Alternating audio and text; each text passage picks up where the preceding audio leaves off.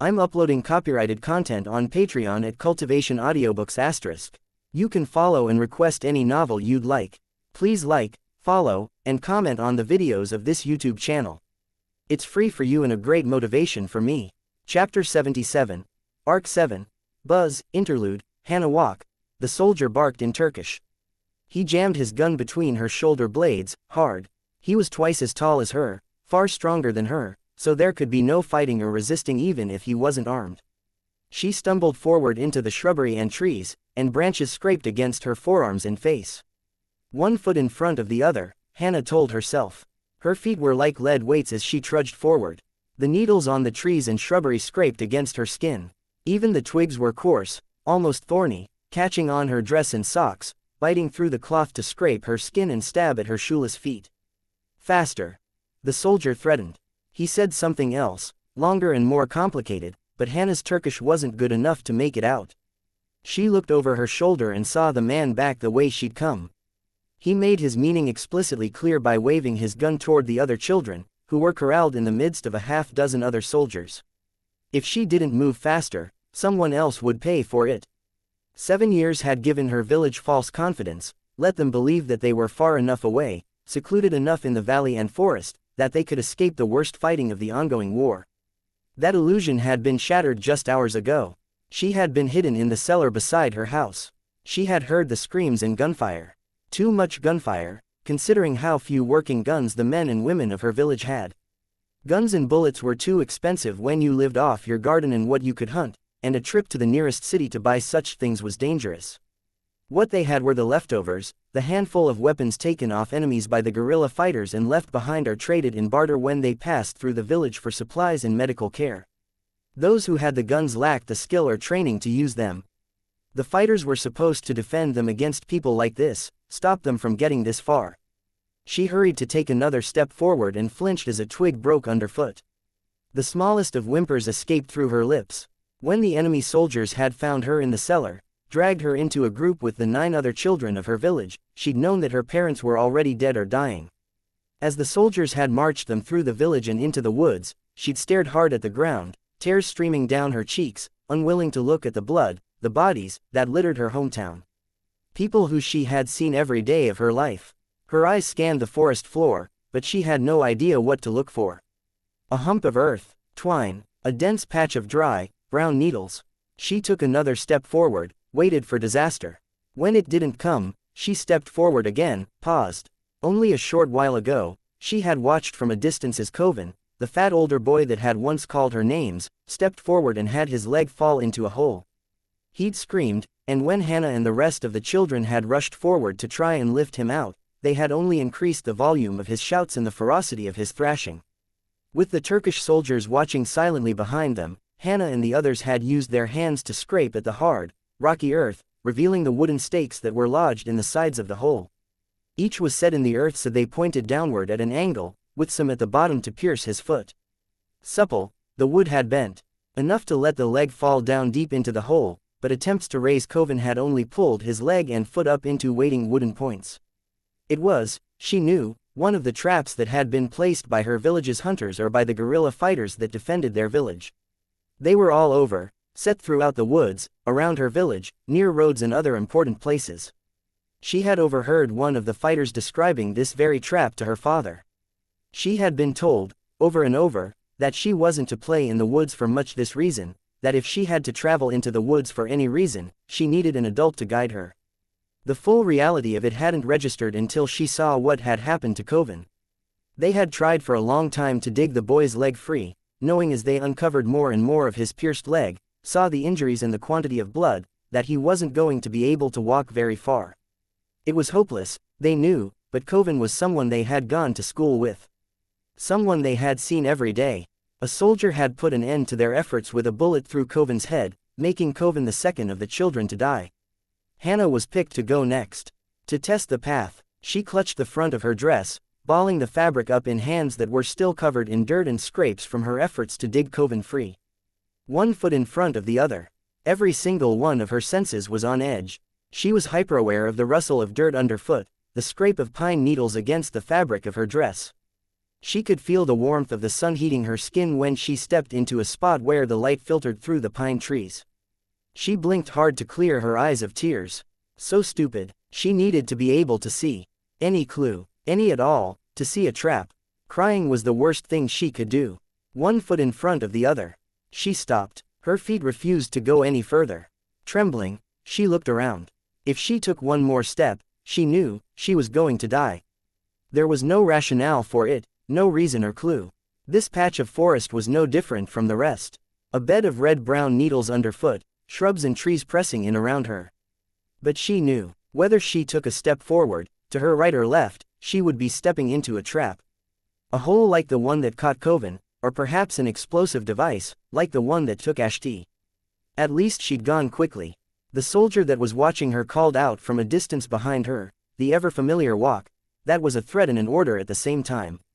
Sick with fear, Hannah looked around, searching for something that could tell her where to go, how to move. In that moment, she knew she wasn't going to die right away. She couldn't walk any further, it was physically impossible, as though her feet were as rooted to the ground as the trees were. They would make her watch as they tortured one of the other children to death. Then they would start on the next, maybe Hannah herself, until they had another child willing to act as decoy and clear the traps from their way in the simplest, most dangerous manner possible. She saw something vast.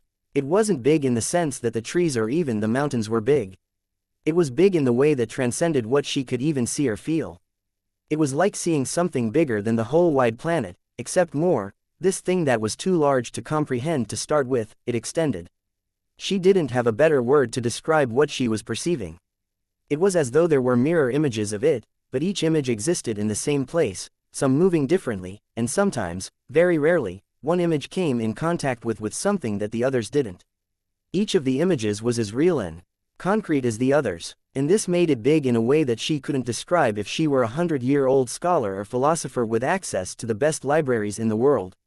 And it was alive, a living thing. She knew without having to think about it. Each of those echoes or extensions of the entity was as much a part of a connected whole as her hand or nose was to her. Each was something this living entity was aware of, controlled and moved with intent and purpose. As though it existed and extended into those possible selves all at once. It's dying, she thought. The outermost extensions of the creature were flaking off and breaking into fragments as it swam through an emptiness without air, not moving but sinuously adjusting itself through the existences that held the echoes, shrinking away here and swelling there, carrying itself away at a speed that outpaced light. In its wake, flakes and fragments sloughed off of the entity like seeds from an impossibly large carahindiba, or dandelion, in a steady wind. Seeds more numerous than all the specks of dirt across all the earth. One of those fragments seemed to grow, getting bigger, larger, looming in her consciousness until it was all she could perceive, as though the moon was falling, colliding with the earth. Falling directly on top of her. The soldier finished without missing a beat. Hannah stirred. She was still in the forest, hands stinging with the scrapes, feet sore from the walking. Her heart pounded and she could taste fear like bile in her mouth. Already, the memory was fading. Had it even happened? As hard as she struggled to retain it, it was eluding her. It was like a dream that escaped her when she woke, but so slippery that even the idea that she'd dreamed in the first place was quickly retreating from her mind. The soldier shouted something too complex for her to understand, directed at his comrades. Hannah let the scraps of the memory slip from her attention. This, here, was the priority. Either she walked forward, and she would die, or she would stand by and watch the others die for her cowardice. With just the vestige of an idea that something had happened, she had been shaken from her paralysis. Maybe she could step forward. She raised her foot and stopped. Something stood in her way. A blur hung in the air at chest level, crackling, shifting with a manic ferocity. She let her foot fall back down where it had been a moment ago and stared at the kaleidoscopic shimmer of black and green. She touched it, and felt a weight settle into her palm. Her hand automatically closed around it, feeling the warmth of it. It felt almost like when she pet a friendly dog. An odd thought, given what she found herself looking at. A gun, polished gray steel. Somehow familiar, identical to the smallest guns she had seen the guerrilla fighters carrying. I can't use this. The thought was cold in her mind. If I use this, they'll kill the others the second I fire. The gun shimmered, became that blur of green and black, then settled into a new shape. She'd seen this, too. One of the fighters had been talking to Hannah, showing her his English gun magazine, in an effort to get in good graces with her older sister. This was similar to the gun she'd just had in her hand, but there was a metal tube on the front, nearly doubling the gun's length. The tube, she knew, made guns quieter. The rest of the children and the other soldiers were far behind. It was still nearly impossible, but Walk, the soldier behind her, shouted. Walker. She wheeled around, holding the gun in both hands. She took a second to steady her aim, and the Turkish soldier's surprise bought her just enough time to pull the trigger. Hannah's eyes snapped open. This is why I don't sleep. She was still wearing her costume, she noted, as she rose from her bed and walked to the bathroom. At least she'd had the sense to remove her scarf so she didn't strangle while she rested. She was the only one who remembered. Everyone else forgot that impossibly huge being, if they were even graced with a glimpse of it. She couldn't be sure. If any others saw it, they would inevitably forget it before they could gather their thoughts enough to speak of it. Like she was supposed to. But she remembered. She touched the combat knife that was sheathed at her hip, as if to remind herself it was there. She harbored her suspicions about her gift. Her powers had taken a part of her psyche and given it concrete form. The angriest parts of her, the most childish parts, the parts of her that dreamed, and those that forgot. The knife at her hip slept for her and dreamed for her, she imagined. She had gone nearly a year at a time without needing to stop and put her head to rest on a pillow. When she closed her eyes and let herself drift off, it was because she felt it was something she ought to do, not because she had to. Even then, she never dreamed. She remembered, instead, her mind replaying past events in perfect detail. And through some chance of fate, this meant she remembered the entity, and she remembered forgetting it, as paradoxical as that was. And she would never speak of it to anyone. She'd killed the soldiers that held the other children of her village hostage. After the first, she had feigned fear, pretended the guerrilla fighters were in the woods. Then she had waited for the moment they were too busy watching the woods and mowed the rest of the men down with an assault rifle. She didn't even feel bad about it, nor did she lose much sleep that one of the children, Behar, had been shot in the skirmish. She regretted the deaths, that went without saying, but she didn't feel guilty about it. Of the 10 of them, 7 had made it back, because of her and her gift. They had returned to their village, moved the bodies out of sight, and did what they could to conserve their food until the guerrilla fighters came through once again. Hannah had made the others swear a promise, to not speak of her gift. She knew the guerrilla fighters would recruit her, use her, if they knew. Whatever this power was that she had received, she didn't feel it was for that. When the fighters had returned, they saw the state of the children and elected to evacuate them. The fighters took them to a city, and a man there saw that Hannah and the others were shipped off to the United Kingdom, where many other refugees were going. They were split up, and the others were sent one by one to homes for orphans and other troubled children.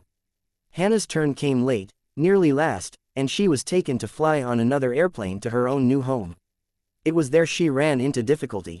She'd moved through the archway. What she would later learn was a metal detector, and it sounded an alarm. Guards had found the weapon she couldn't drop or leave behind, and Hannah was carried off to another place. Interrogated, asked many questions. She was taken to the bathroom, patted down on her re-entry to the interrogation room, and they found the same gun on her that they'd taken away just half an hour ago. Everything else had happened very fast. After that, it was an American in a military uniform that rescued her. He took her to America, saw that she was put with a family there. When the first 3 wards teams were established, she was enlisted. She barely knew 100 words of English, her numbers in the alphabet, when she first went out in costume. Hannah bent over the sink and washed her face. She found a toothbrush and cleaned her teeth, then flossed, then scraped her tongue. Too easy to forget those things. Without the rhythm of sleep to break up the continuity of days. Better to do these things a little too often, than to forget. She gargled with mouthwash, then bared her teeth to see the dentist's work, where he had capped them. Teeth that were perfectly shaped, white. Not really hers. Her weapon found its way into her hand at some point after she put the mouthwash down, a handgun not unlike the first shape it had taken for her. She spun it around her finger by the trigger guard a few times before holstering it as she left the bathroom. She went to the window and stared at the city across the water. Colors shifted subtly in the refracted light of the PHQ's force field, oversaturating the view like a TV with bad picture settings. Even if she never dreamed, America still had a surreal, dreamlike quality to it. It was so distant from where she had come from, so different. There was no war here, not really, and yet the people here managed to find so much to complain about. Men in suits, trouble in love, medical care and not having the latest touchscreen phone. Such complaints often carried more emotion and fervor than anyone in her village had used to bemoan the death of loved ones or the methodical eradication of their people. When she heard the complaints of her friends and co-workers, she simply nodded and gave the necessary words of sympathy.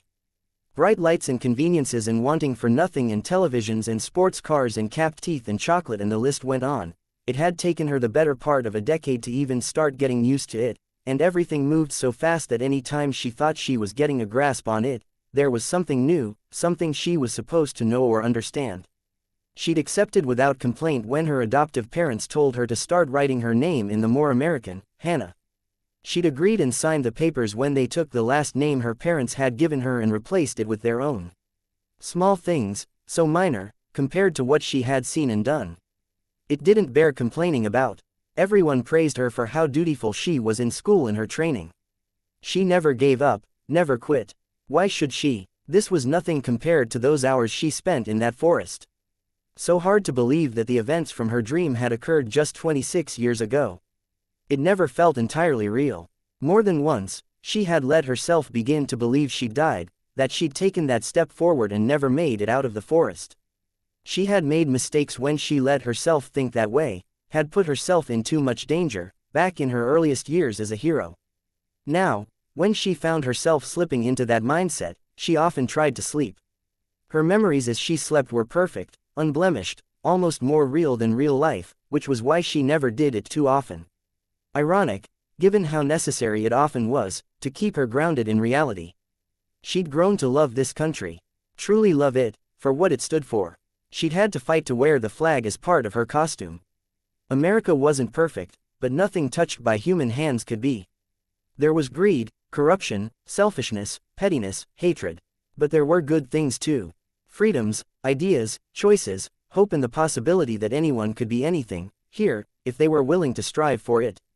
As she accepted her new country, she let herself make friends, boyfriends, let herself get close to her parents and their church. By the time she started college, her accent had all but disappeared, and she knew enough to at least pretend to know what others were talking about when they spoke of pop culture, music and television. People were judgmental, she knew, and so she would never speak of what she had seen in that moment. She received her gift. Even among other faithful, she would be met with suspicion and scorn, were she to say she'd seen God, or one of his warrior angels, such as they existed beyond the scope of human understanding. That he had given her this ability so she could save herself. Others would offer different interpretations, argue that he had given such gifts to bad people, too. They would point to the science of it. Maybe some small part of her suspected these hypothetical individuals were right. Still, she preferred her faith to uncertainty. The notion that this thing she had seen was something other than a benign entity watching over humanity, that it might be malign, or even worse, that it existed with no conception of the effect it had on mankind. An elephant among gnats. It wasn't a comfortable thought. She glanced at the clock, 6:30 in the morning. She draped her flag-printed scarf loosely around her neck and lower face, then left her room. The energy became an assault rifle hanging at her side, bouncing a comforting beat against her hip as she walked. She made her way up a flight of stairs and down to the end of a hallway. She heard a male voice, a female one. She paused at the open doorway and knocked.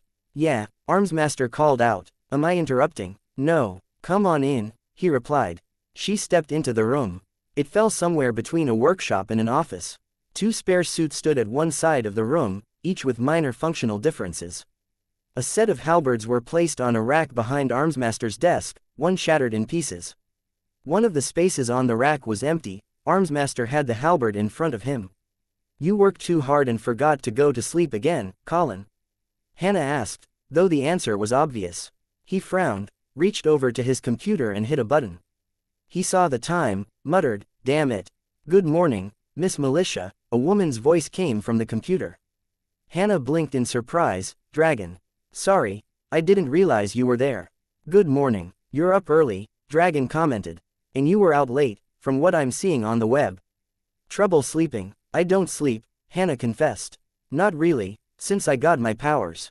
"Oh, me either." Colin leaned back and rubbed his eyes with the heels of his hands. I'd give my left foot for that little perk. Hannah nodded. There were others like her. She asked the computer screen, do you remember?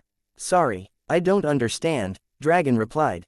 Never mind. If Dragon did remember, Hannah knew the answer to that question would have been different. Dragon was too smart to miss the connection. We were talking shop, Colin spoke. He motioned to the halberd he had in front of him. Procrastination through tinker stuff. I think tonight's project was a success. Oh, Armsmaster stood, seizing the halberd in one hand. He pressed a button on the handle, and the blade blurred. Without even swinging the weapon, he let the heavier top end fall against an empty stainless steel mannequin that might have held a spare suit of his armor. Dust blossomed where the blade touched the mannequin, and it passed through without resistance. Pieces of the mannequin clattered to the ground. Impressive, she told him. He pressed a button, and the blur around the blade dissipated in a steel-colored smoke, leaving only the normal axe-head top of the weapon. Only problems are that it's vulnerable to force fields, fire, and other intense energy, and the apparatus takes up too much space in the upper end. Even with my power, it likely means I'd have to do without some of the kit I've gotten used to. I trust you'll figure it out, Hannah told him. Then with mock sternness, she put her hands on her hips. Now, no more distracting me. Just what are you procrastinating on? Colin ran one of his hands over his short-cropped brown hair, sighed. Right, you have as much say as I do, in this. He walked back to his desk and slumped down into his seat. He kicked a screwdriver and a pair of pliers from the corner of the desk to put his feet up, one ankle crossed over the other. Reaching in the opposite direction, he grabbed a stack of folders and let them fall to the desk. Pigott has decided to take action in reflection of recent events. Both the wards and the protectorate are being restructured. Hannah winced. How bad? Shrugging, Colin told her, as far as the wards go, we're losing Aegis. Pigott and the PRT want to see how he does leading a different team, and the boy's parents are amenable. He'll stay in the wards for a little longer, to suggest he's younger than he is.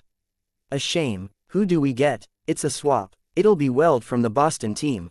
I don't know him, Hannah admitted. He's a good kid with a good record. Dragon chimed in from the computer. Ferrous biology, absorbs metals through his skin. Strong, tough, good grades across the board, high marks in the tactics simulations. Likeable, and a scan of the web shows feedback for him is higher than average, which is impressive, considering he's one of the Case 53s. He's got the tattoo, Hannah asked. The mark is branded into his heel, not tattooed, but yes. Hannah nodded. What else? Colin frowned. We're supposed to pick 2 others from our ward's team to transfer to one of the other major teams, nearby. I settled on Kid Win, I'm stuck on the others. Browbeat, too new, might be able to sell it to Pigott, but my suspicion is that she'll think it looks bad, giving up our newbie. Gallant won't be able to leave for Boston. Too many logistical issues. Hannah glanced at the computer. She couldn't say more. You can speak freely, Colin spoke. Dragon has either read the record in question, or she's reading it as we speak. Gallant has local responsibilities, and is expected to start helping with his father's local business enterprise. Dragon spoke, giving truth to Colin's words. Miss Militia is right, he's a local fixture. And his girlfriend is here. Hannah nodded. Painful to give up Vista or Clockblocker. They're our big guns, and they're local heroes after the role they played in that bomb scare. Shadow Stalker. Colin shook his head. There would be more trouble over handing over someone like Shadow Stalker to another team than there would be if we gave away a newbie like Browbeat. Discipline problems. Still, she asked. Armsmaster nodded. Hannah frowned. All right, this is what you do, then. Propose Shadow Stalker and Kid Win. If Pigott does refuse Shadow Stalker, and you should make an argument that Shadow Stalker might need a change of scenery, Pigott will have a harder time refusing Browbeat, right after. Colin rubbed his chin, where his beard traced the edges of his jaw, nodded. If she doesn't agree to giving away either of the 2, and you really should play hardball on that, you can offer Clockblocker. He graduates this summer, anyways, and I'd say he's got enough friends and contacts here that he might apply to come back to Brockton Bay to join our protectorate when he turns 18. Best case scenario for us, and it's not like Boston or New York need more capes. Colin sighed. You're better at this than I ever was. Hannah wasn't sure how to respond. Colin had his strengths, but he was right. He went on. Congratulations. He picked up the second folder and held it out to her. What? She took it, opened it. There's a change to our team, 2, according to Pigott and the rest of the oversight. You've been promoted. Within the next 2 weeks, this building and this team will be transferred to your command. She stood there, paging through the folder of paperwork, stunned. Where are you going? Chicago. Hannah broke into a smile. Chicago. That's fantastic. A bigger city, a bigger team. Where's Merthen being moved? He stays in Chicago. Hannah shook her head, but she trailed off. The hard look on Colin's face was telling enough. I'm so sorry, she spoke. It's the politics, Colin spoke, leaning back. I'm good at this. Better than most, if you don't mind me boasting. Everything I bring to the table, I worked my ass off for. But when it comes to shaking hands, managing people, navigating the bureaucracy, I'm not good at it, won't ever be. Because of that, I'm getting demoted, and I can probably give up on ever being in charge of another team. I'm sorry, I know how much you wanted, it's fine, he said, but it was clear in the curtness and hardness of his tone that it wasn't. He turned away and touched his keyboard. In the darkness of the room, his face briefly reflected the blue light of the screen. His brow furrowed. Dragon, that program you gave me, predicting the patterns of Class S threats, remember it?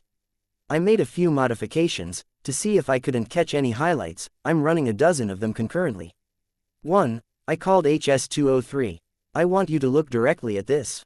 I've put it behind some pretty heavy security, but if you wait a second, I'm already looking over it, Dragon interrupted. I see what you did. Linking my data to atmospheric shifts. I think I see it. Hannah walked around the desk and leaned over Colin's shoulder to see the screen. A map of the East Coast was superimposed with a rainbow-hued cloud. This doesn't mean anything to me. Nothing's truly random, Colin explained, his voice tight. Any data shows a pattern eventually, if you dig deep enough. Dragon started work on an early warning system for the Endbringers, to see if we can't anticipate where they'll strike next, prepare to some degree. We know there's some rules they follow, though we don't know why. They come one at a time, months apart, rarely hitting the same area twice in a short span of time. We know they're drawn to areas where they perceive vulnerability, where they think they can cause the most damage. Nuclear reactors, the birdcage, places recently hit by natural disasters. He clicked the mouse, and the image zoomed in on a section of the coastline. Or ongoing conflict, Hannah finished for him, her eyes widening. The Empire 88, the fighting here. It's coming here, now. Colin didn't have a reply for her. Dragon, Brockton Bay falls within the predicted zone, and the city is on the list of locations that rate high enough on the sensitivity or negative media scale. Add my data, the correlations between abrupt microshifts in temperature, air pressure and, the data is good. Dragon's voice, synthesized to mask the most telling details about her identity, held no trace of doubt. Good enough to call for help. Good enough. Colin moved quickly, spinning in his chair to reach a small console. He opened a glass panel and flipped a switch.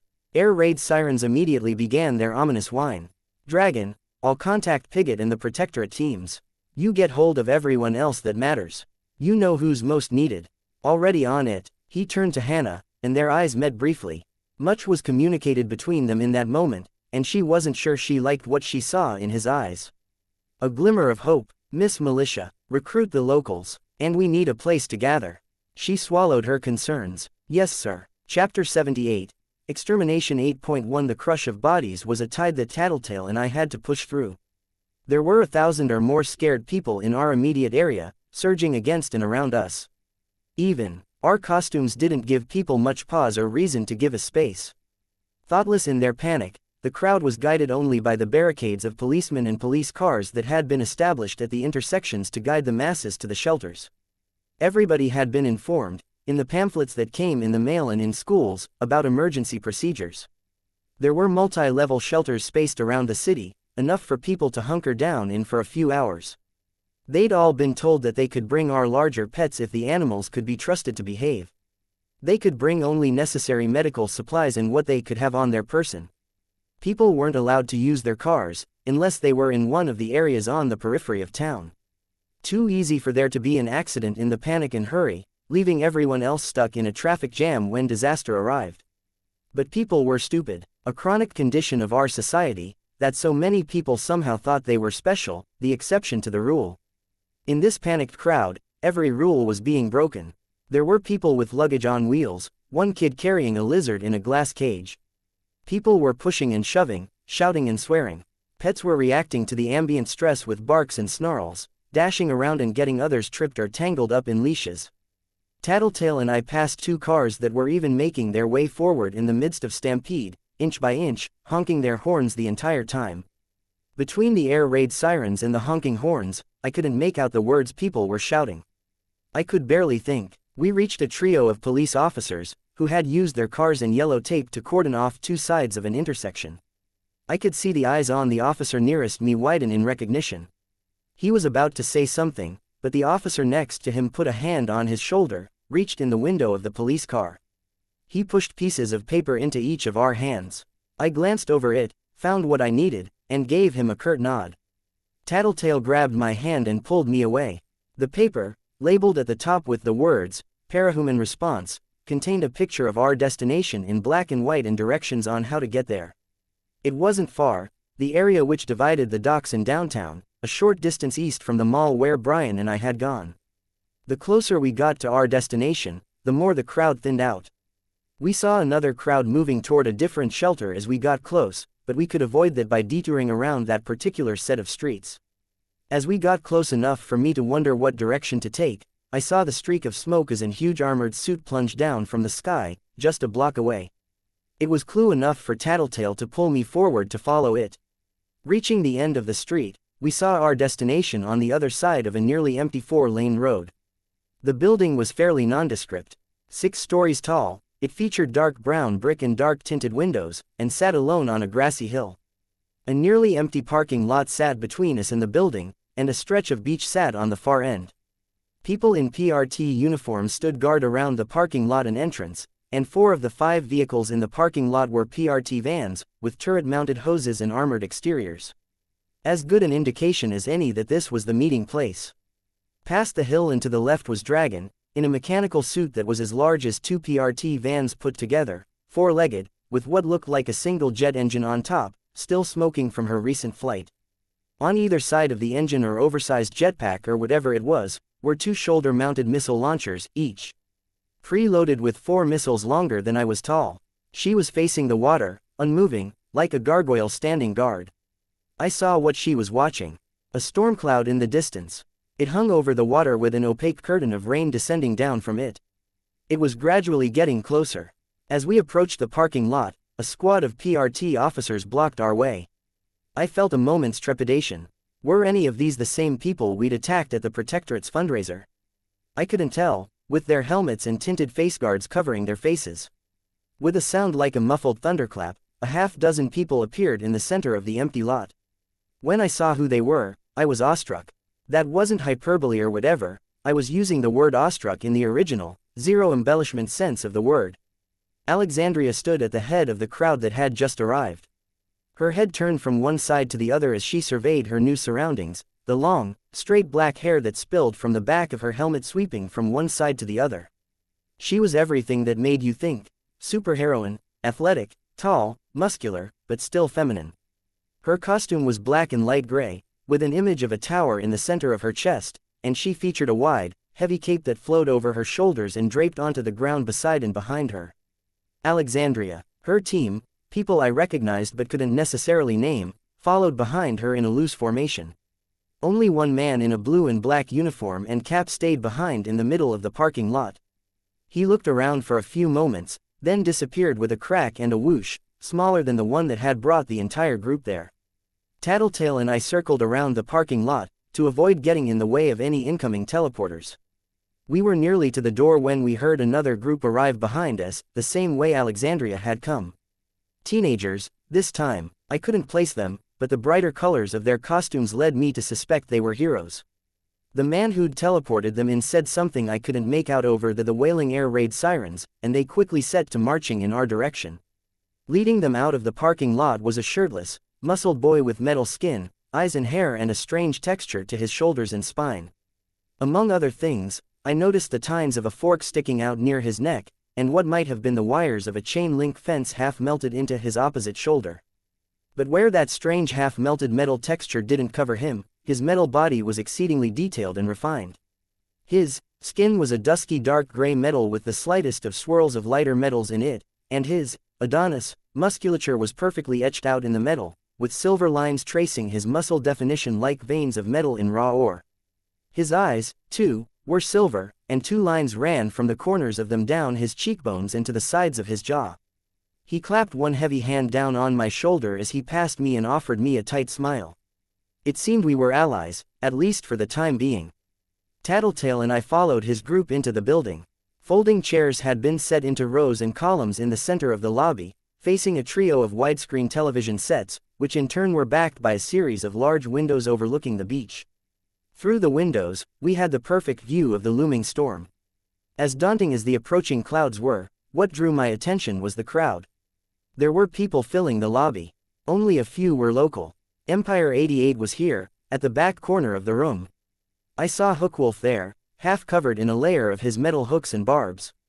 I didn't see Cricket or Stormtiger. He glared at Tattletale and I. The travelers were all present, I noted, the only other local team of villains to show. Faultline's crew was absent, and I couldn't help but note that Coil wasn't around. He wasn't a front lines kind of guy, but he'd at least supplied his soldiers for the AB situation. The local heroes were present in force.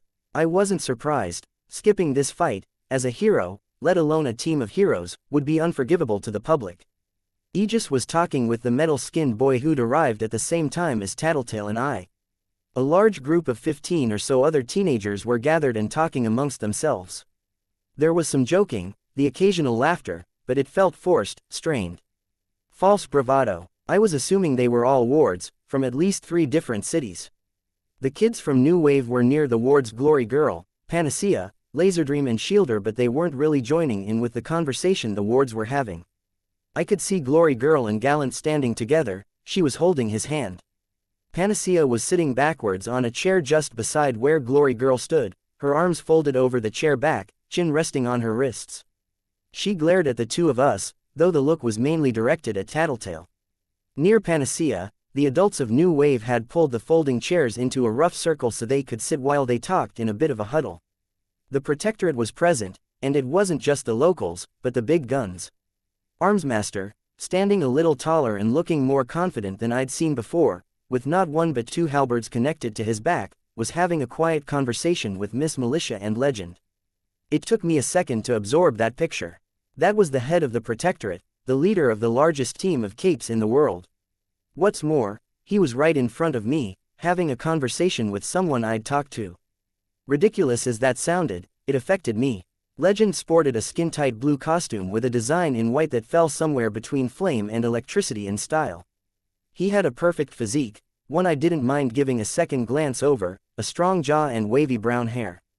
If Alexandria was the flying bruiser that just about every other flying bruiser strove to match up to, then Legend was at the head of the pack when it came to being flying artillery. His firepower was on par with Purity's, if not outright surpassing her, and he was far, far more versatile. Knowing I'd seen 2 members of the leading 3 figures of the Protectorate, I looked for the third. I glanced past Murthan, from Chicago, with his brown burlap robe and wooden staff, Chevalier, in gleaming silver and gold armor, carrying his cannonblade, and Bastion, who had earned a great deal of bad press, lately. Someone used a cell phone to catch Bastion using the word, "spick," several times as he yelled at a kid who only wanted to take his picture. He was studiously ignoring Kaiser, who was standing nearby, staring at him, taunting him without speaking or doing anything. It was only at the back corner of the room that I found the third member of the Protectorate's triumvirate.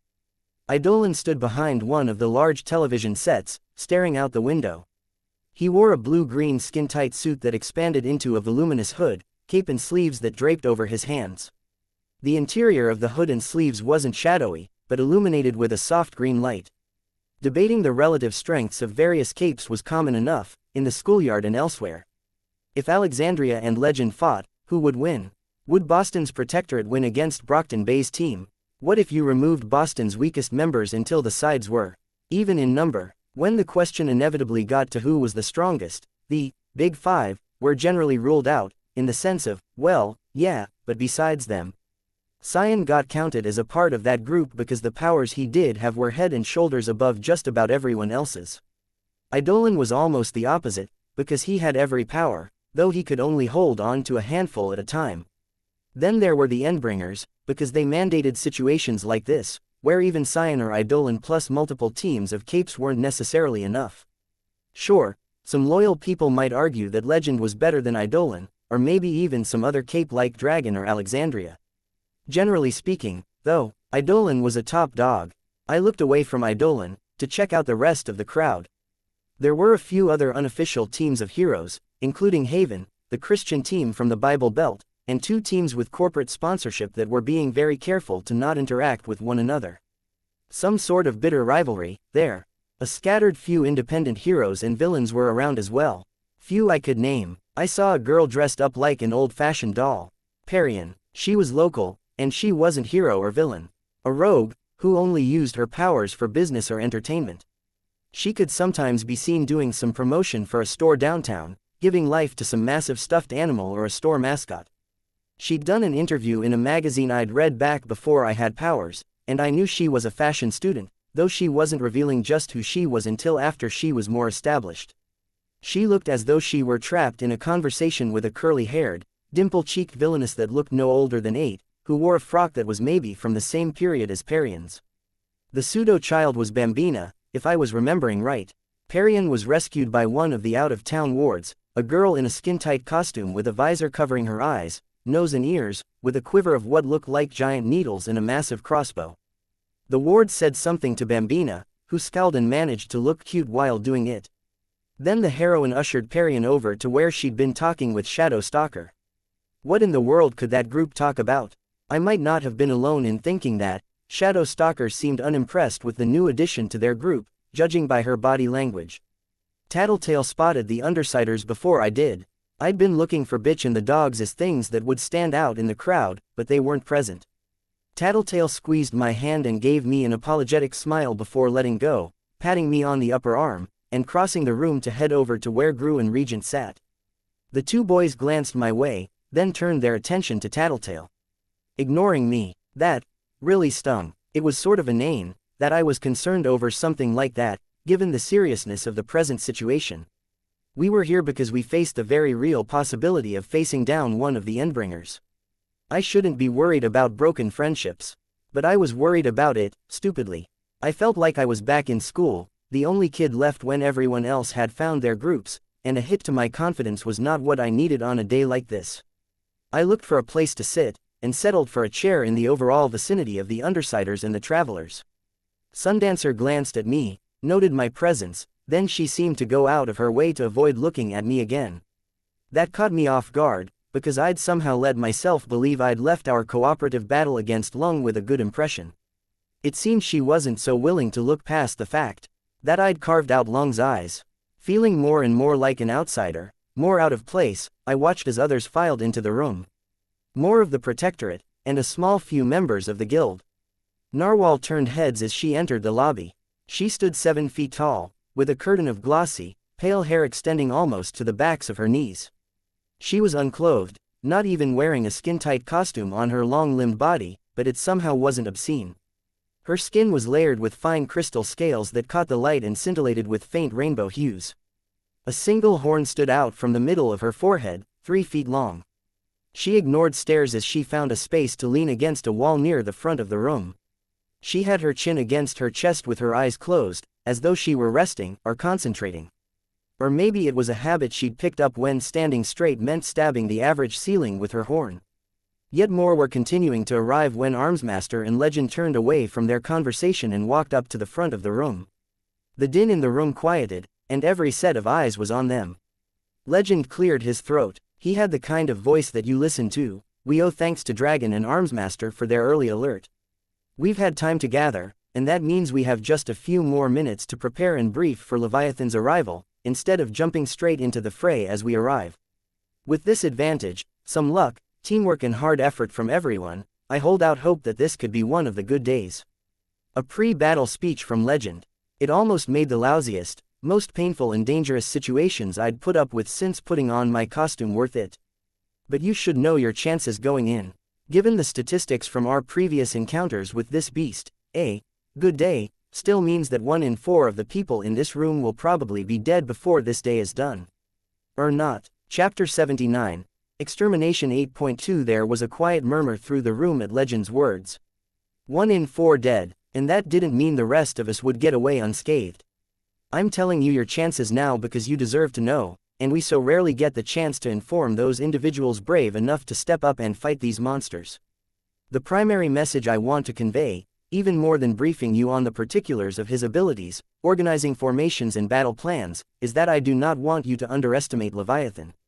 I have seen too many good heroes, he paused for a fraction of a second, and villains, too, die because they let their guard down. Legend paused, glanced out the window. The storm clouds had reached the beach, and torrential rain stirred the water into a froth. Not just rain, but buckets of water. We think of Leviathan as the middle child, he was the second of the 3 to arrive. He is not the physical powerhouse Behemoth is, nor the cunning manipulator that the Simurgh so often proves to be. That said, I would advise you to think of him as having many of the strengths of both siblings at once. You've seen the videos on television and the internet. You know what he is physically capable of. I want to be clear that despite the image he might convey, he is not stupid, and he can display a level of cunning and tactics that can and will catch you off guard. I will tell you what you may not know from the videos. He feels pain, he does bleed, but few attacks seem to penetrate deep enough past the surface to seriously harm him. He is like the other 2 Endbringers in this respect. What sets him apart is his focus on water. You're likely aware of his afterimage, his water echo. This is no mere splash of water. At the speeds Leviathan can move, surface tension and compressibility make water harder than concrete. He also has a crude hydrokinesis, the ability to manipulate water, and there will be water on the battlefield. We believe that this is what lets him move as fast as he does when he is swimming. Faster than he is normally, far faster than any speedster we have on record. He went on, were it just that, this fight might still warrant a show of force like what we've gathered here. But things are more serious than that, which brings me to our primary concern. As much as Dragon and Armsmaster's advance warning might give us the opportunity to make this a good day, other issues threaten to make it just the opposite. I spoke of Leviathan as a hydrokinetic. I can't state this enough, Leviathan is primarily a hydrokinetic on a macro scale. There is no better illustration than the days where Leviathan won Newfoundland. He spoke. I knew exactly what he was speaking of, and mouthed the date as he spoke it, May 9, 2005. Nearly 500,000 dead. The Canadian island simply gone, after the shelf of land holding it up cracked in the face of what we now understand were incredible pressures beneath the water level. Kyushu, the night of November 2nd and the morning of the 3rd, 1999. His 6th appearance. 9.5 million killed when the region was swamped with tidal waves from every direction while Leviathan disrupted prearranged evacuation attempts. Nearly 3 million evacuees rendered homeless, a nation sundered. These were errors, grave mistakes from defending heroes. We had but one strategy at the time, to hem him in, minimizing the effects of growing waves and casualties until Leviathan was beaten into a retreat or Xian arrived. These areas, however, were too vulnerable. Waiting let Leviathan build up the strength of his attacks, and we lost. He paused. We have since classified the locations the Endbringers target as either hard targets or soft targets. The hard battlefields are where we stand our ground, by time, wear him down. The soft ones are locations where we cannot afford to do this. The television screen showed a cross-section of Brockton Bay as seen from ground level. The west end of the city was bordered by hills, and the terrain sloped gradually from the base of the mountain down to the water. Directly below the image of the buildings that marked the city's location, there was a large cavern, bordered by rock on all sides except the part nearest the beach, which was sand. It was marked blue, filled with water. Brockton Bay, this location, is a soft target. The city was originally founded at this location because of the proximity to the coastline for trade routes and an aquifer that provided the first settlers with access to fresh water.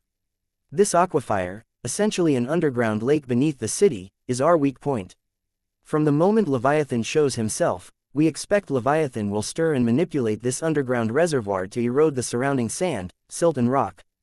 Add the tidal waves from above, with the resulting tremors and impacts, I doubted anyone failed to understand what would follow. A section of the city, perhaps most of the city, could collapse into the aquifer. He paused. We have to end this fast.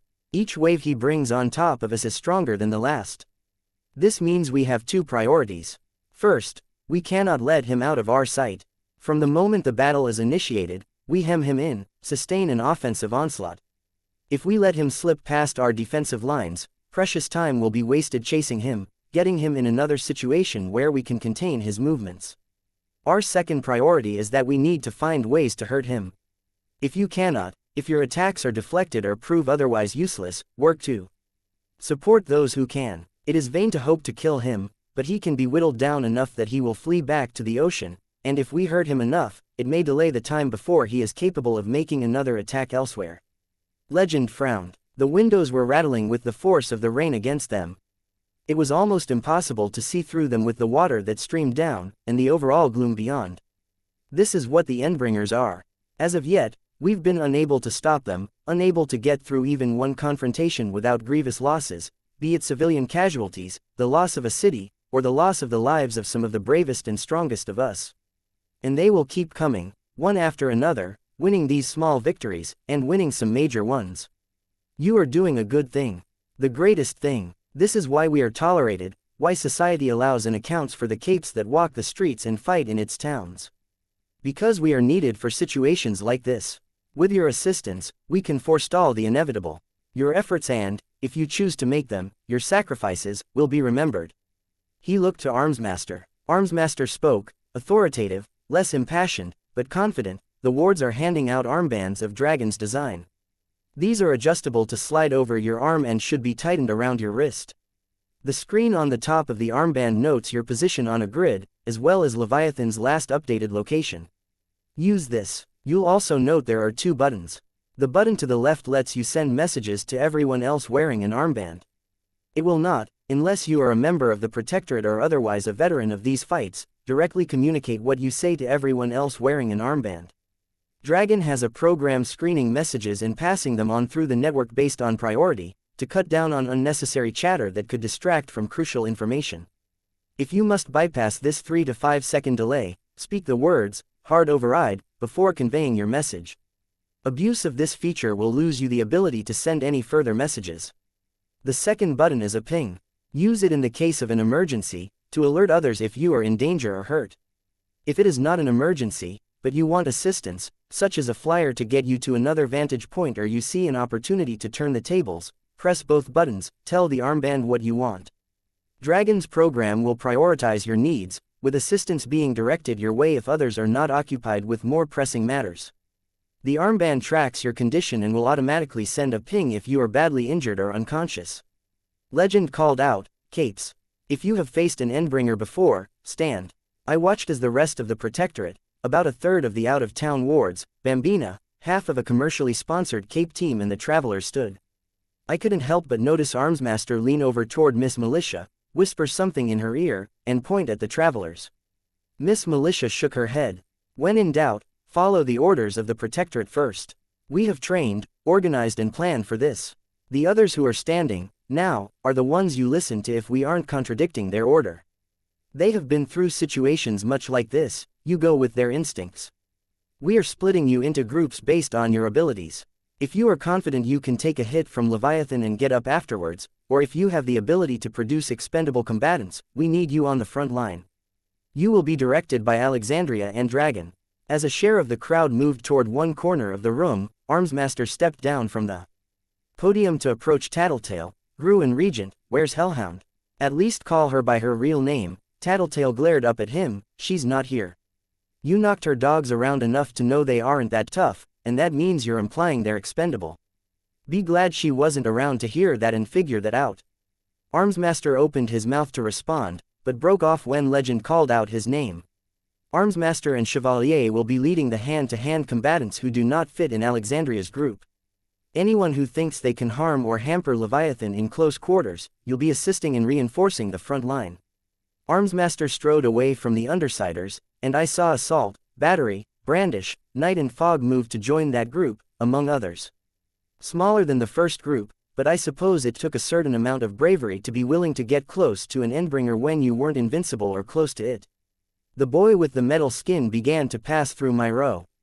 He handed me an armband from a bag, and I slid it over my hand and cinched it in place. A flat, square screen showed a satellite view of the building we were in, and the surrounding parking lot and beach. A display read, State Name, I pressed the communicator button and spoke, Skitter. My name appeared on the display, with a yes and no display in the corners over the respective buttons. I confirmed it. Legend was still organizing the groups. Force fields, telekinesis, whatever your power, if you can interrupt Leviathan's movements or help reduce the impacts of the waves, you're the backup defense. Bastion will direct you. I was also all too aware that the size of the group that was still sitting was dwindling, and I had no place to go. Movers. We need flyers, teleporters, runners. You'll be responding to pings. Rescue the fallen, get them to emergency care, assist any others where needed. Murthan will give you your orders. Long-ranged attackers, with me. If you fall in more than one category, go with the group where you think you'll be the greatest assistance. Did I count as a long-ranged attacker? No, my power wouldn't hurt Leviathan. I turned to look at those of us who were still seated. I recognized Gru, Tattletale, Regent, Othala, Victor, Panacea and Kaiser. There were a half-dozen more who I'd never seen before. People from out of town. The rest of you. Legend was interrupted by shouts. Bastion bellowed, pointed, and the people in his team moved. Layers of force fields went up around the far wall in front of and behind the front windows, and they weren't enough to take the hit.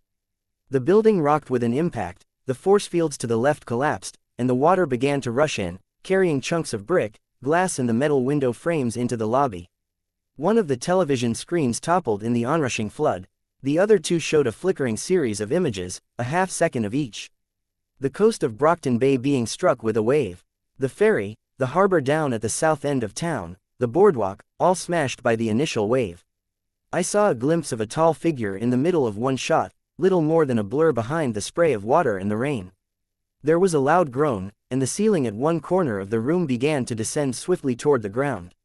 Narwhal flicked two fingers up in that direction, and shored the ceiling with some force fields, but I saw other portions of the ceiling begin to sag, gallons of water pouring through the gaps in the ceiling tile. Strider. Legend bellowed, over the noise and chaos, get us out of here. A voice sounding from the armband, female, synthesized, except I couldn't make it out over the noise. The air was sucked out of my lungs, and there was a noise like thunder. My entire body was rattled down to the core, and I thought I might have been struck by lightning. I was outside, I realized, on my hands and knees in what I first took to be the middle of a shallow river. The rain that pounded down on us was more like a waterfall than any rainstorm I'd been in. The taste of the salty ocean water filled my nose and mouth. My soaked mask clung to my lower face, forcing me to hang my head to keep my breaths from pulling more water into my mouth. A few coughs and heavy exhalations cleared the worst of it away. We'd arrived in the middle of a road, one I'd crossed several times when going to the loft or leaving it. It was still dark out, either the sun hadn't started to rise yet, or the storm was enough to obscure it. The river that I was kneeling in was the ebb of water from the first tidal wave, receding downhill toward the beach and the ocean. It brought waves of trash, litter, broken windows, wooden boards and dead plants with it. I looked around, saw the other heroes and villains composing themselves, climbing to their feet in the knee-deep rush of water. A few flyers were conveying our ranged combatants up to the rooftops. At the end of the road, downhill, was the boardwalk, or what was left of it. From what I could see through the downpour, the wooden pathways and docks had been shattered by the initial wave, to the point that many were standing nearly straight up, or were buckled into fractured arches. Water frothed and sprayed as it rushed back against the ragged barrier that had been Brockton Bay's high-end shopping district. He was there, too. I could see his silhouette through the rain and the spraying water that was the tidal wave's aftermath, much as I had on the television set. 30 feet tall, the majority of him was muscled but not bulky. His hunched shoulders, neck and upper torso were the exception, bearing cords of muscles that stood out like steel cables. It gave him a top-heavy appearance, almost like an inverted teardrop with limbs and a tail. His proportions were wrong, his calves and forearms seemed too long for his height, his clawed fingers and digitigrade feet doubly so. He moved with a languid sort of grace as he advanced through the spraying water. His arms moved like pendulums, claws sweeping against the water's surface, while his upper body swayed left and right, as if to give counterbalance to his great height. His tail, 40 or 50 feet long and whip-like, lashed behind and around him in time with his steps, perhaps born of the same need for balance that gave him his teetering gait. Gallons of water poured around him in the wake of his movements, roughly the same amount of mass as the body part that had just occupied the space. This afterimage streamed down him and splashed violently against the water he waded through.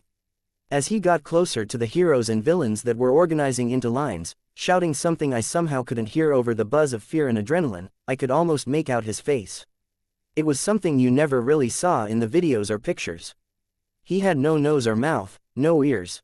His face was a flat, rigid expanse of the same scaly skin that covered the rest of him, like the scales of a crocodile's back.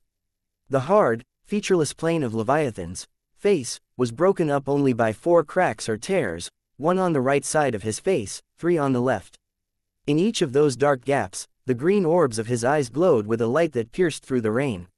His head moved faster than the rest of him, twitching from one angle to the next like someone's eyeball might flicker left, right, up and down, taking us all in, uncannily out of time with the rest of his body. "Get ready," Legend howled the words. It was hard to say whether Leviathan heard the command or if Legend had spotted some tell, but Leviathan dropped to all fours at the same time Legend gave the command. With Legend's cry still ringing in the air, Leviathan moved. He was fast. Fast enough that his clawed hands and feet didn't touch the road beneath the water. After the initial push, his forward momentum was enough to let him run on the water's surface. Fast enough that before I could finish drawing in a breath, to scream or shout something or gasp in horror, he was already in the middle of us, blood and water spraying where he collided with the lines of assembled capes, and the armbands were beginning to announce the hopelessly injured and deceased. Carapacitator down, CD5. Krieg down, CD5. WCM deceased, CD5. Iron Falcon down, CD5. Saurian down, CD5. Chapter 80. Extermination 8.3. As tough or invincible as a given cape might be, most were still hemmed in by the restrictions and boundaries of physics. Getting hit by something that weighed nearly 9 tons sent men, women, boys and girls in costume flying, if it didn't kill them outright. Leviathan's echo added surprising quantities of water to the battlefield. Every step and movement he made, he filled the space he'd just left with water. How much water did it take to displace something as big as he was? However much it was, he created something like 3 times that amount when he took a single step forward, when you accounted for the space his body moved through. A hard amount to eyeball, because it had the same momentum his movements had, and some of it crossed great distances as he lunged and clawed his way through the front line of capes. Sham down, CD5.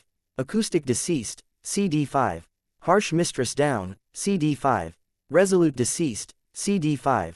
Woebegone down, CD5. I had to help, somehow. I pressed both buttons on the armband and spoke into it, direct me to the wounded I can help. I do not have mobility powers. I am not very strong. I do have basic first aid training. There was a pause, then a female voice, synthesized, just sharp enough to be heard over the noise of lasers, guns and rain, acknowledged. The response both relieved and terrified me. I'd halfway expected that to fail. My armband beeped and flashed, and I saw a red dot on the map, along with an arrow at the edge of the square screen. As I moved my arm, the arrow adjusted to keep pointing the same way. It was directing me to near where Leviathan was.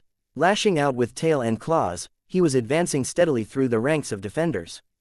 The occasional strike from a strong hero or one of the ranged combatants slowed him, made him stumble, if it hit in the right spot or pushed him off balance. I hesitated to get closer. I hated myself for doing it. I was here for a reason, to do something. Legend fired a salvo of lasers at Leviathan, and the beams turned at right angles to strike Leviathan in precise areas, knocking his feet from under him, slamming him down into the road, catching him under the chin. Leviathan raised a hand, and a geyser of water rose to block more incoming lasers. Legend's lasers simply turned at angles to circle around Leviathan, strike the Endbringer from behind. They left Leviathan so hot that his flesh glowed a yellow-orange around the areas they struck him. I took the opportunity, found some measure of courage and hurried forward to my target. There was a leg, half floating, weighed down on one end by a metal boot on the foot. Someone in a leather costume lay on their back, barely conscious, bleeding from a gash that had opened them from the left hip to their right shoulder, a cloud of blood spilling out in the filthy water that came halfway up to our knees, an inky black color in the gloom. I couldn't help them, as much as it pained me to ignore them, move on. I had to trust that the armband would direct me to someone I could help. I found the person my armband was directing me to, some teenage boy with a metallic bird designed to his costume. The helmet that covered the upper half of his face looked like a bird's head, maybe an eagle. I knelt by him, There was a crash as Leviathan whipped his tail toward Legend, a blade of water soaring through the air to strike the hero out of the air. The onslaught of lasers interrupted. Leviathan shifted from a crouch on one side of the road to being the midst of the defending heroes in one fluid motion, resuming the carnage in the span of a heartbeat. Firecelling deceased, CD5. Adamant down, CD5. He was way too close to me for comfort. A single leap on his part would close the distance to me, but freaking out over it wouldn't help anyone. I could only hope that the front line would hold for long enough for me to help this person. What can I do? I asked the bird costume. Leg, he said, voice strained, help me stand. His left leg, I realized, was smashed into pulp from the knee down. I crouched, helped him get his arm over my shoulders, and used my legs to heave both of us into a standing position. The bird costume was below average in weight for a teenage guy, but it wasn't exactly easy. He was wearing armor. I might not have been able to get both of us up to a standing position like that if it weren't for my weeks of running. He leaned on me heavily with each step forward, and we retreated from the front lines. Someone with the ability to fly landed not far from me to pick up the man with the gaping wound across his torso, flew off with him. 2 seconds later, a teleporter blinked into existence near us, touching 2 fallen capes, and disappeared with them and a bathtub's worth of water. I wanted to apologize for not having a better power to help this person, but the breath would have been wasted. It was hard work to help him along, to slog through the water. The fight was ongoing, with a dozen heroes in Leviathan's vicinity, more than 20 others shooting at him from range whenever there was a clear shot. Yet more were on the fringes, to keep him from slipping past the combatants and to take the place of the fallen. It wasn't enough. The damage we were doing was negligible and his long strides were advancing him further and faster than the rest of us could back away through the water. Trash and debris threatened to trip us up with every step we took. He forced a fighting retreat, moving quickly and often enough to avoid being caught by any concentrated fire. Our progress was agonizing. Moved too slowly, and we fell behind, moved too fast as we waded through the trash-ridden water, and we risked falling, lost precious time. Had to find the middle ground, and we weren't moving fast enough even if we did find that sweet spot. Hell, it would have been kinda difficult even without my burden. Chubster down, CD5. Good neighbor deceased, CD5. Hallow deceased, CD5. It was Alexandria who speared forward to confront Leviathan. He saw her coming, ceased his onslaught to rear back and then lunge ahead to meet her. When they were only 15 feet apart, he stopped, let his water echo rush forward to meet her. Anyone else might have been staggered in the face of several tons of water moving forward at the speed of a locomotive. Alexandria intertwined her fingers, swung her arms forward as though she were holding a baseball bat, and cracked her hands against the image a second before she disappeared headlong into it. There was a sound like a bomb going off, water spraying everywhere, followed by an earth-shaking crash as Alexandria used the crook of her arm to catch Leviathan around the neck and heaved him backwards and onto the ground. Most of the capes took the chance to retreat and expand the gap between themselves and the Endbringer, firing lasers or sonic blasts or whatever else at him as they retreated. It was so strange to think I was just like the rest of these people. Even after all this, the last few long weeks to get used to being in costume, it felt like I was the bystander. Maybe it was that my power was ineffectual here, in the water and the rain, maybe everyone felt that way. A flyer with fringes of ribbons down the sides of her arms, legs and body landed next to me. Give him to me. We transferred the bird boy to her grip, and they were gone in an instant. My armband flashed and pointed me toward the next target. A series of explosions in a massive collision marked Dragon firing a full salvo of missiles and entering close quarters combat with Leviathan. Alexandria was gone. No, wait, she was rising from the water, where Leviathan had been holding her down. Standing, staggering, falling again. Had he been drowning her? Dragon began breathing out a stream of what might have been plasma in Leviathan's face. From his increased struggles and frenetic clawing at her, I gathered he didn't like it. Still, it was doing surprisingly little damage to him. Leviathan found a point to get a solid grip on Dragon's armor, and tore off a plate. His next swipe took off another, and it careened a good 20 feet before landing with a heavy splash, close enough to me that I was caught in the spray. I hurried to the next target on my armband. It was a woman with a white costume, white hair and what was probably skull paint on her face. It was hard to tell, and not just because of the rain smudging the makeup. Nearly half her face was torn off. Glanced by one of Leviathan's claws, maybe, or caught by the lash of water from his tail. Hey, I shook her gently by the shoulders, you awake? You alert? Maybe a stupid question, I didn't even know if she could talk with her face like that. A small wave sloshed against us, she sputtered and turned her head, didn't respond. That was a no to at least one of my questions. I suspected her condition was a combination of shock and blood loss as much as anything else. Too heavy for me to lift, and I didn't have first aid supplies. Fuck, I could have kicked myself for that. Anything I did have, EpiPens, smelling salts, were probably spoiled by the water and the septic conditions. Not that they would have helped. I looked up, looked around. Spotted what I needed. Someone was manifesting green fireballs in his hands, lobbing them at Leviathan, where they exploded violently. I rose, hurried to him, keeping low so I didn't walk face first into anyone's laser blasts or gunfire. Your fire, is it radioactive? Is it anything special, extra dangerous? He gave me a look, lobbed another fireball. It's fire, it combusts if I concentrate it. Okay, great, I need your help. He nodded. I showed him the woman. Blood loss is a problem. She needs the wound cauterized. His eyes widened. I can't do that. Her face is half scraped off. She's not going to care about a burn. There's nothing close to a clean bandage anywhere here, and she's going to die if we don't stop the blood loss. Looking a little sick, he nodded, wreathed his hand in flame and then pressed it against the woman's face. She pulled away, made a gurgling noise. I gripped her head and shoulder to keep her in position. Come, I said, after he pulled his hand away, help me move her. Greenfire, I wasn't sure on his name, and it didn't seem the time to ask, hooked one arm under her armpit, I used both hands under the other one, and we hauled her off to one side, into an alley, propped her up sitting. I'll stay here, Greenfire said, keep an eye on her. You, go. I nodded, pressed both buttons on the armband and spoke, next. As we emerged from the alley, there was a massive explosion, 5 times what had followed when Dragon launched her missiles at Leviathan. Leviathan reeled.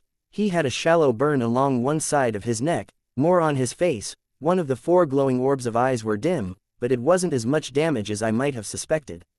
He lashed his tail violently, as if in anger, or maybe he intended to use the echo of his tail's lashing to strike down others, I couldn't be sure. It was a contingent of lesser heroes that joined the fray, now. It was as though the tougher fighters were staggering their attacks, to ensure that just the right amount of force was being exerted to keep Leviathan on his heels, taking the maximum amount of damage while being prevented from taking out too many capes at once. These 3 were clearly members of the same team, flying in formations, moving in sync. 2 of them had super strength, and were gripping at the damaged areas of Leviathan's flesh, tearing, pulling away as he lashed out in response, while the third had a massive battleaxe with what looked like a chainsaw set up on each blade, opening more wounds. The damage was superficial, only taking off slices of Leviathan's hide, but surely stripping away his hard exterior would help in the long run. The armband directed me to someone that was already getting assistance. An obese cape in armor, getting CPR from a man with a Princess Bride-style mask over the upper half of his head, a goatee, a chainmail-lined mantle and a shotgun 3 times the normal size. He didn't know what he was doing. The fat man's chin was almost touching his collarbone. When I moved to take over, Shotgun Wesley left without a word, wiping his mouth and unslinging his gun as he ran back to the fray. I was irritated. Hugh down, CD5. It was my first time giving CPR for real. So much harder than it was in the class, on so many levels. I don't know if it was the fat man's powers, his weight, his armor, or some combination of the 3, but it took incredible effort to actually fill his lungs. Just doing it made me want to gag. He'd vomited a little at some point, and though I'd wiped it away as best as I could when I was done checking his mouth for blockages, the taste lingered. The taste of salt water only accented that flavor, sort of the same way table salt did with a cooked meal.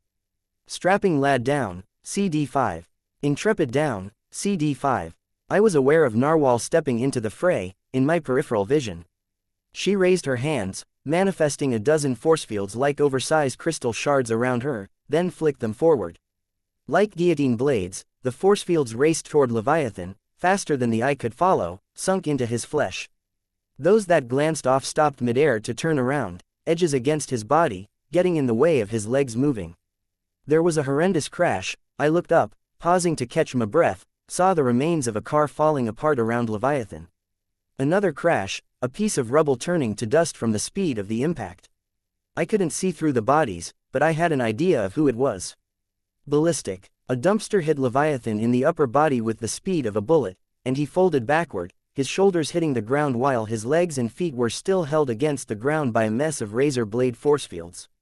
Narwhal sent another force field flying into his neck, and it cut as deep as any attack had yet. Blood spilled down from the opened wound, thick, more like ichor than anything I was used to seeing. I heaved another breath of air into the lungs of the fat man. He sputtered, coughed up a mouthful of dark water.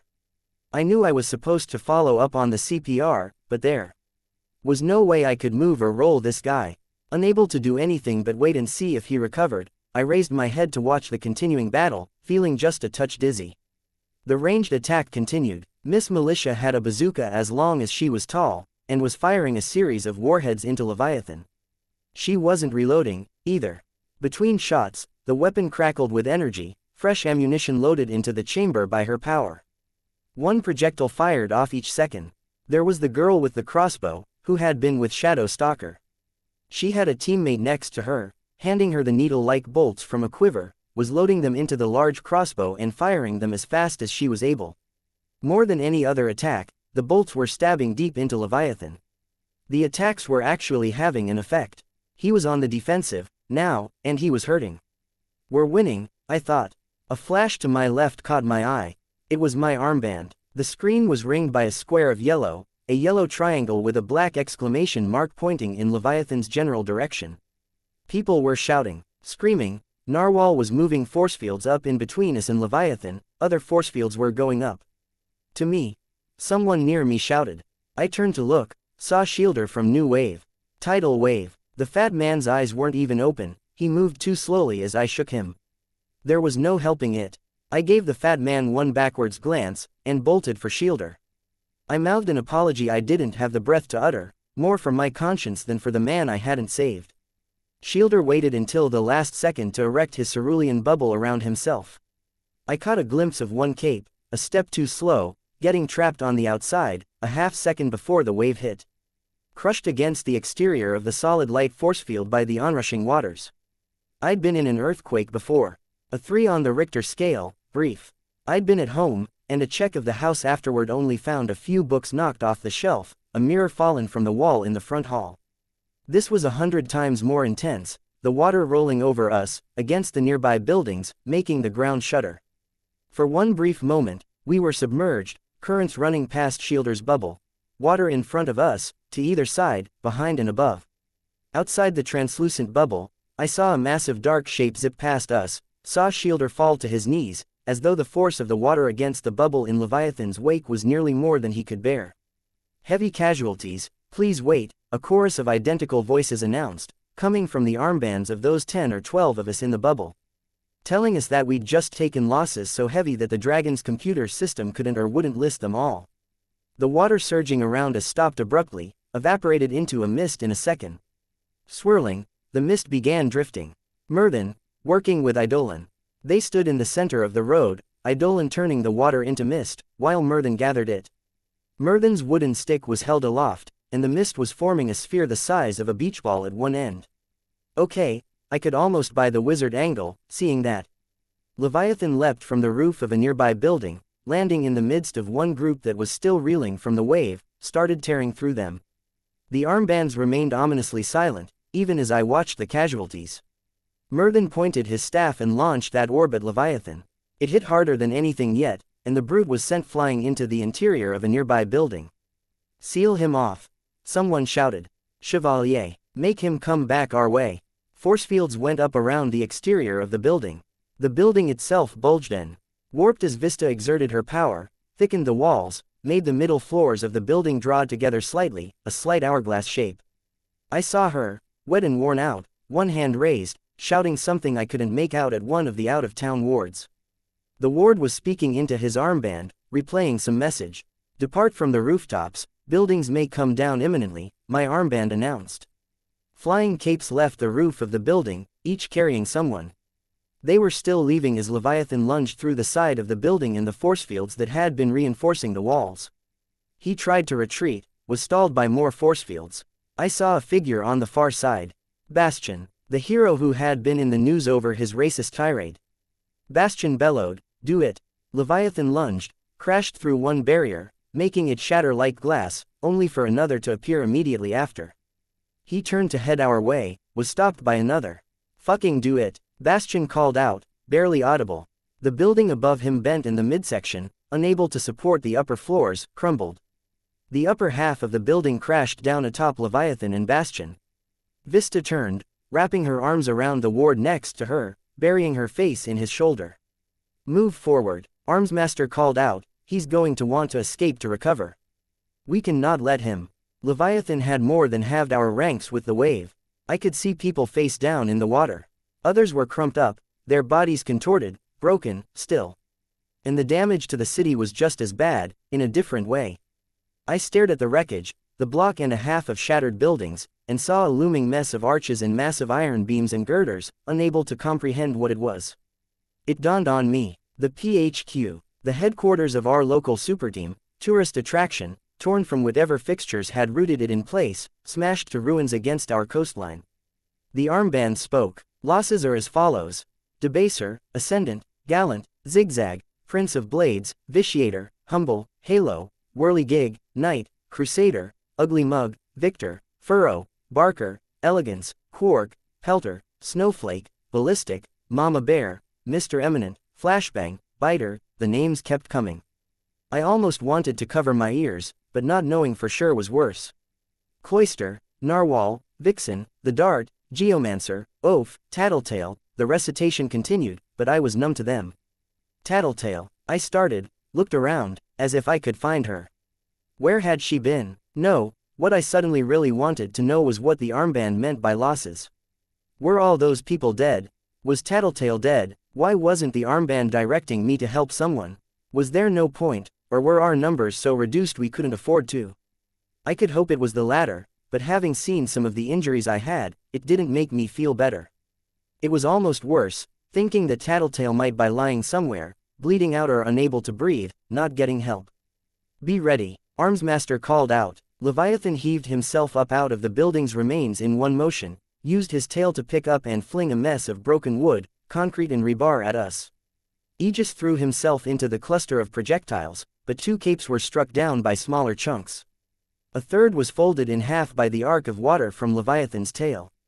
Brigandine deceased, CD5. I couldn't afford to dwell on what might have happened to Tattletale. I wiped beads of water from the lenses of my mask with my gloved hands, pushed my hair out of my face, and made a note of my bugs.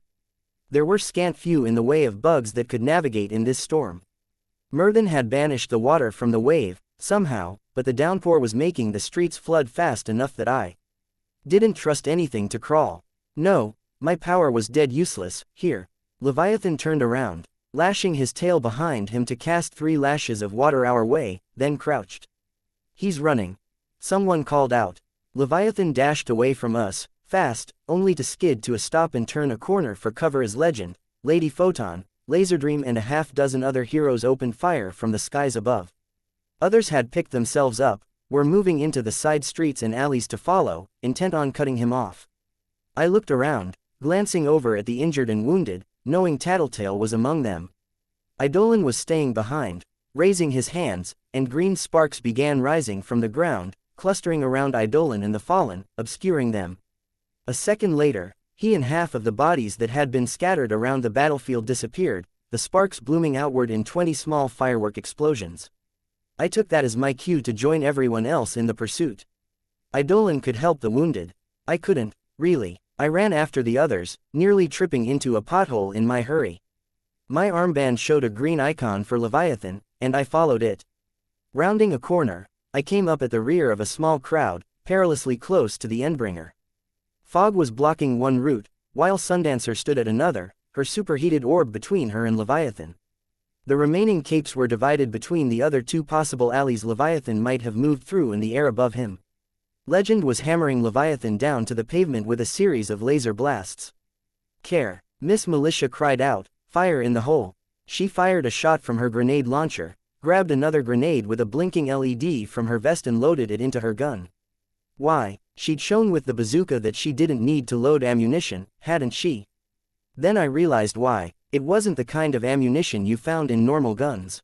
The first shot exploded into a mess of golden sticky ribbon, familiar, though it somehow escaped my memory where I'd seen it. The second exploded in midair, near Leviathan's shoulder, leaving the tips of the scales and one gaping wound glinting like crystal. As Leviathan moved to recoil, the edges of the crystal separated from his flesh and seeped with that dark ichor.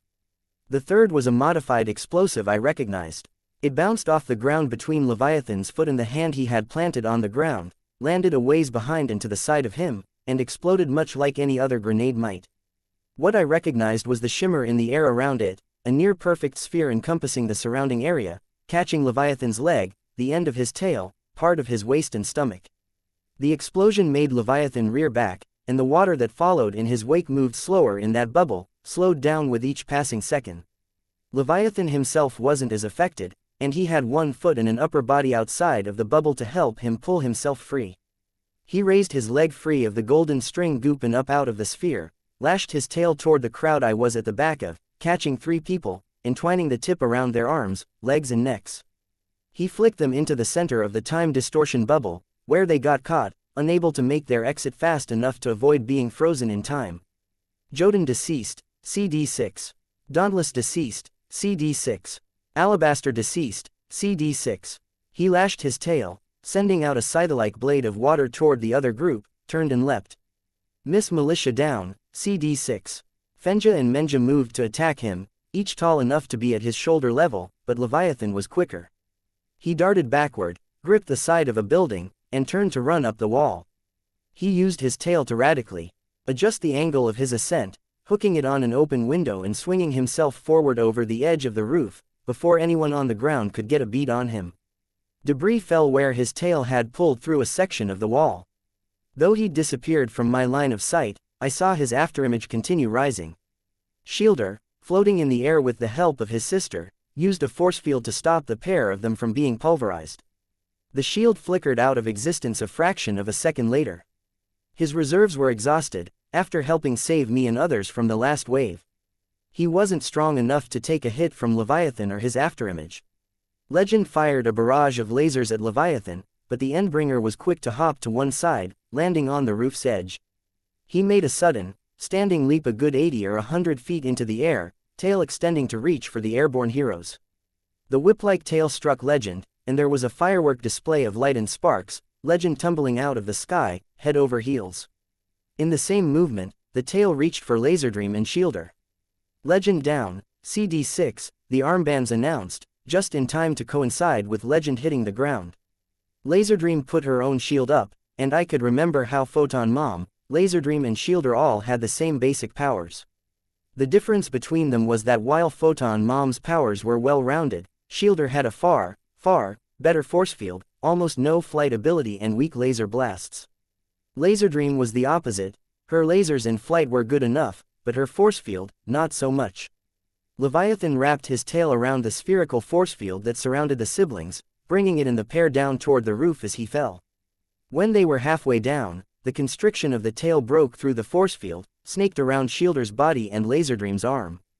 The Endbringer landed on the roof with a shuddering impact and a showering of detritus, crashing through the roof. He bounded up to the edge of the roof, lunged off it. I could see it like it was slow motion. Laserdream's hand glowed and she fired, using the concussive force of her laser to get her trapped hand free, flew up and back out of the way as Leviathan continued to fall. Shielder, still in Leviathan's grip, had his upper body brought down against the ragged edge of the building in passing.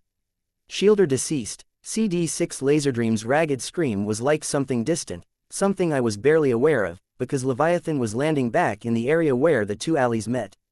He leapt in Sundancer's direction, caught the ground with the claws of his hands and feet to halt his momentum. His echo surged forward, some striking the superheated orb, where it blossomed into massive clouds of steam. The rest went low, catching Sundancer below the waist, sweeping her legs out from under her in one violent rush. She flipped forward, her upper body colliding with the ground. The miniature sun winked out of existence. Sundancer down, CD6. Turning on the spot, Leviathan moved his claw, creating a wave with all of the water he'd generated since entering the alley, driving it into one of the two gathered groups. As those capes stumbled and fell back, Leviathan leapt over the time distortion bubble, landing at the front of the other group. The group with some of the local wards, Velocity, some of Empire 88, and out-of-town capes I couldn't name. The group I was at the rear of. Someone stepped up to grab him mid-lunge, some woman I didn't recognize, who Othala was touching. She was granting this woman some form of invincibility that let her take a hit and not get knocked away by Leviathan. Invincible though she might be, she couldn't do anything to stop the afterimage from crashing against and around her, through our assembled ranks. I was shoved back, not by the water itself, but the tide of bodies that were struck, crushed and thrown by the afterimage. As I was pushed backward, hard, I was spun by an impact at my shoulder. My arm slammed against a windowsill, and it exploded with a sharp, jarring pain. I landed on my back, saw someone else get sent head over heels over the crowd, colliding against the wall with an audible cracking sound, landing limp as a rag doll, a matter of feet from me. He had a trumpet and a flag on his chest. Escutcheon deceased, CD6. Herald deceased, CD6. Kaiser, I hadn't even seen him in the group, erected a latticework of blades across the front of the alley, between us and Leviathan. It wasn't enough. Leviathan tore through them like I might tear through a wicker basket. Edged pieces of steel spun through the air and clattered to the ground. Kaiser changed tactics, creating columns of steel instead, each 3 or 4 feet across, harder to shatter. They were slower to emerge, but they bent rather than broke. Leviathan responded by pushing. He exerted his full strength on the barrier of blades in the columns, leaning against them. The walls broke around the base of the columns, and the pieces of steel fell. A stab of pain from my arm reminded me I was hurt. Fuck, it hurt a lot. It throbbed, and each throb seemed to be worse than the last. I felt shaky as I used my good arm to stand. Leviathan didn't make noise. I kept expecting a roar, or hiss, or something, but Leviathan was dead silent. I somehow imagined a victorious howl as he broke through the barrier, crouched, and lunged into the crowd. He stopped, and I thought he was using his afterimage, halting so it could rush forward, but even the watery echo stopped a second after it appeared, only the very edges of it continuing forward to crash violently against the sides of the alley. For several long heartbeats, it was nearly quiet, but for the sound of rain, people's noises of pain, mine included, and the sound of one of Kaiser's iron columns ripping free of the wall and falling atop a pile of blades. It took me a second to realize what had happened. Leviathan hung frozen mid-pounce, and his emerging afterimage similarly stood there, frozen in time. In the midst of the afterimage was Clockblocker, half immersed in water. Someone get him out of there. He's going to suffocate, I shouted, my voice made that much more edgier and strained by the pain I was in. My voice, though, coincided with no less than 5 other cries, all rising to be heard over everyone else. Trap Leviathan, contain him, use more of those grenades to get him before he got free. Someone was even shooting arcs of lighting at Leviathan's frozen form. Too many commands from too many people who hadn't fought with or against Clockblocker, who didn't know how his power worked, who had conflicting ideas on what we had to do. This chaos would fuck us over, keep us from accomplishing anything before Leviathan got free. We needed order, and most of the people who could have given it to us were out of action or nowhere nearby. The armbands. Armsmaster had said it prioritized orders based on need. My left arm hung by my side, and I couldn't even bring myself to raise it. Just gravity and the weight of my hand pulling down on it was excruciating. The idea of pressing the buttons was too much. I reached for the person next to me, grabbed her wrist. Some woman with a crescent moon on a blue costume. She gave me a startled look with a lost, shell-shocked expression. When I first pressed against the communications button, she moved her arm, as if she thought I was guiding her movements. Stay still, I snarled at her. When I pressed, again, depressing the 2 buttons with my pinky finger and thumb, she held her arm firm. I shouted into the armband, Clockblocker down, CD6. Need a teleporter to get him free, stat. The time freezing effect of Clockblocker's power lasted anywhere from 30 seconds to 10 minutes. How long had we spent here, since Clockblocker had given us this momentary reprieve? It was hard to judge the passage of time with the adrenaline, the frenetic pace of the ongoing battle. Trickster appeared in the place of the Blue Moon woman, tipped his hat at me. Clockblocker, in there, I pointed with my good hand. Trickster frowned, looked around. I apologize for desecrating your body, brave hero, he spoke, looking down at where the cape with the trumpet icon on his chest had flopped, dead. You do good work even in death. Was he mentally cracked, Was he serious or was he playing around? I suspected the latter, but kidding around and wasting time in a situation like this. In a second, the cape was replaced by an unconscious clockblocker. The pane of his helmet was cracked and leaking a trail of blood. I bent down to examine him, was pushed out of the way by someone else. Some woman with a costume that outlined her bones, like a really good version of the skeleton costumes you saw on Halloween. She began using her fingers to check Clockblocker's neck, and I couldn't help but suspect she was a doctor. Listen. The voice that cut through the shouts and the frantic chatter was authoritative, strong. Armsmaster. He had Murthan, Eidolon and Chevalier just behind him. People turned to listen, myself included. He's torn through our front line, he's taken down some of our best, and he's deliberately targeted and eliminated most of the capes who were in Bastion's group. We have precious few left who can take a hit from this creature and survive it, and we're running low on those who can wall off another tidal wave or block his path. We're not going to be able to go on with Plan A. The words hung in the air. This brute is hurt, but we don't have the resources to hold him down while we hurt him anymore. We're too tightly packed, like this, and it's too easy for him to take us down in droves. 2 or 3 more minutes of this, and there won't be any of us left. Armsmaster turned, looked up at where Leviathan stood, frozen. He pointed up at the Endbringer with his halberd. We spread out. The second this beast is free, he's going to look for a way out, to run and heal up what we've done to him. So we cut him off, we slow him down and keep him from getting to any areas where he can do real damage. Eidolon is going to leave, do what he can to minimize the damage from the waves and ensure the rest of the city doesn't get leveled while we're fighting here. The rest of us are going to slow Leviathan down best we can, take any opportunities we can to hurt the motherfucker. In just a second, we're going to organize you guys, put the toughest and strongest closest to this bastard, space out the people who can hurt him, get the weakest ones positioned to pass on word if they see him slip past us. This is our plan B. We stall, from here on out we prioritize survival over putting this abomination down, and we fucking pray that Sion notices there's an Endbringer around and shows up before this city and everyone in it is a memory. Chapter 81. Extermination 8.4 I got my orders and left behind a bizarre scene where Armsmaster was working hand in hand with Kaiser, of all people. Kaiser worked to build the same sort of trap that he'd imprisoned Lung in, some time ago, creating bars of metal between and around each of Leviathan's limbs, a cage tight to the body. Rune and another telekinetic were working to bend the metal from Kaiser's shaken barrier around Leviathan's limbs and face. It wouldn't last. Leviathan was too big, his tail extended a long distance behind him, and it was thin and supple enough to slip through almost any barrier Kaiser could erect, strong enough that it could bend metal. Leviathan would get free, there could be no illusions on that front. While Kaiser worked, Armsmaster was simultaneously ensuring that he could maximize the damage delivered the second Leviathan moved again.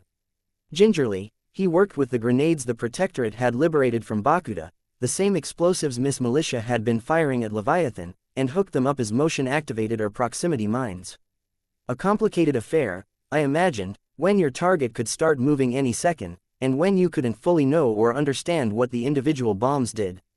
In the end, though, it was still our best bet to do one final measure of damage against Leviathan before he was free to wreak havoc once more. There were a little more than 50 of us left. Hookwolf, Fenja, Menja, Genesis, Aegis and Manpower were among the 15 or so standing combatants that remained and were able to go toe-to-toe with Leviathan. Perian, the girl in the doll costume, had formed some massive stuffed animals, a lion and a pig that stood as tall as Leviathan's shoulder. Tougher than they looked, according to her. I had my doubts. I mean, it wasn't just that they were stuffed animals, but according to Perian, this was her first fight. Too many others were capable of delivering the hurt, but were too fragile. Browbeat, Shadow Stalker, Lady Photon, Purity, Laserdream, Brandish and others I didn't know. The ward with the crossbow, some guy with crimson skin. There was a light show in the sky above as Kid Wind teleported in pieces of the cannon he'd had at the bank robbery, manifesting them onto a hovering platform set directly in front of Leviathan. He'd get anywhere from a few seconds to a minute's worth of concentrated fire with the gun firing on the highest settings, directing a beam through a gap in the bars to where Narwhal's razor-sharp force field had opened a gap in Leviathan's neck. Beyond those first few moments after Leviathan woke up, it will be anyone's guess. I hurried away from the sight Armsmaster had indicated to me, my right hand on my left elbow, keeping my arm from moving too much. Sector CC7, a block and a half south, a block west. So strange, to think that this was an area I'd walked through a dozen times, on my way to or from the loft. Now I was looking at it as a battlefield, trying to figure out what routes Leviathan would take. What things I had to watch out for: the grates leading down to the storm sewers, the rain barrel on top of one of the buildings that might or might not be intact enough to retain any water in it. Puddles. Stuff I could use? Hardly. It wasn't like there was any weapon I could deploy, no feature of the terrain I could use to deliver the critical blow. This was Leviathan, a creature that had killed more people in the last 12 years than I had even seen in my entire life. Seen in person, anyways. I was scared. A huge part of me wanted to just close my eyes and hope Leviathan didn't come, that I wouldn't have to deal with him. It would be nice to join the 350,000 other Brockton Bay residents that were trusting the heroes to handle things, find a peace of sorts in surrender and helplessness. Except I couldn't. I'd seen firsthand how Leviathan had taken down some of the strongest capes. I couldn't find refuge in that kind of trust anymore. My mental and emotional resources were better spent on figuring out how to help than they were on hope. I was hurting, too. The only thing keeping the throb of my arm from consuming my attention was the fear. It was a kind of grim cycle. The pain reminded me of why I should be scared, but the emotion and the adrenaline kept the pain as this intensely unpleasant background chatter in my brain, where it might have crippled me otherwise. It was a teetering balance that had me on edge in a way I'd never experienced to this degree. There were probably people who lived for that hypervigilant, heart-racing, brain-going in overtime experience. I wasn't one of them. Priorities. Back to what I was thinking about. There obviously wasn't anything to be found here that would win me a fight against Leviathan or even hurt him. Ridiculous to think that way. Any advantages to be gained would be ones that kept me alive. I wiped the beads of water from my lenses with my glove, which only seemed to divide each of them into a mess of smaller droplets. Leviathan was bigger than me, stronger, faster, tougher. I had to think like a mouse who might run into a murderous cat at any moment. Like prey. Use my small size. Hide. I needed a position that kept me out of sight, gave me a good vantage point, but left me free to make a run for it. A spot where I had an escape route if things got bad. To top it off, in the event Eidolon couldn't stop the wave, I could also do with cover. It was the sort of street you saw often enough in the docks. Large buildings lined either side, like giant boxes made of concrete or brick. I could have maybe found a fire escape to climb up, in the hopes that I'd be out of reach of the wave, but my experience with Lung back on day one had taught me better. The higher ground was an advantage, sure, but if your opponent could get up or down from that location faster and more easily than you could, that stopped being an asset really damn quickly. If there was anything that was going to be useful, it would be on ground level. I saw a rusted van that had sat in front of an old workshop since I'd first passed through this area, all tires flat, windows broken, interior gutted. A chain-link fence stretched between two buildings, but someone had cut the wires that connected the fence to the frame, so half of it was curled back and waving slightly in the wind and rain. No, those things weren't useful. Larger scale, there was an old roof supported by two pillars, attached on one side to a building, a carport, perhaps. The roof was mostly intact, corrugated steel with a smallish hole in one lower corner, which meant the area beneath it was largely dry, but for a small puddle. It was also exposed on three sides, which meant I couldn't stay there. My bugs could. It was a place they could keep dry until I needed them. I'd been acutely aware of my bugs since the battle started, and for the second time I could remember, I found my power was responding far more effectively as I called for them. My reach extended further, my bugs were fractionally more responsive. The last time this had been the case, it had been when I teamed up with Bitch, Sundancer and Neuter and wound up fighting Oni Lee and Lung.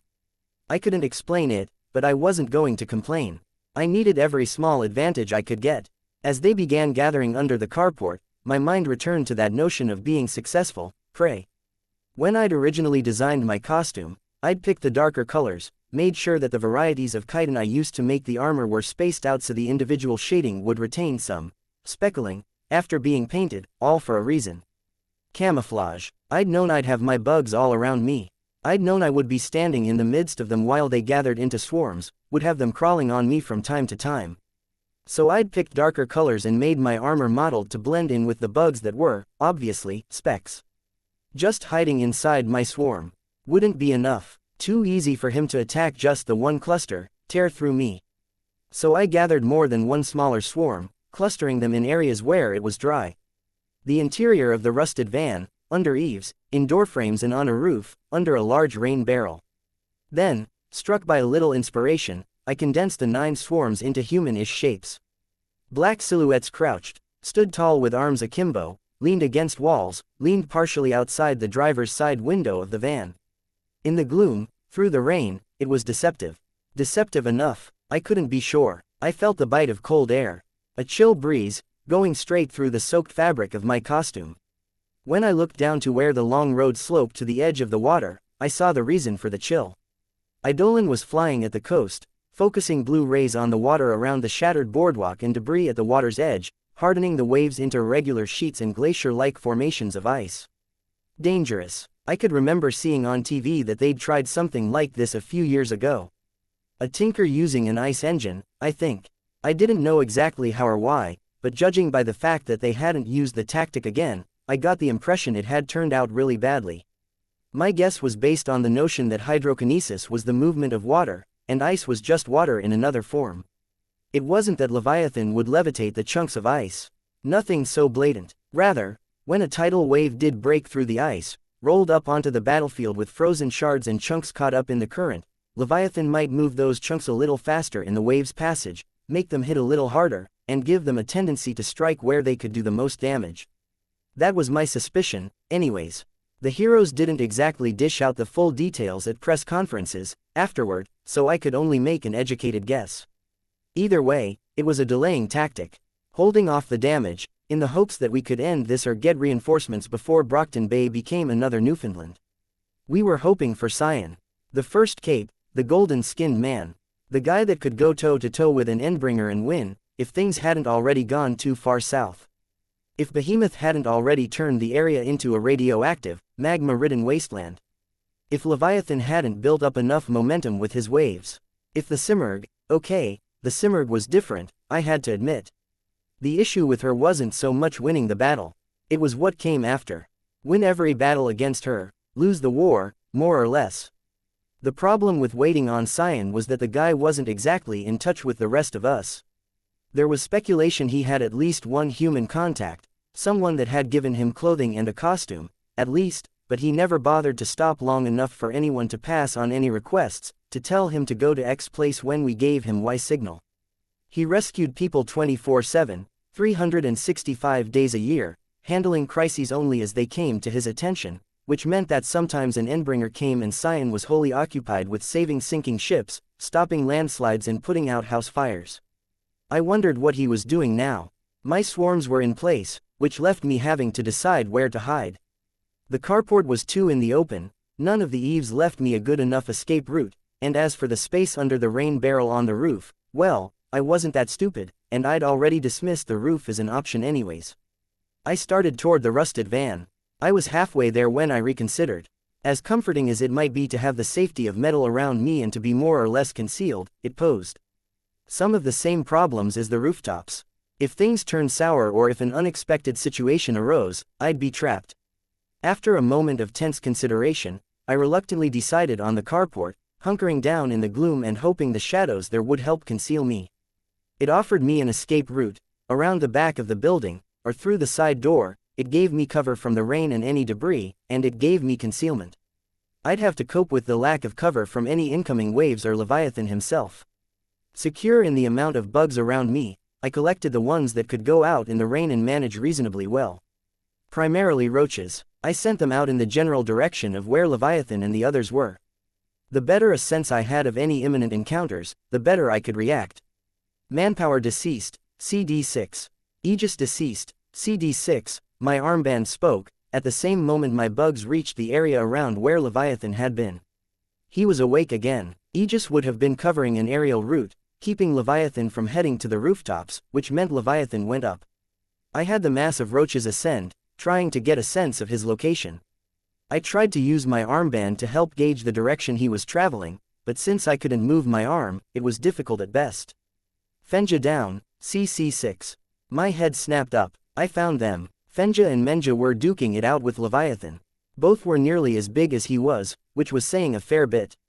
I knew their power warped geometry to make them bigger, simultaneously reduced the effective size of incoming attacks by an inversely proportionate amount. 6 times as tall and a sixth of the hurt, on top of the benefits of being bigger. Fenja deceased, CC6. It wasn't doing them a lot of good. Not Fenja, anyways. I saw a light as Kid Win rose above the level of the buildings, fired a painfully bright beam down at the Endbringer. After the laser petered out, he rose up higher again, to keep out of reach. He was in the middle of firing another beam when the laser flicked around nearly 360 degrees, spun by a massive impact. Kid Win down, CC6. And then Leviathan was in view, entering the same street I was on. As if to herald his coming, a massive wave crashed hard against the barrier of ice Eidolon had erected around the wrecked boardwalk, the spray seemingly reaching nearly to the storm clouds above. One shoulder was bloated, 5 times the normal size, twisted, like it was covered in elephantine tumors, bleeding openly. He was injured in other places, had a hole through the side of his stomach, a larger blackened wound at the base of his neck, and a fifth of his face was missing, torn off below the cheekbone. He didn't seem to be suffering much. He held Kaiser's upper torso in the one claw, tossed it casually to one side. The man's legs were nowhere to be seen. Wait, what? I hadn't heard the report on Kaiser's death. I checked my armband, where my arm hung immobile at my side. It was dead, offline. Black screen. I didn't have another second to worry. Leviathan was extending one claw in my general direction. The water that had pooled shallowly beneath the carport trickled his way, as if it were moving downhill, gathered in a rising bulge of water on the street in front of the carport, swelling to 5 feet in height, 15 feet across. Unsure what to do, I remained absolutely still. A movement of his claw, and the bulge broke, spilled to one side as an onrushing wave. It swept beneath the rusted van, suddenly rose to heave the vehicle in Leviathan's direction. The van rolled once, skidding toward the Endbringer, threatening to strike one leg out from under him. He stopped it by punching it through the roof, into the front end of the van. He stabbed the other claw through at the same point, tore the van into 2 halves that he tossed to either side of him. A flick of his tail, and he sent a blade of water slashing through the air at the rain barrel, slicing through the swarm and stilts. The barrel crashed to the rooftop, and water cascaded out. A twisting movement of his claw, and that cascade of water flowed off the roof in a small, controlled wave, moving like a speeding car, straight towards the carport on the other side of the street, toward me. I caught a glimpse of Leviathan rearing back in reaction to something as I legged it, left my swarm behind as I ran perpendicular to the wave's direction, away from Leviathan. I leapt as I felt it make contact with the swarm, felt it slam into my legs a fraction of a second after. I'd cleared enough ground that the angle of the hit didn't throw me straight into the side of the building. I was thrown a distance, rolled on my side, on top of and over my probably broken arm. Pain consumed me. I writhed, my good hand pressing on my bad arm. I gagged, pulled my mask up to throw up, as if my body was trying to find some way to rebel against the pain. I tried to climb to my feet, but I was too weak, dizzy, and my good arm gave out. I landed face first in dirty water. I had no idea how long it took me to pull myself together. It could have been 2 minutes, it could have been 10 seconds. I managed to climb to my feet, stumble back toward the carport, staying to the shadows. As I approached the corner of the building, I saw Armsmaster fighting toe-to-toe with Leviathan, a halberd in each hand. One was similar to the one he'd used the night we attacked the fundraiser, capable of unfolding into a grappling hook. The other was simpler, a dull stainless steel from tip to butt end, with no decoration or style to it. The head was surrounded by a strange blur that seemed static, unmoving around the blade and point. Leviathan slapped his tail at Armsmaster's legs, and Armsmaster leapt over it, swiped out with the blurry halberd. It carved a chunk out of Leviathan, left a cloud of dust that the rain quickly drove down into the expanse of water beneath them. The Endbringer reared back in pain, and Armsmaster stepped forward, leapt up higher than any normal human could, and caught Leviathan just above the knee with the halberd, driving the blade nearly a third of the way to the bone. Leviathan retaliated, swiping at Armsmaster, but the hero planted a foot on the uninjured part of the knee, and kicked himself back and out of the way. The afterimage followed him, and he swiped at it with the other halberd. The blade erupted with a flame like a giant purple blowtorch, turning the worst of the afterimage into steam before it could crush him. He turned his back so the steam didn't billow against the exposed flesh of his face. Some remains of the afterimage struck his armor, but he slid back and rolled with the impact, keeping his feet on the ground the entire time, enabling him to leap and roll to one side as Leviathan's tail came down from behind and directly above him. Leviathan was badly injured. Ichor poured from 6 large wounds that hadn't been there when he'd arrived on the street. "You dumb brute," Armsmaster growled. He was panting for breath. "Every fight you've done so far, that we've got on camera. I've watched it, put it through programs. I've got a computer on my back that's relaying to a supernetwork, noting your every move, using subsonic pulses to read every aspect of the street, the surrounding buildings, every feature of the terrain. I know exactly what you're going to do next. You're going to try to catch me from behind with a wave." Leviathan lunged, swiped with the oversized claw. Armsmaster rolled to one side, then swung both halberds behind him to intercept the wave that was coming from behind, vaporize it. "You don't even speak English, do you? Or you'd know what I was saying, you'd know I already won." The others helped, slowing you down, stopping the waves. "But this victory, this killing blow, it's going to be mine." Leviathan lunged, stopped, letting his water echo get ahead of him, then lunged again, a half-second later.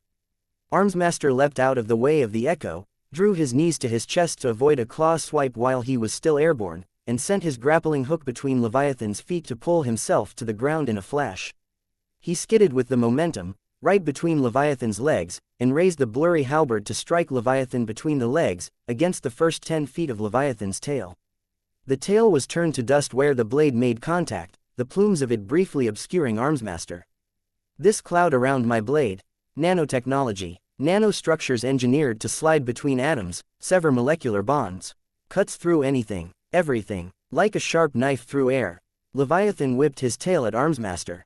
Armsmaster stepped out of the way, slapped at the tail with the broad side of the blade. More dust, another chunk of flesh gone, ichor pouring from the injury. He ducked the echo as though it were an idle afterthought. Leviathan turned to run. Armsmaster sent out one blade like a grappling hook, circled the smaller of the Endbringer's claws with the chain. Leviathan moved, oblivious or uncaring, and Armsmaster waited until the slack was out of the chain, pressed a button. The chain and halberd ceased moving, and even Leviathan's strength ceased to move it. Rather than pull away, the Endbringer skidded, fell on his back, wrist still held by the chain. A half-second later, the chain went briefly slack, then rigid again as Armsmaster reeled himself in. He drove the blurry blade straight into Leviathan's face with all the force of his forward momentum. He pulled it free, slashed again, then freed the chain and used it to pull himself across the street, out of reach of Leviathan's violent response. Armsmaster called out, "Let's see how quickly you respond to classical conditioning. Every time you try to run, I'll do something like that." Leviathan had no reply. He simply climbed to his feet, swiped a claw through the air. Armsmaster parried the afterimage that sailed through the air toward him, using the purple flame. For the record, that last trick was a temporal stasis trigger, with thanks owed to the cooperation of a subordinate of mine. "Drains my battery reserves, but you don't understand that, do you?" Leviathan lunged, and Armsmaster fired out the grappling hook, stopped it in mid-air by freezing it in time. Leviathan ran himself through on the chain, the thing spearing deep into his neck and out the back of his torso. Uncaring, the Endbringer continued to charge at Armsmaster.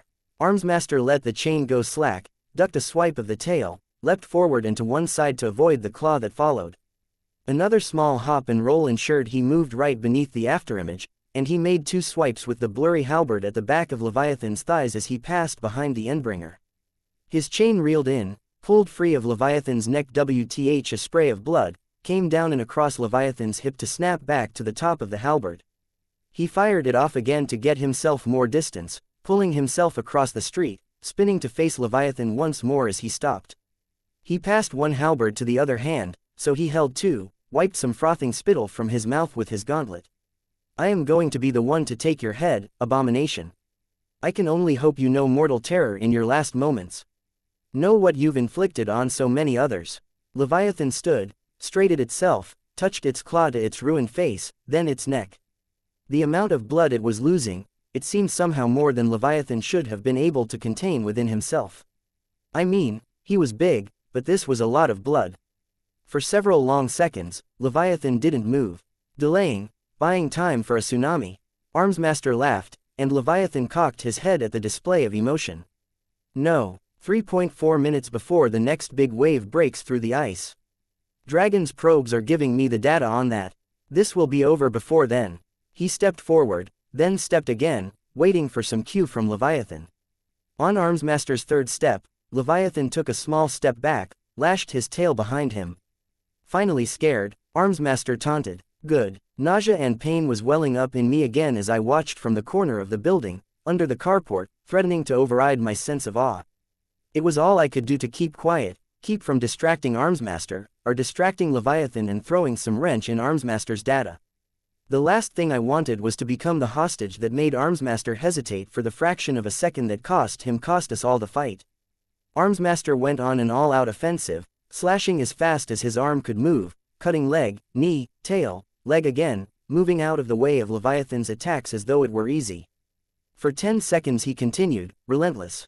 I should thank you, monster, Armsmaster spoke, after he'd just finished a backflip that had carried him near enough to Leviathan's torso to strike the creature across the lower belly. Leviathan lunged, dropping to all fours, as if trying to swamp Armsmaster with a huge volume of water by way of his afterimage. Armsmaster was already casting his grappling hook out, pulling himself out of the way. In the final moment before he pulled away, his other halberd swung up and into Leviathan's neck, making a wound mirroring the spot where Narwhal's force field had cleaved deep. The one Kid Win had undoubtedly opened wider with his laser turret. Armsmaster reeled the hook back in. The Endbringer turned, as if to run, only for the loop of the grappling hook's chain to pass under his chin. Armsmaster heaved himself up and onto the Endbringer's back, drove the halberd into one side of the neck, lengthening the cut he'd just made. He stepped on the top of the Endbringer's head, leapt down, catching the Endbringer across the face with the halberd as he descended. Leviathan collapsed, going spread eagle. Armsmaster slashed at Leviathan's forearms as the Endbringer started to CLMB to his feet. More damage done, though it didn't stop Leviathan from rising.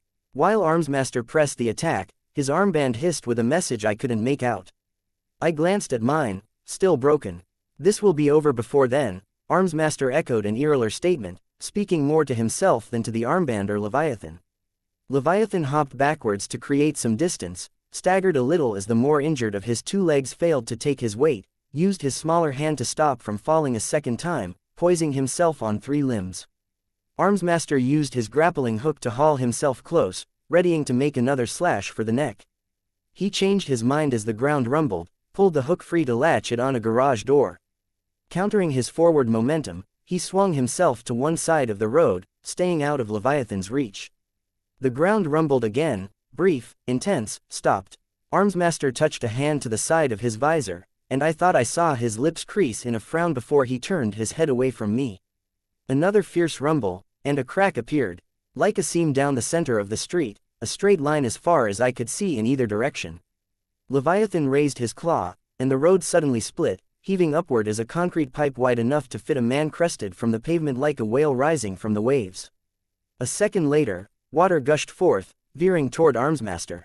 The storm sewers. Armsmaster hesitated, then threw his grappling hook halberd forward into the onrushing waves like a javelin. The gush of water froze in time, and he leapt forward, stepping on the furthermost extensions of the immobile spray in a parkour-style ascent over the water and the pipe. The water resumed its regular motion as Armsmaster took his final leaping step off the top, heading straight for Leviathan. Leviathan moved faster than he had in the last minute, caught the blade in his claw. Dust rose from the claw as the blade sank deep, blood poured out, but the blade remained fixed in place. Armsmaster tugged, failed to dislodge it. He tried to pull away, but I could see Leviathan had caught onto his hand and wrist with his claw tips, while the halberd sat embedded in his palm. How? Armsmaster roared. I didn't hesitate a moment in sending out my bugs. 3 swarms, shaped like people, more as a general cloud. The bugs all sagged beneath the drenching rain, the ones on top taking the brunt of the downpour. Leviathan planted 1 foot beside Armsmaster for balance, reached out with his free claw, and pressed the tips against the side of Armsmaster's throat and torso. Still holding on to Armsmaster's hand and wrist, he pushed against the side of the man's body. Armsmaster screamed, a frantic noise that seemed to redouble in urgency with every breath. He tipped over and fell with a splash. The Endbringer stood, showing none of the frailty or pain it had been displaying seconds ago. The injuries were there, to be sure. His head hung at an angle because of the way the weight of his head hung on the intact portions of his neck, but he wasn't suffering, had no trouble putting his full weight on his more injured leg. Had it been an act, the Endbringer dropped Armsmaster's arm and halberd, where the weight of the metal armor and device pulled them beneath the water. A lash of his tail dispatched 2 of my 3 swarms. He watched, seeming not to care, as the third ran up to him, smashed against his leg. The bugs spreading out, burying themselves deep into his injuries. I was hoping to find some weakness, devour him from the inside out, but the bugs might as well have been biting on steel. Nothing budged beneath their jaws, their stings couldn't penetrate. He turned, crouched, bolted west, away from the coast, full speed. I hurried to Armsmaster's side. "You," he groaned. His left arm was gone at the shoulder, torn out of the socket. Blood poured from the wound. "You're dead." "Hey, you're not making any sense. He killed you." Had my armband announced my death when it glitched out and died? Assumed total destruction of my unit, and me with it. I'm alive. Listen, I'm going to try and find your arm. My armband got broken, maybe something got dislodged when Leviathan broke my arm. He only groaned unintelligibly in response. I ran over to the general area where Leviathan had dropped Armsmaster's arm. I tripped over the crack that ran down the middle of the street, got my feet under me to keep running, and began feeling through the water.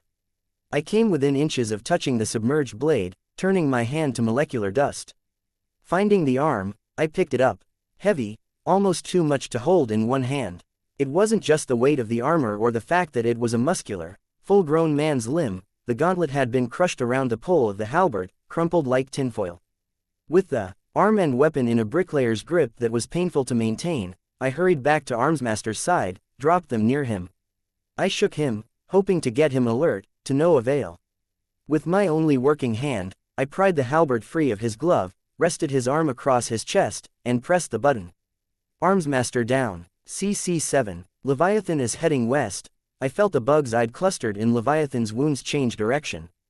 The compass point between west and northwest was what?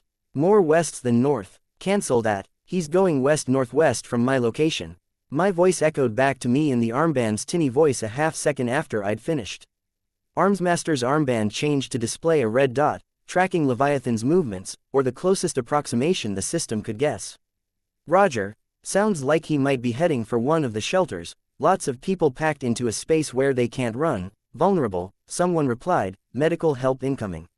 Whoever this is, you can track Leviathan. Yes, as long as I'm within a few blocks of him. Again, the system relayed my message. Affirmative. Range restriction of a few blocks. Did it really need to reword what I said? Can you fly? Chase him? No. Negative. Then I'm sending a flyer your way, to ensure you stay close enough. We need eyes on this bastard, and you're them. Got it. There was only silence after that. Teeth clenched, shivering, I pressed my good hand as hard as I could manage against the ragged mess of Armsmaster's shoulder, trying to slow the blood loss. Chapter 82. Extermination 8.5. Lady Photon and the 18-year-old Laserdream landed beside Armsmaster, making a small splash as they touched down. You could see the family resemblance.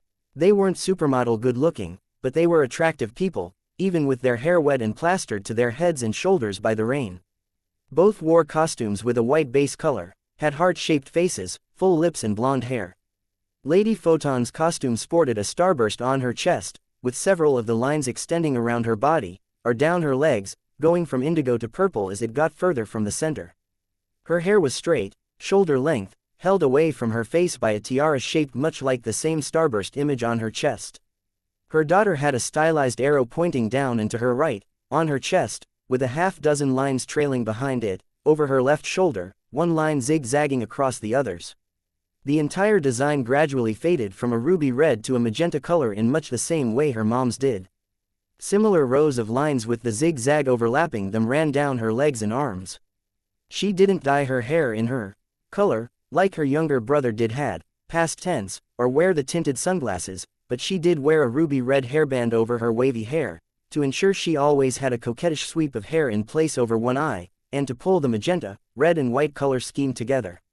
More than anything else, though, the two of them had the look of people who had seen half their immediate family brutally and senselessly torn apart over the course of one terrible hour. As though they'd had their hearts torn out of their chests and were somehow still standing. It wasn't that I had seen anyone in those circumstances before, but that look existed, and they had it. It was painful to look at. It reminded me of when my mom had died. I'd been in a similar state. Lady Photon mom to Brockton Bay residents and the local news media, bent down by Armsmaster. She created a shaped force field tight against his shoulder, lifted him with a grunt. Take him. Lady Photon's voice was strangely hollow, though firm. No, I'm a better flyer, and more likely to hurt that thing in a fight. I'll take the girl and help against Leviathan. Laserdream had a little more life in her voice than her mother did. The girl, like I didn't warrant a name, or it wasn't worth the effort to remember. A part of me wanted to stand up for myself, a larger part of me knew this wasn't the time or place. After a long few seconds of deliberation, Lady Photon nodded. She looked like making that decision aged her years. Laserdream and her mom looked at me. I felt like I should say something. Give condolences, tell them that their family had died well. I couldn't think of a way to put it that didn't tell them something they already knew, or anything that wouldn't sound horribly offensive or insincere coming from a villain. Let's go get that. I stopped, both because I suddenly felt that something like motherfucker was too crass, and because I wanted to bend down to pick up Armsmaster's halberd, the one with the disintegration blade, grabbing the pole of it with my good hand. Let's go get him, I stated, lamely. It took some doing for Laserdream to lift me without pressing against my broken arm or touching the blade. She wound up holding me with an arm under my knees and the crook of her elbow at my neck. She held the halberd for me. I resigned myself to being cradled. There was no dignified way to be carried. She had morning breath, a strangely mundane thing. She'd likely been woken up at 6:30 in the morning by the sirens, hadn't had time to brush her teeth or eat before coming here. She took off, smooth. It felt like an elevator kicking into motion, except we kept going faster, had the wind in our faces. My first time flying, if you discounted the experience of riding a mutant dog as it leapt from a building, which was sort of half flying. It wasn't half as exhilarating as I'd thought the experience would be. Tainted by the somber, tense mood, the sting of the rain and the bitter chill that went straight through my damp costume and mask. Each time she adjusted her hold on me, I had to fight that deep primal instinct that told me I was going to fall to my death. She was adjusting her grip a lot, too. She didn't have super strength, and I couldn't have been easy to carry, especially soaking wet. My power's range was almost double the usual, and I had zero clue as to why. I wasn't about to complain. Using Laserdream's armband in my right hand, I passed on details. He's at CA4, heading northwest. The roads beneath us were damaged, shattered. When Leviathan had shifted the position of the storm sewers, he'd gone all out, and he'd gone a step further than just the storm sewer. He'd also torn up the water supply network for the city.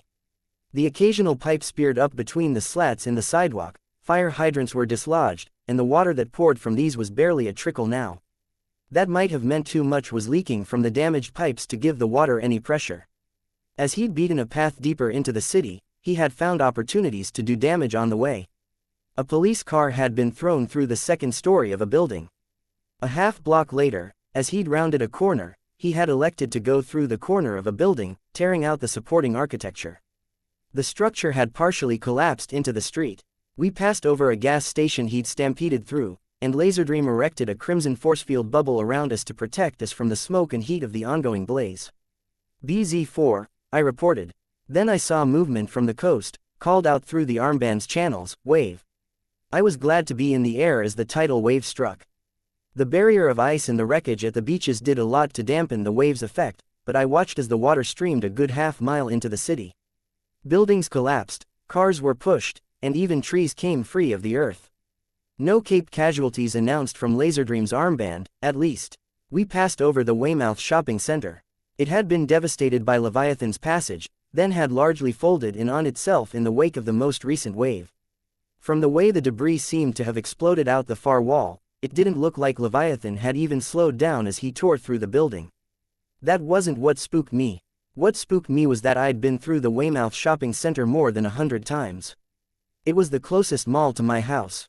When I sensed Leviathan turning south, towards downtown, I didn't feel particularly relieved. There were enough shelters and enough space in the shelters to handle virtually every Brockton Bay resident in the city proper. From what I remembered, not everyone had participated in the drills that happened every 5 years or so, choosing to stay home. It was very possible that some shelters near the residential areas might prove to be over capacity, that my dad, if he arrived late, might have been redirected to another shelter. One closer to downtown, where Leviathan was going. I couldn't trust that he was out of harm's way. He's at or near BZ6, heading south. The area we were entering had been further from the heroes with the force fields, where waves hadn't had their impact softened or diverted by the PHQ's force field or the larger, heavier, blockier structures of the docks. Entire neighborhoods had been flattened, reduced to detritus that floated in muddy, murky waters. Larger buildings, what I suspected might have been part of the local college, were standing but badly damaged. Countless cars sat in the roads and parking lots with water pouring in through shattered windows. Laserdream changed course, to follow Lord Street, the main road that ran through the city and downtown, tracing the line of the bay. "What are you doing?" I asked her. "The wreckage goes this way," she responded. I looked down. It was hard to tell, with the damage already done, the water flooding the streets, but I suspected she was right. One building that looked like it should have stood against the waves thus far was wrecked, and mangled bodies floated around it. It could have been the tidal wave, but it was just as likely that Leviathan had seen a target and torn through it. "Maybe, but he might have been faking us out, or he detoured further ahead," I said. I pointed southwest. "That way." She gave me a look. I turned my attention to her armband, tried to discern where Leviathan fell on the grid. Around the same moment I figured it out, I felt him halt. BX8 are very close to it. He's downtown, and he just stopped moving. "You sure?" came Chevalier's voice from the armband. 99%. Noted. "We're teleporting forces in." Laserdream didn't argue with me. We arrived at the scene of the battle a matter of seconds later. Familiar territory. I had been near here a little less than 2 hours ago. The skeleton of a building in construction was in view, a matter of blocks away, an unlit black against a dark gray sky. Beneath that, I knew, was Coil's subterranean base of operations. Parian had given life to 3 stuffed animals that lumbered around Leviathan. A stuffed goat stepped forward, and sidewalk cracked under a hoof of patchwork leather and corduroy. A bipedal tiger grabbed at an unlit streetlight, unrooted it, and charged Leviathan like a knight with a lance couched in one armpit. The third, an octopus, ran interference, disrupting Leviathan's afterimages before they could strike capes and wrapping tentacles around Leviathan's limbs if he tried to break away. Parian was gathering more cloth from the other side of a smashed display window, drawing it together into a crude quadruped shape, moving a series of needles and threads through the air in an uncanny unison that reminded me of my control over my spiders. Leviathan caught the streetlight, lance, and clawed through the tiger's chest, doing surprisingly little damage considering that it was just fabric. After 3 good hits, the tiger deflated explosively. The octopus and goat grappled Leviathan while Purity blasted him with a crushing beam of light. By the time he recovered, Parian was inflating the half-created shape in front of her, so it could stumble into the fray. She turned her attention to repairing the tiger. I was curious about her power. Some sort of telekinesis, with a gimmick. She had a crapton of fine manipulation with the needles and threads, that much was obvious, but the larger creations she was putting together, whatever she was doing to animate them with telekinesis or whatever, it left them fairly clumsy. Did her control get worse as she turned her attention to larger things? Why manipulate cloth and not something stronger, sturdier? I wondered if she was one of the capes that thought of what she did as being magic. Her power was esoteric enough. A slash of Leviathan's tail brought down 2 of the stuffed entities, and Hookwolf tackled him to ensure the Endbringer didn't get a moment's respite. Leviathan caught Hookwolf around the middle with his tail, flecks of blood and flesh spraying from the tail as it circled Hookwolf's body of scurrying, whisking blades. Leviathan hurled Hookwolf away. Browbeat saw an opening, stepped in to pound Leviathan in the stomach, strike him in the knee Armsmaster had injured. Leviathan, arms caught by Parian's octopus and goat, raised one foot, caught Browbeat around the throat with his clawed toes, and then stomped down sharply. Browbeat deceased, BW8. Leviathan leaned back hard, making Parian's creations stumble as they maintained their grip, then heaved them forward. The octopus, Remanid latched on, but the goat was sent through the air, a projectile that flew straight for Parian. Her creation deflated in mid-air, but the piles of cloth that it was made of were heavy, and she was swamped by the mass of fabric. Leviathan darted forward, held only by her octopus, and the afterimage rushed forward to slam into that pile of cloth. Parian down, BW8. All of the stuffed animals deflated. The girl with the crossbow and Shadow Stalker opened fire, joined by Purity from above. Laserdream dropped me at the fringe of the battlefield with the halberd before joining them, flying above at an angle opposite Curity's, firing crimson laser blasts at Leviathan's head and face. Leviathan readied to lunge, stopped as a curtain of darkness swept over him, the majority dissipating a second later, leaving only what was necessary to obscure his head. It took Leviathan a second to realize he could move out of that spot to see again, a delay that earned him another on-target series of shots from our ranged combatants. Gru was here, somewhere. It wasn't much, I didn't have many bugs gathered here yet, but I was able to pull some together into humanoid forms. I sent them moving across the battlefield towards Leviathan. If one of them delayed him a second, drew an attack that would otherwise be meant for someone else, it would be worth the trouble. I looked around, trying to find brandish, chevalier, assault or battery, or even someone tough. Someone that could take the halberd and make optimal use of it. One of Crossbow Girl's shots, like a needle several feet in length, speared under the side of Leviathan's neck, out the top. Shadow Stalker's shots, at the same time, failed to penetrate Leviathan's hard exterior. Fléchette, I'm getting closer. Shadow Stalker called out, looking back at her new partner. Careful. The Crossbow Girl, Fléchette, I took it, replied, loading another shot. Shadow Stalker timed her advance with a pounce on Hookwolf's part. Empire 88's most notorious killer latched onto Leviathan's face and neck, blood spitting around where the storm of shifting metal hooks and blades made contact with flesh. Shadow Stalker ran within 20 feet of the Endbringer, firing her twin crossbows. The shots penetrated this time, disappearing into Leviathan's chest, presumably fading back in while inside him. Fléchette fired a needle through Leviathan's knee, and the Endbringer's leg buckled. He collapsed into a kneeling position, the knee striking the ground. Leviathan used his claws to heave Hookwolf off his face, tore the metal beast in half, and then threw the pieces down to the ground, hard. One landed straight on top of Shadow Stalker, the other almost seemed to bounce, rapidly condensing into a roughly humanoid form before it touched the ground again, landing in a crouch. Hookwolf backed away, the blades drawing together into a human shape, skin appearing as they withdrew. He brought his hand over his head and pointed forward at Leviathan. A signal for the next frontliner. Shadow Stalker down, BW8. I didn't recognize the next cape to charge into attack. A heroine in a brown and bronze bodysuit. She flew in low to the ground, gathered fragments of rock and debris around her body like it was metal and she was the magnet, then went in, pummeling with fists gloved in pavement and concrete. You could tell, almost right away, the woman didn't have much training or experience.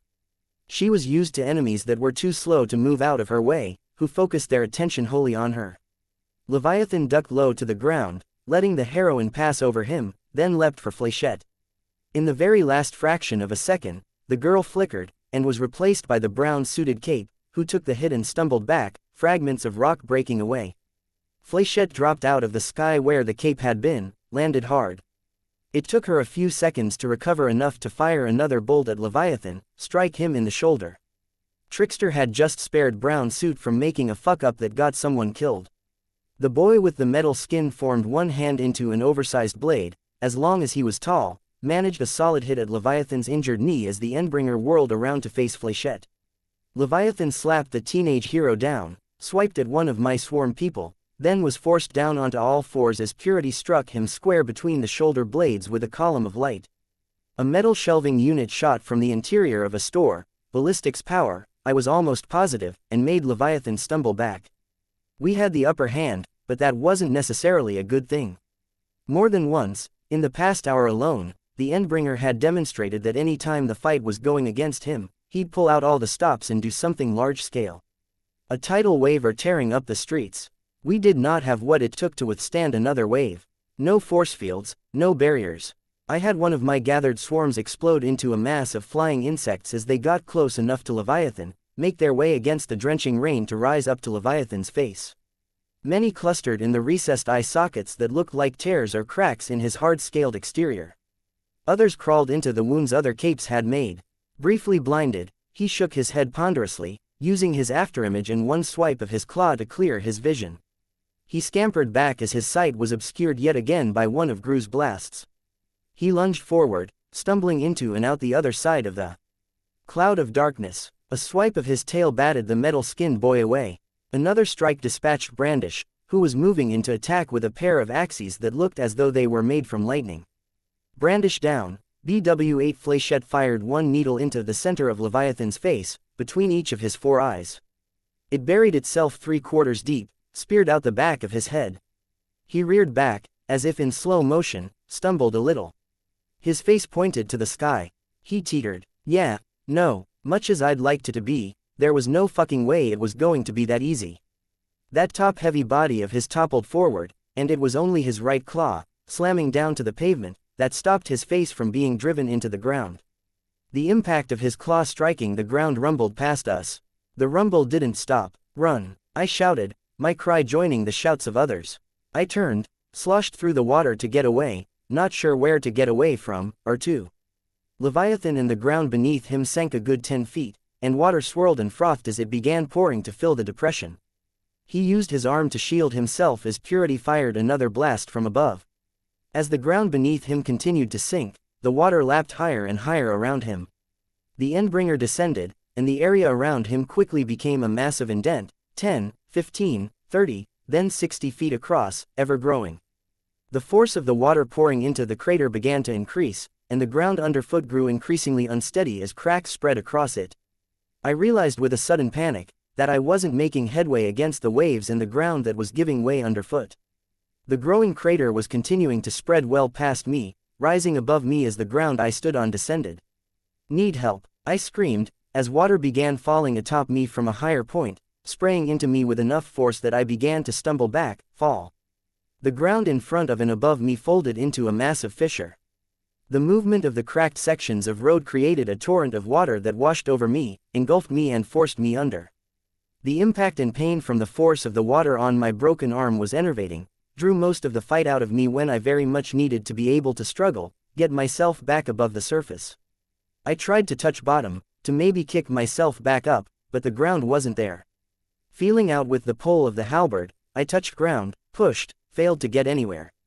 A hand seized the pole of the halberd, heaved me up, changed its grip to my right wrist and pulled me up and free of the waves. When I blinked my eyes clear of water, Laserdream was above me.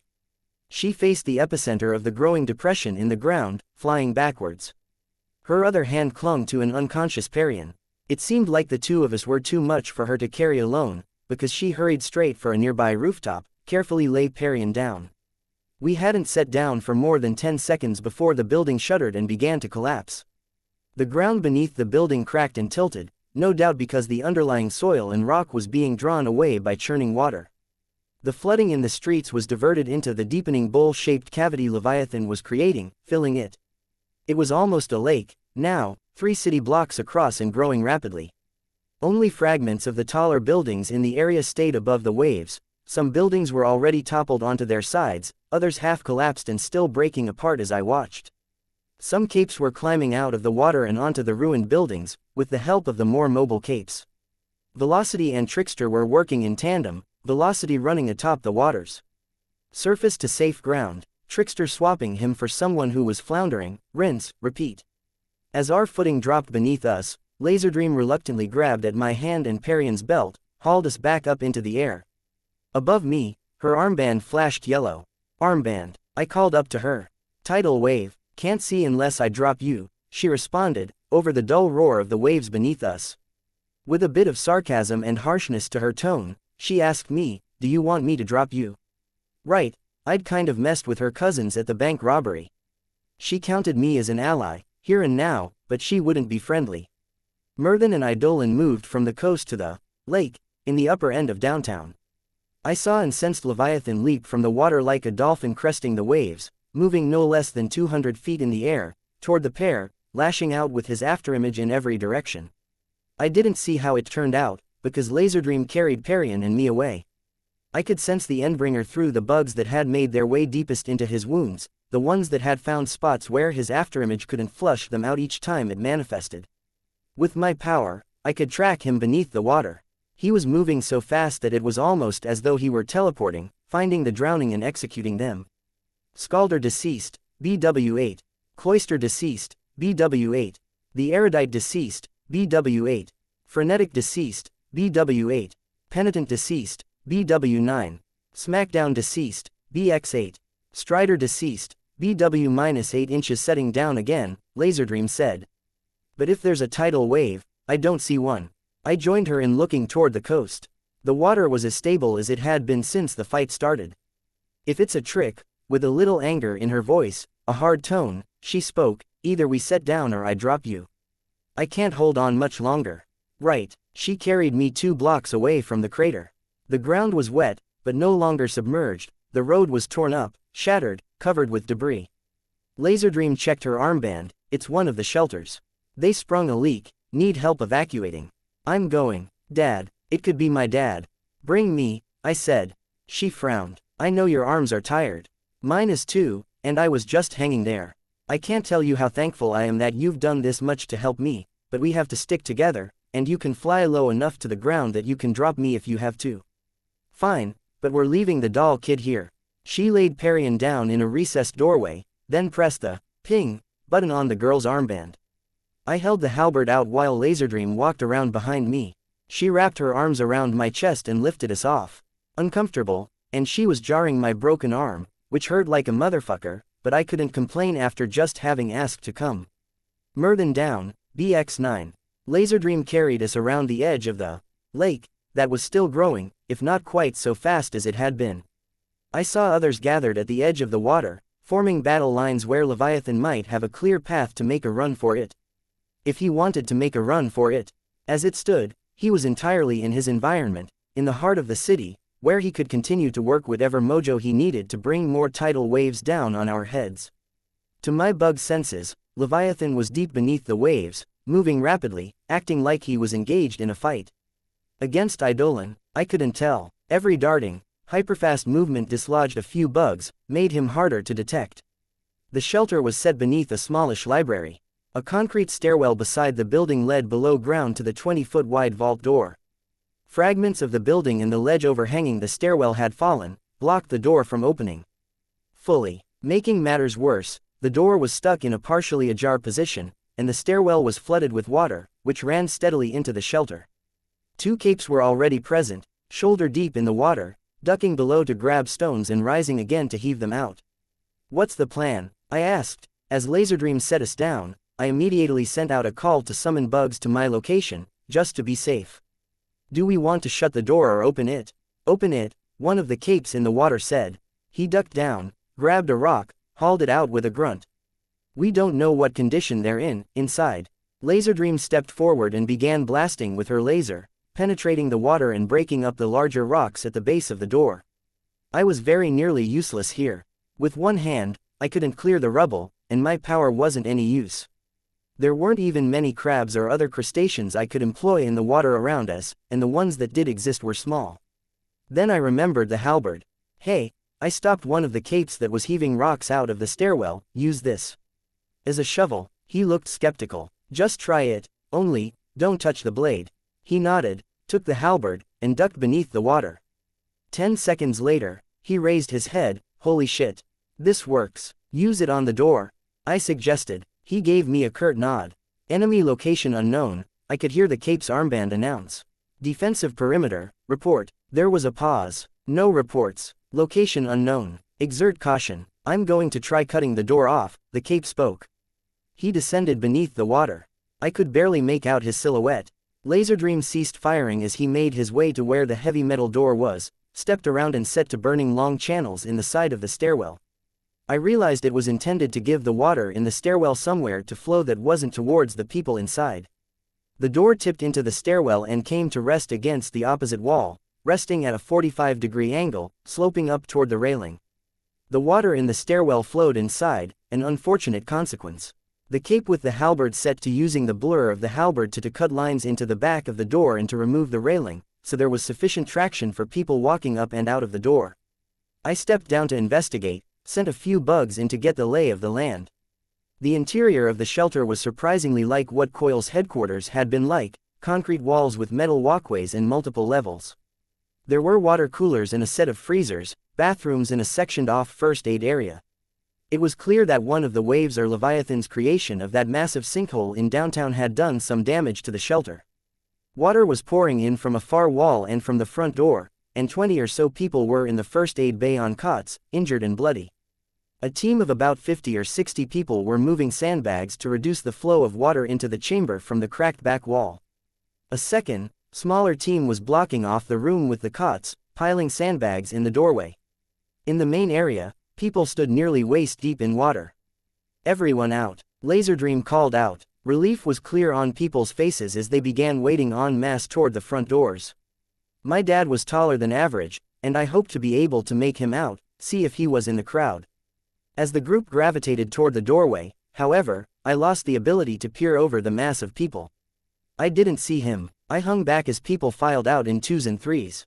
Mothers and fathers holding their kids, who otherwise wouldn't be tall enough to stay above water, people still in pajamas or bathrobes, people holding their dogs above water or with cats on their shoulders. They marched against the flow of water from the stairwell, up the back of the vault door and onto the street. Mr. Gladly was near the back of the crowd, with a blonde woman that was taller than him, holding his hand. It bugged me, in a way I couldn't explain. It was like I felt he didn't deserve a girlfriend or wife. But that wasn't exactly it. It was like this woman was someone who maybe liked him, heard his side of things, validated his self-perception of being this excellent, cool teacher. A part of me wanted to explain to that woman that he wasn't, that he was the worst sort of teacher, who helped the kids who already had it easy, and dropped the fucking ball when it came to those of us who needed it. It was surprising how much that chance meeting bugged me.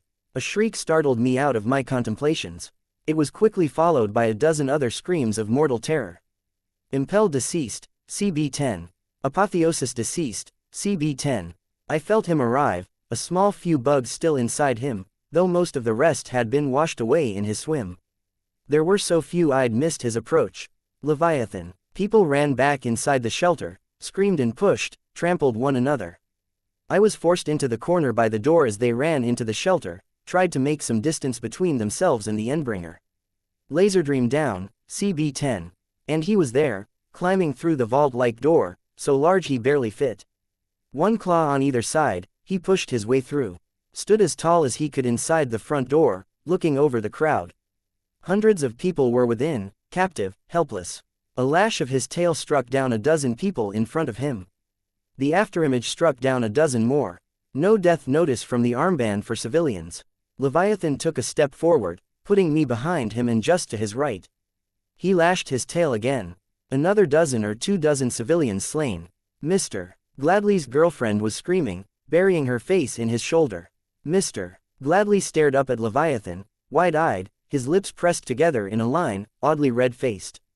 I didn't care. I should feel bad my teacher was about to die, but all I could think about was how he'd ignored me when Emma and the others had me cornered. One hand on my shoulder to steady my throbbing broken arm, I slipped behind Leviathan, hugging the wall, slipping around the corner and moving up the vault door with padded feet. It was a dark mirror to what Mr. Gladly had done to me. What Emma and her friends had done, I couldn't say for sure that I would have had the mental fortitude to put up with it if I hadn't gotten my powers, and for all he knew, I hadn't. I couldn't know whether I could have dealt with everything that had followed the incident in January, if I could have made it this far if I hadn't had my powers, these distractions. In every way that mattered, Mr. Gladly turning his back on me, back there in the school hallway, a time that felt so long ago, could have killed me. A fitting justice, maybe, leaving him in that shelter with Leviathan.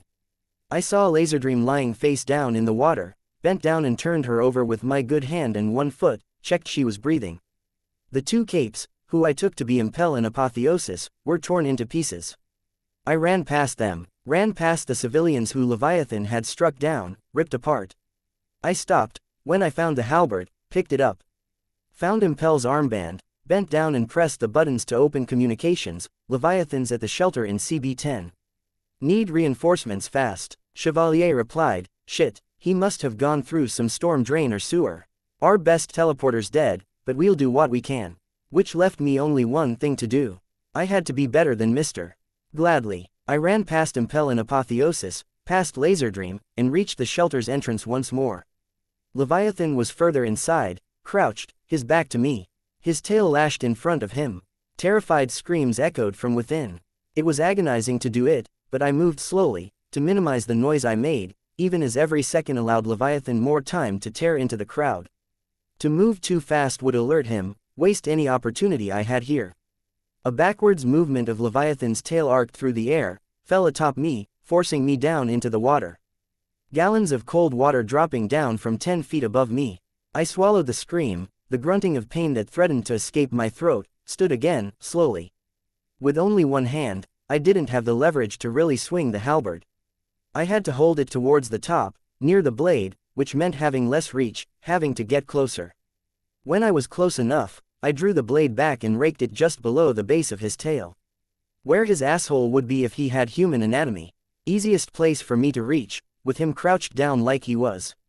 Dust billowed and Leviathan reacted instantly, swiped with one claw, fell onto his side when the damage to his buttocks and the hampered mobility of his tail screwed with his ability to control the movement of his lower body. His claw swipe went high. His afterimage was broken up by the wall above the door, but enough crashed down in front of and on top of me to throw me back out of the shelter, into the toppled shelter door. I was pushed under the water, the halberd slipping from my grip. I climbed to my feet at the same time he did, but I had a clear route up the back of the shelter door while he had to squeeze through the opening. I was on the street and running well before he was up out of the stairwell.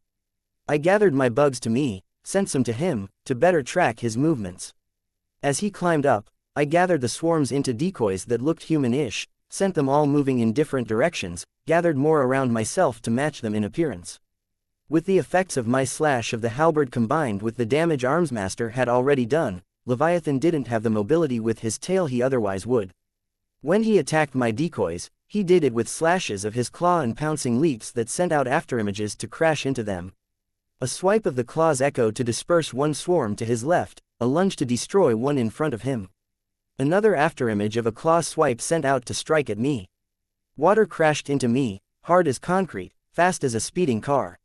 I felt more pain than I'd ever experienced, more than when Bakuda had used that grenade on me, the one that set my nerve endings on fire with raw pain.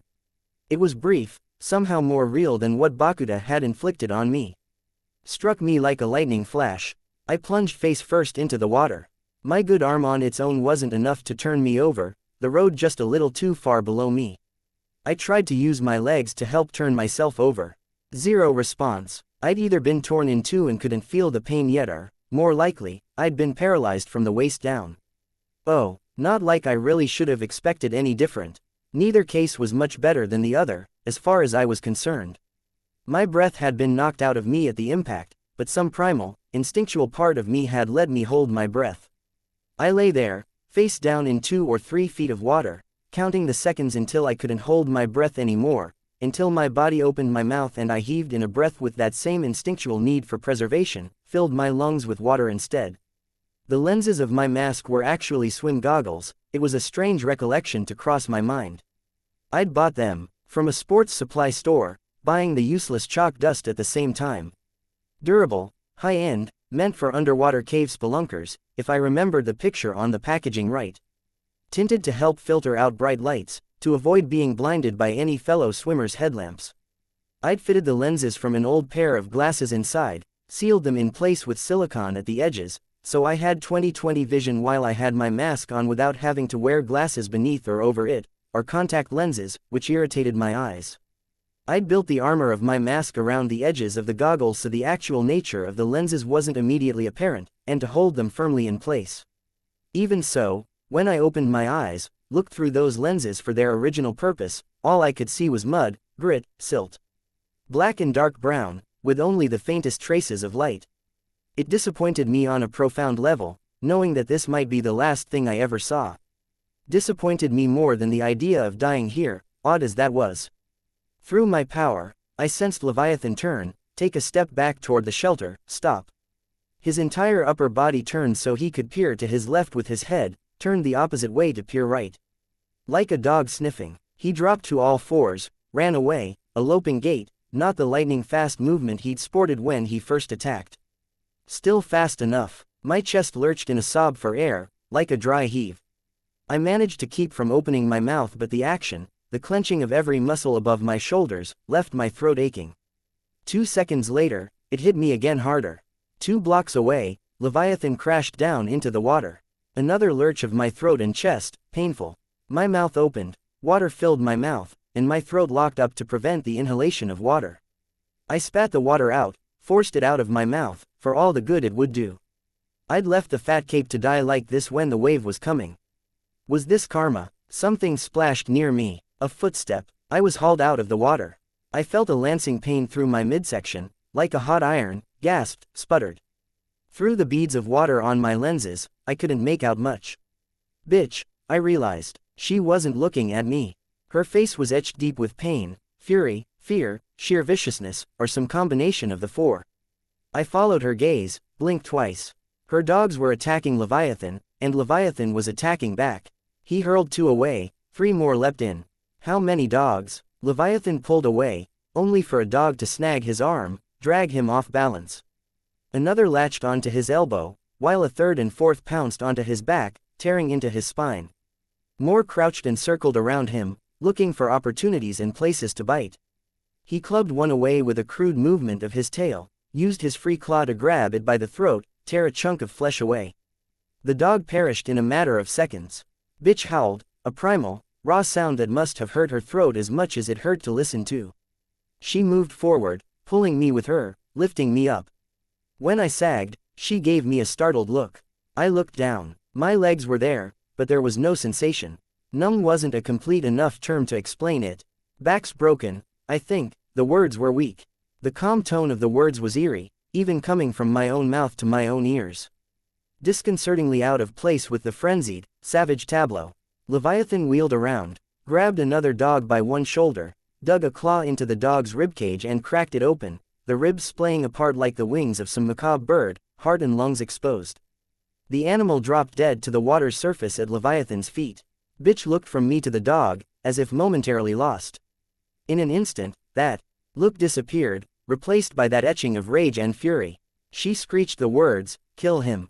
Kill." It wasn't enough. The dogs were strong, there were 6 of them left, even, but Leviathan was more of a monster than all of them put together. He heaved one dog off the ground, slammed it into another like a club, then hurled it against a wall, where it dropped, limp and broken. With that same claw, he slashed, tore the upper half of a dog's head off. "Kill." Bitch shrieked. No use. One by one, the dogs fell. 4 left, then 3. 2 dogs left. They backed away, wary, each in a different direction. Bitch clutched me, her arms so tight around my shoulders it hurt. When I looked up at her, I saw tears in the corners of her eyes as she stared unblinking at the scene. Cyan dropped from the sky. Golden-skinned, golden beard trimmed close, or perhaps it never grew beyond that length. His hair was longer than mine. His bodysuit and cape were a plain white, stained with faded marks of old, dirt and blood, a strange juxtaposition to how perfect and unblemished he looked, otherwise. There was no impact as he landed, no great splash or rumble of the earth. Leviathan didn't even seem to notice the hero's arrival. Leviathan struck at one of the remaining dogs with a broad swing of his tail, caught it across the snout. It dropped, neck snapped. A short leap and a slash of the claw dispatched the last. Cyan raised one hand, and a ball of yellow gold light slammed into Leviathan from behind, sent the Endbringer skidding across the length of the street, past Bitch and I. Leviathan leapt to his feet, reared around, swung his claws at the air ferociously. Water around him rose, rushed towards Cyan, a wave 3 times as high as Bitch was tall. 3 times as tall as I might be if I could stand. Cyan didn't move or speak. He walked forward, and ripples extended from his footsteps, soared past us with some strange motive force. The ripple touched the wave, and the tower of water collapsed before it got halfway to us, dropping straight down. Liquid as far as the eye could see was being flattened out into a disquieting stillness by the ripples of Cyan's footsteps, like a great pane of glass. Leviathan lunged up to the side of a half-ruined building, leapt down to a point 3/4 of the way between himself and Cyan. His afterimage slammed into the hero. Cyan turned his head, shut his eyes, let the water wash over and past him. When the attack was over, he squared his head and shoulders, facing Leviathan head-on, raised a hand. Another blast of yellow gold light, and Leviathan was sent sprawling. I saw the ripples and waves of Leviathan striking the ground wash past us. Saw, again, how the ripple of Cyan's footsteps seemed to wipe out and override that disturbance, returning the water to a perfect flatness. Leviathan grabbed a car, twisted his entire upper body to toss it in the style of an Olympic hammer throw. The car hurtled through the air, and Cyan batted it aside with the back of one hand. The vehicle virtually detonated with the impact, falling into 1,000 pieces, each piece glowing with golden yellow light, disintegrating as they splashed into the water. Xian raised one hand, and there was a brilliant flash, too bright to look through. When the spots faded from my vision, I saw that one of the damaged buildings was emanating that same light the pieces of the car had, was toppling, tipping towards Leviathan. Xian, fingertips glowing, started his slow advance as the structure was pulled atop the Endbringer. The ripples of his footsteps erased any disturbance in the water from the building's collapse. Leviathan heaved himself out of the rubble, turned to run, only for water to rise and freeze solid in one smooth movement. Forming a wall as tall as Leviathan was, 100 feet long. He paused for a fraction of a second, to gauge which way he might go, poise himself to leap over. Xian caught him with another golden yellow blast before he could follow through. The movement of the water and the creation of the ice hadn't been Xian. Eidolon approached, flying close, raising one hand to create a ragged mess of icicles where Leviathan was to land. Some impaled the Endbringer, but by and large, they shattered beneath him, left him scrabbling for traction and footing for long enough that Xian could shoot him again, send him through the barrier of ice as though it were barely there, tumbling. Xian paused, turning to look at Eidolon, his eyes moving past Bitch and me like we weren't even there. His eyes settled on the hero, the most powerful individual in the world, staring at the man who was arguably the fifth. His expression was so hard to read. I knew, now, what people had meant, when they said they thought his face was a mask, a facade. Though it was expressionless, though there was nothing I could point to explain why I felt the way I did, somehow I sensed disgust from him. Like nobility looking at dog shit. Xian turned away from Eidolon to focus on the enemy once more. He blasted the Endbringer again, floated up and moved past Bitch and me faster than I could see, to strike the Endbringer a fraction of a second after the blast of light struck, stopping there in midair to blast Leviathan a second time as the Endbringer was still flying through the air at the punch's impact. Everything about Xian and his actions was utterly silent. His movements or attacks didn't even stir the air. Only the effects, Leviathan striking the water, the breaking of ice, generated any movement, shudders or sounds. Eidolon froze the water around Leviathan's four claws, giving Xian the opportunity to land another blast. Leviathan turned, raised a spraying wall of water to cover his retreat. Xian sent out one blast of his golden light to strike the wave, following up with a second blast before the first even made contact with the water. Seeing the second blast coming, Leviathan leapt to one side. No use, the blast of light curved in the air to head unerringly for him, struck him down. Edges of the Endbringer's wounds glowed golden yellow, drifted away into the air like flecks of burning paper caught in the updraft of hot air. A fist imprint near the base of Leviathan's throat glowed with edges of the same light, the wound continuing to spread and burn as I watched. A tidal wave appeared in the distance, at the furthest end of the street, near the horizon. Xian sent out a blast of golden light the size of a small van, darting to the center of the wave, disappearing into a speck of light before it made contact with the distant target. The middle third of the wave buckled, fell harmlessly into a splash of water, all momentum ceased. The other two sides of the wave curved inward, bent, to bear unerringly towards us. Another blast of golden light, and one side was stopped, stalled. A third blast was spared for Leviathan, who was getting his hands and feet firmly on the ground, crouching in preparation to run. The Endbringer was knocked squarely to the ground. Xian stopped the third wave in its tracks with a fourth blast, but the water was still there, and it still bowed to gravity. The water level around us rose by a dozen feet, momentarily, slopping as gently over us as physically possible, like a lap of water on the beach. When the flow of water was past us, I could see a fifth blast of light following Leviathan, who had used the cresting water to swim away. He was making his way to the coast. Xian rose, flew after his target with a streak of golden light tracing his movement. Eidolon followed soon after. 10-15 seconds passed, Bitch holding me, averting her eyes from the corpses of her dogs, jaw set, not speaking or moving. A teleporter appeared beside Laserdream, a distance away. He looked at us, startled, glanced at his armband. "You okay?" he called out. "No," I tried to shout back, but my voice was weak. Bitch spoke for me, "She needs help. Bring her here, I'll take her back." Bitch carried me, dragging me by my collar to where Laserdream lay. I grunted and groaned in pain, felt those hot pokers through my upper back and middle, but she wasn't the type for sympathy or gentleness. The teleporter touched one hand to my chest, another to Laserdream, who turned her head to look at me. There was a rush of cool air, and we were in the midst of chaos. Nurses, doctors, moving all around us. I was lifted and placed on a stretcher, hauled up by 4 people in white.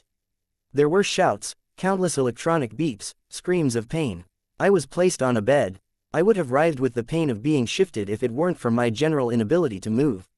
There was a heart monitor on one side, a metal rack with an IV bag of clear fluid on the other, thick metal poles beside each, stretching from floor to ceiling. Curtains loomed on either side of me, making for a small room, 10 feet by 10 feet across. The emergency room, triage or whatever was in front of me, past the foot of the bed, a dozen more cots, doctors doing what they could for the massed injured, civilian and cape alike. All around me, nurses moved with a rote efficiency, to put a clip on my finger, and the heart monitor started beeping in time with my own heartbeat. One put some sticky glue on my collarbone, pressing an electrode down there.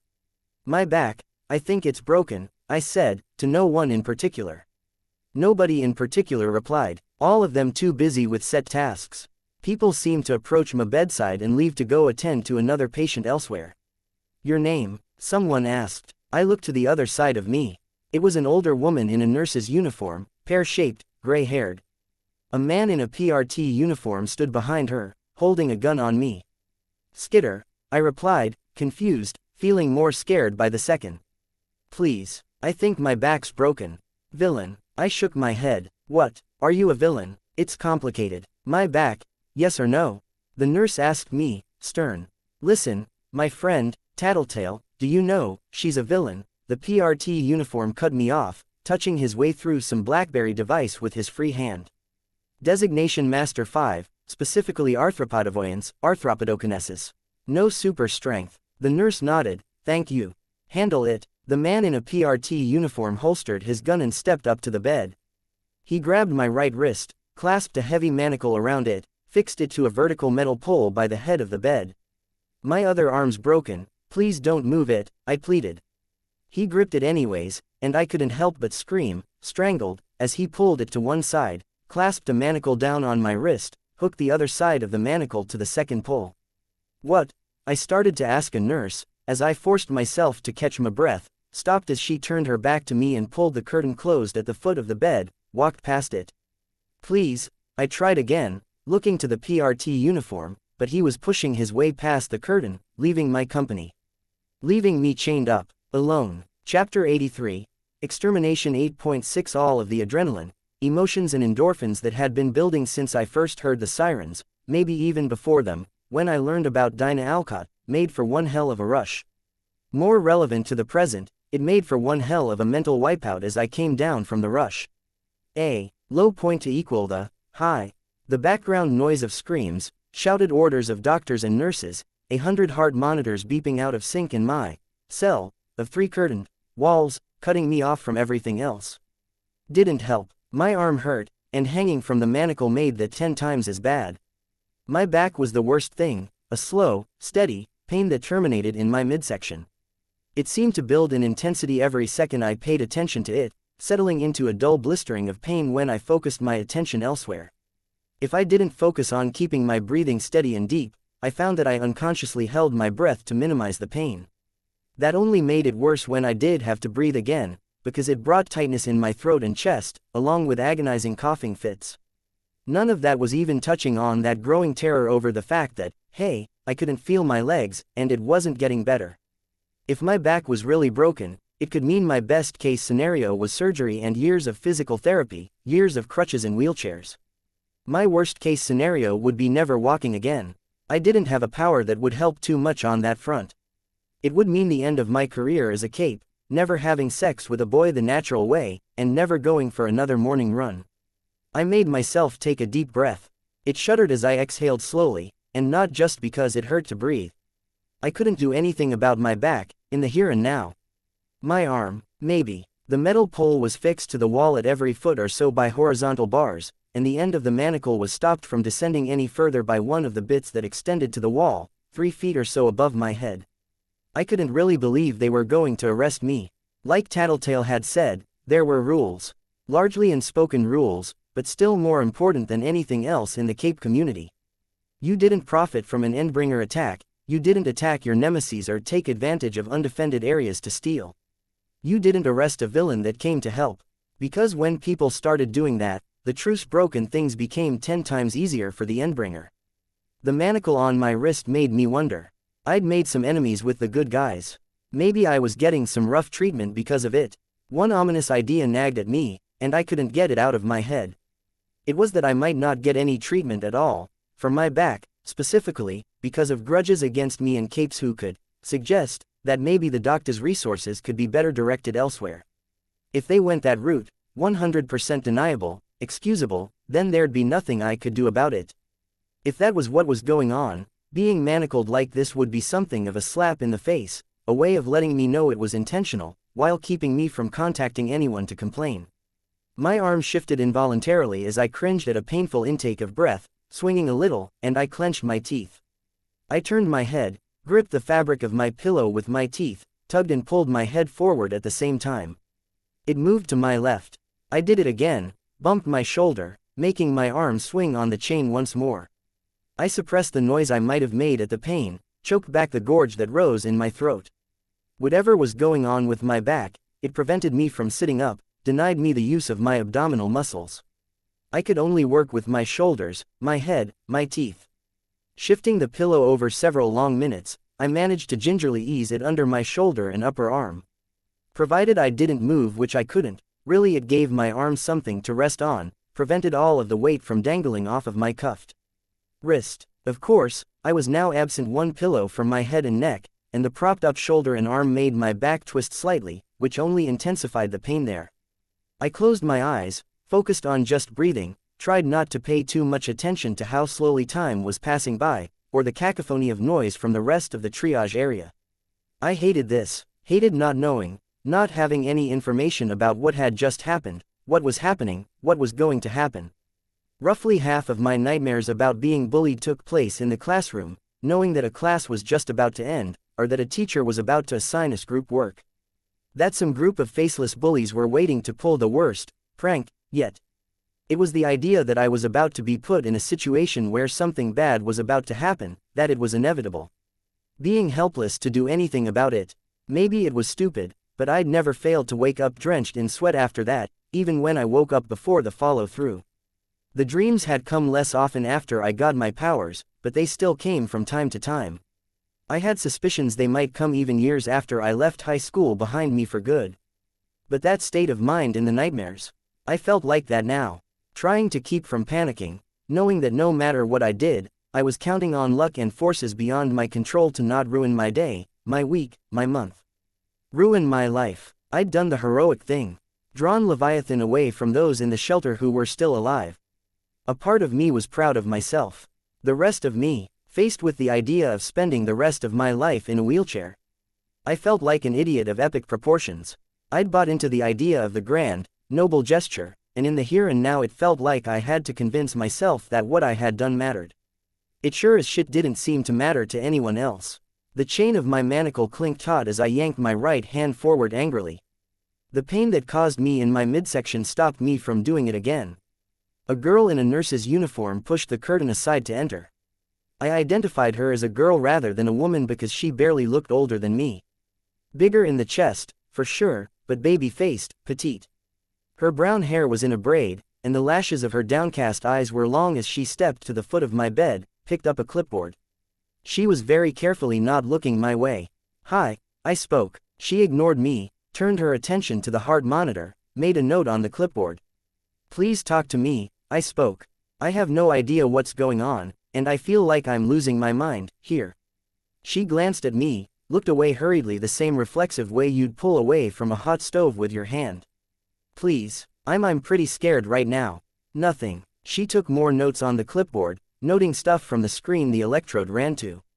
"I know you think I'm bad, a villain, but I'm a person, too." She glanced at me again, looked away, returned her eyes to the clipboard and frowned. She stopped writing as she glanced up to the monitor, as if she had to find her place or double-check her numbers. "I have a dad, love him to death, even if we haven't talked lately. I love reading, my mom taught me to love books from the time I was little. My best friend, it wasn't so long ago that she helped pull me out of a dark place. I haven't heard how she's doing.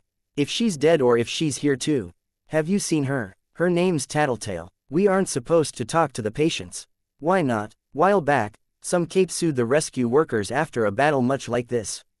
Hadiosh, I think. That's one of the other names for behemoth. Like Ziz is for the Simurgh. Yes, some heroes got hurt badly enough they wouldn't recover. They knew they had no more income from their costume career, so suing, it was a way. She stopped, closed her mouth deliberately, as if reminding herself to stay silent. You can't tell me if my back's broken or not. She shook her head. No, I won't tell. I won't sue. Saying that isn't legally binding. She frowned, again, and it's not that. I'm just a nursing student. I haven't even graduated. They recruited us to help meet demand, to do the paperwork and check that patients weren't coding, so the people with experience could focus on handling the patient load. I don't have the training to diagnose you on any level, let alone your back. My heart sank. Have you seen Tattletale? Have you heard if she's dead or injured? She wears a lavender and black costume, and there's this eye in dark gray on the black part across her chest. I'm sorry. She hurried to the foot of the bed, hung up the clipboard. I'm sorry. Was that an answer? Condolences, or was it a refusal to speak on the subject? I might have made a noise, because she turned back, stopped. I couldn't be sure, though, over the sounds from the other nurses, doctors and patients. We've got a code. Someone screamed, just beyond the curtain. Need paddles. Paddles are in use. Then get me someone with electricity powers. And you, resuscitate. I closed my eyes, tried to stop myself from imagining that they were talking about Tattletale, or my dad, or even Brian, though I was pretty sure Brian had made it out okay. Even as I managed to dismiss those images from my mind, a voice in the back of my head noted that whoever was on the table was important to somebody. So many beloved family members, friends, co-workers, gone from people's lives. Do you want to call your dad? Or try calling your friend? The nurse in training offered me. If she was offering for me to call Tattletale, that at least meant she hadn't seen Tattletale's body. That was some relief. I wasn't sure if I should take the offer. If I called my dad, would they track the call? Find out who I was? Would they track down Tattletale, if she wasn't dead or dying? Who else could I call? Coil. Way too many issues if they traced the call, and I wasn't sure if Lisa had passed on word of our recent argument and or breakup. Gru, Regent, bitch. I wasn't on their team anymore. A darker thought struck me. Would that be my one phone call? These cuffs, am I being arrested? She shook her head. I was just offering. I don't know if they're arresting you. Only thing they said was that I was supposed to fill in the charts for the patients on this end of the room that have the red tags. She pointed to a set of plastic tags that were clipped to the curtain rod, so that one large tag hung down on either side of it. Was it to designate the seriousness of my injuries? No, they hadn't even examined me. I drew a connection to my line of thinking from earlier. Was it because I was a villain? Did I get a mere check-in from the nurse in training while the heroes got actual nurses and doctors? I hadn't seen anyone put the tags up, but then again, I hadn't been looking at the curtain rod right after I was stuck here. Okay, I spoke, quiet, my thoughts going a mile a minute. The phone call, I can let you use my cell phone if you promise not to. She trailed off, as if realizing the possibilities of what could happen if a villain had her phone number, contact info for her friends and family. Yet she could hardly back out, not without potentially upsetting a bad guy.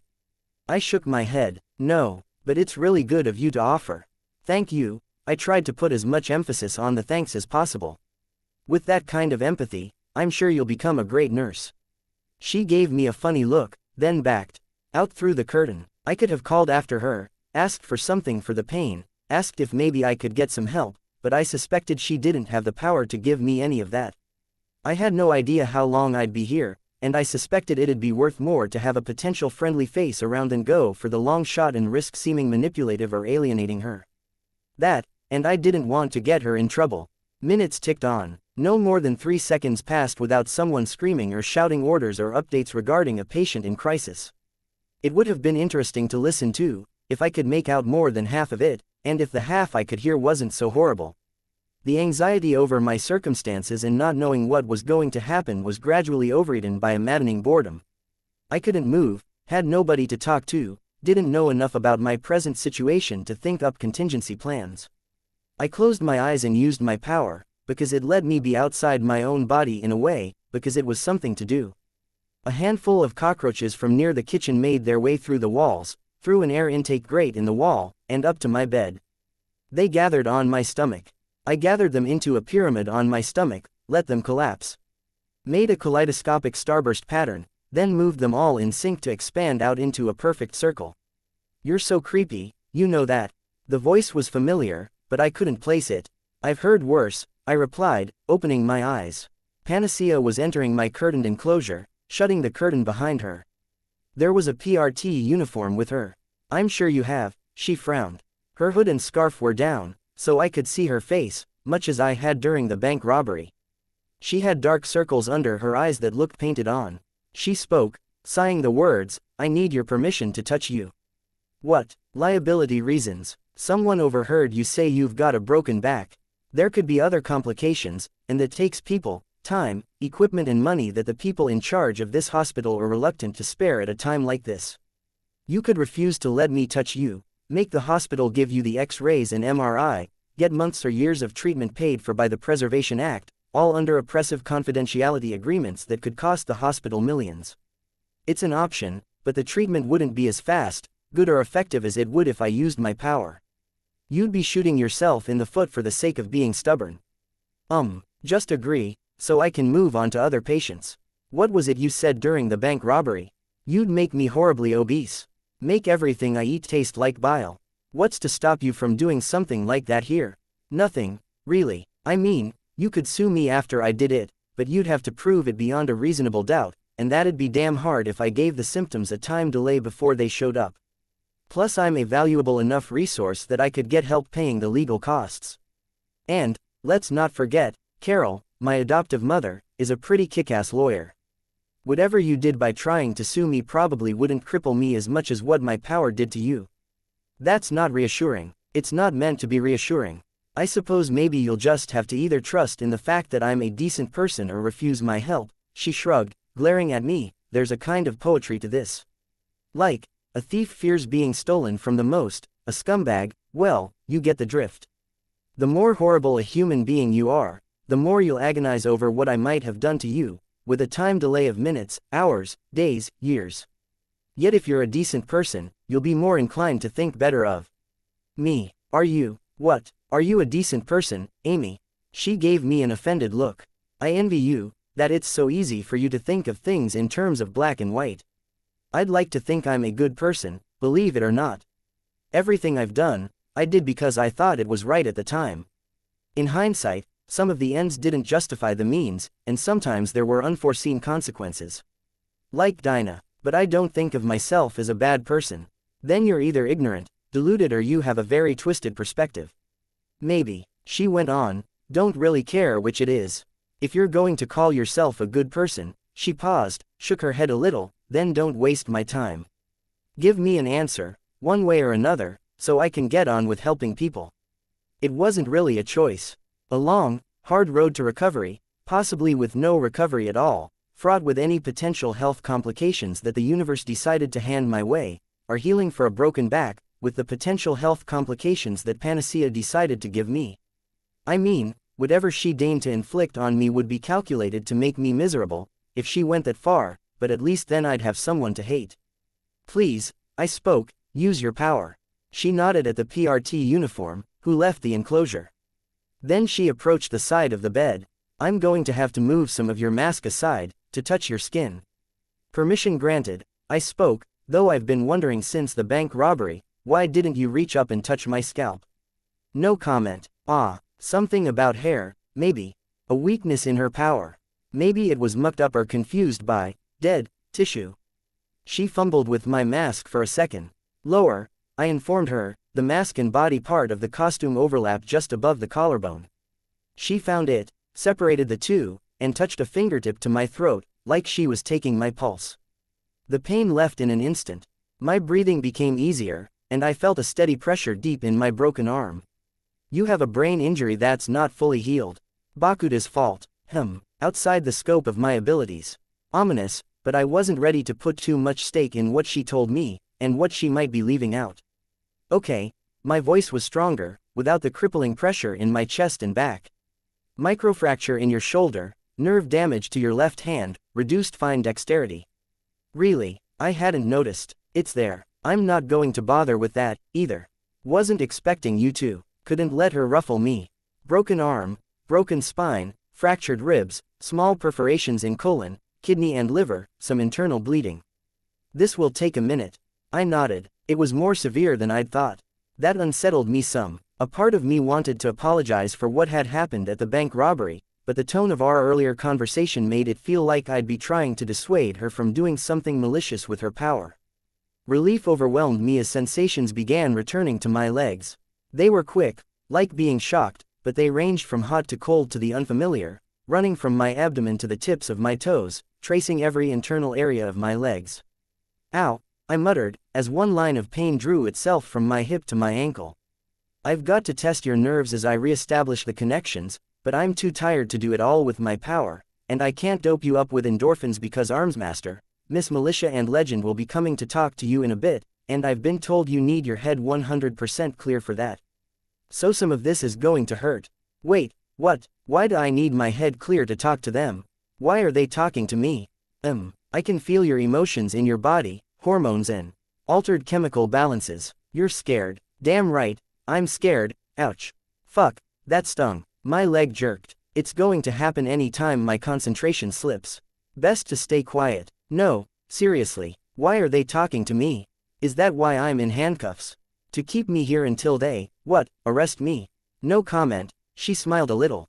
Hey, no, you can't call yourself a decent person and then leave me here agonizing over details.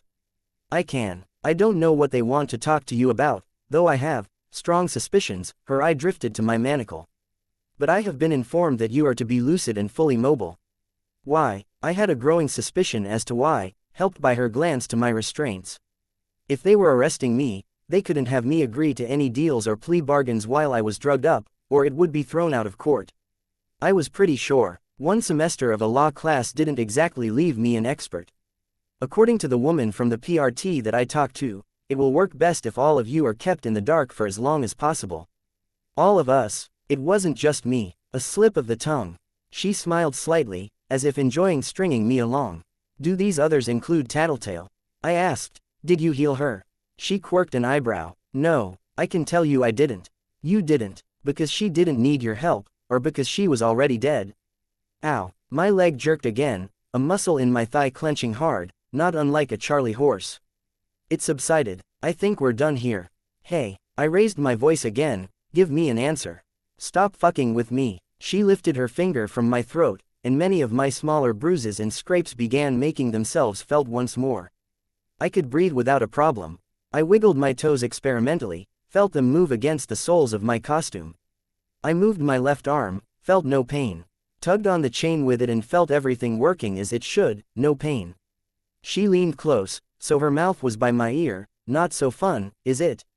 Let me tell you, this isn't 1/100th of the mindfuckery that your teammate was pulling on me, back then. That wasn't. I stopped. What? Wasn't you? You stood by and watched it happen, played along, took advantage of it. Or maybe you were going to say it wasn't that bad. You really don't know. You don't know me. You don't know Glory Girl. You don't know what Tattletale was saying, how she was threatening to ruin my life. Imagine the person you care about most, finding out your darkest secrets. Secrets that, even if they eventually came to accept it, you know they would taint and color every single conversation you have with them afterward. I couldn't help but picture it. My dad finding out I was a villain, what I'd done. Forevermore having doubts about me. I'm sorry, I spoke, my voice low. Maybe you are. I doubt it. I'm sorry to leave you wondering what happened to your teammate, what the big name capes are going to say to you, but I have others to help. She didn't sound sorry at all. Hey, I raised my voice again, come back here. She turned her head to give me a dark look as she walked away. Good luck with Armsmaster. I pulled on the chains, angrily. I almost sent the cockroaches on the bed after her. I stopped when I saw the PRT uniform hold the curtain back for her in courtesy. When Armsmaster and Legend arrived, it would be too late. I sent the roaches after him, the PRT uniform. They landed on him, individually squeezed into the pouches on his belt and bandolier. Found the keys on his belt. Getting the keys out of the pouch was harder. I had to be smooth, and the keychain was heavy enough that the roaches couldn't pick it up with their mouths. Instead, I tried lifting it up with the middle of a roach's body, supported by the rest. No luck, it slipped free off of the convex exterior of the cockroach's shell. I turned it upside down, instead, used the more textured underside to catch the loop of metal. The rest of the roaches latched on, hauled the roach up and out of the pouch, squeezed it through the flap-covered opening, breaking it nearly in two against the metal of the ring as they drove it through the too narrow gap. One roach dead, but the keys were falling free of the pouch. Instinct took over, and I unconsciously bid roaches to move into place beneath the keys as they fell to the floor, muting the noise of metal against the ground. They skittered my way, the weight of the keychain managed between them. Hopefully people were too busy to notice the falling keys or the small number of bugs. I suspected it was crowded and busy out there, from what I had glimpsed when I was brought in. If people did notice, well, I was still getting arrested anyways, right? Getting the keys up onto the bed would be harder. I had the roaches put the keys beneath the bed, set them on the blanket, to start unraveling it. 10 sets of mandibles, 11 now, as another cockroach came from the air vent, each working at individual threads. I was torn between rushing this and doing it right. I had to convince myself that I wouldn't be dragged off to jail in the next 5 or 10 minutes. It probably took that long to get a long enough piece of thread. One group of bugs set to looping the thread around the keychain, tying it into a firm knot, while the others brought it up the side of the bed, up my body, my arm, and to my hand. Once I had the thread in my fingers, I started winding it up around my fingers with a circular motion of my hands, reeling in the keys. In a matter of seconds, I had the keys in hand. Good. The cockroach that had brought me the thread helped me figure out the keys that would work, traveling over them to eliminate the ones that were too large, acting as an added digit to help sort through them and putting the right keys between my fingers. It guided the end of the keys into the lock. The first key didn't fit, too large. The second unlocked the cuff. I hurried to unlock the cuff on my left hand, flexed my hand and arm, rubbed at my wrists. I pulled the covers off, swung my legs over the side of the bed, and gingerly tested them against the ground. They supported my weight. The relief was palpable, almost something I could feel, making me want to hug my arms around my body in quiet joy. But my priority was getting out of here. Not so easy, with the amount of capes and PRT personnel around. No windows around me, but if I stepped outside the curtain and into the main area, I risked running into someone like Legend or Armsmaster. I was assuming from what Panacea had said that they had been treated for the injuries that had taken them out of the fight and were up and about. No, a better plan of action would be to keep out of sight. I sent my bugs forward, tracing the lines of the curtains and wall. Once I was sure that the curtains in the next few patient enclosures were closed, I moved the curtain to my right and headed that way. Some cape I didn't know was unconscious, blood smeared around his nose and mouth, almost caking the upper half of his mask to his face. Another enclosure, an empty cot, with red stains on the sheets from whatever patient had been there earlier. There was a window past the next enclosure. I wasn't sure if I could climb out, or if there would be somewhere to go once I had, but it gave me hope. I pushed my way into the next curtained enclosure. Stopped. Oh, there were shouts behind me, which might have been someone noting my absence. I was at the point of not caring anymore. I tried to take a step forward, to move to the bedside or around it, but my newly healed legs gave out under me. I crumpled into a kneeling position.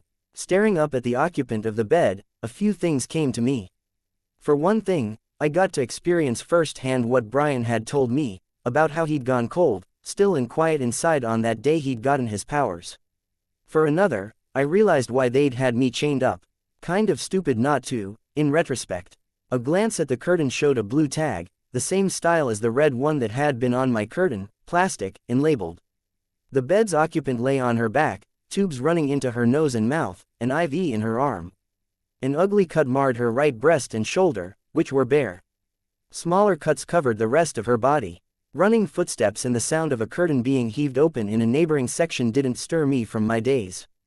The bed's occupant wore Shadow Stalker's costume, sans mask. I recognized her. Sophia Hess. Chapter 84. Extermination 8.7. Sophia Hess was Shadow Stalker. I tried to pull all the individual pieces and clues together, fill in the blanks. Did this mean Emma was a cape, too? No, I'd seen Emma in the presence of other capes. At those times, I knew, she'd have reason to be in costume if she had powers. But those times I was thinking of, when my cape and civilian lives had crossed. Emma had been at the mall, where Shadow Stalker had been on duty. She'd been at the fundraiser, too. As Shadow Stalker's +1, Emma's dad had been there as well. Was that a clue? A sick feeling in my gut told me that Emma knew about Sophia and Shadow Stalker. I could even guess that Emma had found out sometime before high school started, while I was at nature camp. It would have been an exciting revelation, a juicy secret, being a part of the Cape community. Seduced by that drama, Emma would have turned her back on me, became Sophia's best friend. The civilian sidekick and confidant to the young heroine. It was cliché, but clichés had their basis in something. I was probably wrong on some level, but it gave answer to questions I'd assumed I'd never get an answer to. A hand seized me by the back of the neck, hauled me to my feet.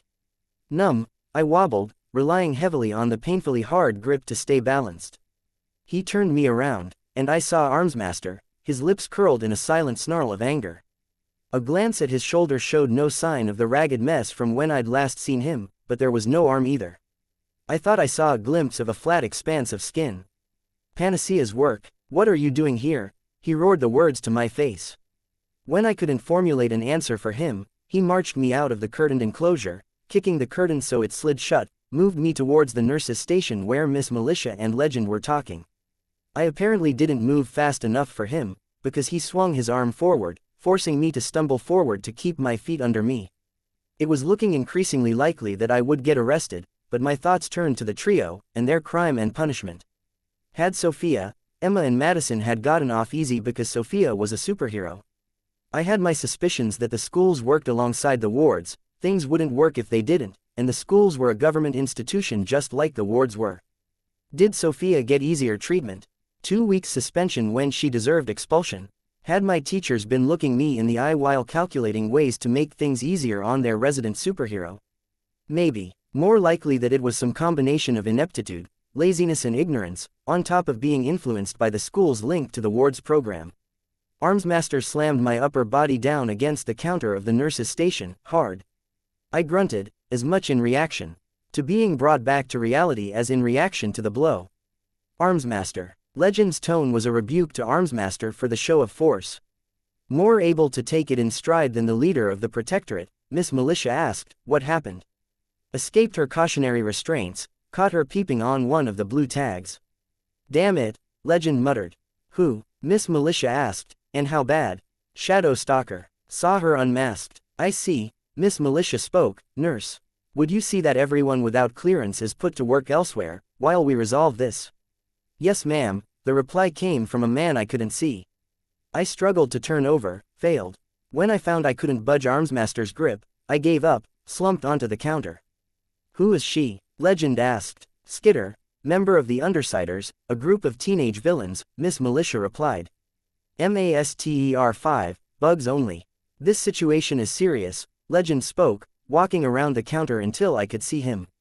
I saw nurses and others behind him staring, some of them being ushered away by an older nurse in scrubs. Do you understand? He nodded at Armsmaster, and Armsmaster eased his grip some, as if it would make it easier to talk. I was opening my mouth to speak when the thought struck me, if Sophia was Shadow Stalker, did she know who I was? She'd heard me talk in costume, hadn't she? I knew from the time the trio had overheard me in the bathroom and doused me in juice, that at least one of the girls could recognize my voice. I shook my head a little, as if it could get my thoughts back on track. Nobody explained anything. You guys were going to arrest me, so I thought I'd leave. Hospital personnel aren't permitted to talk to patients, liability reasons, Miss Militia told me, echoing what I'd heard earlier. Figured as much when the nurse didn't answer my questions, I muttered. No use dragging that nurse in training down with me.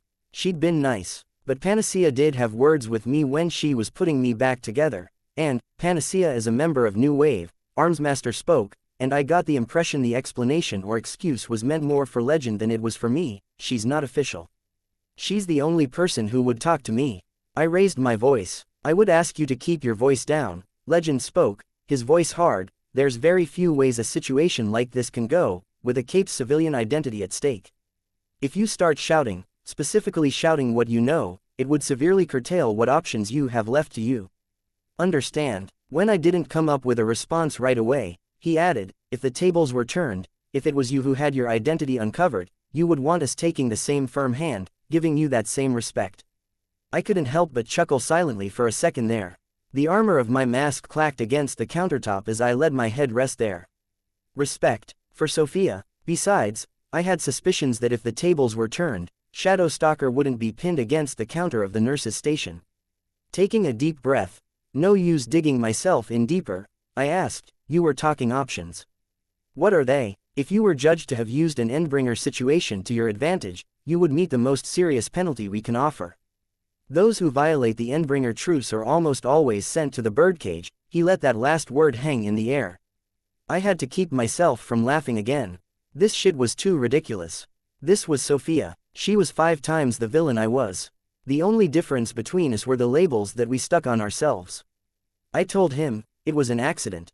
Okay, Legend told me. Armsmaster told him, Skitter here has been building a fairly strong reputation as an adept liar, so be cautious. Oh, she's fooled my instincts and my hardware on more than one occasion. Well, I suppose I'll have to keep that in mind. When Legend returned his attention to me, his lips were creased in a frown. What could I say to defend myself now? Anything I said would be colored by Armsmaster's undeserved comment on my personality. Another option would be for you to join the wards. We were willing to offer you this when we got around to talking to you, before seeing you on your way. You would be placed under varying degrees of probation based on your past crimes, but you would earn a paycheck, you'd have a career. No. The word left my mouth before I even thought about it. And when I did think about it, no, not with Sophia there. No way, no how. If I stepped on her turf, I suspected one of us would kill the other. Besides, there wasn't one thing about joining the wards that was even remotely redeeming. No, he sounded surprised. Just, no. I'd sooner go to the birdcage. I was surprised that I actually meant it. My contempt for the heroes was growing. Armsmaster had refused to cooperate with me on any level. Glory Girl and Panacea hadn't done anything to earn my respect when I ran into them. Topping it off, they had a personality like Sophia's on their team. I couldn't even imagine joining them. Now, I don't think you understand what you're saying. Legend spoke as if choosing his words carefully. I took a deep breath. Is there a third option? You do not get to negotiate. Armsmaster roared, heads turned. Feeling a flare of anger, I retorted, so he gets to yell, but I don't. We have the authority here. Armsmaster shouted, the only authority you have is the authority people give you. It wasn't me who responded. The voice was male, familiar. Gru, I called out, you're alive. Gru responded. We thought, is she okay? Tattletale, I'm at about 90%, Tattletale's voice informed me. You're the one that gave us a scare. I sagged in relief. I would ask you to step back and let us handle this, Miss Militia told him. If any of you do decide to stay, and Skitter divulges the confidential information she's happened upon, you could be just as culpable, face the same restrictions and penalties. Gru replied, so you want us to leave a teammate in your custody, here? No, that's ridiculous. I can't speak for the others, but I'm staying. Teammate. He'd said I was his teammate. There was a pause. All 4 of you, then, Miss Militia replied, sighing, I expected as much. I simply thought you should be informed. Skitter, she went on, just to be clear, you would be well advised to keep your mouth shut, until we've come to a consensus here. Or you could get your team in trouble. Noted, I replied. Armsmaster let me stand, but he settled his one hand on my shoulder, held on with an steel grip that left me no illusions about my ability to walk over and join my friends. Ex-friends. I wasn't sure where we stood. I hadn't expected them to come to my defense. Gru looked much as he ever did, a human shape wreathed in smoky darkness. His skull mask showed through, when he was still like this, but his face was impossible to make out, let alone his facial expressions. Even his body language was masked beneath the layer of darkness, when it was billowing around him like it was, making him seem larger. I thought maybe he had his arms folded, but I couldn't be sure, and he had his feet planted shoulder-width apart. Regent looked a little worse for wear. He was wet, dirty, spattered in blood, and he had a long cut running from the side of his neck to his shoulder, down to his elbow, all neatly stitched up. I hadn't heard any alerts about him being taken out of action, so I assumed it wasn't that serious. That, or it was serious. And my broken armband hadn't caught the message. Bitch, by contrast, looked to be in better shape than anyone present, physically. She stared at the ground, hands jammed in the pockets of mud-caked, soaking wet jeans. Her hair was wet, pulled straight back and away from her face. A hard plastic dog mask was raised so it sat on top of her head, cord dangling. She was intact, physically, mentally, emotionally. Her dogs were the closest thing she had to family, and she had watched 7 or 8 of them die. She was rigid with tension and repressed anger, but she didn't have anyone to direct it at, so it broiled inside her, just waiting for the slightest of excuses to be released and vented. I wondered if Gru had told her to keep her hands in her pockets to keep her from lashing out and hitting someone. Tattletale was on crutches with one leg bent to keep it away from the ground, had a bad bruise on her face, but was otherwise in one piece. Her eyes darted to watch the 3 heroes and myself. Skitter escaped her restraints and uncovered another cape's secret identity, and we can't say for sure whether it was intentional or not, Miss Militia explained to the rest of the group.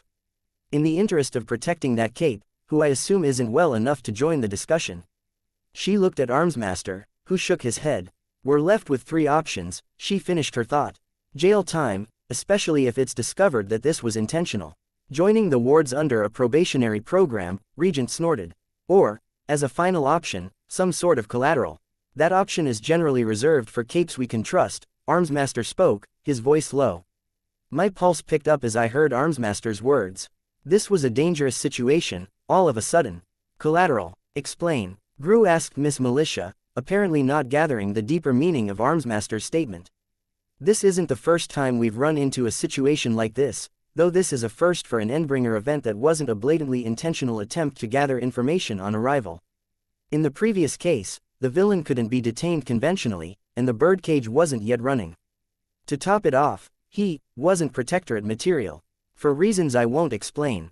Yet every individual involved was concerned that if we didn't resolve the case, it would be a costly loss of resources on both sides with an ongoing pursuit by the heroes, and there would be potential escalation leading to serious harm or death on one side or the other.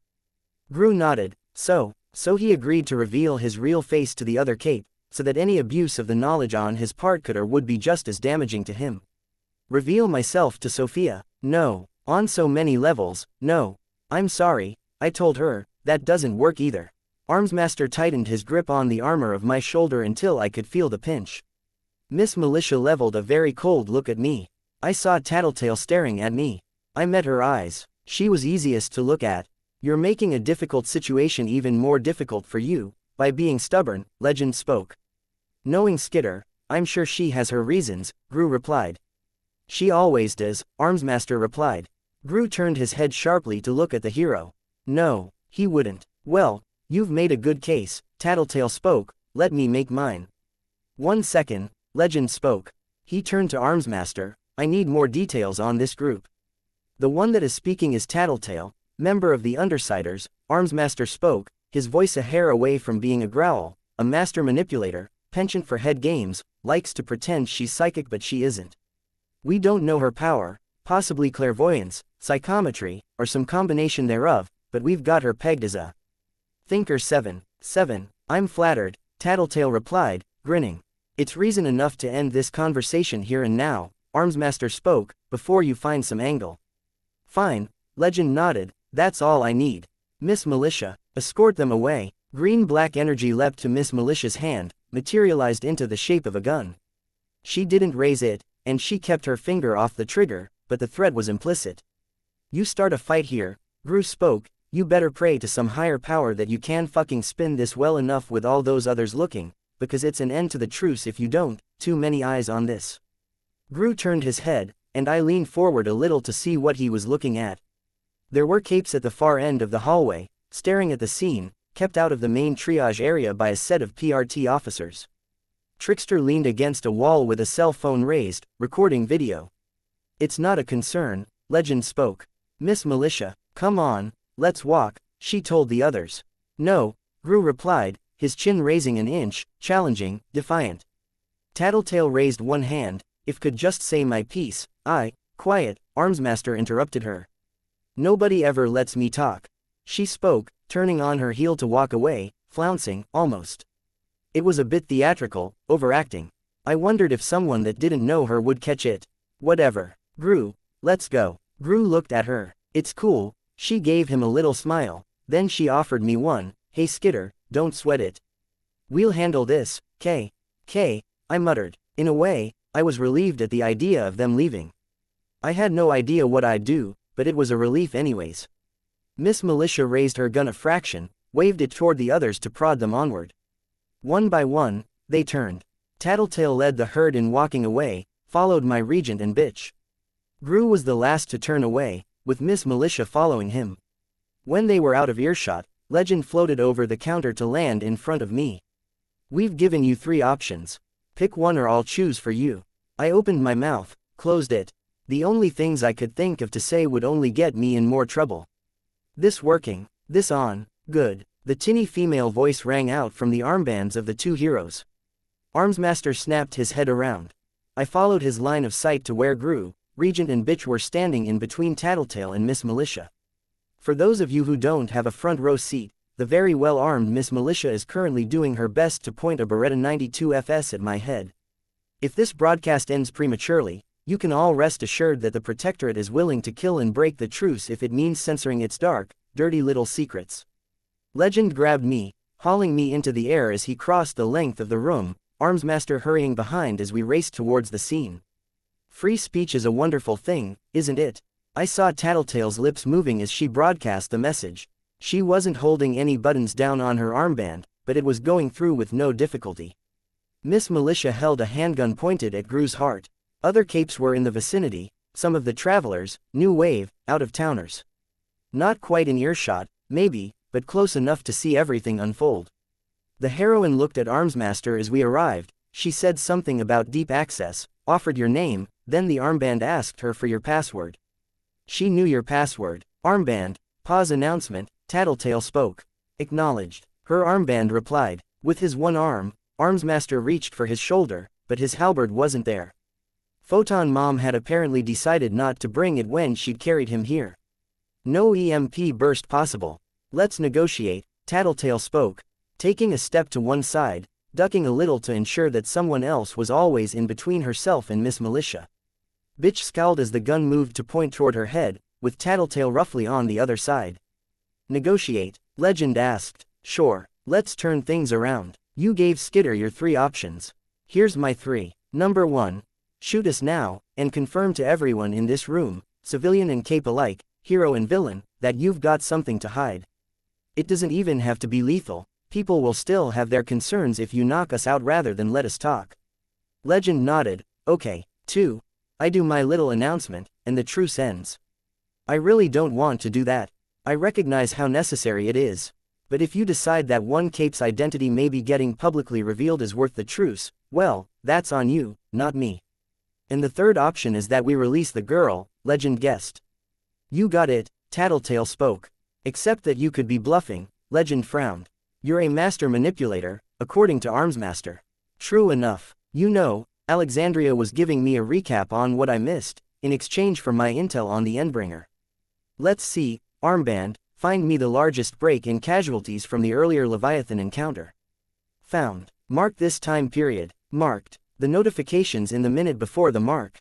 Sundancer down, ED6. Xianxia deceased, CD6. Herald deceased, CD6. What is the point of this? Legend asked. Please replay as the notifications following the mark, until I tell you to stop. Manpower deceased, CD6. Aegis deceased, CD6. Fenja down, CC6. Fenja deceased, CC6. Kid Win down, CC6. Skitter deceased, CC6. Kaiser deceased, CC6. Stop. What is the point of this? Legend folded his arms. Skitter's right here, she's not dead. My armband broke, I replied. Did it, or did someone break it?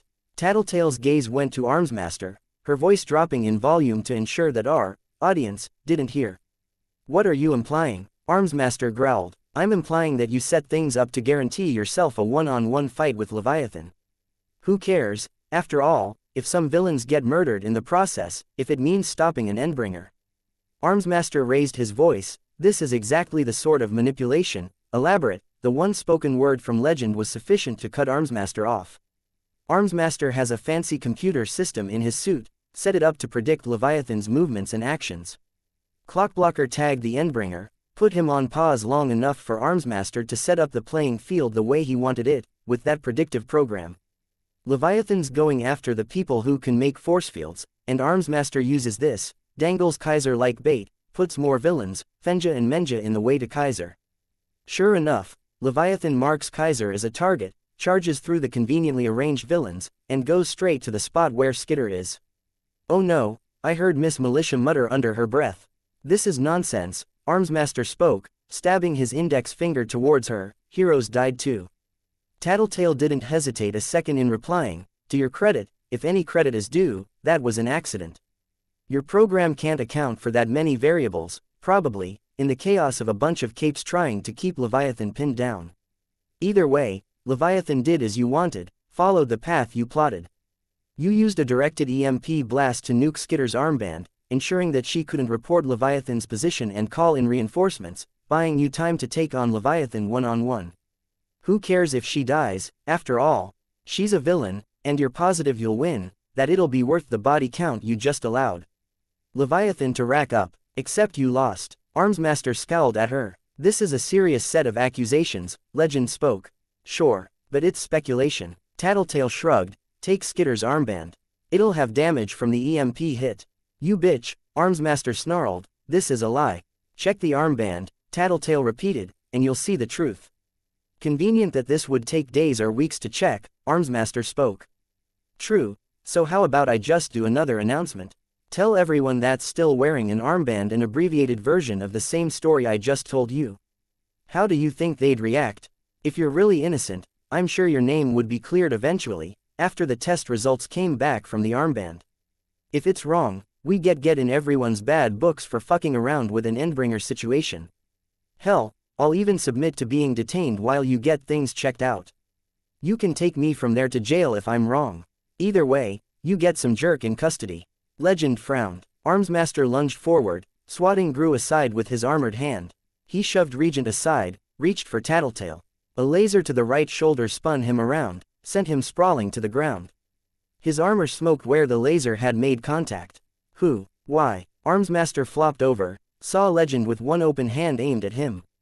Legend. Miss Militia pointed her handgun at his lower face.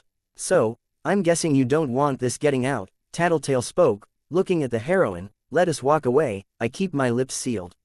I know you were tired, that you hadn't slept all last night, Miss Militia told Armsmaster, ignoring Tattletale, frustrated, your dream taken from you. But to go this far, it was for the greater good, Armsmaster replied, without a trace of shame or humility. If it had worked, Leviathan would be dead, the man holding Empire 88 together dead. All of us survivors would have been legends, and this city could have risen from the ashes, become something truly great. It didn't work, Tattletale spoke, couldn't. Shut up, you've said enough. Armsmaster spat the words, looked away from her, breathing hard. The way the Endbringer's physiology works. You could detonate a small atom bomb in his face, he'd probably survive. Take him 2 or 3 years to recover, but he'd survive. Shut up. Armsmaster raised his head to shout at her. He stopped, eyes flickering to me. When he spoke again, his voice was almost calm. You don't know everything. No, her. He pointed a hand at me. She's not who you think she is. I spoke quickly. Gru, shut him up. Gru raised his hand, but he didn't blanket Armsmaster in his darkness. She's a wannabe hero, has been from the start, since the night Lung was first brought into custody. Gru's hand dropped to his side. I met her that night. She said she was a hero, that you undersiders mistook her for a villain. I didn't think twice about it until she arranged a meeting with me, the night before the bank robbery. Told me she had joined your group as an undercover agent, getting the dirt on you so she could hand that group over to us. Talked to me again the night you raided the fundraiser, out there on the balcony. Told me if I let her go, she'd get the details on your boss to me. Guess she hasn't gotten around to figuring that little detail out, yet. I tried to speak, to say something, even, I changed my mind. My throat was too dry to form the words. Armsmaster turned, shouted at the capes who stood watching, you want to look down on me. I tried to save this city, I got closer to killing the fucking Endbringer than Cyan. That girl is the person you should be mocking, spitting on. A wannabe hero without the balls to do anything heroic. Planning from the start to betray teammates for fame. I stepped back, swallowed hard. Is this true? I turned to look at Gru, but he wasn't asking me. The question was for Tattletale. Yeah, Tattletale confirmed, sighing. Bitch stared at me wide-eyed, teeth bared, as if all basic human expression had left her as she regarded me. Regent looked me up and down, turned away, as if in disgust, one fist clenched hard enough to make the area around the long stitched-up cut on his arm stand out in white. I couldn't see Gru's face, could barely make out his body language, but I knew that it would have stung 10 times worse than anything else if I could see his expression in that moment. Tattletale was the only one who didn't look surprised. I backed away a step, and nobody moved to stop me. The heroes were preoccupied with Armsmaster, the Undersiders couldn't or wouldn't go around the gathered heroes to follow me. Some of the capes that were in the vicinity were staring at me, murmuring. Panacea was among them, looking at me as though I were from another planet. I turned and ran out of the hospital, out the door and into the street, kept running. Except I had no place to run to. Chapter 85. Extermination 8.8 How was a city like Brockton Bay supposed to pay its respects to all the heroes, villains and miscellaneous others that died to protect it? Until about 5 years ago, the answer had been a funeral. It really hadn't worked out. On the surface, it was a great idea, had made for an amazing scene. Grand speeches about great moments of true selflessness from even despicable villains, good guys doing the most heroic of sacrifices. Except problems started to stack up. Could the people in charge of the event really let someone stand up and give a eulogy for someone like Kaiser? If they did, you earned the wrath of the dozens or hundreds of people who'd had their lives changed for the worse by Empire 88. The uneasy solution had been to avoid saying anything about the local villains, beyond the fact that they had participated, but problems had stemmed from that, too. Subordinates or teammates of the fallen villains had made a scene over these omissions, sometimes during the funerals, and villain participation in Endbringer's situations started to decline. More issues came up, rooted in the reality that people who went out in costume were more theatrical or dramatic as a rule. Too many vying to take the spotlight, hero and villain alike, even some of the fallen, with measures or requests placed in advance. It didn't happen every time, but enough events became sideshows and media circuses that the whole purpose of the events was defeated. The media was banned from recording the event, but the capes who'd sought to stand out only tried harder. Fights had erupted, so the funeral services became less frequent. Then they stopped altogether. A memorial was simpler. All who had joined the fight could be treated equally. There could be no snubs, really, nor could there be insults, dramatic oaths, taunts or speaking ill of dead rivals and nemeses before cameras or audiences of capes.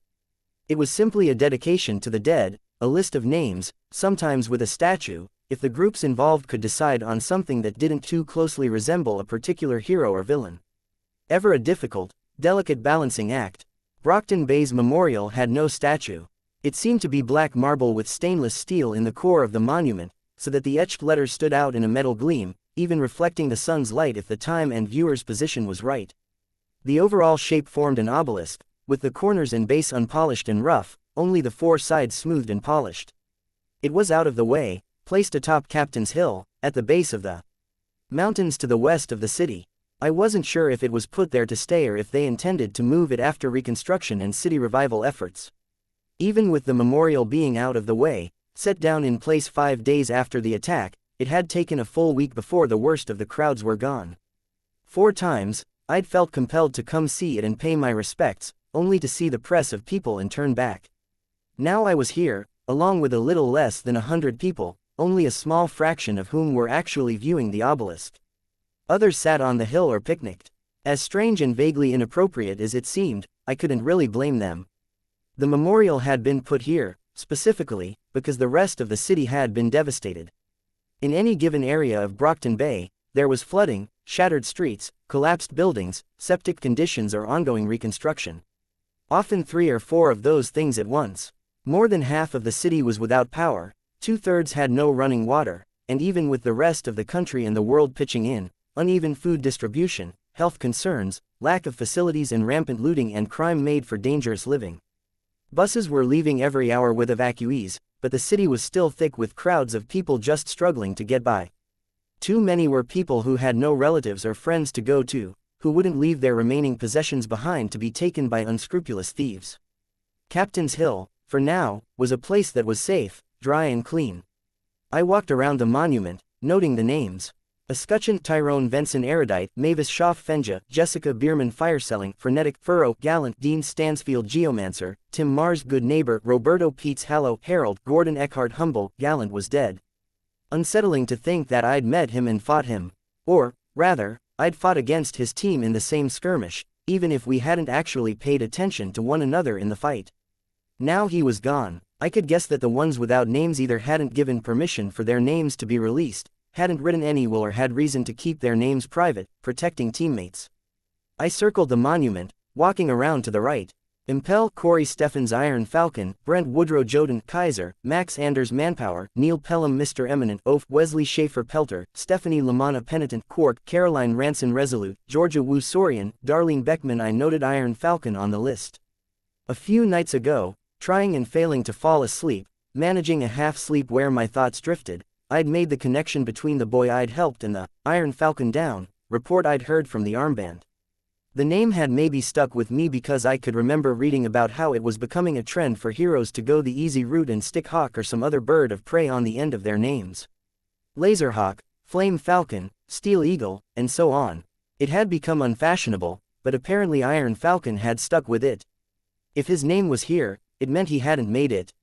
Hadn't it been a problem with his leg? How did that kill someone? It was hard to figure out how I felt about it.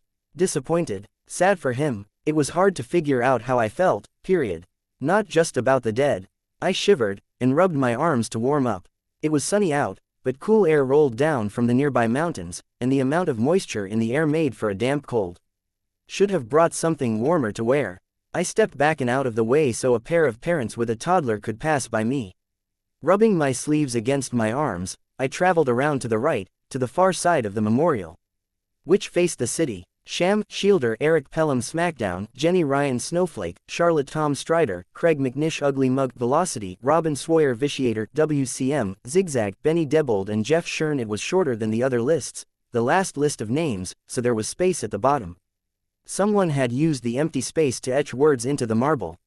It was crude work, with scuff marks around each notch where the tool had been off target. The letters were all in capital letters, all straight lines, the O's were squares, the B's two triangles joined at one corner. KOOROW Bullet Milk Stumpy Brutus Judas Axel GINGIR. How long had it taken her? She would have had to come late at night, well after the crowd had left, sat there with a chisel, hammer and flashlight, painstakingly chipped the letters into the marble. If she even had a chisel, she might have done it with a screwdriver or something else she had at hand. I bent down and ran my fingers over the letters. Sickening. I glanced over my shoulder to see the father holding the toddler. He shook his head, added, vandalizing this. So soon, their names, and this took time, I said in answer, turning back to the memorial. They mean something to someone. I think you're right, a girl said. The father didn't respond, just continuing to walk around the memorial. I waited until the father was gone before I stood, checked to see that most of the people who'd been visiting were off getting their lunches, the rest out of earshot. I turned to face the girl, sticking my hands in my pockets. Lysid had the sense to dress warmer than me. Her hair was up in two tight buns, just behind her ears, and she wore sunglasses, an oversized sweater and a skirt with tights underneath. She had a backpack slung over one shoulder. She smiled lightly, almost sadly. You getting by? She asked me. I shrugged. I've got a cot in one of the shelters for people who lost their homes, and I have some of the cash I brought with me, so I have the basics of what I need. Not sure if Coil cancelled my bank account or what, but I might have that too. I'm surviving. I figured you would be. What I want to know is if you're okay. I shrugged. How did I respond to that? Confess that I wasn't sleeping. That I had nowhere to go. That I was angry enough in general that I'd been asked to leave one shelter, for yelling at someone who hadn't entirely deserved it. Could I even bring any of that up? Instead, I guessed, so. You knew. Yeah, Lisa replied, bobbing her head in a nod. I'm so sorry. You're apologizing? I asked, caught by surprise. I'm the one who planned on screwing you guys over. But you didn't. You changed your mind. Me. I had an idea of what you were up to. I lied to you, misled you. Manipulated you. Kept it all a big secret. And I'm sorry for that. Really. How long did you know? When I was lying on my cot in the shelter, wondering whether you did know, thinking back to your expression and the things you've said in the past, I thought maybe it was when I decided to leave the group over. I paused, looked at the people nearby, who might or might not be in earshot. You know. But no, you've known from the start. Since before we met. That was unexpected. What? How? She turned her head, surveying the scene, the handful of people still around the monument, over there. I nodded. We walked over toward the railing above the sheer drop to the base of the hill. The position gave us a view of the entire city. There was the ocean, the coastline with crews and machinery clearing away the wreckage of buildings in the PHQ. Blinking lights marked the barriers and trucks around the perimeter of the massive hole Leviathan had made in the upper end of downtown. The hole was still, largely filled with water. People were still trying to verify if it would ever empty on its own, or if it would be a permanent part of downtown. I couldn't make out the details of the docks, but I saw flattened and ruined buildings. I'd scouted it early one morning, pulling on my costume and traveling the streets at an hour that even the roving mobs were asleep. From a distance, with the help of my bugs, I'd verified it. The loft was gone. My dad's house was intact, at least, if not in the best shape. Still, even with 2 nights in a row with barely 3 hours of sleep between them, I'd held off on returning. Too much I couldn't explain. Lisa leaned on the railing. I didn't think we'd win. I joined her, leaning beside her. Maybe she could read something in the fact that I put myself far enough away that she couldn't reach out and touch me, couldn't push me over if she had a mind to. Paranoid, looking over the city, thinking of the devastation, the hundreds of thousands of hungry, dirty, homeless people still in the city, I thought aloud, did we? We're alive. That's a win in my book. I didn't respond, and a silence stretched between us. Okay, Lisa told me, no more secrets. Sounds good, I admitted. And I'm trusting you to use that brain of yours to know what parts of what I'm about to say should stay between us. Okay, imagine this. You walk down a street in an unfamiliar city, you've got an appointment to go to, but barely any directions. You follow. I nodded. You come to a branching path. Do you go left? Do you go right? Whatever decision you make, you've got to live with it, walk down that path, and if it's wrong, you have to figure out how to get over to the other path. And that keeps happening, until you get where you need to be. Maybe you got lucky, picked the right paths, got there on time. Maybe you were unlucky, and you were late. I nodded, not sure where this was going. That's everyone's situation, day to day, making choices. Through resourcefulness, like using a cell phone to call for directions in our hypothetical situation, or talent, like me using my power, we can make it more likely we find the right paths, but we inevitably come to a choice between A or B at some time, right? Right. What if you could choose both? Choose both A and B, so your A self knows what your B self knows and vice versa. When you know path B is the right choice, you can make it so.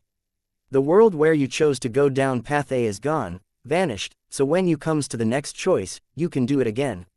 Sounds pretty useful. Trick being that you can only have 2 realities running in parallel at a time, and the only differences between those realities hinge on the choices and calls you make. So you delegate. You find people who will follow orders. Sometimes you send them out to do something in only one world, so that if things don't go the way you want, you can default to the reality where you didn't send them. Or, in simpler terms, in one world, you flip a coin. In the other, you hold on a second, delay, say something. Until every coin you're flipping gives you a heads. You're talking about Coil, I realized. Tattletale nodded. He's been doing that from the start. The bank robbery, he had our back. But timing was sensitive, and I guess he wanted to maximize the chances that he'd get Dinah, so he didn't have a concurrent reality where he kept us out of action. And, according to him, we succeeded in both cases, though bitch got hurt in a fight with Glory Girl in the other one. Lucky for us, I suppose, that the world where she didn't get hurt was the same one where Coil got his captive. I winced. Even an offhand mention of the role I'd played in what happened to Dinah elicited a painful stab of guilt. We didn't have him for the fight with Bakuda, but we did have him for the fundraiser. He had the other version of us in reserve. In the fight with Empire 88, Lisa frowned. Apparently that was one case where he saved our hides. Remember that call I got? Telling me to be careful. Same thing he did with the bank robbery. Tells one version of me to push us to be careful, tells the other to go in for direct confrontation. Knowing how he works, I try to nudge us in one direction or the other. The group of us that went in for the headlong attack, we got taken down. That happened. My eyes widened. That would have been the fight with night and fog, and it hadn't been pretty as it was. Did we die? Lisa shrugged, not sure. He didn't elaborate, often doesn't, unless it's key info. But Coyle decided not to go with that option, so it was clearly worse than what did happen. Or worse in his eyes. Damn, I muttered. What had happened? Not knowing was almost worse than hearing we'd all been slaughtered. Anyways, point of this explanation is this. Knowing we had an imminent fight with Lung coming, knowing Lung planned to pyrokinesis our general area until he rooted us out, got civilians to finger us or brought in enough capes to make life difficult for us, I called Coyle. He said he'd help, told us to wait 5 minutes, then take the more direct route, straight into the heart of AB territory. We go, we take out a contingent of AB gangbangers and scare off Oni Lee. Then I get a call back from Coyle. The other reality, we left earlier, went a different route. Got in a fight with Lung before you showed. You decided to attack both our groups while we were occupied fighting each other. Worn out, only Lung was stronger at that time, too strong for you to do too much. By the time you realized you'd have to work with us to stop him, which wasn't long, it was too late. Lung was too tough. I tried to picture that scenario. I got away, managed to call Coyle, let him know what had happened. Coyle, in turn, informed me in this reality, the one you remember. Told me to watch out for a junior hero in the area. I nodded, so I told the group to hold up, fibbed a bit about needing to use my power, get a sense of things, like Lung's location. I was hoping that you were a new member of the wards, that you'd call in help and deal with Lung without our involvement, that you'd leave, or even start the fight on your own. You attacked him on your own. She shrugged, smiled a little, gave me an apologetic look with a tilt of her head, and my plan worked out. Of course, I replied, dryly. It might have ended there, but then Gru mistook you for a villain, and you didn't correct him. It was interesting enough that I played along. The idea of recruiting you came when he was finishing his introductions. So everything I've been through, all of this, it's my fault, pretty much. That's why I'm saying I'm sorry. I mean it, too. I sighed. It's okay, I told her. I think if it happened again, I'd still want to be part of the group, want to have met you guys. I'd want some stuff to go down differently. Dinah, my dad, having things come out like they did after the battle with Leviathan. We can't take back what happened, Tattletale said. But we can try to fix it. Some of it. You could go back home. Face the music. Tell your dad some or all of what happened. You could go somewhere else, or I could convince the others to leave you and your dad alone, if you wanted to do that. I'm not ready to go home just yet. No, I mean, I knew you hadn't gone home yet, but I thought maybe that was our fault, you protecting your dad, staying away from places we'd know you frequent. I'm still hurt, still mad at him. Mad at myself, too. I guess, more than anyone, I expected my dad to understand, to give me the benefit of a doubt. And going home would be going back to the way things were, which is the last thing I want. So you don't want to go home, you obviously don't want to go to the birdcage, and you turned down an offer to join the wards. I hesitated. Yeah, so, what are you going to do? I don't know. Become a hero, strike out on your own. I shook my head, stressed the words, I don't know. No hard feelings if you want to go that way. Again, I can talk to the others, ensure they don't go straight for revenge or any of that. We don't hate you, now, hurt as some of the others might be. Except maybe bitch, she probably hates you. Really? I don't know, I told her, exasperated. I don't like or even respect any of the heroes I've met, I don't even see the point of it. As villains, we faced down other villains.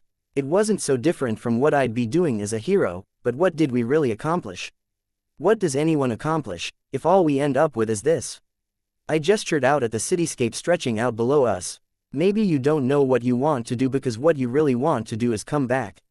I didn't reply for a minute. The quiet was disturbed by the noise of not too distant helicopters moving over the city, some capes flying alongside them as guards. It would be another drop of much-needed supplies. I sighed, they wouldn't have me, and those guys won't budge on the thing with Coyle and Dinah. Not really, probably not. I mean, even if they took you back, you'd have to eat crow, except a few concessions, like Coyle's pet. There'd be no more playing around. You'd have to go all in, from here on out, if you expected to convince them you were legit. I shook my head. You want to be forgiven for what you did. It's not going to be easy. There's going to be a sacrifice on some level. And that starts with giving up that stubbornness, being willing to talk to them.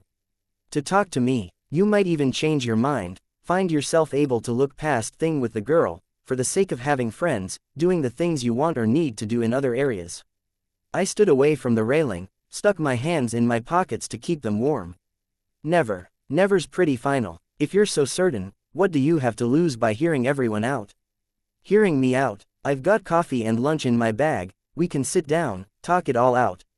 If you're willing, we can then go meet the others. I'll talk to them with you, back you up, keep bitch from murdering you. I shook my head, turned and rested my back against the railing, looking at the memorial, rather than the city. So many dead, so pointless. What was wrong with this world, that it was this fucked up? That people like Sophia and Armsmaster were heroes. That there couldn't even be a proper funeral for the people who had given their lives, because of a small handful of grandstanding idiots. The wind blew hard from the north, cold, blowing my hair into disarray. I pushed my hair out of my face, tucked it behind my ear. When I gave Lisa a sidelong glance, she was putting her hood up. She spoke without looking at me. I'd go on, ask about whether you prioritize friends or morals, talk about how you've grown as a person in so many ways since joining us, except my power informs me that you just settled on a decision. She was right. As I stared at the monument, a goal was crystallizing in my mind, a focus. I knew, now, what I wanted to do. I had to change things. I had to be better than them. Than Armsmaster, Sophia, Coyle, and all the others. Yeah, I replied. She turned to glance my way. And does this plan feature the Undersiders? I gave her my answer. Chapter 86. Arc 8. Extermination, bonus interlude, Lisa, I think we've got astray, Tasha. Tasha frowned as she looked up from her cell phone, and looked to where Daniela, behind the register, was pointing. Her lip curled in distaste. It was a girl, 14 or 15, with dirty blonde hair, both in the sense of being greasy and in color, tipped with streaks of blue. Her clothes looked like they had only barely made the cut for the Goodwill bin, and had been worn for weeks or months since she'd gotten them. The girl was pretending to look through a collection of jackets that were still left over from last spring. People like that weren't supposed to be able to walk around the boardwalk and bother people. I'll handle it, Tasha told Daniela. She quietly cleared her throat, straightened her back and approached the girl with a fake smile plastered across her face. Can I help you? I'm good. The girl shoved one jacket to the other end of the rack, and Tasha couldn't help but imagine a fingerprint being left on the leather. She wouldn't be able to get that image out of her head until she evicted the kid and checked over the jacket herself. It bugged Tasha that the girl hadn't left. Most cleared out when confronted, well aware they were in the wrong place. I'm going to be blunt, then. You can't afford these jackets. That one you just pushed aside. That's a design by Fendi. It's over $4,000. No shit, it's ugly. Tasha pursed her lips, glanced at the other customers in the store. A pair of college-age girls, a woman and her boyfriend. Nobody seemed to have heard the vulgarity, or the crass insult. Leaning close, Tasha hissed, "Do I need to call security, you little idiot?" Security served as a euphemism for the enforcers on the boardwalk, paid uniforms who patrolled the streets and the stores, keeping an eye out for the homeless, gang members and shoplifters. Their methods were as blunt as methods got.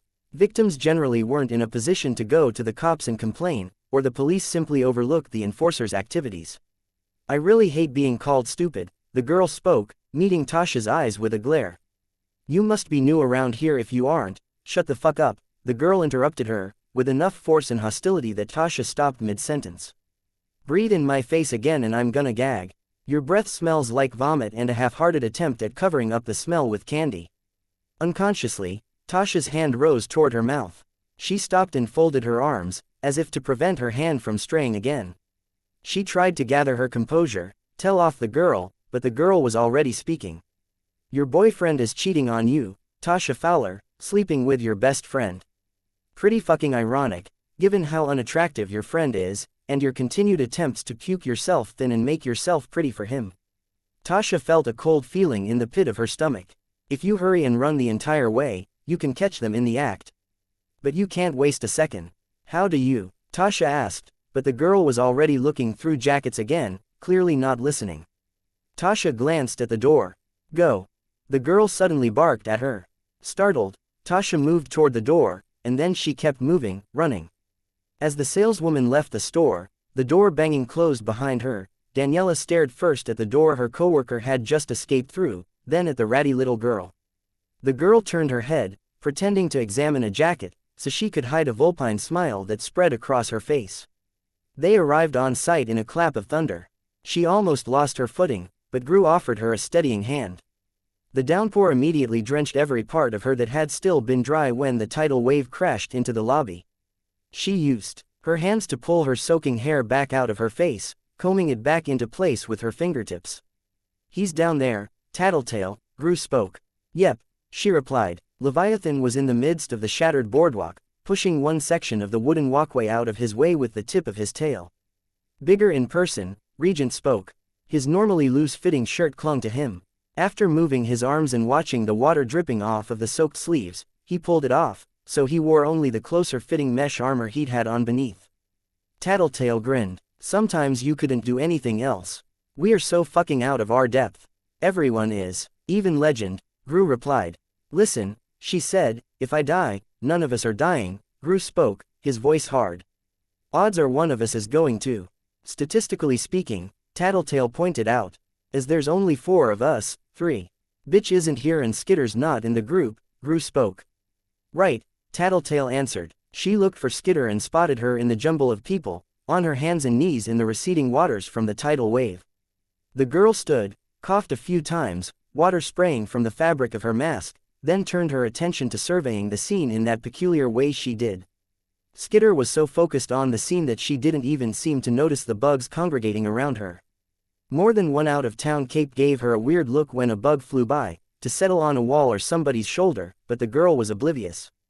Maybe she was so used to being self-conscious and imagining people avoiding her or looking at her funny, she couldn't see it when it was real. Funny, that Skitter had turned her ability into such an effective tool for sensing and assessing her environment, yet she was so unaware of some things.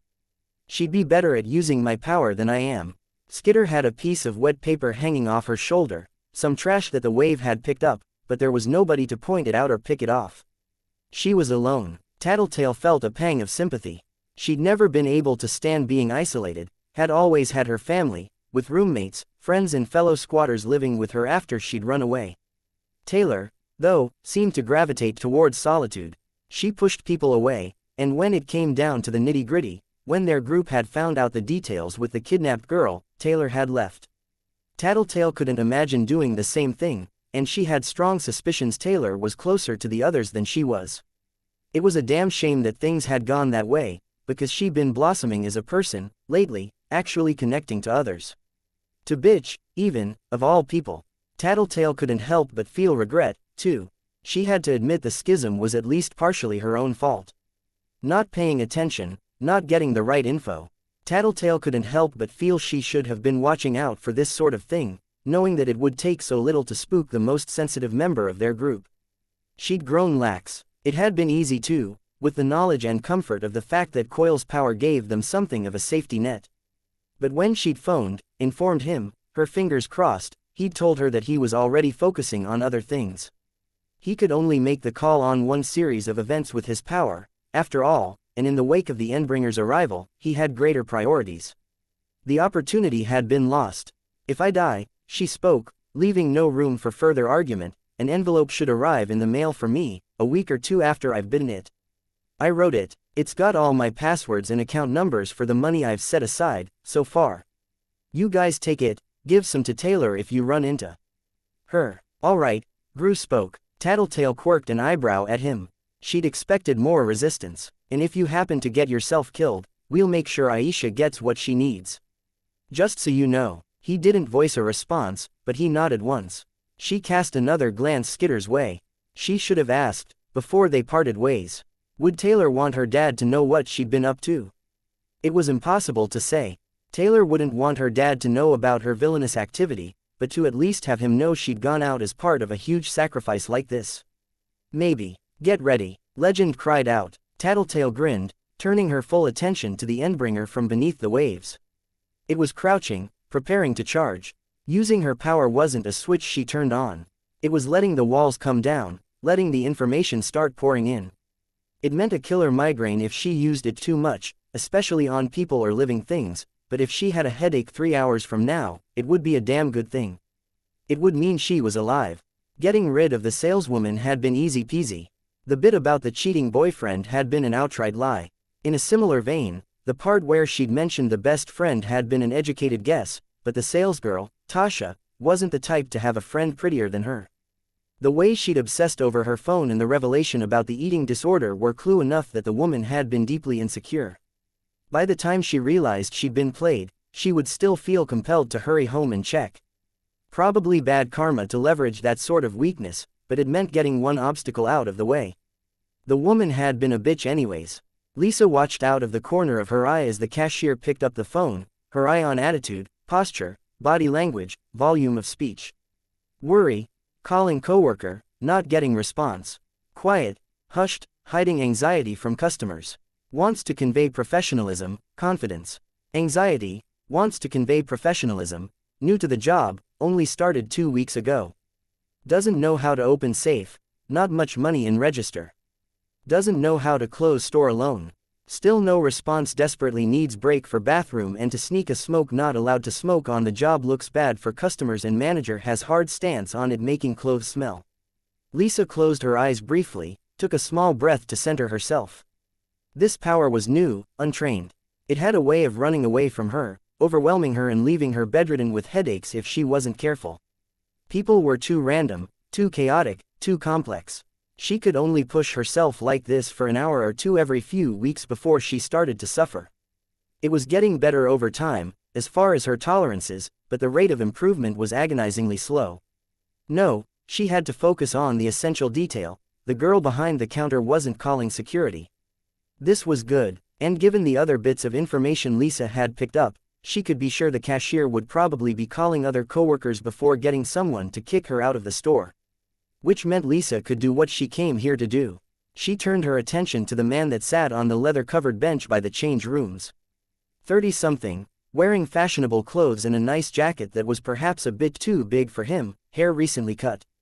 He waited with his attention on his smartphone, while his girlfriend or wife tried on something deserving of a little more scrutiny. Expensive clothes, expensive phone, wealthy, confident, patient despite being in a position many guys hated, mature, adult. Clothes style match his personal tastes, not the type to dress according to girlfriend's tastes. Tall, athletic.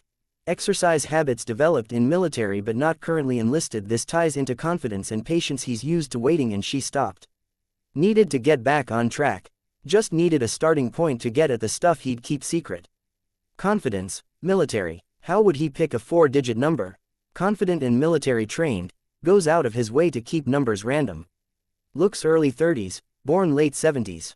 Tendency to go with higher number to start. 8 or 9, mid-range number like 4, 5 or 6, then high, low, no repeating numbers. Dressing in darker jacket, pants, trimmed beard, conservative, number will be even odd or odd even. Something else, she murmured to herself, as the flow of information began to slow. If it slowed enough, it meant that there weren't enough points of reference to generate new data. It could even mean her power would start supplying information based on speculation or falsehoods. She chanced to look at the cashier, but the girl was studiously ignoring her, for the time being. She looked back to the man. Shoes were nothing special, no logos or brand names on anything he wore, that she could see, but he was using his left hand on the touchscreen of his phone. Southpaw, tendency to go for numbers on left side of keypad, 8, then 4, 7, then 1 or 3. 1, 8471. Good. And his wallet, southpaw, confident, wallet in left jacket pocket. He was distracted. She abandoned the coat rack and approached the man, being careful to stay directly behind him, in his blind spot. His jacket was unbuttoned, and the end with the pocket was draped beside him on the bench, the pocket facing her. Easy grab, wallet in left jacket pocket, intended to help mask presence of gun holstered at left hip. She turned 180 degrees on the spot and walked back the direction she'd come. Concealed gun, not worth it. Her retreat stopped when she saw the man that was entering the store. Maroon uniform, cap, belt. One of the enforcers from the boardwalk. Shit. She glanced at the cashier. She didn't need her power to read the girl's look of surprise and relief to know that the girl hadn't made the call. Bad luck. She looked at the enforcer. Moving with purpose, going out of his way to avoid looking at her, most definitely coming for her. Had it been the girl she'd scared off, Tasha? Probably not. Did it matter? She turned and looked for another exit. The boyfriend with the smartphone was standing up, saying something to his girlfriend in the changing room, walking towards the clothes rack. Placing himself in way of exit, position of hand, preparing to draw on her if she gets too close to making a run for it. In cahoots with the enforcer. Which could only mean one thing. She looked back at the enforcer that was getting closer to her. Working with the boyfriend, not an enforcer. Ex-military. Has gun. To top it off, the girlfriend was leaving the changaroom, talking cheerfully to her boyfriend as he pulled a dress off a rack. Her hand was too close to her oversized bag, which was open. That one was a gimme. A team of 3, each with guns, all of whom were after her. Trap. No kidding, she muttered to herself. How had they tracked her down? She had been careful to stay out of sight of security cameras, and she had avoided poaching at the same location more than once. She'd used a different ATM each time she drained some rich schmo's bank account, hidden her face from the hidden cameras at each. She bolted, shoving a display of sunglasses on top of the enforcer, ducking around to his right, out of his reach. It was a miscalculation, he didn't care about the sunglasses. He pushed the rack to the ground, hard, and closed the distance with a single long step. He had superior reach, strength. His fist swung in one fluid movement with his step forward, striking her in the stomach, just below her ribcage and off to one side. Striking solar plexus, trained in martial arts, striking to inflict maximum pain, disabling, gun, she swore, as she crumpled to the ground. Oh my god, what the fuck did she do? The merchandise. The cashier shrieked, shrill. I'm going to be in so much trouble, oh my god. Phone the security office after I'm gone, the not enforcer spoke, my supervisor will take it out of my pay. Oh my god, the cashier spoke, hands over her mouth, oblivious to his words. Lisa began to speak, then grunted and choked as she was heaved up to her feet by the back of her shirt. The not enforcer twisted the fabric of her shirt until his hand was knotted up in it, the collar tight against her throat. He's not, she gave up before going any further with her protests. It didn't matter, nobody would believe her, a ratty young teenager from the poor part of town, being paranoid about the cops. Nobody would step in for her. Here. I'll talk to her, he spoke. Let's see. He patted her down with his free hand, brusque, not giving a second's thought to the fact that she was a girl and a minor. He reached his hand into her back pocket and when he pulled it out, he had a small knife clasped in it. Not hers. He placed it on the counter. The cashier stared at the knife, eyes widening, then she turned her attention to the merchandise. Ignoring him, what the enforcers did wasn't something that few bystanders were willing to dwell on. But these people wouldn't step in. Not for a potentially dangerous teenager that had been carrying a concealed weapon. Had he been a real enforcer, Lisa would be scared enough. There were stories, people having their fingers broken for shoplifting, being beaten insensate, and there were even tales of the rare girl or boy getting raped by the really twisted fucks. When the enforcer was done making sure the offender in question wouldn't come back to the boardwalk, they left the bloodied person in the back of an alley, worked with another to stick them in a dumpster, or if it was late enough that nobody would see, they would toss them off the side of the boardwalk. A 15 to 20 foot drop, depending on the tides and the location of the drop, onto sand or into water that was freezing cold for half the year. He marched her out of the store, heaving her to the right to keep her from bumping into the doorframe. He wasn't an enforcer though. And he had a gun. The looming punishment was a little more final than what the enforcers tended to pull. Has gun, has killed before. He might kill her. It wasn't like she hadn't done something worth killing over. She'd drained people's bank accounts, pocketed the funds. Thousands of dollars, sometimes. A spot of light hung in the center of her vision. She'd pushed too hard with her power. She'd have to conserve the use of her power, now, or the migraine would knock her out cold when it arrived in force. There were people all over the boardwalk. The tourists watched with idle curiosity while the locals averted their eyes. Such a contrast there. The locals knew what was up. It was just inconvenient to pay attention to it. He forced her into a side street, then rounded a corner so they were behind the row of stores. He shoved her against a wall, held her there. She spoke, "Tell me what they're paying you, I'll double it." "I won't have the money right away, but," not negotiating, the enforcer spoke. A few long seconds passed. She pushed the welling nervousness down, did her best to offer him a smile with her face smushed against the brick. She asked him, "What's next?" "For now, we wait." Waiting she could live with. Waiting wasn't getting shot and left for some store employee to find as they took out the trash. It took a minute before the boyfriend and girlfriend rounded the corner. "Marcus, you know that's no way to handle a lady," the girlfriend spoke. She had a posh English accent. When she spoke again, the accent remained, but the upper-class lilt was gone, her voice serious. "Turn her around." Marcus, the enforcer, hauled on Lisa's shoulder, flipping her around, before planting his palm on her collarbone and pushing her back against the wall. The boyfriend was holding a phone to his ear. He handed it to the English woman. "You have a phone call. We advise you take it." The woman smiled at Lisa. Lisa accepted the phone and held it to one ear. "Sup?" She injected playfulness and good humor she definitely didn't feel into her voice, grinned for the benefit of the three adults with guns. "I apologize for the manner of our meeting. I hope my soldiers were not too rough on you." Lisa Wilburn, the voice on the other end was smooth, calm, unruffled. "Or is it Sarah Livesey?" "Either or," she replied. "Lisa these days." "As you wish. I have been watching you for some time, Lisa Wilburn. I have become aware that you are something special, and I would like to buy your services." Word choice, buy versus hire, large amounts of money involved. Word choice, buy versus make an offer, not really a negotiation. She glanced at the weapons the three hired guns had in hand. "I'm listening." Leviathan whipped his tail around, slamming it through the ranks of capes. Immediately after, a lash of water followed in the wake of his movement, cutting down yet another line of gathered heroes and villains. The armbands announced the losses to the defending side with every attack Leviathan made. Tattletale hung back, further than even the ranged attackers, and watched. Steady blood flow from small wounds, asynchronous movement, has blood but no comprehensive cardiac system, no mouth, no nose, no apparent ears, non-standard nervous system. Educated guess says your power doesn't work so hot on him, she told Regent, as the two of them backed away.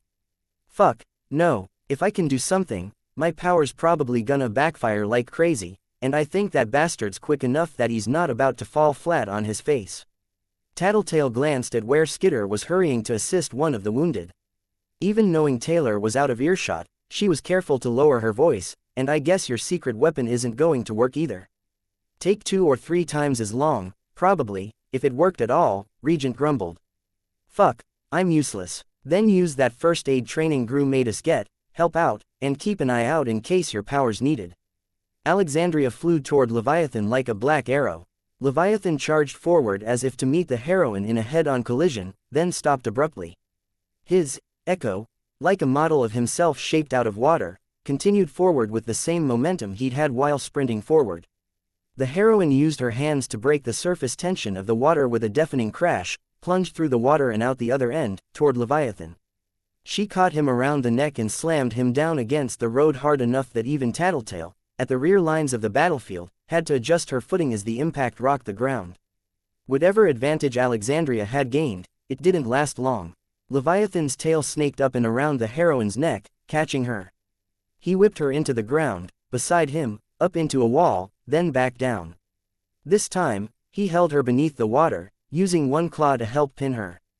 Dragon, racing forward through the air with an ear-splitting roar, launched the full complement of missiles she had on her suit. Before the munitions even struck Leviathan, Dragon was shedding the jet engine atop her, the missile launchers, and other extraneous devices, much as a space shuttle cast off pieces of itself as it launched. The suit collided with Leviathan a half-second after the missiles exploded against his torso and shoulders, and steel claws gripped his limbs. The face of her armored suit opened up and began discharging a blue-white flame into his face. The flames didn't move like flames should, spilling off him and down into the water, where they pooled on the road and continued to burn, after a fashion, beneath the water. Leviathan, for his part, began tearing into Dragon, clawing away layers of armor with each swipe of his claws, almost uncaring as to the liquid fire that was spilling over him. Between the smoke from the missiles and the steam that arose where the liquid fire touched water, Tattletale was having trouble seeing the battle. Tattletale pressed the 2 buttons on her armband. "Give me a flyer to get me to a better vantage point." Moderate priority. It took only 10 seconds before one of the Silicon Valley capes arrived. The man with the jetpack gripped her wrists and carried her up a dizzying height to the roof of the nearest building, 5 stories tall. She moved to the edge, being careful to stay out of the way of the other capes that were already set up, raining bullets, flames, lasers and other projectiles down on Leviathan at every opportunity. The Endbringer was still battling Dragon, had dug deep enough through metal and armor to reach the center of her suit. Dragon ejected, skidded to a stop 80 feet away, a smaller suit of armor with thin arms and legs, each tapering down to points. The suit Dragon had left behind glowed red, orange, white, then exploded violently around Leviathan, as though every crevice had been packed with high explosives. Leviathan reeled, lashed his tail, and then lunged back toward the gathered capes. He was intercepted by 3 flying capes this time, who harried him with super strength in the case of one hero, an oversized battle axe. Dragon enters battle with suit packed with explosives, risky, current suit has insufficient room for arms and legs, suit unmanned. Remotely controlled, Tattletale raised an eyebrow, she hunkered down to watch the fight, mentally opening those doors that let more information flow. Leviathan, non-standard cardiac, nervous systems, irregular biology. No standard organs or weak points. No brain, heart or center of operations for rest of his body. Irregular biology, no vulnerable organs, body divided into layers, extending down to hyperdurable core body, each layer down is slightly more than twice as durable as previous. Exterior skin is hard as aluminum alloy, but flexible, lets him move. 3% deeper in toward core of arms, legs, claws, tail, or 0.5% in toward core of head, trunk, neck, tissues are hard as steel. 6% in toward core of extremities or 1% toward core of main body, head, tissues strong as tungsten. 9% toward core of extremities, 1.5% toward core of main body, head, tissues strong as boron. 12% she had to start again. Her power did that, if she didn't focus, kept giving her a steady flow of information but not information she could use. Leviathan had dispatched the 3 flying heroes and was dueling with Narwhal. Ballistic from the Travelers was providing supporting fire, sending trash, dumpsters, rubble and pieces of the street careening into Leviathan. Another try, durable layers to body, no conventional organs, irregular biology, tissues mend from the inside out, layers expanding to fill wounds and integrating into surrounding structures. Not human, knew that much, not human, never was human. That gave her pause, but, she could imagine Gru shouting at her, something we can use, and that was nudge enough to get her to focus her efforts. Weak points, no vulnerable organs, hyperdurable tissues, simple organs exist at core of torso, where there is highest amount of surrounding tissues. Optimal thickness of layer and narrowness of body part at upper arms, just before shoulder joint, and upper thighs, just below hip joint. Something she, everyone, could use. She pressed the button for the communicator on her armband, he's got weak points, sort of. He'll take the most damage at the arm. She was cut off by a blared warning from the armband, and a shuddering rumble of the roof she and the squad of ranged combatants had gathered on. The rumbling only intensified with each passing second. Wave! Someone screamed. Force fields went up, and being as high as they were out of reach of the worst of it. She could see it, a tide of water several stories high. The impact was reduced to a manageable level only by the shattered boardwalk and fallen buildings at the end of the road, the uphill slope. The crash when the wave rolled against the side of the building was enough to knock over nearly everyone on the roof. Structure, building age, strength of wave, building will hold. Hope the people on the ground are as fortunate. Except another problem became immediately clear. Without the interference of the most durable front-line combatants, Leviathan was able to move freely. The building shuddered, one wall of the building began to crumble, and Leviathan climbed fast enough that his momentum carried him 20 feet above the rooftop.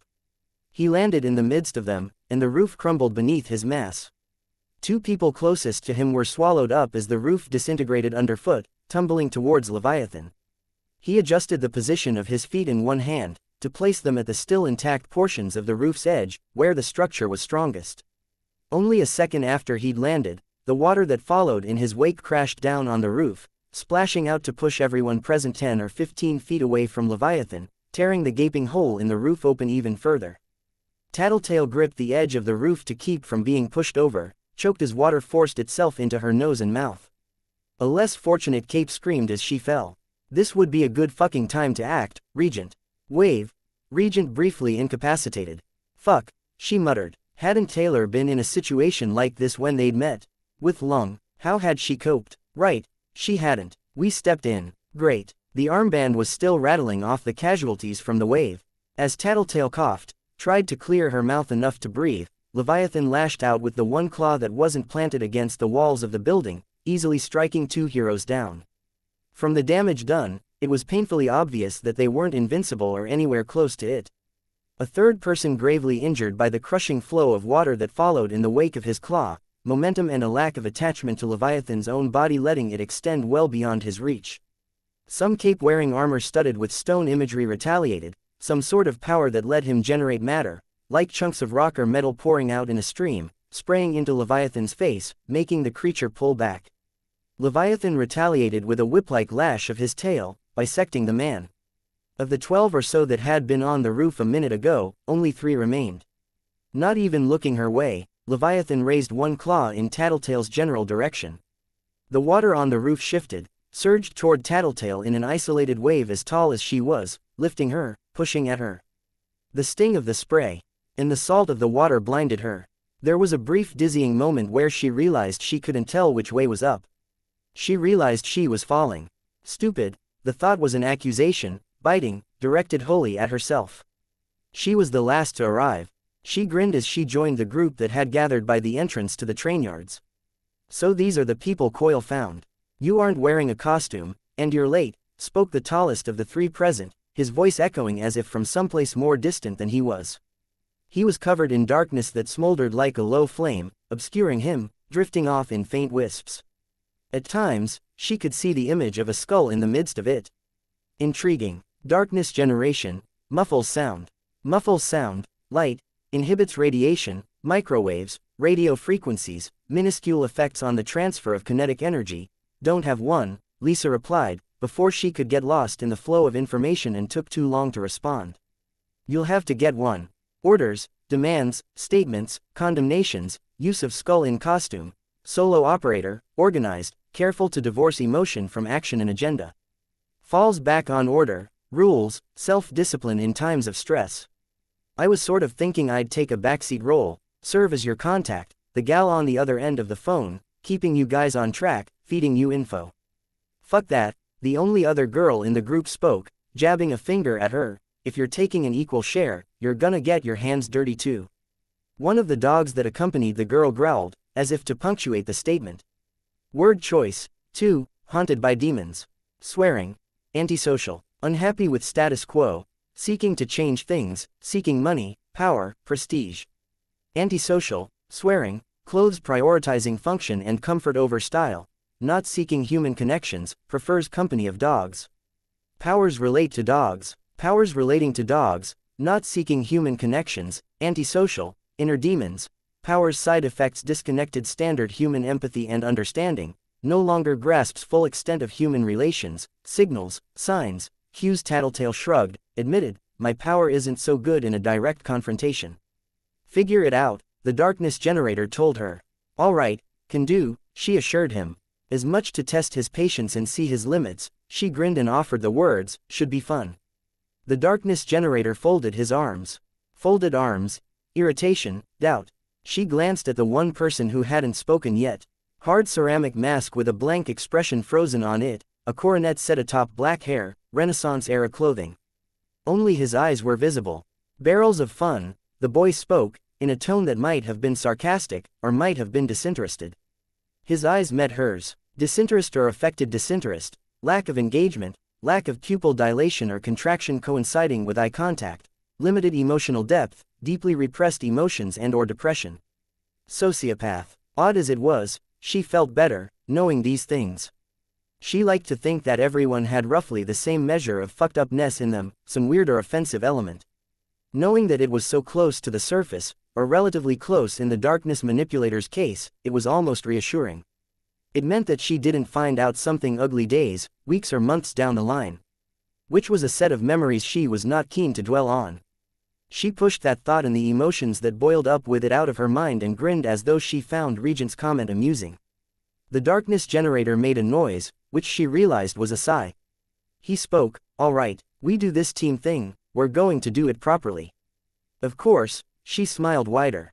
As much to irritate him as anything else, she added, how hard could it be? Chapter 87. Arc 8. Extermination, Interlude. Coil held firmly to the philosophy that one couldn't be too paranoid.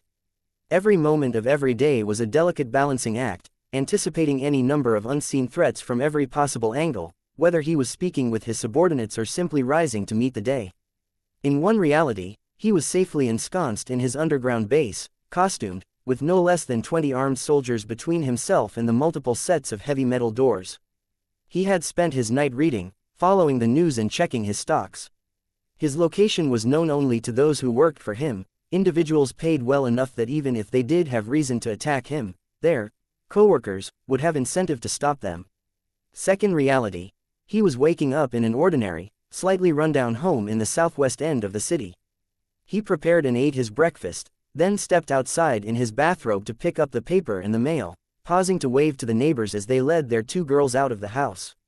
The flooding hadn't affected their neighborhood as much as others, but the schools weren't yet up and running, so the mother and father would be taking their girls to work with them for a short while. He headed back inside, showered, then dressed in a button-up shirt, khakis and a silk tie. He got in his 4-year-old Prius and headed into the city. What was normally a 10-minute drive took him 3/4 of an hour, as he was forced to detour around destroyed roads, fallen buildings, and reconstruction work, move with the other drivers in a perpetual traffic jam from the moment that he left the little cul-de-sac where his house was. To all appearances, he was an ordinary man leaving for work. His identity, fabricated, was complete, a real job at a real company, records going back 10 years in health, taxes, dentistry, house payments and more. The soldier that met him was known to the other soldiers as Creep. No captain would have the man in their squad, his predilections made him unemployable in the public sector, and the fact that Coil was the sole person who could and would provide him with the payment he craved makes Creep as loyal as men can get. Everyone had a hook, a vice or something they needed on a primal, desperate level. Sometimes that need needed to be created, or nurtured, so it could later be hand-fed. Those people who were driven by such things, carried that craving for something especially close to the surface, were among Coil's favorite people, coming in a very close second to people who were useful. Those who were both useful and desperate for something Coil could provide. Well, they were the travelers, Creeps and Grus of the world. Wealth would have to suffice for anyone and everyone else. Creep remained the one individual that had the opportunity to discover Coil with the mask off, so it was worth buying his loyalty. The man waited in the front seat of the white van, eyes forward, until he heard the 3 knocks on the back door of the vehicle. He pressed a button, opening the door to allow Coil to enter. Once inside the back of the van, hidden from Creep's view by a barrier between the seats, Coil removed his clothes, folding them neatly. He donned his costume, his second skin. A zipper was hidden in the image of the long white snake that weaved up around the body of the costume to the head. He drew it together around himself, tucked the metal tab of the zipper into a flap at his ankle. The fabric of the costume allowed him to see and breathe through it, but was an opaque black-gray to outside observers in all but the brightest light. He was spending less and less time in his civilian identity these days, to the point that he was pondering dropping it altogether. He could be Coil full-time, when the base was fully set up. For now, though, so long as he needed a bed, and a place to get away from the noise of construction, the ruse was necessary. He seated himself in the one chair at the back of the vehicle. To outside observers, Creep was an ordinary laborer driving an electrician's van to the construction site. Coil's underground base had fallen just beyond the scope of the massive lake in the middle of downtown. Had the crater extended another 40 or 50 feet, it might have done more than crack the interior walls, cost Coil months of time rather than days, hundreds of thousands rather than thousands. Creep directed the vehicle down the ramp and into the parking garage. He stayed behind with the van as Coil departed. Coil entered a doorway in the lowest, most secluded corner of the parking garage, entering a room with an electrical system behind a metal cage. Opening the door to step into the cage, passing around behind the electrical box and passing through the concealed doorway there, he reached the heavy vault door that marked the entrance to his underground base. Even after he was inside, with 2 employees waiting to greet him, a contingent of his squad captains standing at the ready, he remained careful. Back in the other reality, he stood from his computer, traveled into the room beside his own. He paused in the doorway, staring at the girl who lay on the cot. She was dressed in white, unmoving but for the rise and fall of her ribcage, her eyes open. It's morning, pet. You know what questions I ask you. It's morning, she asked, head rising. I feel like I just had dinner. Candy. No, pet, it's too early. Now please answer my question. Petulant, she replied, 0.252% chance there's any problems here in the next hour. 3.7441% chance there's any problems before lunchtime. Good girl, he spoke. With that, he collapsed that world where he had stayed up all night, studying the news, following international business trends, tracking the details on his troops' most minor operations. He helped ensure the success of the major ones with his power. The reality swiftly faded, leaving only the world where he had a full night's sleep, ate a hearty breakfast, drove to the base with creep. Only the memories and knowledge remained.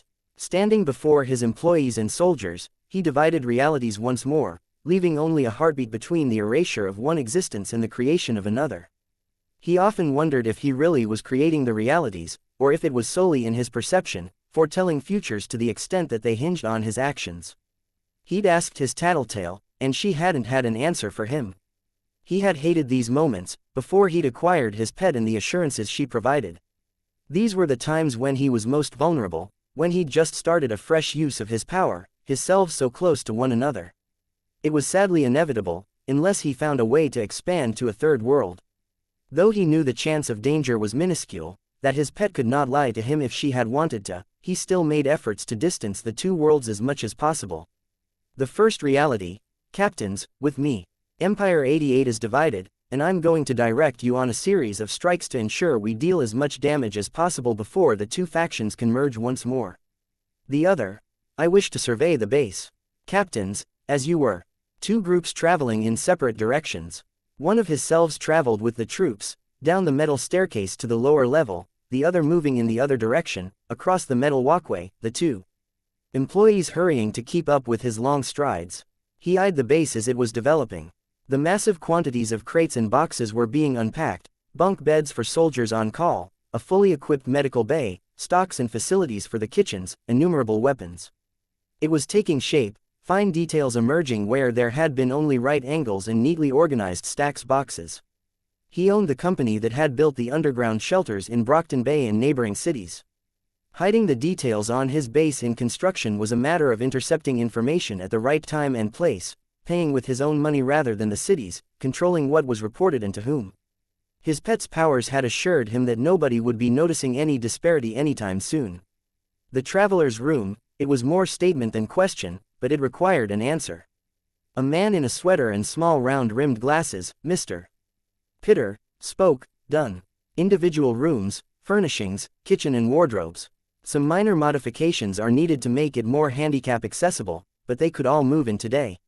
In the containment facility, he asked, though he already knew the answer, from the interruptions while he spent the night in the facility. He'd heard the noise of the work just hours ago, been informed that people were arriving. The vault door was placed just last night.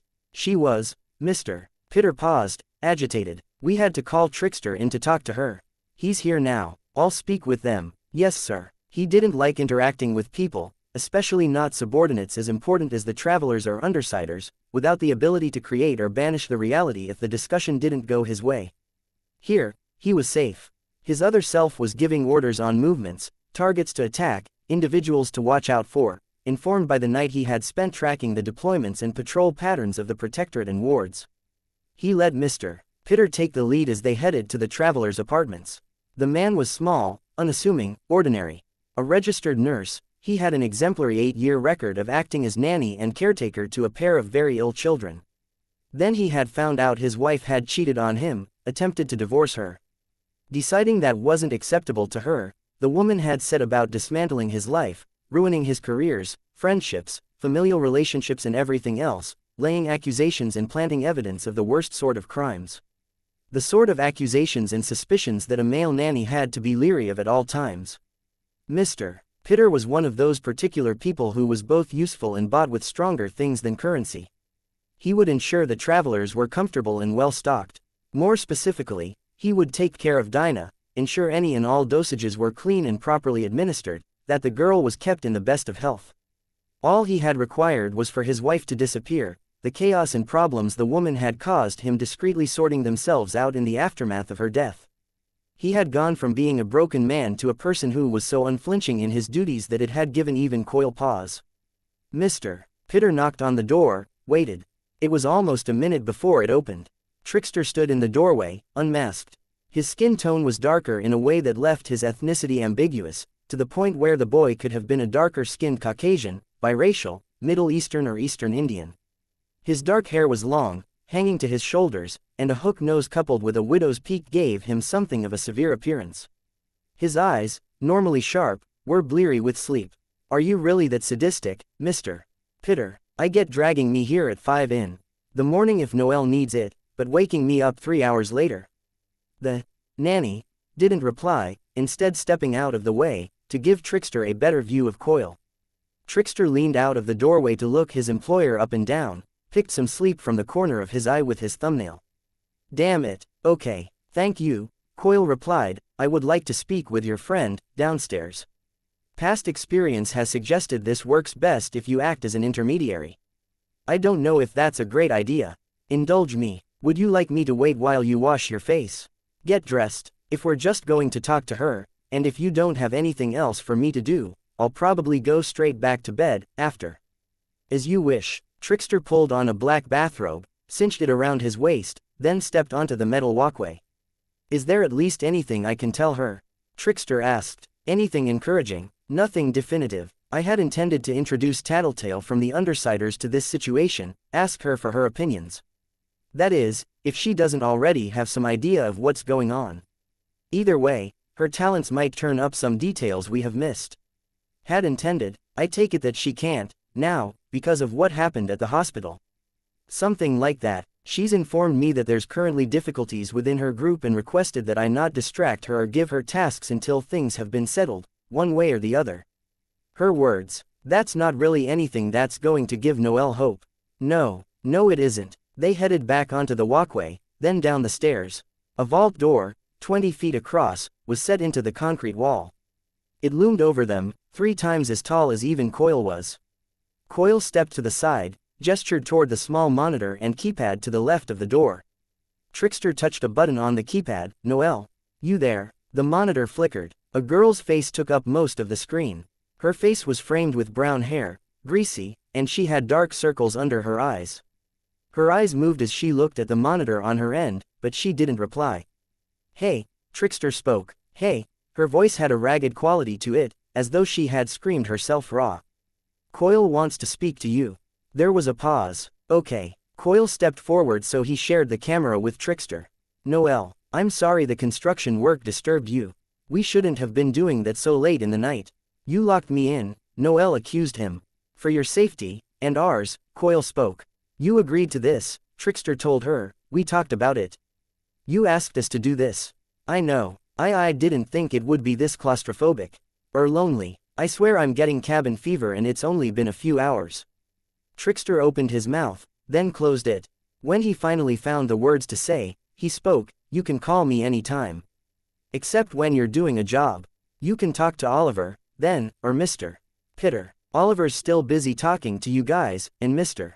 Pitter creeps me out." Coil raised an eyebrow behind his mask, gave Mr. Pitter a glance. The man hadn't reacted. Trickster diplomatically didn't comment on Mr. Pitter's presence nearby. Calmly, he spoke. "We're working on a solution. You've been working on that for a month now." She began to shout, which only added to the gravelly quality of her voice. "Fix this. Fix me. You did this to me, Kraus." "Noel," Coil spoke, controlling his voice, "Trickster is not to blame. At the next possible opportunity, I will be inviting an employee of mine to speak with you and the rest of the travelers. Her power will provide hints. I've also been in contact with the head of parahuman studies at Cornell. An expert in the field." Her scream sounded through the intercom system. "That's just more poking and prodding and theories.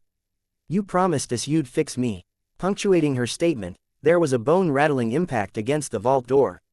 Almost every soldier on the lower level stood or turned to face the doorway, hands on their guns. Dust spilled out from the joins where the concrete walls met ceiling. Irritating. Nothing more was going to come out of this conversation. At least he knew the one thing he'd sought to find out. She was getting worse. He used his power, obviating the reality with the raging girl in favor of the one where he was talking to his soldiers. Dersiders are otherwise occupied, so you'll be supported indirectly by the travelers. Captain Haru, how fast can your squad be ready? We're ready to go at a moment's notice. Good, Coyle spoke. Be ready, I'll have orders for you in less than an hour. Sir. Coyle turned, leaving the captains to their assigned tasks. He glanced at Mr. Pitter. The travelers' quarters are all set up, I trust. Yes, we just installed the heavy door in the middle of the night. Noelle was agitated enough that we had to call in Trickster to calm her down. I see, he's still here, if you want to talk to him. Let the boy rest, he'll be tired. Yes, sir. Ensure the girl has a double ration for this morning. The costs are my concern. With her sleep disturbed, she is liable to be cranky. Let's ensure she has little to complain about. And Mr. Pitter, he paused, speak with Duchesne about the construction the second she comes in. I want that door on the lower level reinforced. Extend walls inward and put in a second door, if you have to. Schedule any construction for the middle of the day, so we aren't interrupting her sleep again, but I want it done as soon as possible. The man nodded, correctly interpreted the order as a dismissal, and hurried off. That left him with the one remaining assistant following after him. Cranston, anything urgent? No, sir. The businesses you purchased are still struggling in the wake of the catastrophe, but we've received insurance payments, good. We'll discuss it later. Yes, sir. Cranston hurried off. Coyle returned to the end of the complex furthest from the entrance, entered his quarters. He paused at his computer to check his emails and the latest news feeds. Nothing crucial. He divided realities. In one, he stayed at his computer. In the other, he entered the room reserved for his pet. Good morning, pet. It's morning, she groaned, sitting up. I thought I just finished dinner. Candy, you know my morning questions. He already knew the numbers. He noted they had barely changed, as she rattled them off, but if he always cancelled out the reality where he asked her for the chance of any danger in the morning and never asked again because it would be redundant, she would never remember. Even a mind like hers had its limits and boundaries. The chance my grand plan is a success, ignoring any uses of my powers. 72.20021%. Pleasing. It was a number he could raise in the ensuing days and months with the use of his power. Interestingly enough, the number was better than it had been before Leviathan attacked. Chance the issues with the Undersiders will be resolved. Don't understand. He frowned. Another limitation. She needed to be able to visualize the scenes. What is the likelihood that the Undersiders will still be serving under me, at the point in time my plan succeeds or fails? To 1 decimal point, 65.6, but they aren't all the same Undersiders.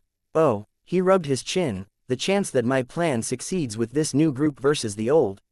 I don't understand, my head's starting to hurt. Just 1 or 2, more, pet, if the group changes, is it more likely that my plan succeeds? To 1 decimal point, yes. 4.3 to 11%, depending on who comes and who goes. One more question. What is the chance that I find a remedy to the traveler's circumstances? To 1 decimal point, 9.5. Candy, a full 7% lower than it had been before the Endbringer attack. Had a crucial individual died or left the city? Or was his running theory correct? Was there a reason Leviathan had come here, beyond the chance to attack a city already under siege? It was hard to ignore the reality that Leviathan, from the time he arrived, had gradually moved closer and closer to this location, where the girl had already been ensconced. The travelers had even picked up on that, called him, worried. Something to ask Tattletale about, perhaps, when he introduced her and Noelle. It feels bad, wanting the candy so much, knowing I'm going to want the candy, seeing it like I do. It builds up, 7% lower. At what point did earning their loyalty fail to be worth the resources he was investing? Knowing I'll get sick if I don't get it, being able to see it, what it's like, the getting sick, and as it gets closer to happening, higher percentages, it feels more real, so clear a picture it's almost as bad as getting sick for real. Even if there's only a 9.2, you'll get some to tide you over in a bit, pet, Coyle interrupted her, in as reassuring a tone as he could manage. It was impossible to conceal all of his irritation at being disturbed from his thoughts, but she was distracted enough by her own problems that she likely didn't notice. His plan was succeeding, though it had been delayed slightly by recent circumstances. Potential enemies were divided or reduced in numbers, the city all the more vulnerable to being seized. Victory was so close he could taste it. Perhaps worthy of a celebration. Coyle maintained his own vices. It would be unfair to expect more of himself, when he had the unique talent he did. It had certainly been an expensive talent. Even with his ability to game the markets in a way that clairvoyance and precognitives couldn't detect, it had taken him years to pay it off. A maddening, frustrating endeavor, when he had already been thinking of plans he wanted to set in motion, having to postpone them. And he still owed a favor, even now, up to a week's services. He couldn't be sure if he was powerful and secure enough to fight back if they demanded too expensive a price, or too much of his time at a point critical to his plan. He cancelled the reality where he stood at his pet's bedside, found himself still at the computer. Best to leave the world where his pet wasn't so tired, in case he wanted to ask more questions that morning. The worlds he created weren't real. They were little more than an especially vivid, accurate dream. To enjoy a whole separate world, free of any consequences beyond the ones he wanted. It would be unreasonable if he didn't indulge in it. Anyone would, given the chance. These entertainments kept him centered, utterly calm. He needed that, after the irritation of dealing with the traveler's girl. He touched a button on his phone. Mr. Pitter. My office. Yes, sir, the reply sounded. He was on the brink of achieving his goals. It would be a laughable tragedy, to get this close, only to have his power fail him, to accidentally choose the wrong reality, or to have his other self killed by accident or malicious intent, forcing him to live with the ramifications of these idle amusements. For now, he wouldn't touch his pet, nor any of his powered subordinates.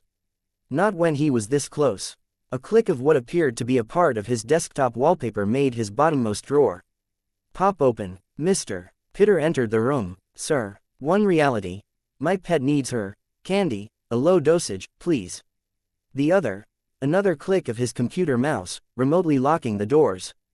Mr. Pitter turned, alarmed, tested the door. For now, even with the safeguard of his other realities, he would do nothing he couldn't explain away if he had to. He wouldn't entertain himself with anybody he couldn't replace. Mr. Pitter, replaceable. No such thing as being too paranoid, after all.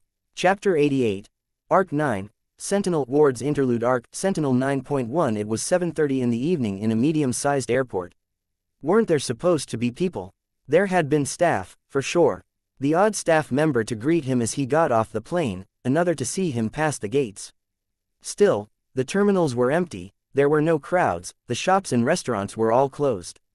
Only half the lights were on. For the first time, he was wondering if he was getting in over his head. At least there were no people making the same old jokes about the metal detectors. Baggage claim had 3 carousels, which should have been in operation, delivering a regular supply of people's luggage onto the conveyor belts. Crowds gathered around them in anticipation. Instead, there was a single man in uniform with 3 large bags already piled onto a cart. I can take my bags, I'm stronger than I look. It's all right, son, the man replied, it's good to have something to do that isn't cleaning up. Son. That bothered him more than he cared to admit. Not that he had any ideas about his own ethnicity, but it was vaguely condescending. A reminder that people didn't know how to act around him. All right, he conceded, where are we headed? The man gestured toward a set of double doors, then gripped the handle of the cart to push it in that same direction. Stainless steel handles on the doors. He put his hands on the painted surface instead, pushed them open, and then held one of the doors open for the cart. He was distracted enough that he almost didn't notice the group waiting for him.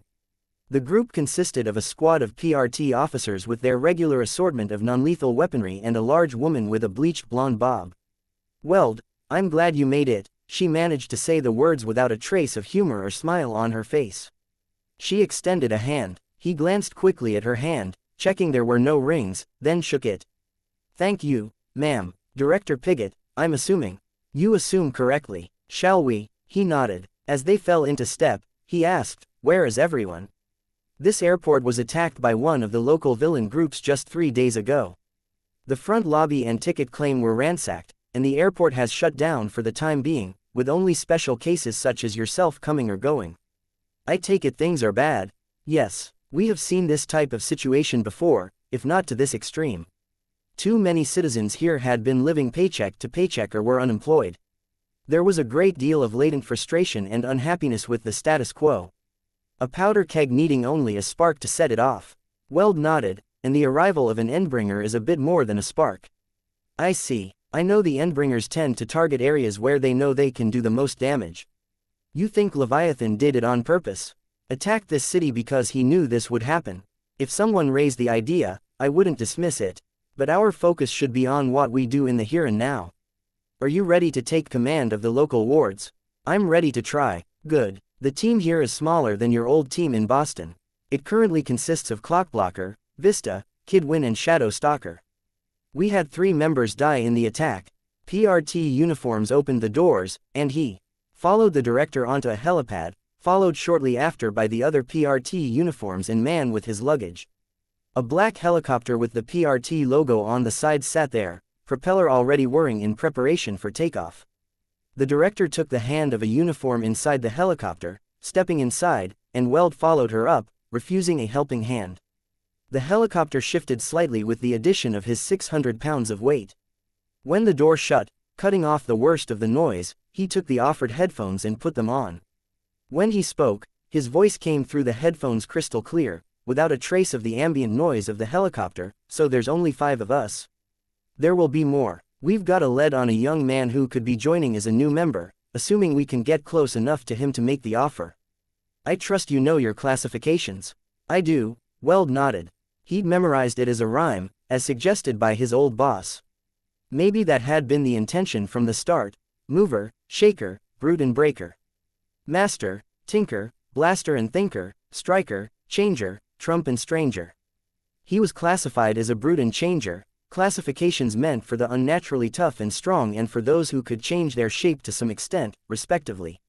He never liked the word brute being applied to him, even though he was aware that the labels had originally been intended for the PRT teams to identify and label villains, specifically. It was only later that they had been extended to identifying the heroes as well. Right, this potential recruit is tentatively marked down as a tinker mover. It isn't unusual for powers to emerge in the wake of an event as serious as this. For this reason, we keep careful track of things to see if we cannot detect any new parahumans. This young man has been observed in the South End, moving at over 100 miles an hour with the assistance of a mechanical suit.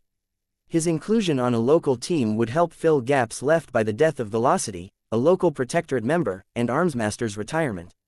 Weld nodded. Others may make themselves known, and we will approach each of them in turn. To help fill the gap in the meantime, Flechette is arriving from New York. Weld chuckled, just under his breath. Something amusing. He was surprised that she had heard or noticed the laugh. No, it's just that we know each other. Our teams were friendly rivals, kind of. We'd meet 2 or 3 times a year and compete, just to spar and practice our skills against less familiar opponents. We'd joke around about which team was better, give each other a hard time. I certainly hope this rivalry isn't going to hamper your ability to lead this team and work with her. There was no humor in her tone. Just the opposite. No, ma'am, he replied, chastened. The helicopter lifted into the air. A glance out the window showed the sprawl of the city. It was dark out, but much of the city was unlit, nothing shining through the windows, no street lights illuminating the roads, nor the headlights and taillights of traffic. Noting where he was looking, Director Piggott spoke, because the current situation is serious, and it isn't improving as fast as we'd like. You're going to have to be on the top of your game. Yes ma'am, Clockblocker and Vista are your best assets. Clockblocker is a striker 7 with touch-based time stopping. Vista is a shaker 9. Large-scale spatial distortion. Geez Louise. The others. Kidwin is a tinker 4. Guns and anti-gravity devices, primarily. Shadow Stalker is more ambiguous. Breaker 3. Sublabels are stranger 2, mover 1. Her particular nature as a breaker makes her superlight, semi-gaseous, transparent and capable of passing through solid surfaces. Okay, the team sounds well-rounded, I can work with that. She handed him a stack of files. Here's the files on local factions, including your new team, and a file on the solo heroes and villains. You'll have limited access to the databases as well, which you should be familiar with, but this should get you the essential details to get underway. I've ordered those files loosely by priority, so you'll find the most need-to-know information at the top of the pile. Weld took the folders and opened the one for the wards, glanced through it to memorize the faces of his new team. Then he went to the next file. Then the top priority as far as opposition goes is the Archer's Bridge Merchants. Superpowered drug dealers. A shaker 2, Tinker 2, Mover 3 and a Shifter 4. These aren't big numbers. Am I missing something? Context. They've become a rallying point, representatives and leaders for those on the lowest rungs of society. Too many civilians who were the have-nots think allying with the merchants is a way to become the haves. People that were angry, disenfranchised or both have gravitated towards the group, are seeking to overturn the social order. So they've got, what, a following of homeless. Brockton Bay doesn't, or didn't, have many that you could strictly call homeless, as there were so many abandoned buildings to squat in. When the Endbringer attacked, he chose the area with many of these buildings. I think I remember, yeah. The area where the fight started didn't exactly look upscale. The sad irony of this is that the defending parahumans protected that area, while other locations were leveled by the tidal waves. That area, known to locals as the docks, was not under the control of any organized crime or villain organization even before the attack. After the battle's conclusion, it was swiftly occupied by the merchants and growing numbers of their followers, and is now one of the areas with reliable shelter. Not entirely, but more than many. By the time our local heroes were finished with search, rescue and minimizing damage, their number of followers had reached a critical mass. In the past several days, they've begun attacking the city infrastructure, the airport, grocery stores, malls, and they've repeatedly seized medical supplies and food as they come in. So a big priority will be safeguarding incoming supplies from relief efforts, protecting key areas of the city so it can recuperate from the disaster. Yes, for the time being. Let's see, the next group is Fenrir's Chosen, one of two major offshoots of the Aryan villain group, Empire 88, which fell apart after the death of their leader, Kaiser. Fenrir's Chosen are led by Hookwolf. Violent, utterly merciless, and reveling in the current chaos. And it looks like he's a Shaper 4, Brute 7, with the longest list of homicides or suspected homicides of seen on someone who wasn't already in prison. Thick file, I take it he has lots of followers. The largest group in terms of parahuman numbers, at present. And this second group, the Pure, is the second offshoot of that Aryan group, I take it. Small but powerful. Their leader, Purity, is a Blaster 8 and Mover 4. Yeah, there's a Breaker 9, a Shifter 8 with Stranger 3 and a Master 6 in that group. I buy that they're powerful. Their leader has made overtures to us, offering cooperation in helping us regain control of the city. We have refused her for the time being. If she approaches you, you are in no way, shape or form permitted to agree to any deals. Noted. Let's see, Coil, powers unknown. The travelers have high ratings on their powers, but their crimes are low-end, pretty much.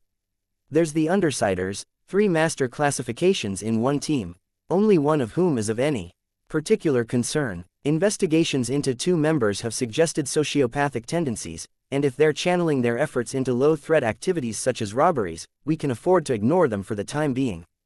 Faultlines crew, mercenaries, low rating, mediocre rating, low rating, a Shaker 12. Seriously, the girl has cognitive deficiencies that reduce the effective threat she poses, but yes. Again, that group is not an imminent threat. In the current situation, I might suggest you leave them be if you cross paths, conserve your group's strength for the priority opponents. The Merchants and Hookwolf's group. Okay, I'll have this memorized by the end of the week. I expect you will. That brings us to more mundane matters. You'll be enrolled full-time at Arcadia High School. It's close to the ward's headquarters, and your teachers have been informed about your special nature. I'm afraid there's no easy answers as far as your appearance and how the rest of the student body will react to you. Weld looked down at his hands. His body, from skin to hair to bone, was all metal and alloys of varying types. I've dealt with it before, I'll manage. We can't enroll you in the co-op program, as your absence would be noted, and would draw attention to others who are using the co-op program to mask their attendance in the wards. It won't be easy, attending high school full-time, keeping up with your coursework and leading the team in your off hours. It's fine, I don't have to sleep much, anyways, so it's good to keep busy. Good to hear that. All that said, I have asked your teachers to make special arrangements, reducing expectations toward your homework, provided you are not struggling in any subjects. The ward's program will also provide tutors should you need them. Okay, cool, you'll have time to get into the swing of things without worrying about school, as the high schools are all currently shut down for repairs and to allow time for thorough investigation of the premises. When the schools are open, we'll have you take 3 courses and attend first-year classes on parahumans at the university, if that suits you. Perfect. You'll be living in a private room in the ward's headquarters, and you'll have a monthly allowance of $400 in addition to the money put into your trust account by the program. We expect you'll spend this allowance on necessities, such as food and clothing. You do still eat, yes? Yes, he answered her, bending the truth. While he did eat, it was a negligible amount. As he saw it, there was no real harm done if he pocketed some of that extra money and said he spent it on food. Given that his tongue was made of an alloy and the pleasures of food were a shadow of what they should be, it was only fair that he enjoy himself in some other way. He knew that some staff back in Boston had caught on, but they hadn't said anything. Director Piggott here gave him the vibe that maybe she wouldn't be so cool with it. He'd be more careful until he knew for sure. Your quarters have been checked and double-checked, so there is no exposed metal, no screws, nails, frames or pegs. I appreciate the thought, he told her. His physiology had the unfortunate drawback that he couldn't help but attach to and absorb metal he touched. While it had been crippling when he'd first been found, dumped in a junkyard, he had learned ways around it. He could rearrange the metals that formed his body, separate them into their composite elements, and he extended this particular trick to push all the impurities in the metals out to his skin. The impurities, unlike the metal that composed the rest of him, didn't bond, giving him the ability to handle things with his hands and teeth if he needed to. It didn't always work. At least once a week there was one embarrassing moment where he bonded with someone's wedding ring during a handshake or bumped into a shelf display, but it helped. Clothes helped as well. In a more serious situation, such as when he was out on patrol, he could force parts of himself to melt and drop off, leaving a piece of himself behind, but it made him distinctly uncomfortable. Pain wasn't the right word, until he replaced the tissue he'd lost. More often, he preferred to just tear the offending piece of metal from whatever surface it rested on, whether it was a segment of chain link fence or a hubcap.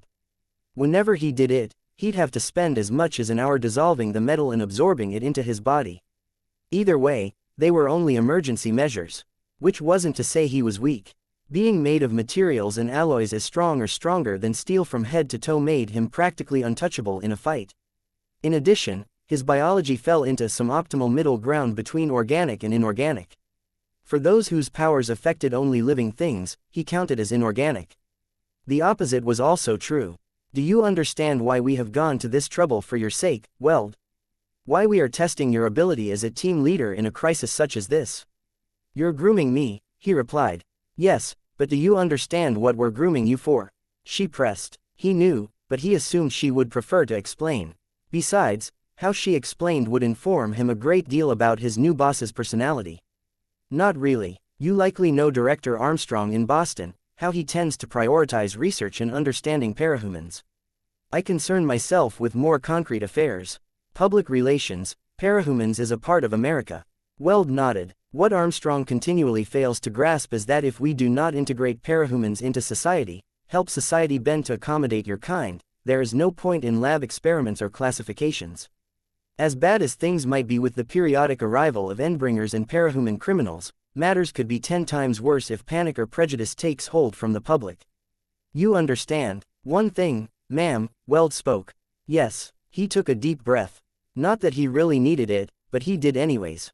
Forgive me for saying so, but I get the impression you don't like or respect Director Armstrong. Your point. I just thought you should know he's something like a father figure to me. He's the one who recruited me to the wards, got me up to speed. I've already made plans to go to his house for a bit this summer. Maybe I'm putting myself on your in your bad books by saying so, but I just thought I should let you know I'll step up to defend him if you start putting him down. I see. Tiny frown lines appeared between her eyebrows. Sorry. A fire on a street below caught his attention. A car had been set on fire, and people were crowding around it. Not noticing, Piggott pursed her lips. Fine. My apologies for putting you in that situation. I won't say anything further about Director Armstrong for the time being. I was speaking of the need for public relations. Yes ma'am, he spoke, feeling somewhat relieved at her composure. He wouldn't feel 100% okay about it until he verified her as someone who wouldn't find some other way to get back at him. As the number of parahumans first became clear, a long-term plan was established. In the early phases of the plan, much effort was dedicated to setting up the protectorate and wards, ensuring the public had heroes they could look up to, likable faces, likable personalities. Merchandising. interviews, TV shows, music, movies and more were all encouraged and supported with the idea of building up this image.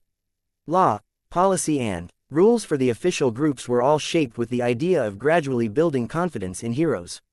Weld nodded. As we enter the next phase, our objective is to push the public a margin beyond their comfort zone. We are encouraging and promoting the existence of rogues, which is an unfortunate term that heralds back to the early days. Right, Weld responded. The term, rogue, applied to anyone with powers who wasn't hero or villain, the negative connotations of the term tying back to an era when expectations had been rather different, much the same way the brute classification had been coined. This is a sensitive subject, slow to advance, as major corporations are particularly litigious when parahumans get involved. In simple terms, the big businesses do not want people with powers affecting the status quo, and it is very easy for them to derail years of work with one bad media campaign targeting parahumans. I see, Weld commented. He didn't like that in simple terms bit of what she'd said. Too many people implied he was stupid because he was strong. But could he really speak up about it, when he couldn't be sure if her choice of words came from an offensive or judgmental perspective? Or was he being overly sensitive? The second half of this phase is getting the public more comfortable with the outliers. The people with stranger powers, and stranger appearances. You're likable, Weld. You have a clearly unnatural appearance, if you'll forgive me saying so, Weld shrugged. He stood out. There were 100 things that bothered him more than stares and comments on the subject, but you have fans, and people are interested in you. You get higher ratings for your interviews than even the average handsome hero gets. You're second most popular for team leaders for number of YouTube videos, possibly helped by a briefly lived internet meme featuring your face, and you have a blemish-free record, both academically and in your 2 years serving as a part of the wards. Thank you. Provided all goes according to plan, we intend for you to become a member of the Core Protectorate team within the span of 3 to 5 years. Making your face national, even international, if you are willing. Wow, yeah, I'm definitely okay with that, ma'am, he tried to feign surprise. Armstrong had already covered much of this. Of course, this hinges on your ability to lead your team, in the here and now. Of course, it seems we will land shortly. Any questions before we do? 1. I was hoping to arrange interstate training sessions with the New York and Boston wards groups. As far as I'm aware, the local team doesn't do this. They barely have regular situation training. I recall Triumph made a request for something like this, a few years ago. I believe we refused him on the grounds that it was frivolous. Weld squared his shoulders. He had to be assertive. Here, I'm firmly of the opinion that it would improve the local team's ability to cooperate and respond to a greater variety of situations. I'm totally prepared to eat any and all paperwork on our end. Eat the paperwork, I mean I'll do it all, for the members of my team. Give you updates after any and all training sessions. Notes on improvements, lessons learned, weak areas, strengths, resources that could fill any perceived gaps. So long as you're prepared for me to put a stop to things at any time. Yes, ma'am, and, the director paused a moment as the helicopter touched down on solid ground, it cannot cut into the regular patrol schedule. You and your team members would do this outside of the hours you're on clock for the wards. I'll see if I can sell it to them. Thank you, Director. Weld stood. Secretly, he was elated. The training games he'd led his team through, back in Boston, had been some of the more fun moments of his career. It had also allowed for a harmless but fun interaction with the New York group, giving them a chance to mingle, talk and share war stories. There was something about being able to mess with others on a level that you couldn't with teammates you had to fight alongside. If his new team liked the games half as much as he did, it would be a win in his book. Do you wish me to come down and introduce you? That earned a moment's consideration. Was this woman likable? No. Would the others like her? Probably not, which meant that having her introduce him might be detrimental, associate him with someone they might view negatively. No, I don't think it's necessary, ma'am. Your old keycards will let you in. I'll have replacement identification sent to you shortly. In the meantime, I wish you luck. Thank you, Director. He handed her his headset and stepped through the door as PRT uniforms opened it. As if welcoming him into the city proper, there was the sound of a woman screaming down on the street below, the noise turning into a manic laugh in the same breath. Half the block was without power, and searchlights on the corners of the rooftop scanned nearby streets. PRT guards stood at the edge of the roof, armaments in hand. He relaxed at the sight of the guards, if they weren't acting on whatever was going on below, he didn't need to worry about it. He took a deep breath, deep enough that he could feel the groan of the metal stretching to its limits inside his chest. Then he stepped off the rooftop and through the elevator doors. When the complex chrome doors shut, they cut off the noise of the helicopter entirely. It was utterly quiet, inside the box. There was barely any sense of motion or movement from the elevator. Tinker designed. It had to be. He avoided touching the chrome walls or railing. It was probably coated with something, but emerging with a piece of railing stuck to him would make for a terrible first impression. Stepping out into a hallway, he walked up to a security terminal. He swiped his identification card, spoke his name for the voice authentication, Weld. There was a pause, and then the doors glided open. His team was there, each with their masks off. Clockblocker sat in a chair at the huge computer to the right of the room, swiveled to check out their new arrival, then stood, folding his arms. Red-haired, freckled, thin-lipped, he wore a costume that was all white, with animated images of clock faces on it. A white helmet sat on the counter of the computer terminal. Shadow Stalker was leaning against a wall, thumbing through a smartphone. She had one foot against the wall, one arm folded just under her chest, her free hand resting in the crook of her other elbow. She looked up at him, stuck the phone in a pouch on her belt. She was dark-skinned, pretty, and from what he could see beneath her costume and her voluminous cloak, she had a nice body. Athletic figure. A part of Weld's adolescent psyche was relieved that there was some eye candy here. Kidwin and Vista arrived from the cubicles, at the far end of the spacious room. They weren't really cubicles, but sectioned off areas with beds and room for personal effects. The base in Boston had been similar. Kidwin was in civilian clothes, brown-haired, ruddy-cheeked in a way that suggested he had been exercising until just recently. Very normal-looking. Vista was in pajamas, her hair tied back into a ponytail. He'd had someone as young as her on his team in Boston, but the boy had been a thinker, a limited precog content to work and communicate with them from their command station. This girl had been out in the field, 3 fingers on her left hand were bandaged, with crimson seeping in through the white. Her eyes were puffy, as though she'd been crying until very recently.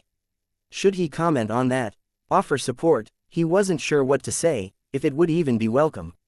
Hello, he spoke. He received a chorus of muttered and murmured greetings in return. Look, he said, I won't make a big deal of this. The guys upstairs want me in charge. It's going to take me a short while to get up to speed, but I hope to prove to you guys that I can and will work as hard as anyone. It was hard to say what he'd expected, but surely he should have gotten more of a response than some blank stares and glazed looks. Was it the wrong time for this? Every single one of them looked dog-tired. Clockblocker looked like he was barely managing to stand. From everything I've heard, you guys are an excellent team, and I hope I can do you justice as a leader. It's my hope that we can improve on a winning formula. I've talked to the director about some special training. Clockblocker interrupted, you just lost me. If you'll hear me out, I think you'll like the idea. Have you seen the situation out there? Clockblocker challenged him. Less than an hour ago, I saved a guy the first no from my high school physics class from being dragged into an alley by a half-dozen grown men. One of them stuck him with a needle before I got him away from them. The hospitals are shut down or over capacity, so I brought him here. He's upstairs right now, getting drugs to ensure he doesn't get HIV. Weld struggled to find something to say, failed. Clockblocker went on, Kidwin and I stopped some lunatics in gas masks from mixing ammonia and bleach into a poison gas. You know why? They wanted to off the people in an apartment block so they could loot the place and stay there. There's people going fucking crazy out there, and you're talking training. I didn't mean now, Weld protested, backpedaling, I was thinking in terms of the future. The training would be something to look forward to, after this crisis has passed. You're assuming it's going to pass, Shadow Stalker replied, her voice tired. Some are saying this is the way things are going to stay. I almost agree with them. This isn't the kind of city that bounces back from things. I'm losing them. I can't believe that. We've got to have hope. Pull a 15-hour patrol out there. Then come back and talk to me about hope, Clockblocker spoke. You know, I could almost play along. Go with the blind optimism, say yuppie to training. But you don't even mention the guy you're replacing. A few words for the dead. It's a matter of respect, bro. I didn't mean to dismiss them or their sacrifice. I just didn't know them, and, Clockblocker turned, swiping his arm angrily at his helmet to snatch it off the counter. Tucking it under one arm, he spoke to the others, his back to Weld. I'm going to check on my family. I'll head there in costume, in case I run into trouble, be back in the morning. Mind manning the console, kid? Kid Win shook his head, I need to take a break anyways. Vista glanced at Weld, then asked, where do you guys need me? Go sleep, Shadow Stalker spoke, placing a hand on Vista's head as she walked past the girl. I'll start my patrol, go with Clock to make sure he gets home and that he has some backup. You can relieve me when I'm back, maybe get Clockblocker to go with you. Thank you, Vista's voice piped up, with a definite note of relief. Helplessly, Weld watched as the team split up to go their separate ways, Kid Win sitting down at the far end of the computer station, Shadow Stalker and Clockblocker heading for the elevator. I fucked up, I already lost them, Weld spoke, mostly to himself. No, they're just tired, Vista spoke from beside him. And not just lack of sleep, you'll see what I mean. You could have mentioned Aegis, Browbeat, and Gallant, but you can't be blamed if Clockblocker didn't give you time to get around to it. Nobody's really in the mood for speeches. Right, Weld replied, feeling lost, they're the ones who died. Vista gave him a look that could only be described as pity. You didn't even learn their names. Never mind what I just said. Yeah, you fucked up. Then she turned away and walked back to the cubicles. She was halfway there when he saw her rub at one cheek with the back of her hand. I just got here, Weld said, helplessly. I just got told by a preteen, he thought. Shit, he swore under his breath. He found a chair in front of the computer and dropped the stack of file folders on the nearest flat surface. He plucked the file folder off the top of the stack, opened it and began studying. Chapter 89. Sentinel 9.2 Fléchette spoke, you're a hard person to fin, Shadow Stalker, transparent and wispy, whirled on the spot, not even pausing as she fired her crossbows. The first bolt went wide. Fléchette caught the second out of the air, staggered back a step as she was caught off balance. Her right foot skidded to the edge of the rooftop. What the hell? Shadow Stalker rose from a crouch, becoming opaque in the process. Oh. You shouldn't sneak up on people when they're on patrol. What? I nearly get shot and she blames me. You nearly killed me. It's a tranquilizer shot, and you have the fire escape behind you. Fléchette turned to see Shadow Stalker was right about the fire escape. The bolt in her hand had a glass shaft, filled with fluid, a three-pronged head with a wider cross-shaped flare at the base of it to prevent it from stabbing too deep. Tinker Maid, geez, you shaved a year off my life, doing that. Sorry, a little twitchy. Good to see you. Shadow Stalker crossed the roof, offered a hand. Fléchette shook it. I suppose being twitchy is excusable, Fléchette excused Shadow Stalker, looking out beyond the rooftop to the dark streets.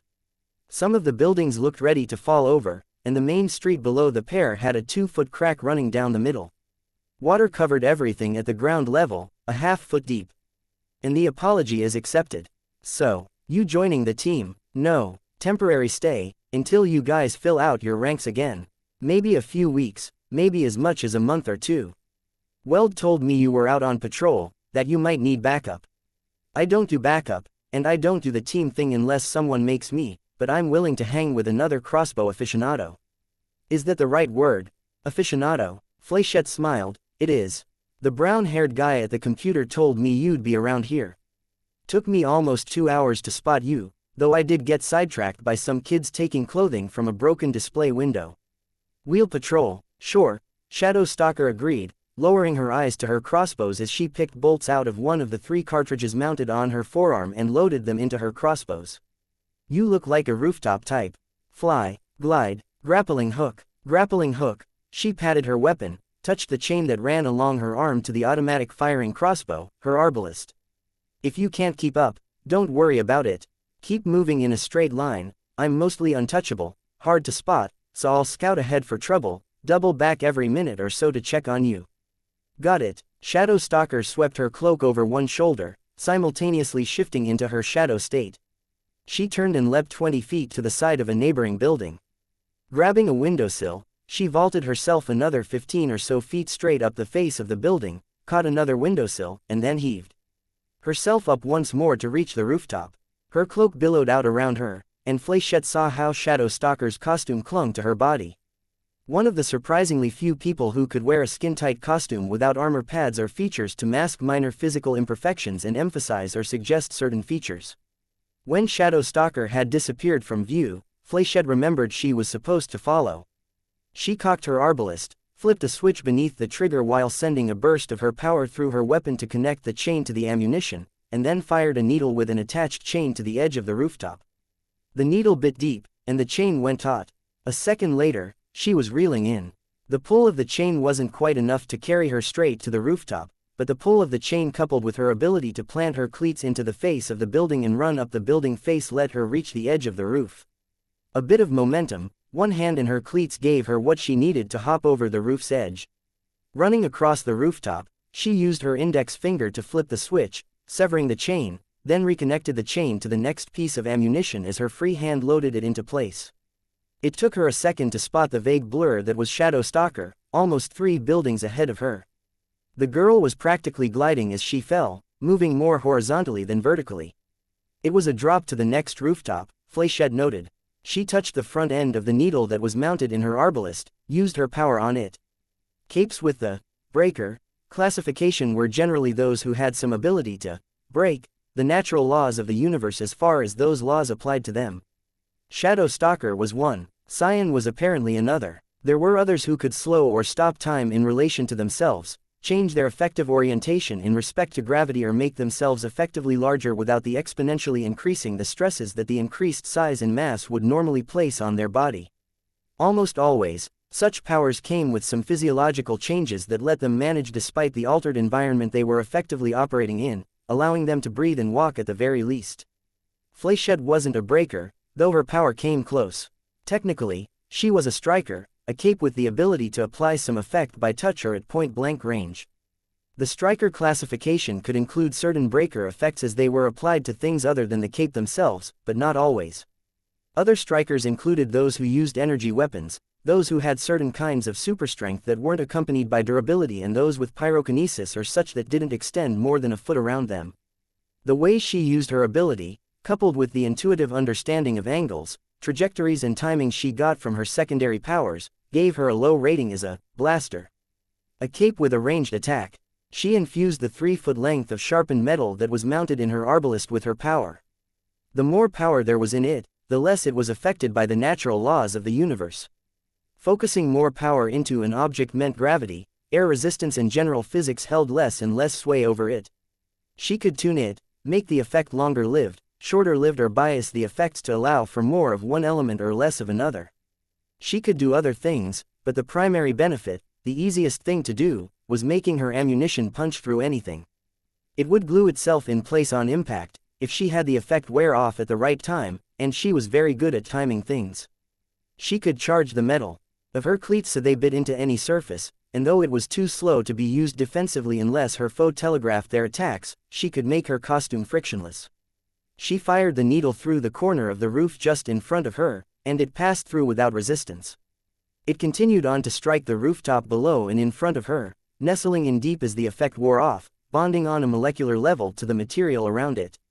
The chain stretched down at a 50-degree angle, taut. Flawed stepped forward, onto the chain. The space between the spikes of her cleats made for a groove the chain could run through. She slid down, 1 foot behind the other, arbalist held behind her with the chain reeling out, a safety measure in the event she slipped or was pushed off, with the added advantage that it allowed her to control the speed of her descent. When she was close to the rooftop below, she cut the chain, let herself drop down.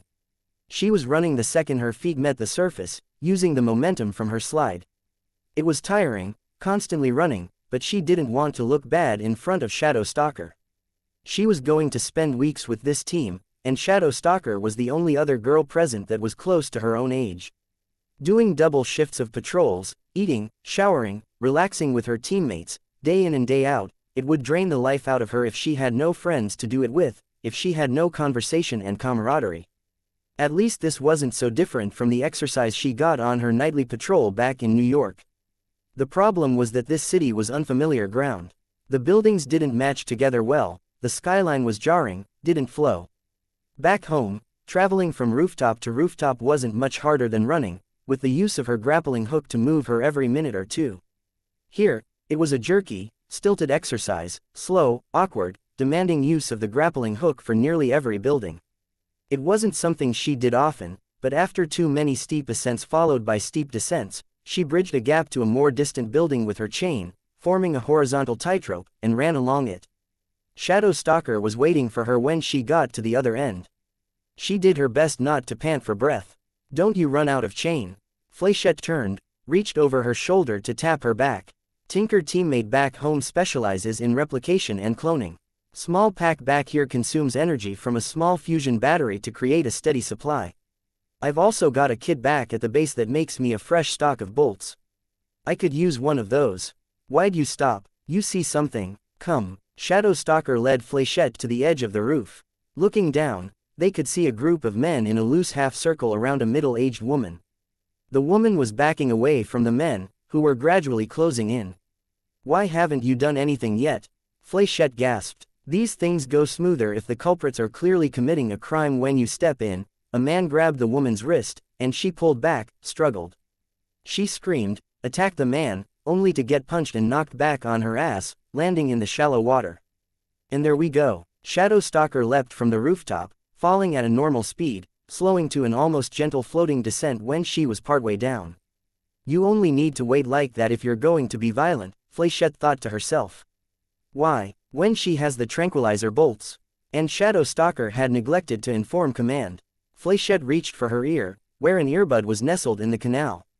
She squeezed it twice. Console, woman under attack by 12 or so ordinaries. Shadow Stalker and Fléchette stepping in. Acknowledged, a voice in her ear responded, "Good luck." She fired a bolt into the corner of the rooftop, then jumped, rappelling down. Shadow Stalker was already engaged by the time Fléchette arrived at the fight. In a matter of heartbeats, Shadow Stalker answered Fléchette's unspoken questions. The other heroine didn't flinch as one of the men swung a baseball bat at her. The weapon passed harmlessly through her head. In response, she stepped back, materialized from her shadow state, raised a crossbow and shot him in the side of the neck. A fraction of a second after the glass arrow stuck in her target's neck, Shadow Stalker stepped forward again, driving her armored elbow up at an angle at the spot where the bolt had struck home. Glass shattered and the combination needle arrowhead was violently dislodged. The man went tumbled with a splash, going limp before he hit the water. The side of his neck and the corner of his jaw were a bloody mess of cuts and embedded broken glass. Shadow Stalker wheeled around, then simultaneously slammed the top of her right crossbow into her left forearm and her left crossbow into her right arm. There was a barely audible click as cartridges loaded into the top of each crossbow. She extended her arms to fire at the two of the men closest to the woman. They dropped on their backs in the water, splashing. Realizing what they were up against, the group began to scatter. Fléchette raised her arbalist, shot one bolt so it struck a wall just in front of one man's throat. Still running, he ran headlong into it, clothes-lined himself, and fell over, gasping and gurgling. She spared a glance to double-check he wasn't in a position to drown, which very nearly cost her. One of the thugs turned to attack her, drawing a gun, but she had a bolt loaded and fired off before he could aim it, spearing through the gun's barrel and out the back, to strike a wall. She loaded another bolt even as she was already pulling the trigger to fire it, so it was sent out an eye blink after it was in place. The shaft of metal struck the thug through the crotch of his sagging jeans, pinning them to the wall he was backing up to. He didn't scream, so he clearly wasn't well endowed enough to get hit anywhere important. Fléchette wasn't exactly an expert or even a novice in that sort of thing, but she was 99% sure that men didn't dangle nearly to their knees. Made lightweight by her power, Shadow Stalker leapt to the nearest wall, then vaulted herself off, careening directly toward three of the retreating men. As she landed atop the one in the front, she dropped out of her shadow form, returning to her normal weight. Planting her feet on his shoulder blades, she combined the force of her weight and her momentum with a downward kick of both feet, driving him into the water, hard. She went shadowy a half-second later, becoming almost invisible in the gloom of the empty lot, effortlessly reorienting her now lightweight body to land on her feet. Both of the men behind Shadow Stalker attacked her, one swiping a knife at her, the other kicking for the small of her back. Smoky, dark flickers appeared where limbs and weapons passed through her. Almost casually, she holstered her crossbows, then straightened up. A flurry of other attacks passed through her. One man hesitated, seeing the futility of what they were doing, and Shadow Stalker took the opportunity to drop the shadow state. She leaned out of the way of one desperate punch from the other man, then grabbed him. She seized him by the shirt front, pulled him forward with a hard tug on his collar and a counterclockwise turn of her body, then brought her right knee into his ribs. He fell with a splash. Metal knee pad, Flechette noted. That's going to hurt. The other man attacked, but Shadow Stalker went shadowy just long enough for his knife to pass through her, then slammed her metal mask into his face. While he swayed back, stunned, blood streaming from his nose, she reached out and grabbed him by the lower jaw, her fingers digging into the bottom of his mouth. Instinctively, desperately, he bit down, hard, but the construction of the girl's gauntlets was good enough to safeguard her fingers. She used her grip to pull him to one side as she'd just done with his compatriot, helped by a swift kick to the side of one leg. Rather than use her knee to deliver the telling blow, she brought the heel of her free hand against the gap between the man's skull and his jaw. He screamed, crumpled toward the ground, his hands moving to where the strike had hit. Shadow Stalker waited a moment before letting go, forcing him to twist and squeal in agony before she let him finish collapsing. After watching him a moment, perhaps to be sure he wouldn't retaliate, Shadow Stalker glanced at Flechette. "Your man there is getting loose." Flechette had been caught up in the spectacle of watching Shadow Stalker fight. A kind of horrified fascination. She saw the thug she'd shot in the crotch, on his back in the water, his pants still fixed to the wall. He was struggling to work his legs out of the jeans. She loaded a shot and fired a bolt just beneath his armpit, nailing his sweatshirt to the ground. Another just above his opposite shoulder and behind his neck secured him. Shadow Stalker was chasing one of the stragglers. Going shadow light, she closed the distance in 2 long paces, leaving ripples and small disturbances in the foot-deep water, rather than splashes. As she reached the man's side, she dropped the shadow state, gripped his ear and used one leg to trip him. With the grip his ear afforded her, she thrust him face first into the ground with enough force that he couldn't absorb the impact with his arms. Water sprayed around them in the wake of the hit. Flechette reached into her belt and withdrew a handful of darts, each 9 inches long. She channeled her power into each, and then flung them at the feet of the 2 remaining thugs, catching the edges of their shoes. Their shoes fixed firmly to the ground and they fell awkwardly. 2 tranquilizer bolts appeared in the rear end of one and the upper thigh of the other. Shadow Stalker, which finished the fight. None of the men were left in any state to run. Flechette palmed one of her throwing darts, glanced at it. She'd been with the wards a year before she had been given the arbalist and the chain reel. Her darts had been her weapon of choice for a long time. Alongside a rapier she'd eventually retired after too many fights using it had turned out badly. She hadn't had the heart to change her codename, even if it didn't quite apply anymore. Maybe when she graduated to the Protectorate. "Hey," Shadow Stalker called out, disturbing her from her thoughts. "Here, tired," she thought, minds wandering. Flechette caught the device Shadow Stalker threw to her. Investigation revealed it to be a small, thin, round device with a single button on top. "Haven't seen one of these since training. Times like this call for 'em. City wants us on patrol, not sitting around with our thumbs up our asses, waiting for the cops to cart these fuckers off." Shadow Stalker kicked one man in the side, so he flopped over onto his back, no longer face down in the water. He grunted. Flechette winced. "That girl is a little too comfortable with violence for my tastes." While Shadow Stalker ensured that the man with the cuts on his neck wasn't bleeding out, Flechette loaded another bolt into her arbalist and fired it into a spot on the wall, 2 floors up. She walked briskly to the 2 men that had just been darted. She bent down and used her left hand to wind the coil of the restraint device around his left foot, then did the same for the next man's right foot. She tossed the restraint device over the bolt she'd embedded in the wall, a metal thread trailing behind it. She caught it as it fell, then connected it back to the cord, forming a loose loop that encircled the bolt in the wall. She pressed the button, and the cord retracted, pulled tight around the pole, then continued retracting. The 2 thugs were pulled off the ground, so that each hung from the wall by one ankle. The device would signal nearby police and PRT officers and direct them here. They'd use their own equipment to make the restraint device lower the men so the thugs could be brought into custody. The cord was difficult to cut with conventional knives and saws, and those caught wouldn't want to cut it either, given how they faced a long drop face first onto pavement. Any buddies of theirs would have a hell of a time getting to them and cutting them free, as well. She walked over to the man she'd clotheslined, who still hadn't finished gasping, nor had he collected himself enough to run. She grabbed his wrist and forced it behind his back. As she hauled him to his feet, a collision made her stagger back. It hadn't been directed at her.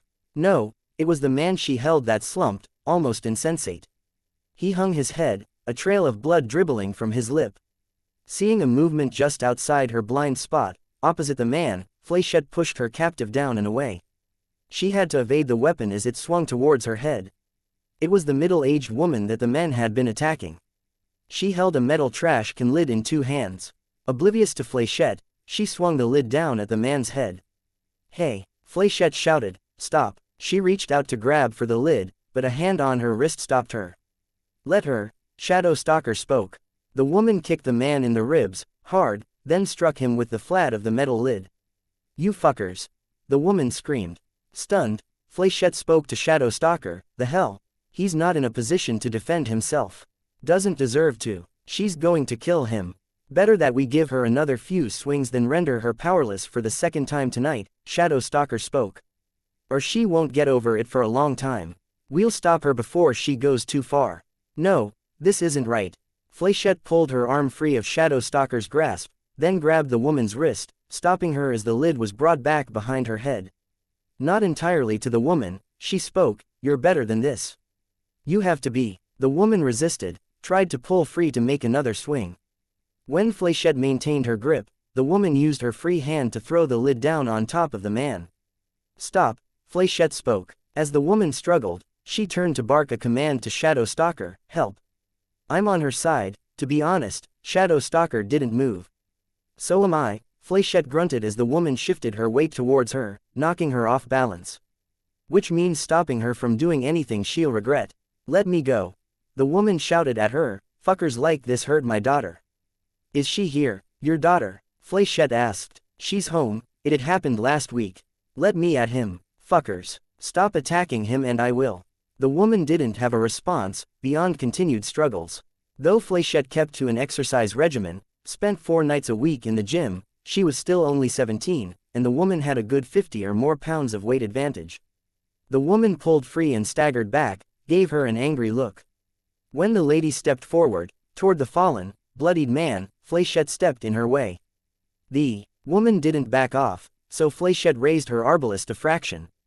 That was apparently enough. The woman scowled further, then turned and fled the scene, half running, half limping. "Thanks for the backup," Fléchette spat the words to Shadow Stalker. "Told you, I don't do the backup thing." Shadow Stalker bent over the unconscious man, turning his head to investigate his injuries. "He'll live. Him and his buddies deserve what they got." "That's not your call to make." "Sure it is." Shadow Stalker retrieved another restraint device and quickly strung the man up beneath a metal frame meant for an air conditioning unit.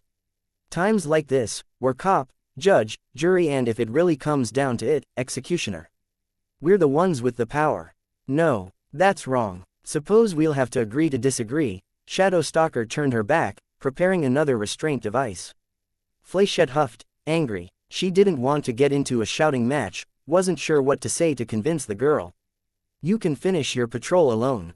"Whatever," Shadow Stalker replied without looking back, "if you want to be like that. I'm only on the team because I have to be, so you're doing me a favor." "Prefer to fly solo." 3 strikes, Fléchette thought, as she strode away. Nearly being shot for saying hello, the way Shadow Stalker had delayed helping the woman, and now this. She'd give the other girl the benefit of a doubt. Maybe Shadow Stalker had some unresolved issues, maybe it had been a rough week. But for now, she needed to calm down and wait long enough to think more objectively about what had happened. Then she'd decide whether to deal or to tell her new team leader. Fuck, she felt profoundly disappointed. She wanted to like the other heroine, but this was too much. She had one other thing she had wanted to do tonight, before she finished her patrol, went back, showered, ate and unpacked. She squeezed the bud in her ear twice, console. A brief pause, then a voice in her ear, Kid Win on the console. "Hi, Fléchette, deal with those guys okay? Guys are dealt with but I'm going to do the rest of my night's patrol alone." "Sorry, I should have warned you. Tends to be easier to work around her. So she's always like that. This is unfamiliar territory for me. I might need you to brief me if I run into a cape, so I know what I'm potentially running into." "Of course, I'm not going anywhere. And on that subject, I remember meeting someone when I was in town for the attack." "What can you tell me about the cape with the stuffed animals?" "Pariah, Parian," Kid Win replied. A Parian doll was a kind of doll about 150 years ago.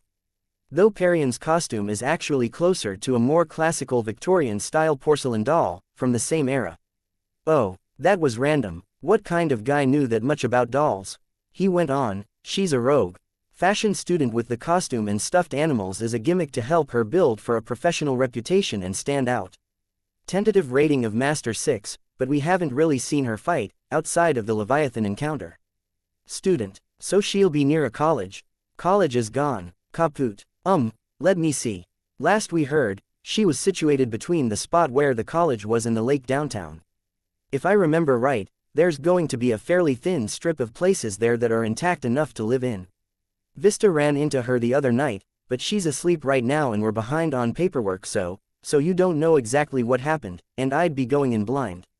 She's harmless though. This Parian, nobody's harmless at a time like this, Fléchette, Kid Win replied. Right, Fléchette thought of the middle-aged woman beating her attacker bloody. Listen, easiest way to get to that area. You'll find the lake to the northwest, walk the perimeter of it to reach the north end. The area she could be staying at should only be a block or two wide. If she's even awake, I've got Clockblocker buzzing in, probably to check in for the night and give me the cliff notes on his nightly patrol, so I'm going silent until you need me, K. Sure. Fléchette gauged the direction of the ocean, deemed that east, and then headed northwest as Kid Win had suggested. She traveled at ground level, wading through the water, to make faster progress. Nothing to prove, now that she had stopped patrolling with Shadow Stalker. It didn't take long to find the lake Leviathan had made in the downtown area. Given that the streets were flooded with water anyways, the crater itself was distinguishable only by the barrier around it, and a dark shadow beneath the water where there was nothing beneath to reflect light. Hulks of fallen buildings sat in the center of the water. The orange light of a fire on the top floor of one of the buildings suggested that someone had swum to one of the buildings and was staying there. Maybe one of the safer places to be. The crater was surrounded by orange-striped barriers with flashing lights and portable chain-link fences that were chained together. The fencing formed a solid barrier around the hole. She walked with the fence to her left, which roughly halved the area she had to keep an eye on, in case of approaching trouble. Her right index finger was just below the trigger of her arbalist, and her left hand clutched a handful of darts. The massive sinkhole Leviathan had made was roughly circular, but it was large enough that she couldn't say for sure when she had turned and started moving more west than north. Fresh graffiti-stained buildings, some warning people to stay away, others were the crude pictographs of hobo signs. One neighborhood had used the debris of fallen buildings to form makeshift barricades in alleys and in front of doorways. There wasn't much intact housing here. The sinkhole sat to her left, and 2 blocks to her right. From what she could make out in the moonlight, the buildings were too damaged to serve as living accommodations. At one intersection there were 2 parallel, vertical lines spray-painted in yellow on opposite walls. Traffic cones, some broken, an orange-striped barrier and the remains of one yellow raincoat sat in the water, much of it weighed down by rubble. Together, the organized debris formed a brightly colored line joining the marks that had been spray-painted on the wall. She stepped over the line, and immediately felt a resistance. It took her a second to figure out what it was. A thread caught the moonlight. There was a muffled splashing sound, and a 12-foot-tall gorilla leapt from the nearest rooftop to land directly in front of her. It swung its arms wildly in front of it, missing her, then slammed both knuckles down in the water, crushing one side of the orange-striped barrier. Fléchette raised her arbalist to shoot, then stopped. It wasn't real. Damp cloth, stitched together. And it was blind. It wasn't acting as though it could see her. She dropped the arbalist, backed over the line, and then waited. Parian arrived at a run, feet splashing in the water.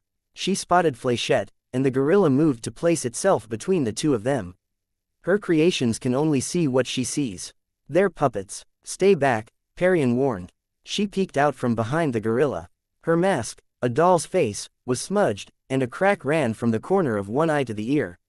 She wore a frock, different than the one she had worn for the Leviathan fight, but it was wet, dirty, and some of the lace had torn.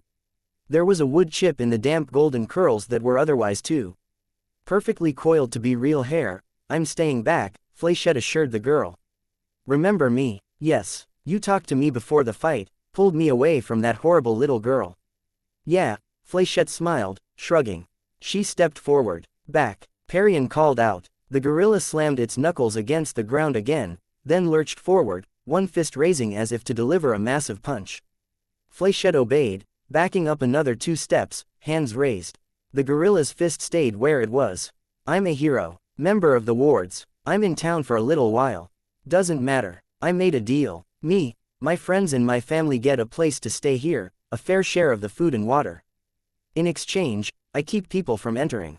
I'm a hero, Flechette stressed the word. I'm not going to cause trouble. I don't know you're telling the truth. Nothing's saying you couldn't be lying. I have ID. Perian shook her head. It doesn't matter anyways. The frocked robe climbed up to stand on top of the gorilla's shoulders. She added, I made a deal. I'm keeping to it. 100% neutrality. You trespass, I fight you. And I'd almost definitely win, Flechette thought. You may even know that, but you'd fight me anyways.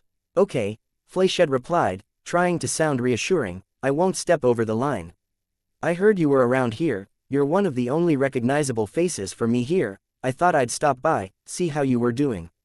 Coping, Perian answered. Good, good, Flechette sheathed her arbalist, hoping the rogue would feel safer. Look, I'm here if you need anything. If people make trouble and you're not strong enough to protect that neighborhood there, or if you need resources that you couldn't get otherwise, like names or medical services, call me. Can I give you my card? The gorilla lowered his raised fist, reached forward with palm upturned, and Flechette fished in her belt for her cards. Slightly damp, but readable. She placed it in the center of a sopping wet hand crafted out of black denim. The gorilla's palm was surprisingly firm.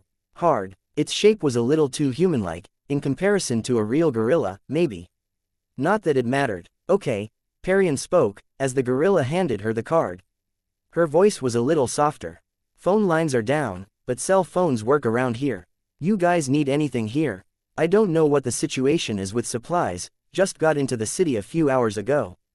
Don't know how that stuff is being distributed, but I could see about making sure you guys have something. Perian sat down cross-legged on the gorilla's shoulders. Yeah, we're low on fresh water. This stuff we're wading in has too much salt content, and you couldn't even boil it clean if you wanted to, I don't think. Okay, fresh water. The doll girl shifted her weight to put the card in the front pocket of her lacy apron, fumbled with it. Flechette spotted a tremor as the girl put the card away and moved to clasp her hands in her lap. She's shaking. Hey, Flechette asked. What? Seriously, are you okay? You holding up? Perian turned, looked behind her, as if checking anyone was listening. I hate fighting, hate confrontation, even this, being here, having just thought I might have to fight you, fight anyone, it makes me feel edgy. My teeth are chattering and I'm not even cold.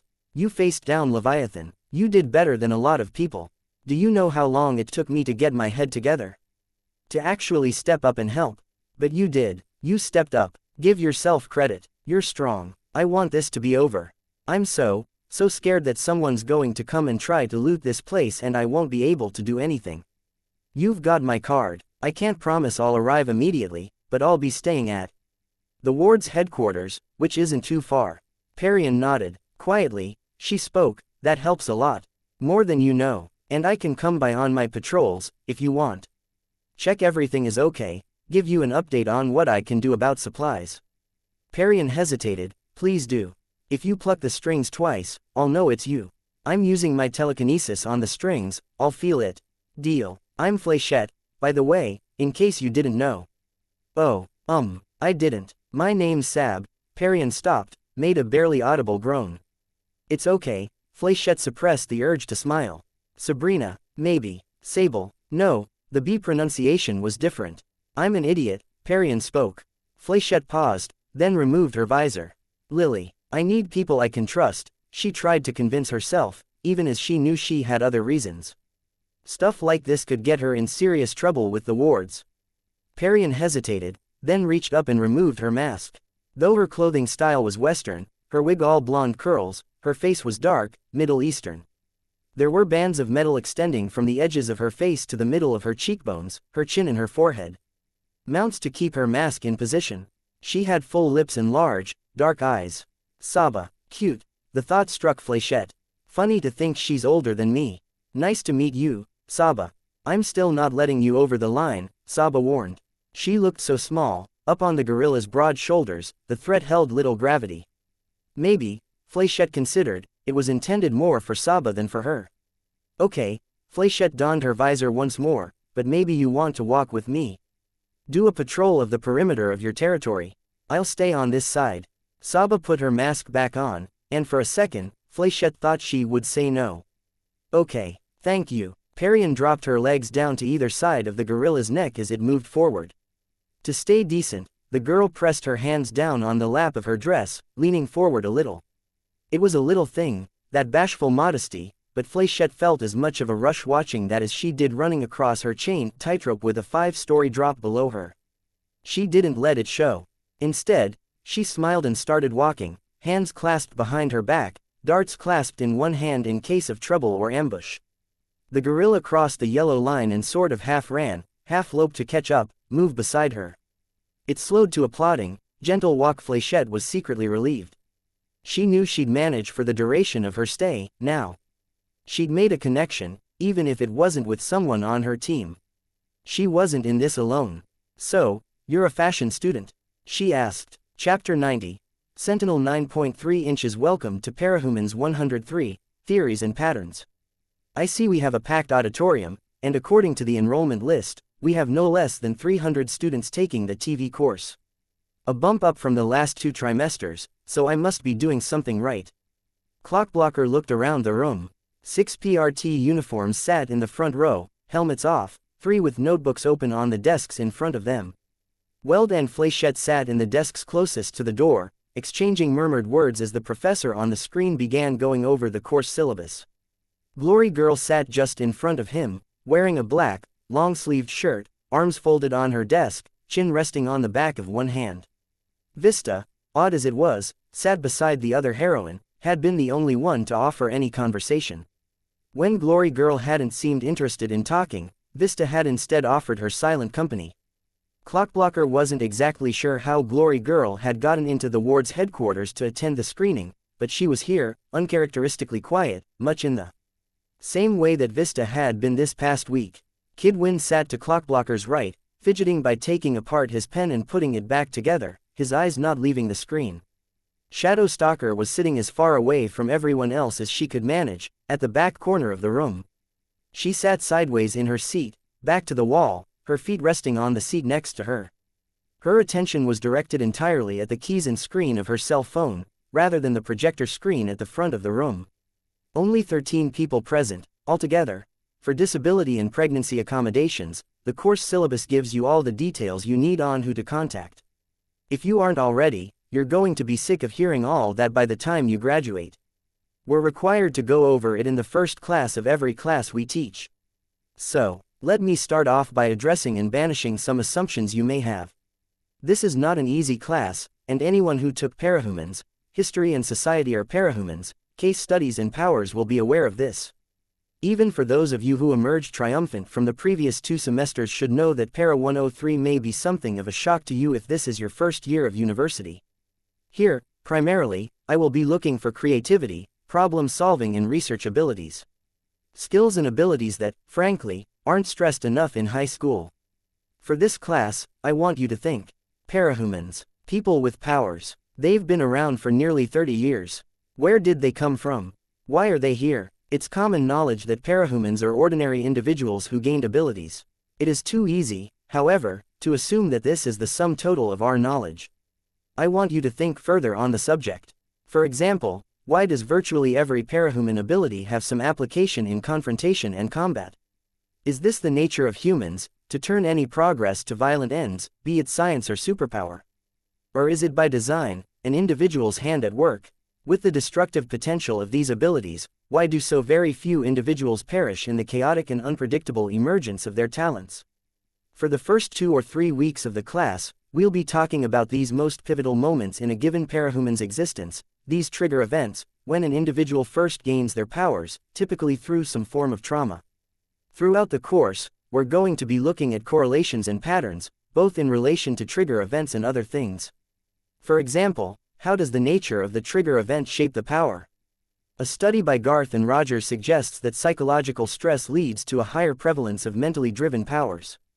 Tinkers, thinkers, masters, shakers. The more physical violence that is involved, the higher the bias towards physically driven powers. Garth and Rogers suggest a sliding scale, but it may not be that cut and dry. A follow-up study by Garth touches on what we know about cape families. If one individual in a family has powers, it is far more likely that others will as well. Almost always, this trend is either descending or lateral. It seems to transition from parent to child, or one sibling to another, but not from child to parent. We'll talk about the theories on why. For those of you wanting to read ahead, take a look at Garth's notes on the Dallin and Pelham families in Chapter 9. We can surmise that the different scenarios leading to trigger events may be directly related to the differences in powers, even among closely related members of a cape family. Similar trigger events in related individuals, similar powers. The more distant the relation and the more varied the trigger events, the more drastically different the powers they possess in the end. Clockblocker glanced at Glory Girl, to see if the mention of her family had stirred her interest. She hadn't budged an inch. Was she asleep? He couldn't help but sympathize. This is a monumental waste of time. I could be out there, helping people. Or spending time with my family. The Protectorate was coordinating shifts so the wards could collectively get at least some education in the meantime, on Pigot's orders. Except this wasn't useful, this wasn't applicable to the ongoing crisis right here, right now, in this city.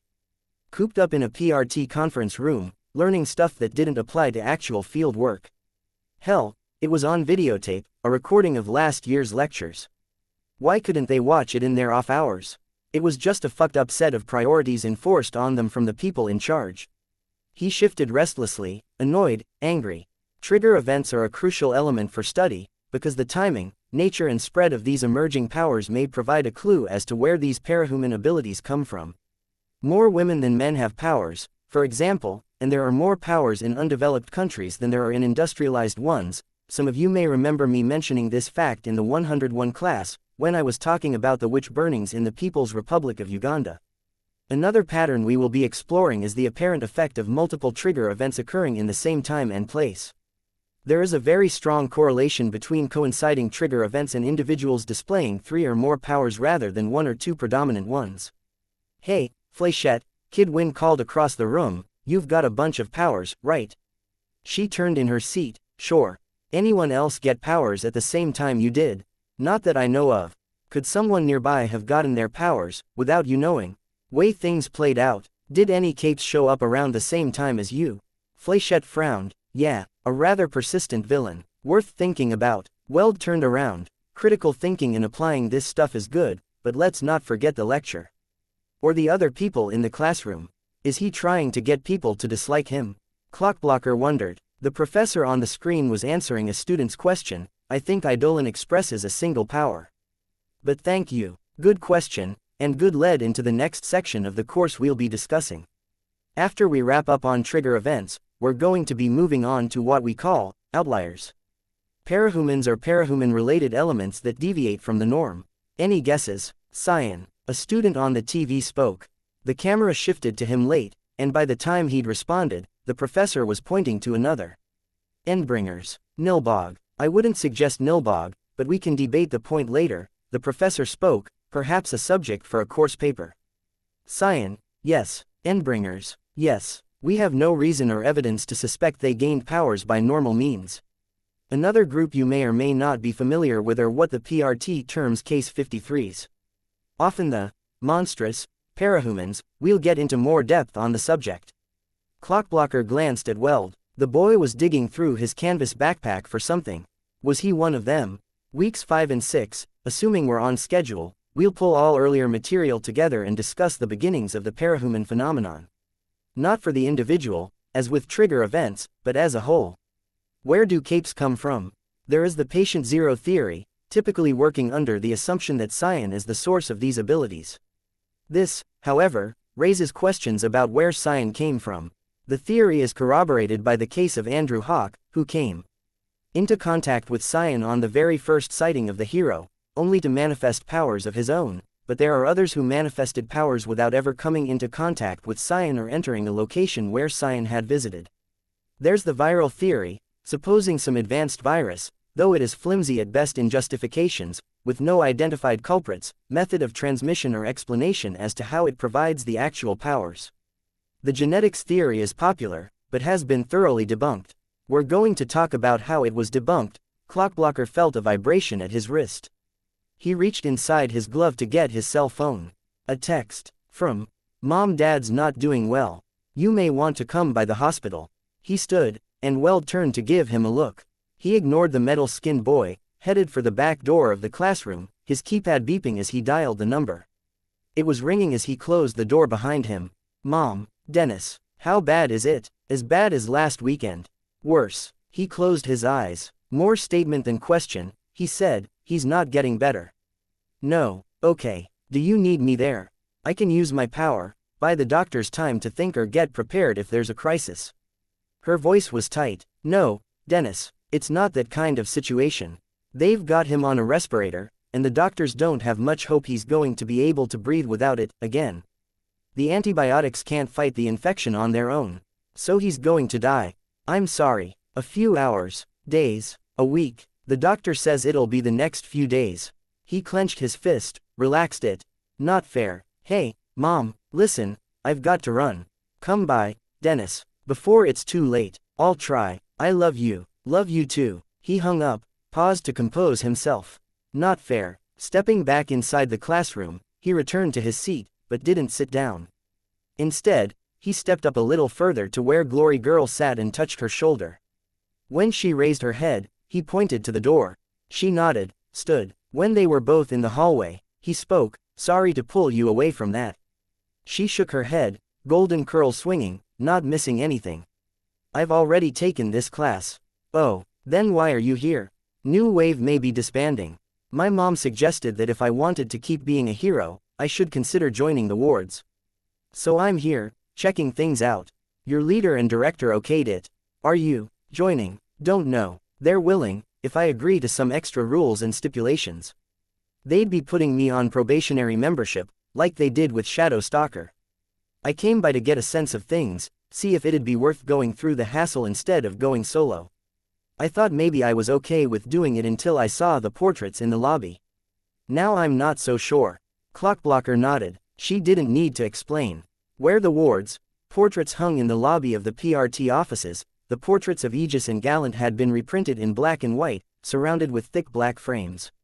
One was apparently in the works for Browbeat, who had been too new to even have an official costume, let alone a portrait. They had been repositioned to be just above the front desk and below the PRT logo, with wreaths and flowers beneath, tokens from the PRT employees. The building wasn't open to the public, and was surrounded by PRT squads, but the public would get their chance to pay respects. Glory Girl had lost 3 people she was close to on that day. Gallant, Dean went out of costume, was a loss she shared with Clockblocker. Her boyfriend, his friend. I know it's crass, I know you guys have rules, he spoke, I'll understand if you get angry. But, my dad has leukemia. He was a few days into some pretty rigorous treatments. When Leviathan came, he got hurt when one of the waves hit, and some infection got at him through the wounds. He has pretty much no immune system, doesn't have the strength to fight it off. You want me to ask my sister to use her power on him? Please. Okay. The response startled him. He looked up at her, caught off guard. She explained, I'm not promising anything. Like you said, Amy has her rules about taking requests. But I'll see if I can convince her. Again, no promises. Thank you, he said, really. And if you want to pay me back, maybe tell me about Gallant sometime. Share some stories I wouldn't get to hear otherwise. For sure. The door opened, and Weld stepped out into the hall, followed closely by Vista. Clockblocker felt a pang of annoyance, bit his tongue before he could say anything. Everything okay? Weld asked. I could tell them. Clockblocker glanced at Vista, but the rest of the team would find out. They don't need another thing to worry about. Things are okay, Clockblocker spoke, carefully. We paused the video, waiting until you guys are ready. All right, Clockblocker replied. He added, thank you. I'll trust you have reason for this. Weld smiled slightly, showing a row of white metal teeth, but don't take too long. You're on patrol at 2 this afternoon, and that doesn't allow us much leeway for delays if we want to finish watching. All right, Clockblocker repeated, his tone growing impatient. He watched as Weld returned to the classroom, shutting the door behind him. To the closed door, he muttered, Tool. He's trying, Vista piped up. It's hard to be leader, but he's working hard. That's my whole problem with him, Clockblocker answered, annoyed. He gets on our case about patrols and training and paperwork, then turns around and says he's not asking us to do anything he isn't doing himself. Except he only sleeps 1 or 2 hours a night, he barely eats, doesn't need to use the washroom or shower. He's got no friends or family here to look after. He can afford to work hard. He's AF, rigging robot. He censored himself for his junior teammate. Vista shook her head. That robot, and he's not really a robot, by the way, is doing as much paperwork as the rest of us put together. He only makes us do the paperwork he can't do himself. Even if he doesn't have to. That gets brownie points from me. His temper flared. What, are you channeling Gallant, here? Standing up for? He trailed off before he could finish. Realized who he was talking to. Shit, no, Vista just stared at him. After a second, her eyes got shiny, and she looked down at the ground, an angry expression on her face. She wheeled around and ran down the hallway. He moved to chase her, stop her, but the hallway folded together, letting her reach the end in 2 strides, snapping back to its full length as she passed along it. She rounded a corner in the distance. He looked at Glory Girl, his voice small, I'm sorry. She answered him with only a glare. He wondered if she would hit him. She relented, looking in the direction Vista had run off. It's okay. We're all worn down, at the end of our ropes, and you're worrying about your dad on top of that. You get 1 pass from me. 1. He nodded. But you'd better go after that girl and apologize. Because the way I heard it from Kid Win, you were the one who told everyone else to be extra nice to her, because she was taking it hard. You convinced Shadow Stalker to play nice, and from what Kid Win said before class started, that was a pretty big deal. Maybe I'm wrong, I don't know your team like you do, but I'd guess that if you don't fix this, your team won't forgive you for a long time. Yeah, he swallowed. Was she using her power? He was getting a bad vibe from her. Like he was locked in a cage at the zoo with a murderous jungle cat. She poked him in the chest with a finger. A real apology. You own up to what you said and did, acknowledge that it wasn't fair of you to say, and you promise to do better in the future. That probably means you should cut Weld some slack, because Vista wants you to. Okay, right, okay. She pushed his shoulder, making him stumble in the direction Vista had gone. Easy to forget how strong she is. Now go. He ran. Definitely don't get the sense I'm forgiven, there. He checked 2 empty rooms and made 1 nervous check of the women's bathroom before he found Vista halfway down the stairwell at the rear of the building. She had 1 leg up on a higher stair than the other, her hands clasped around her knee. She turned her head partway, acknowledging that someone was there, then wiped at her eyes with the sleeve of her costume. I'm sorry, he spoke to her back. You're a jerk. I am. I'm the worst jerk. Vista twisted around to look up at him. You said that in front of Glory Girl, too.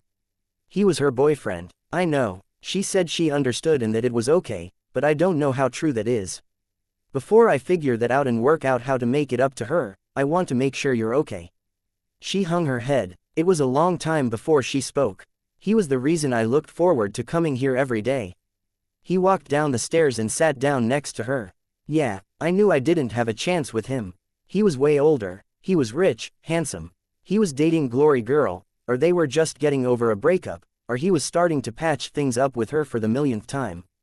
There was never a good time to talk to him one-on-one, unless we were out on patrol together, and I dunno what I would have said if there had been a chance. He liked you. He was fond of you.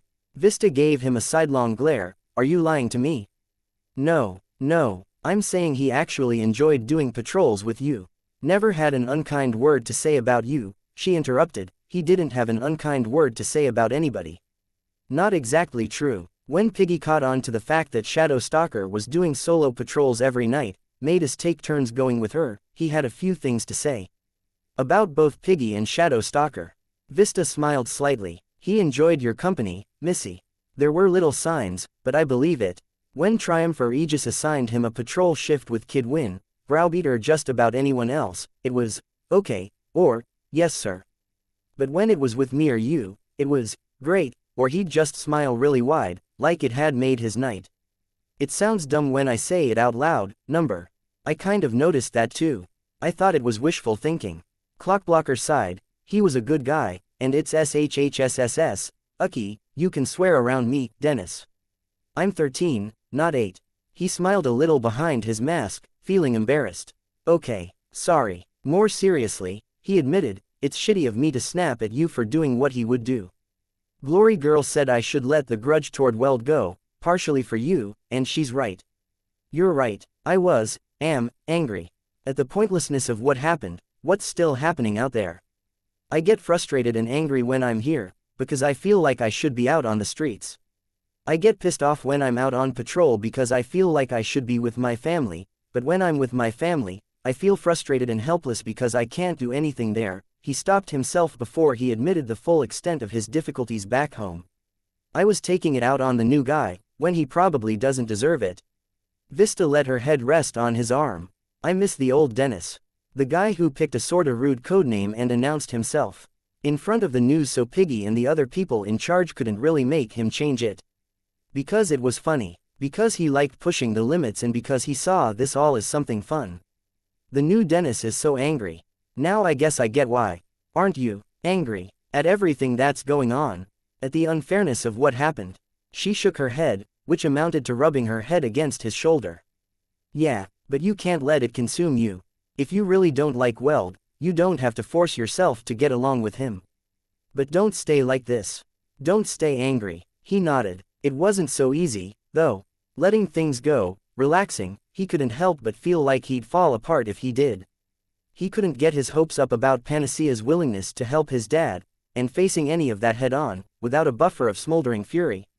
It might leave him unable to serve and protect the people who really needed it. He felt his pulse quicken a step at the thought of it. He hedged his answer, I'll work on it.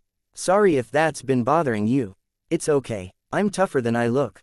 She bumped one fist against the armor that covered her chest. And I'm sorry, again, for saying what I did.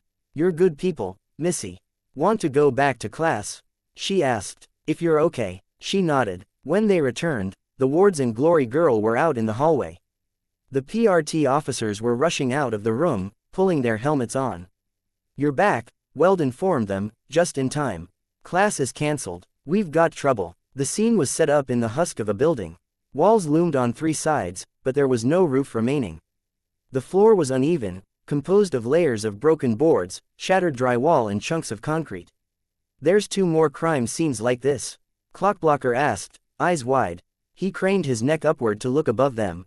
Yeah, Weld spoke. It's the middle of the day, Kidwin spoke, broad daylight. Clockblocker looked at the overcast sky above. Not quite daylight, and people weren't around. It was still ballsy, and more than a little scary. On each of the 3 interior walls of the older building was a body, 20 feet above the ground. Each had received a different kind of treatment. To their left was a corpse that had been flayed, the gender no longer identifiable. Directly opposite their group was the corpse of an obese woman, charred black. Completing the scene was the body of what appeared to be a homeless man, or one of the people who'd been rendered homeless by the recent disaster, judging by the layers of clothing he wore. His limbs had been severed at each joint, then reconnected so each was joined by a short, foot-long length of chain. Nails placed through the chain kept him in position, head hanging, a macabre puppet with an overlong body. The chains jangled and swung in the wind. Occupying the same building as the corpses was a familiar group. Trickster, Sundancer and Ballistic stood beneath the corpses. A winged figure that might have been a gargoyle, demon or dragon was clutching to the sides of an empty window frame with 3 talons, the other reaching toward the homeless man. Genesis. Pardon the cliché, but this isn't what it looks like, Trickster spoke. I believe you, Weld spoke, I've read your file, and this isn't your MO. Excellent, excellent, I commend you, Trickster tipped his hat, then we'll be on our way. No, but if you come into custody, you'll arrest us for any number of other criminal charges we've got waiting. And you can't promise that one of your superiors won't try to stick us with the blame for this. Weld frowned. Let us go. Whatever happened here, it deserves your full attention. You should be trying to find and capture the real criminals. This guy, here was still alive when we arrived. Trickster pointed at the man with the chain limbs. Can't do that, you're still suspects, regardless of how much this deviates from your usual methods. A shame, Trickster bowed. In the blink of an eye, Weld disappeared, and Genesis loomed in his place, 8 feet tall and nearly as broad across the shoulders, a body of pebble-like scales, heavy with muscle, a short tail and broad bat wings sprouting from her shoulders. She spun to face the rest of the wards as Weld fell from the window. Ballistic turned on the fallen captain of the wards, unloading a barrage of debris and rubble to keep the metal-skinned boy off balance and on the defensive. Clockblocker lunged for Genesis, hand outstretched. He was mere inches away when Genesis disappeared from in front of him. Or, rather, Clockblocker had been moved somewhere else. A lack of proper footing made him stumble, and he nearly collided with one of the dilapidated walls of the ruined building. As he spun in place, catching a glimpse of Genesis exchanging blows with Glory Girl, he had his position swapped yet again. He found himself once more with his back to the brawling pair. One of them bumped into him, and he sprawled. If only he'd been able to tell if it were Genesis or Glory Girl that bumped into him. Had he known, he might have used his power, taken Genesis out of the fight. Annoying. He climbed to his feet, wary of more teleportation hijinks. Kid Win wheeled on the spot to raise a square-nosed pistol and fire what looked like a brilliant blue flare at Trickster, but the teleporter swapped positions with him. Kid Win ducked the moment he was teleported, but he still got grazed by his own shot, blue sparks showering off his armored costume, small arcs of electricity dancing briefly around the metal joints.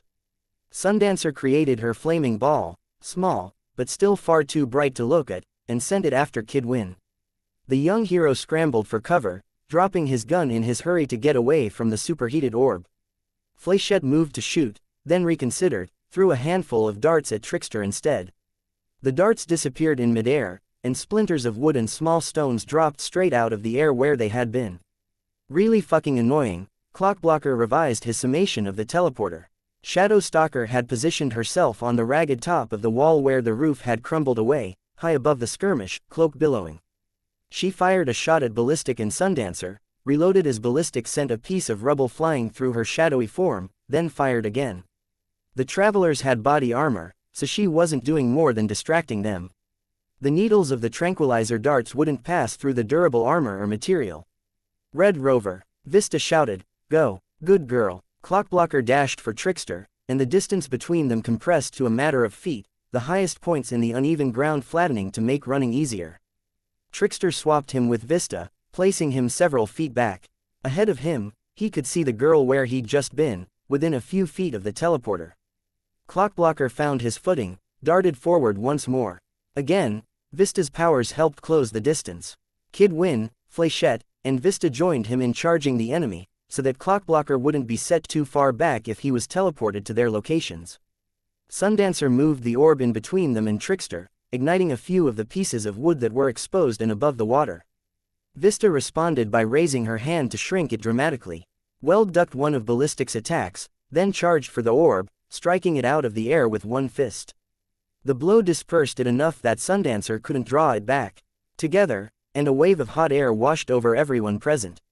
Weld, for his part, staggered back, his hand glowing white-hot. He flexed his glowing hand, and it moved slowly, stiffly. Even as far down as his elbow, the metal of his arm was an orange-red. Clockblocker didn't get a chance to see if Weld was okay. He charged around his team leader, using the metal boy's broader body to put himself in Trickster's blind spot. From this position, he tried to charge and tag the villain. An instant before his hand could brush against Trickster, the villain was gone, and Weld was in front of him. His hand touched the metal of Weld's back. He breathed a sigh of relief when Weld turned around. Only the fact that he'd expected something along these lines had allowed him to turn his power off in time. Spinning around, Clockblocker reached for the space Weld had just vacated, but Trickster was already swapping places with Glory Girl to place himself as far away from the thick of the fighting as he could get. I can't keep track of this guy. Clockblocker looked around to survey the situation. His group was sandwiched between the travelers, now. On one side, Sundancer and Ballistic crouched in the far corner of the building. Trickster and Genesis stood on the other side, atop the rubble that spilled across the building's entrance and onto the flooded street. Genesis inhaled, chest expanding, and Weld was the first to react, stomping one foot hard into the rubble underfoot, using his foot to raise a large, ragged piece of plywood. With his hands, he forced the large wooden board into a standing position, placing it between himself and Genesis. Kid Win, Fléchette and Vista wheeled on Ballistic and Sundancer. Weld's piece of plywood served to block the worst of whatever it was that Genesis exhaled. From what Clockblocker could see around the plywood, it was a dark, gray-black vapor. Wisps billowed around the edge of the board and drifted their way. It had a bitter smell and taste, like ashes mixed with something foul. Even inhaling a trace of it through the air holes of his mask forced barking coughs from his lungs. His teammates seemed to be in rougher shape, Vista falling to her hands and knees. The changer's exhalation hadn't even reached them directly. So, that's what a Changer 9 brings to the table. Different forms, each with their own powers. Weld staggered as Genesis lunged forward, and Clockblocker ducked low under Weld's arm, planted a hand against the plywood. He felt his power snap out to encompass the material, and he fixed it in place, cutting it off from the flow of time. A second later, he felt a heavy hand on his shoulder. Weld, standing over him, gave him a quick smile and an offered hand. He returned it with the briefest of nods and took Weld's hand to stand straight. Together, the pair of them stepped back and away, to see Genesis rising into the air with heavy flaps of her bat-like wings, inhaling to prepare another blast of the noxious smoke. He felt oddly calm as his group squared off against the villains with some of the highest power ratings in Brockton Bay, beneath the grim display of the 3 hanging corpses. He reached into the slot of the armor at his side and withdrew 2 sheaves of paper. Moving his thumbs in one direction, he fanned out the papers, holding them like anyone else might hold a pair of knives. He realized what it was, this calm. Whatever else it was, this fight was a refuge from that feeling that had plagued him since the fight with Leviathan ended. The feeling that he was always in the wrong place, doing the wrong thing at the wrong time, in the face of a city in crisis and a dying father. This, right here, was where he was needed. This is what I'm here for. Chapter 91. Sentinel 9.4 I'm a tinker. I'm supposed to be smart, so how can I have been so stupid? Ballistic raised one hand and pointed at Kid Win. He waited until Kid Win moved before kicking at the uneven, rubble-strewn ground, sending a spray of concrete and wood fragments flying like a hail of bullets. It only grazed the teenage hero mid-leap, lacerating the side of his stomach, hip and thigh, chipping his armor. It still hit hard enough that it twisted him in midair. He landed on his back atop the rubble that covered the ground, grunted. Hey, Ballistic bellowed, little girl. Kid Win saw Ballistic pointing at Vista. The villain, between his build and armor, had the frame of a football player, a dramatic contrast to the young heroine. He pointed at her, paused long enough for her to bend the ground into a semblance of cover, then launched a chunk of concrete at her. The concrete flew at an angle that wouldn't have hit the girl anyways, struck the barrier and shattered, sending debris careening onto and into the girl. Vista screamed and fell backwards, part of her barrier crumbling to land on top of her. He's telling us exactly where he's going to attack next. Kid Win looked up, saw Sundancer with her orb hovering a good 15 feet off the ground, keeping it away from the walls of the building and the corpses that were hung above them. Even though it was 15 feet up and 30 feet away, he could feel the heat of it prickle his exposed skin. He knew from the Endbringer fight that she could make it bigger, move it faster. As the burning sphere drifted forward, staying at roughly the same height, Flechette and Glory Girl were forced to scramble away. Shadow Stalker leapt off of the top of the wall and into the alleyway next to the building to get away from the heat. Only Vista remained where she was, caught under debris that she was striving to shrink down and push away. It dawned on Kid Win. Sundancer and Ballistic, at the very least, were holding back. Because they were strong enough that going all out would leave corpses. The revelation didn't make him feel any better. In fact, it was just the opposite. If these guys got desperate or panicked, they might stop being so polite about it. Trickster and Genesis were tangling with Weld and Clockblocker. Clockblocker was putting paper in the air, freezing it to give himself footholds to go after his flying opponent. Anytime Genesis moved to attack, Clockblocker set paper in her way, edged towards her, or he tried to duck in close enough to touch her. Giving up on more physical means, she exhaled a cloud of the choking smoke. Clockblocker and Weld both worked together to minimize the spread of the cloud, using paper and plywood, freezing it in place with Clockblocker's power. Kid Win decided they had a handle on that. It was up to him to help against Ballistic and Sundancer. As he climbed to his feet, breaking into a run before he was even standing straight, he raised his spark pistol and fired off a series of oversized blue sparks at Ballistic. Trickster managed to teleport him again, swapping his position with Ballistic's. The forward momentum of his sprint was enough to get him out of the way of his own gunfire. His spark pistol sported a small power core that used spatial warping technology to magnify and then reabsorb a steady electrical current. The barrel was wired with a helix-shaped electromagnetic rail, based on some of Armsmaster's old data on the hard, light purity and Dauntless created. Nanomolecular, ionically charged rifling on the barrel's interior was arranged to guide the fired charges into a rough elliptical shape, which sustained their shape and consistency the longest. In layman's terminology, it was not unlike a power bar that was plugged into itself, with a small addition that made each revolution of the current larger than the one before. An attached battery kept the current going. The shots themselves were hard, electricity condensed into balls, which meant they had a physical impact to them, due to how they carried and transferred kinetic energy. Given how the weapon charged, waiting a few seconds between shots meant the next shot hit harder, up to a limit. I can make something like this, which is brilliant, then I go and dismantle my fricking hoverboard to get parts for a project I never even finish. Idiot. Ballistic marched towards Vista, who was trying to climb to her feet. He was intercepted by Glory Girl, who slammed him into a wall. She punched him, drove her knee into his gut, then slammed him against the wall again, to keep him off balance and hurting. Ballistic slumped against her and grabbed at the collar of her costume for support. A second later, Glory Girl was a blur, disappearing into the skyline. His attacker gone, Ballistic fell onto his hands and knees with a grunt. Fléchette threw a handful of darts at Sundancer, pinning the girl against the wall. Somehow Fléchette had avoided Trickster's attention. How? Kid Win turned to look, saw that she was standing so her body blocked Trickster's line of sight to both the darts and his teammate. So he can only teleport what he sees. Kid Win moved to mimic Fléchette's technique, running to a position where he would be between the injured Ballistic and Trickster. He cocked his spark pistol. He was nearly lined up for his shot when his gun disappeared from his hand, an awkwardly sized piece of wood taking its place. A second later, his mask and visor cracked against a hard surface. He had to grip the wall to steady himself and keep from falling. He'd been teleported. Then the wall moved beneath his hand, and he heard Clockblocker shout, "Get down, kid." He let himself fall, simultaneously realizing he had been leaning against Genesis, in her gargoyle-like form. Weld slammed into the villainess, his left hand in the form of a heavy miner's pick. It did a surprising amount of damage, but she didn't seem to care. She gripped Weld around the face with a claw, raked his chest twice with criss-crossing slashes of her other hand, leaving deep gouges in the metal. The same noxious black smoke that she had been breathing began to billow out of the hole the pick had made in her chest. Clockblocker charged, but Genesis shoved Weld so the two heroes stumbled into one another, delaying them long enough for her to leap into the air. She beat her wings to keep herself aloft and out of reach. Kid Win unslung his laser rifle and fired at the villainess. His first shot grazed her, as one flap of her wings carried her higher into the air, but the next two hit the mark. One struck her in the shoulder, leaving a hole large enough to fit his hand through, the other struck her in the side of the head, doing a similar amount of damage.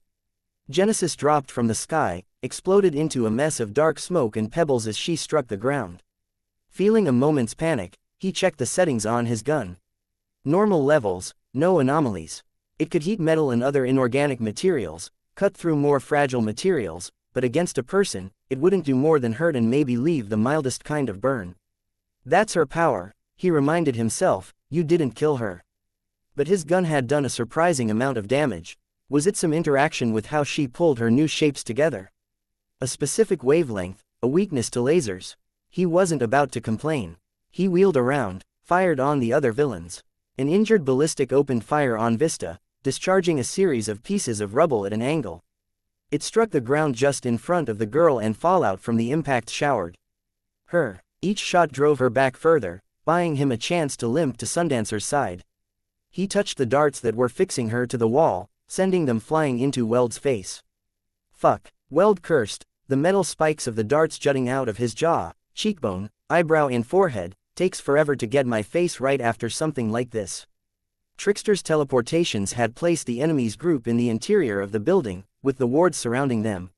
Surrounding one's enemy wasn't quite an advantage when the enemy could teleport, but for a moment, they all paused where they were, various weapons at the ready. It was the kind of momentary peace that fell when everyone was waiting to react to what the others were doing. A wind blew past them, and Kid Win blinked as a fat droplet of water spattered against his visor. It was starting to drizzle. He glanced up at the corpses where they hung on the walls of the building. The water's going to wash away the evidence if you don't let us go and hurry to check on the bodies, Trickster spoke. Crime scene techs can't get here in time with the roads like they are, Weld spoke. And we're not allowed to touch the evidence anyways. Rules. You shouldn't sweat those things so much, Trickster chuckled. Here, I'll help you out. Weld disappeared, and the burned corpse flopped to the ground. Shit. Clockblocker shouted, running forward.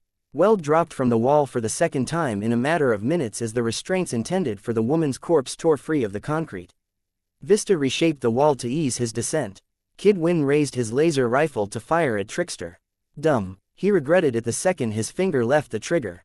As he predicted, he found himself somewhere else in the blink of an eye, and the impact of his own gunfire slammed into his back, intensely hot. He threw himself to the ground at the base of the building, where water pooled, rolling so his back was submerged. It's not lethal, can't do any permanent harm, you had it vetted, tested on pig meat. The balance of the fight had abruptly shifted. Clockblocker, Flechette and Vista were where the three travelers had been, and vice versa. Nah, kiddo, Trickster spoke, as the gap in the wall began closing behind his group, up you go.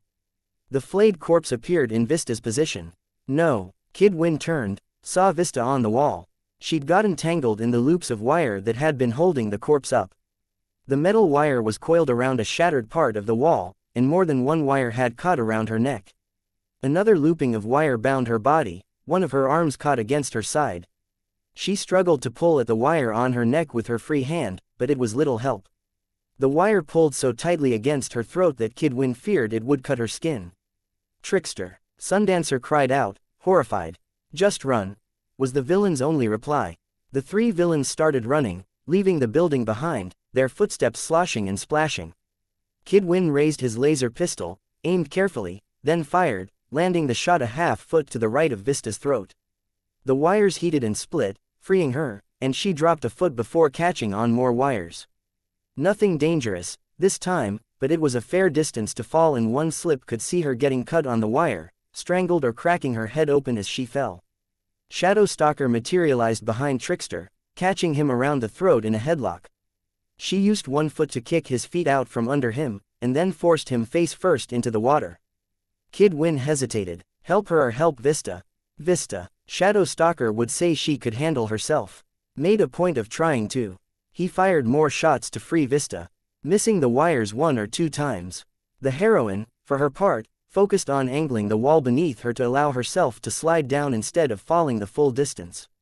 Ballistic shot Shadow Stalker, driving her back. The attack had left a gaping hole just below her heart, the edges wispy. The gap closed, but the attack had separated her from Trickster, and hurt her badly enough that she crumpled to the ground, a hand to her chest. Kid Win fired a salvo at the retreating villains, grazed ballistic. Sundancer turned, directing her orb between their groups. She dropped it into the water. Massive clouds of heated steam rose where the orb met water, obscuring the battlefield. By the time it cleared, the villains were gone. It took a minute to check that none of them had suffered any permanent damage. After some debate, they moved the bodies to a more secure, dry spot, inside the building. Glory Girl managed to make her way back 2 minutes after the travelers were gone, helped with the last body that still hung on the wall. By the time they were done, the rain was pouring down. Kid Win stared down at the corpses, an ugly feeling in his gut. He was dumb, easily distracted, prone to leaving his projects unfinished, and it was moments like this that this knowledge hit him particularly hard. His dad had made him get tested, and the doctors had labeled him with ADD and dyscalculia. He held to the opinion that the ADD diagnosis was way overused. He liked to think that he was just a daydreamer, prone to getting lost in his thoughts. The dyscalculia was something concrete that he couldn't deny or explain away. He couldn't keep numbers in his head, couldn't make the most basic intuitive leaps or connections with them. All of that had been before he got his powers. Nothing had changed, except that now he could visualize something, instinctively know how he could put it together. His disability or disabilities put him a step behind the rest.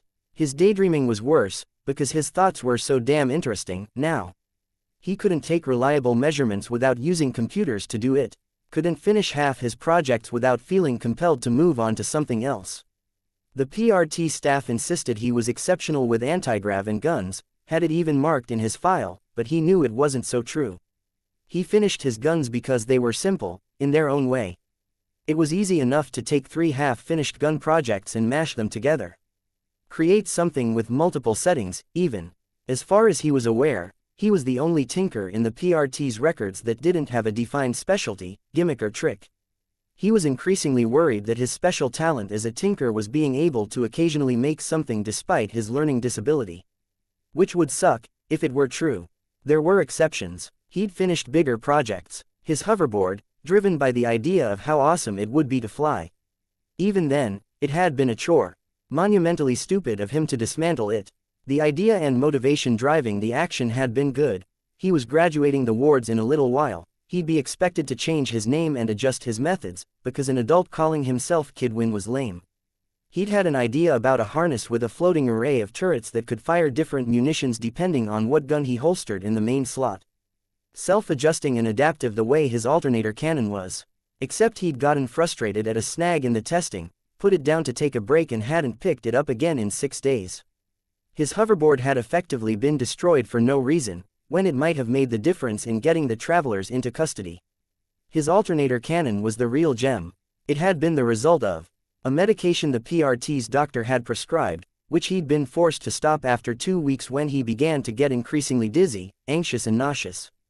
While he'd been taking the pills, he'd been focused, had a glimpse, maybe, of what he could do if it weren't for his distractibility and daydreaming. When Piggy had spoken of destroying the thing, the mere thought had been crushing. Then Leviathan had destroyed it for real, maybe the only truly brilliant thing he'd be able to make. He harbored fears it might even the only brilliant thing he'd ever be able to make. He wasn't the worst hero ever, he knew that. He had things he could do. He could let the worries and the dozens of unfinished projects alone, most days. That changed when his team got thrashed. Thoughts like that had been plaguing him since the Endbringer event a week ago. He couldn't shake the notion that he was in the running for the weakest member of the team. The notion that he was dumb, second-rate. That this loss, here, was his fault, because he had dropped the ball. The people of this city deserve a better hero, a more focused one. Weld spoke, disturbing him from his thoughts. I just got a message. PRT is on their way. We head back now. Hearing the unenthusiastic replies of his teammates, Kidwin realized that the rest of the team wasn't in any better of a mood than he was. Losing had a way of doing that. Strangely comforting. Got word from the Protectorate. They're handling the case with the bodies. We're not to touch it or get involved in any way, Weld spoke, folding his arms. He had what looked like acne, blisters of extra shiny metal on his face where the remainder of the darts hadn't yet been fully integrated into his skin. He reclined in an expensive, custom-made office chair, capable of supporting his dense, heavy body. Everyone else had found seats in the central room of their headquarters. Everyone, that was, except for Glory Girl, who had gone home. She wasn't yet an official member of the team. No word on what's going on? Clockblocker asked. They're staying quiet on the subject, Weld spoke. Vista leaned forward. Maybe a serial killer. We should focus on what we do know, Weld shook his head. As far as tonight's patrols, actually, Kidwin cut in, sorry. But I have one theory. What? Clockblocker asked. Kidwin glanced at Weld, checking to see if their leader was okay with it. Weld didn't say anything, which he took as assent to continue. There were 2 other crime scenes, right? Any idea if there were the same number of bodies at each crime scene? Same number? Weld raised an eyebrow. Why, oh. Shit, I think I follow. Smarter than you'd think, given his brute force power and his appearance, Kidwin realized.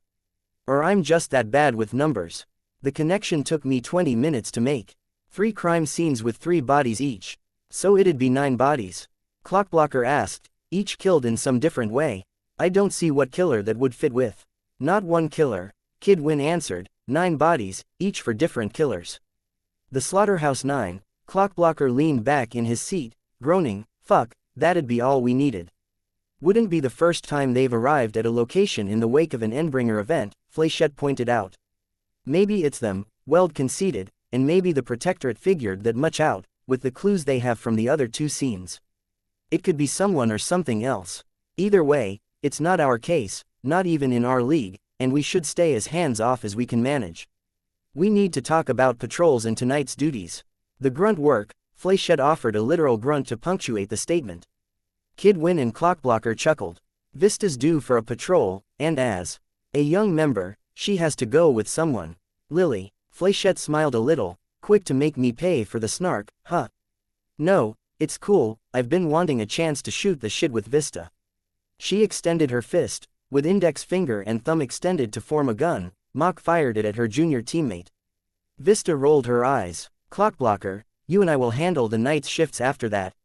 Your call if you want to patrol with me or not. We can cover different routes and go for a wider area if you'd rather. Alright, we'll figure it out. Leaving Shadow Stalker. You okay with the late night, Sophia? Yeah, fine. Sophia didn't look up from her laptop. And me? Kid Win asked. Special duty, tonight. Weld smiled. You're recruiting. Recruiting. There's a kid calling himself Chariot. Been racing around the city with a powered suit that lets him move 100 miles an hour. Assault finally caught up with him last night, brought him into custody. Wound up calling the kid's mom, got him to agree to talk to our recruiter. You'll be meeting the kid in his home. Why me? Shared interests. You're both tinkers. You have the best idea of how he thinks. Kid Win nodded. He couldn't quite put his finger on what he was feeling. A measure of excitement at the idea of getting to talk to another tinker that wasn't Armsmaster. Sure. Fear. Would he be replaced by a new tinker? It was an immature thing to be spooked about, he knew that, but that didn't make it any less real. Cool, he spoke, by way of agreement. You convince him, it'll look good to the guys upstairs, Weld informed him. Right, great, pressure. Now, onto a more serious topic. I'm seeing that this team is really disorganized, these days. I have no problem handling the brunt of the paperwork, it gives me a degree of insight into what's going on that the files don't. I don't even mind cleaning up the kitchen and showers here when the janitors are off duty. But we really need to communicate. Last night Fléchette went on patrol and ran into a situation with Perry and she should have been briefed on. It could have turned hostile. Sorry, Vista muttered. It turned out okay, Fléchette smiled a little. Right, it's okay, it's understandable, given all we're trying to handle, Weld reassured her, but we can't miss out on details and updates on the overall situation. The Protectorate have their hands full with the gang wars between Fenrir's Chosen, Purity's group and Coil. They're now dealing with this serial killer or serial killers, and they're still updating the records. So here's what we're going to do, I've checked it with Pigott, she agrees. I'm picking up an extra patrol shift, and I'll be adjusting your patrol shifts down by 20 minutes each, moving them around slightly. With the downtime that creates, we're going to have meetings like this, every day. Pausing, Weld glanced at Clockblocker, as if expecting a response. When Clockblocker only nodded assent, Weld's eyebrows rose a fraction in surprise. He continued, gives us a chance to talk about our recent patrols, fears, concerns, ideas. Or hell, just talk, because I'm seeing this trend where we only see each other in passing, while patrolling or in class, and some of you are going out of your way to spend time together and hash stuff out, even at the detriment of stuff like school. You're talking about class, earlier, Clockblocker said. More or less, not saying it's a bad thing, but we can restructure our schedules, make time for it, instead of detracting from an area we need to pay attention to. Sure, Clockblocker agreed. Was there a note of irritation in his voice?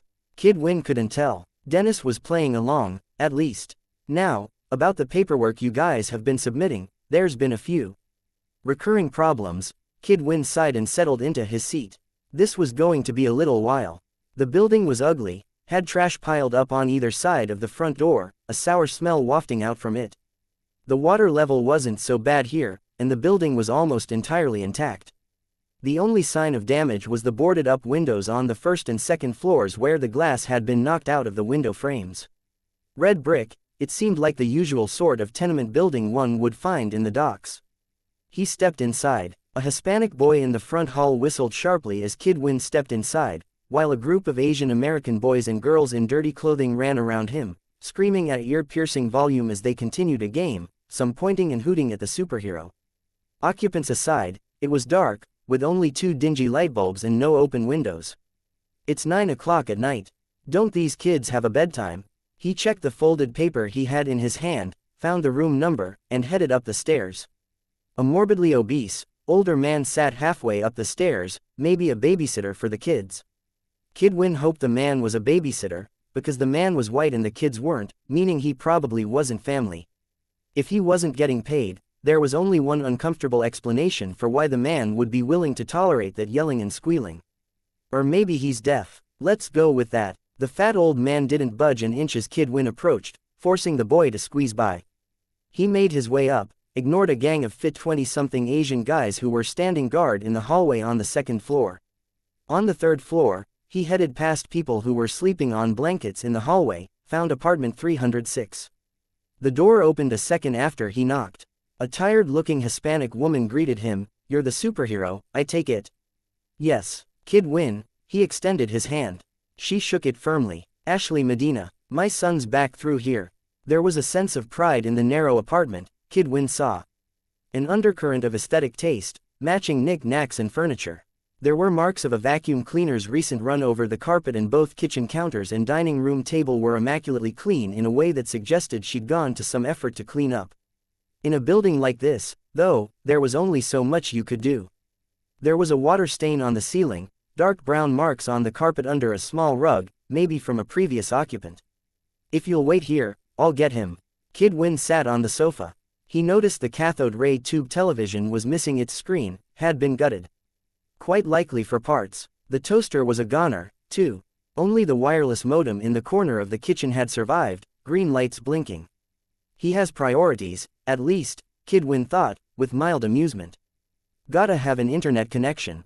When Chariot arrived, Kid Win stood, offered a hand. There was a delay before the kid shook it.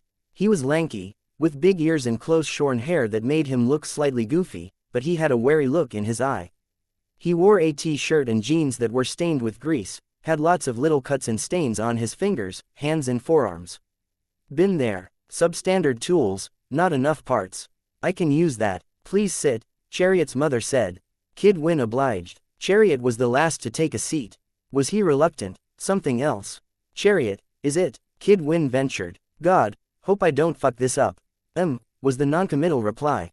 "Just to give me an idea, on a scale of 1 to 10, how interested are you in maybe joining the wards?"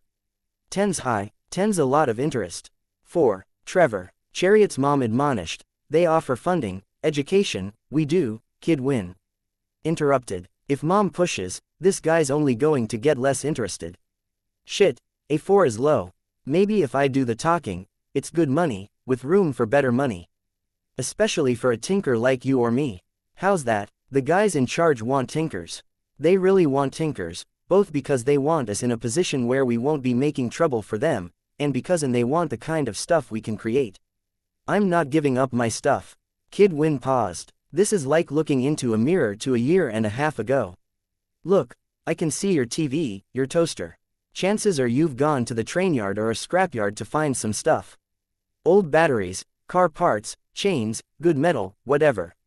He wanted to go to the train yard. Chariot's mother cut in. "I told him no," caught him trying to sneak out. Chariot scowled a little, looked away. "This would be easier without her here." "I get it. Been there. You're hungry to use your power, but more than any other kind of cape, you're facing a hurdle in terms of the entry-level resources you need. This is where the team would support you. You get funding, a lot of funding, to put your stuff together." Kid Win reached into his belt, retrieved a compact disc. He placed it on the glass coffee table, then withdrew a set of small tools from the other side of his belt. He dismantled the object and began laying out the components one by one. Chariot reached for the nearest component, and Kid Win moved to block the boy's hand. "Don't touch, please. Look only. Trace oils and static charge could damage something." The boy gave him an annoyed glance, bent over the table to look closer at the chips. "What's this crystal?" Chariot asked. 3D computer chip, uses light instead of electrical current. They're made by this protectorate tinker down in Texas. She gets funding to produce a set number every month, in addition to her regular pay. So long as you're in the program, you can put in an order for her stuff, with the specs you want. And this metal threading, gold, for maximum conductibility. That's a camera. This would be the power source. That part does something with wavelengths, and this reads energy, but I'm not getting it.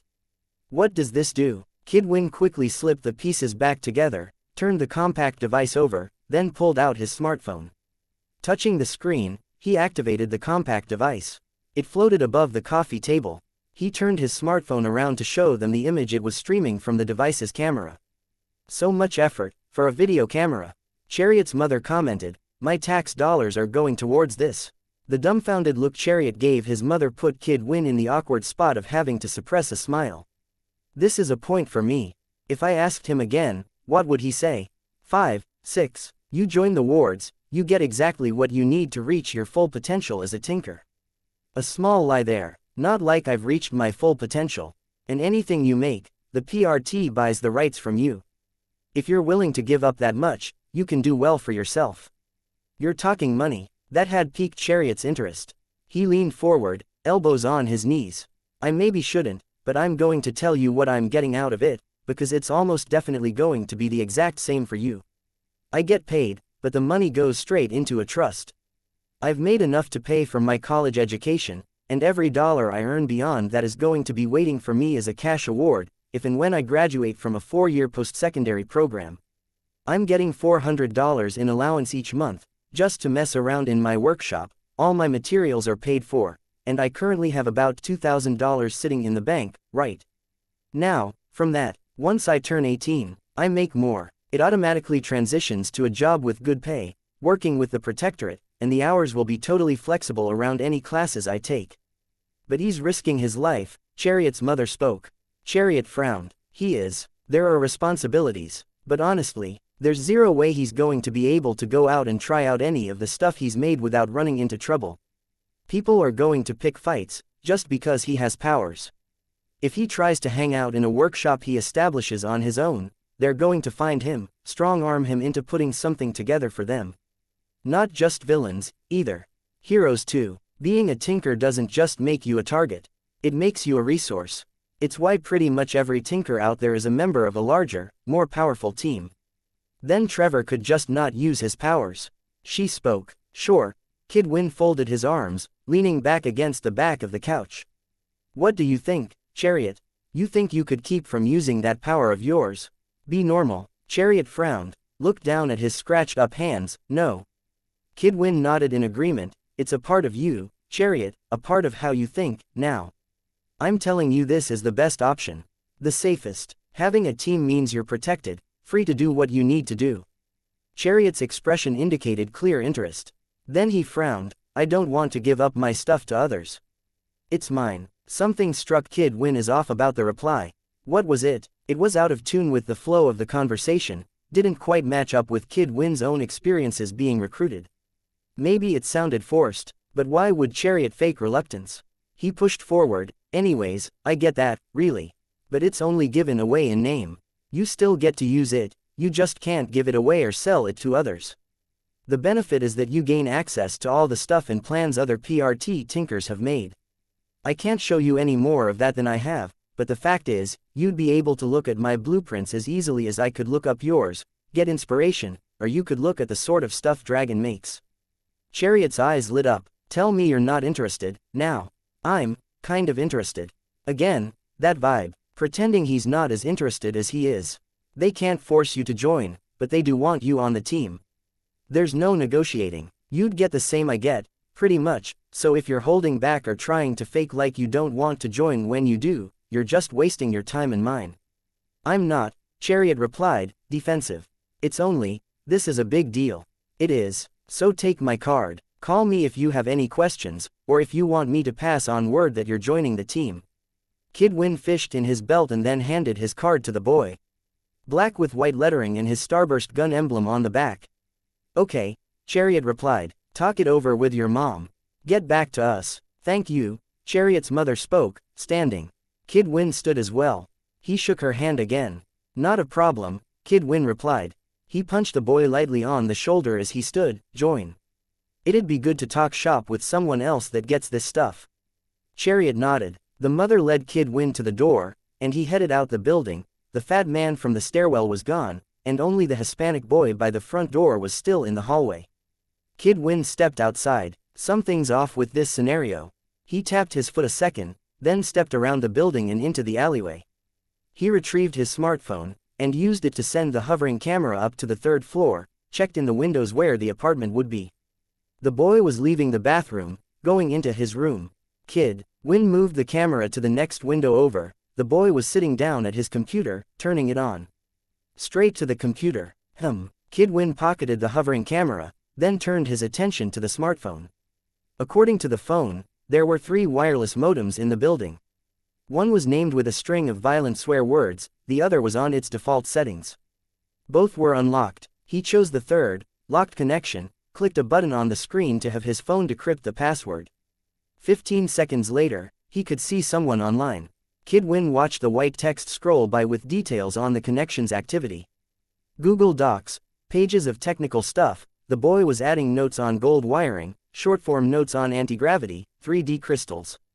The next page the boy visited, 5 minutes later, was an email account.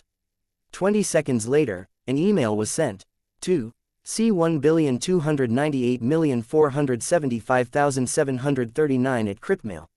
Guy from Wards came. I'm in. Kid Win stared at the screen for a long while. Cryptmail. That wouldn't be an agreement with the PRT. So someone got to you before we did, he muttered to himself. He tapped the armor over his ear twice to open a communications channel, console. Weld here, manning the console. Do me a favor, call everyone back to the base for a quick meeting. And maybe call Pigot. Chapter 92. Sentinel 9.5 inches. Don't cross the yellow line, Flechette spoke. Right, Vista agreed, I got the message the last time I came this way. Flechette leaned forward, found a string, beaded with water from the rain. She plucked it twice. Parian sloshed out from a nearby alley. A 9-foot-tall rabbit with an eye patch and boxing gloves followed a few feet behind her, moving on 2 legs, swaggering forward like it had a chip on its shoulder. It's cute. Vista smiled. Hi Vista, Parian greeted her. Hi Flechette. Hey, Flechette smiled, we come bearing gifts. Vista stepped forward and held out a shopping bag, a dozen gallons of water, some rice, some tins of beans, multivitamins and first aid supplies. My power will wear off pretty soon, so get the bag somewhere safe before then. It's basic stuff, Flechette said, but it'll hold you for a little while. Thank you, Parian spoke, reaching over the makeshift yellow line for the bag. She held it behind her back with both hands. Just over her right shoulder, cloth formed into a rough shape, a trio of needles with attached spools of thread weaving in and around it, a razor cutting at pieces of it.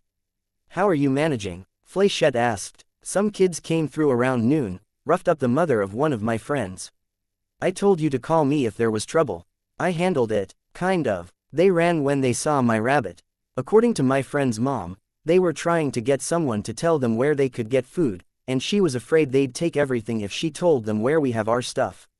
I think they were more hungry than dangerous. Not enough food going around. The cloth took on a rough shape with arms and legs.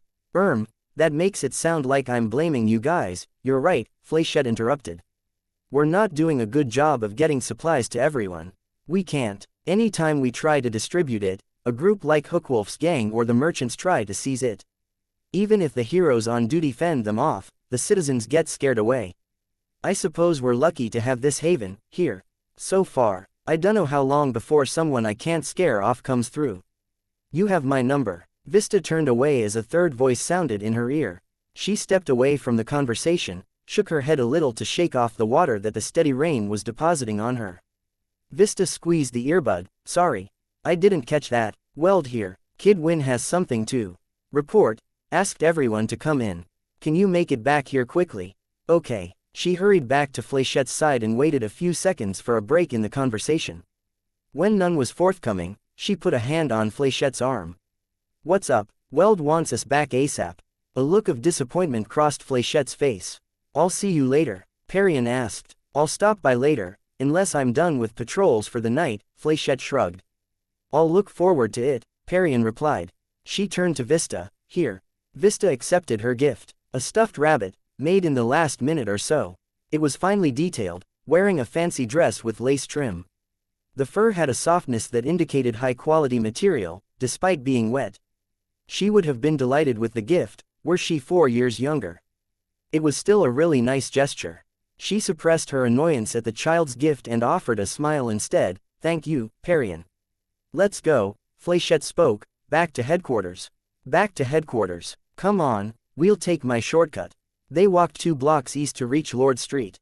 Beneath the water's surface, they could see a fissure that ran down the center of the road, zigzagging from one lane to the other. Vista stepped out into the middle of the road at the edge of the fissure, then concentrated. She felt her power extend to every solid object in front of her, formed a map in her head. There was nobody out there, which made it easier. Slowly, carefully, she began adjusting. She truncated the length of Lord Street, then did it again, repeating the process to make the 4-lane road shorter and shorter. The fissure down the center of the road squeezed against itself like a compressed spring.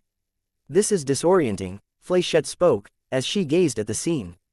My power gives me a grasp of angles, and I'm worried I might have a seizure if I try to use it to get a sense of what's happening here.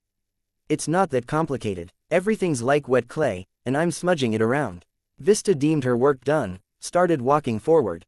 Flechette followed, eyeing the distorted sidewalk at the edges of the effect. You're powerful, kiddo, Flechette said.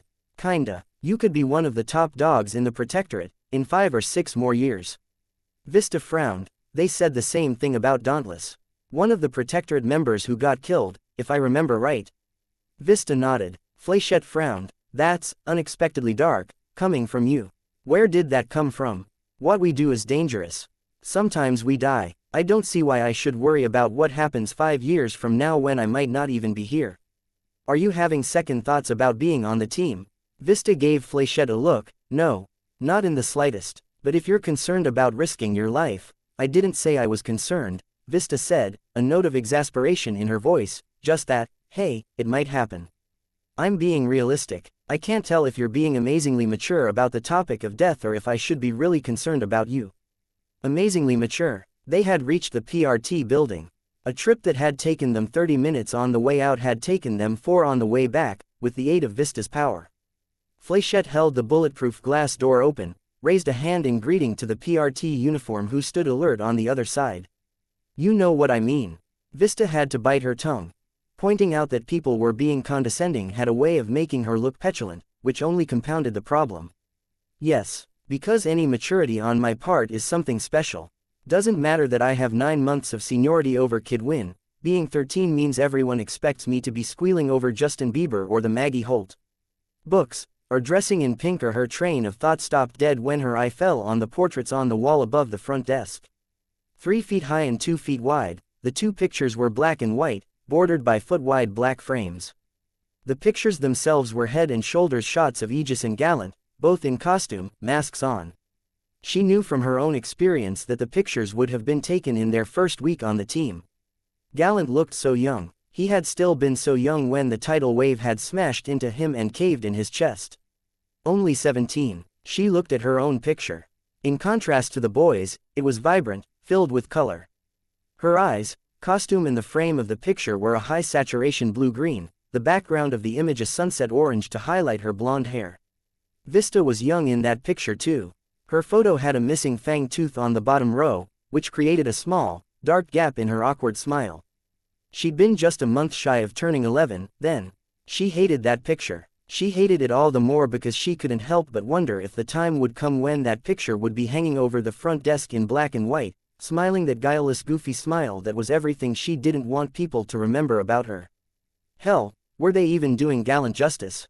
The guy who'd set out to be the literal knight in shining armor, lived his life with more chivalry than any 5 people you plucked off the street. All he got was a photo and a name on a memorial. You okay? Flechette asked. Vista tore her eyes from the portraits. I'm fine. Let's go, Weld's waiting. Without waiting for Flechette, she marched for the elevator.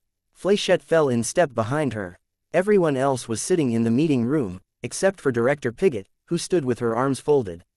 Thank you for being prompt, Piggott spoke. Would you please have a seat? Vista obediently sat in the chair closest to her. Flechette found a chair beside Weld. Kid Win, Piggott prompted. Here's the deal, guys. I went out to talk to Chariot, and there's a bit of a complication. He tapped the screen of his smartphone, and the computer screen at one end of the table changed to show text from a series of emails. Chariot hasn't yet agreed to join the team, but there's evidence that he fully intends to join as a mole for an unknown party.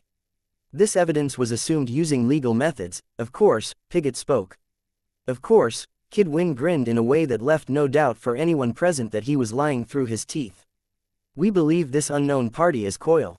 There's no other criminals in town that would really do this. Fenrir's chosen aren't that subtle, and they're too racist to work with Chariot. Purity's group is, again, too racist.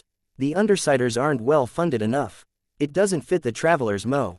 That, Piggott spoke, and there are prior cases of Coil using undercover operatives. Prior cases? Weld asked. This doesn't leave this room, Piggott spoke.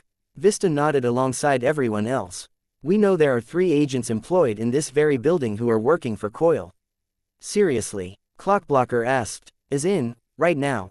Yes, Piggott nodded. We might have gone entirely unaware, but Dragon found that one face on our security camera footage matched up with that of a known soldier of fortune.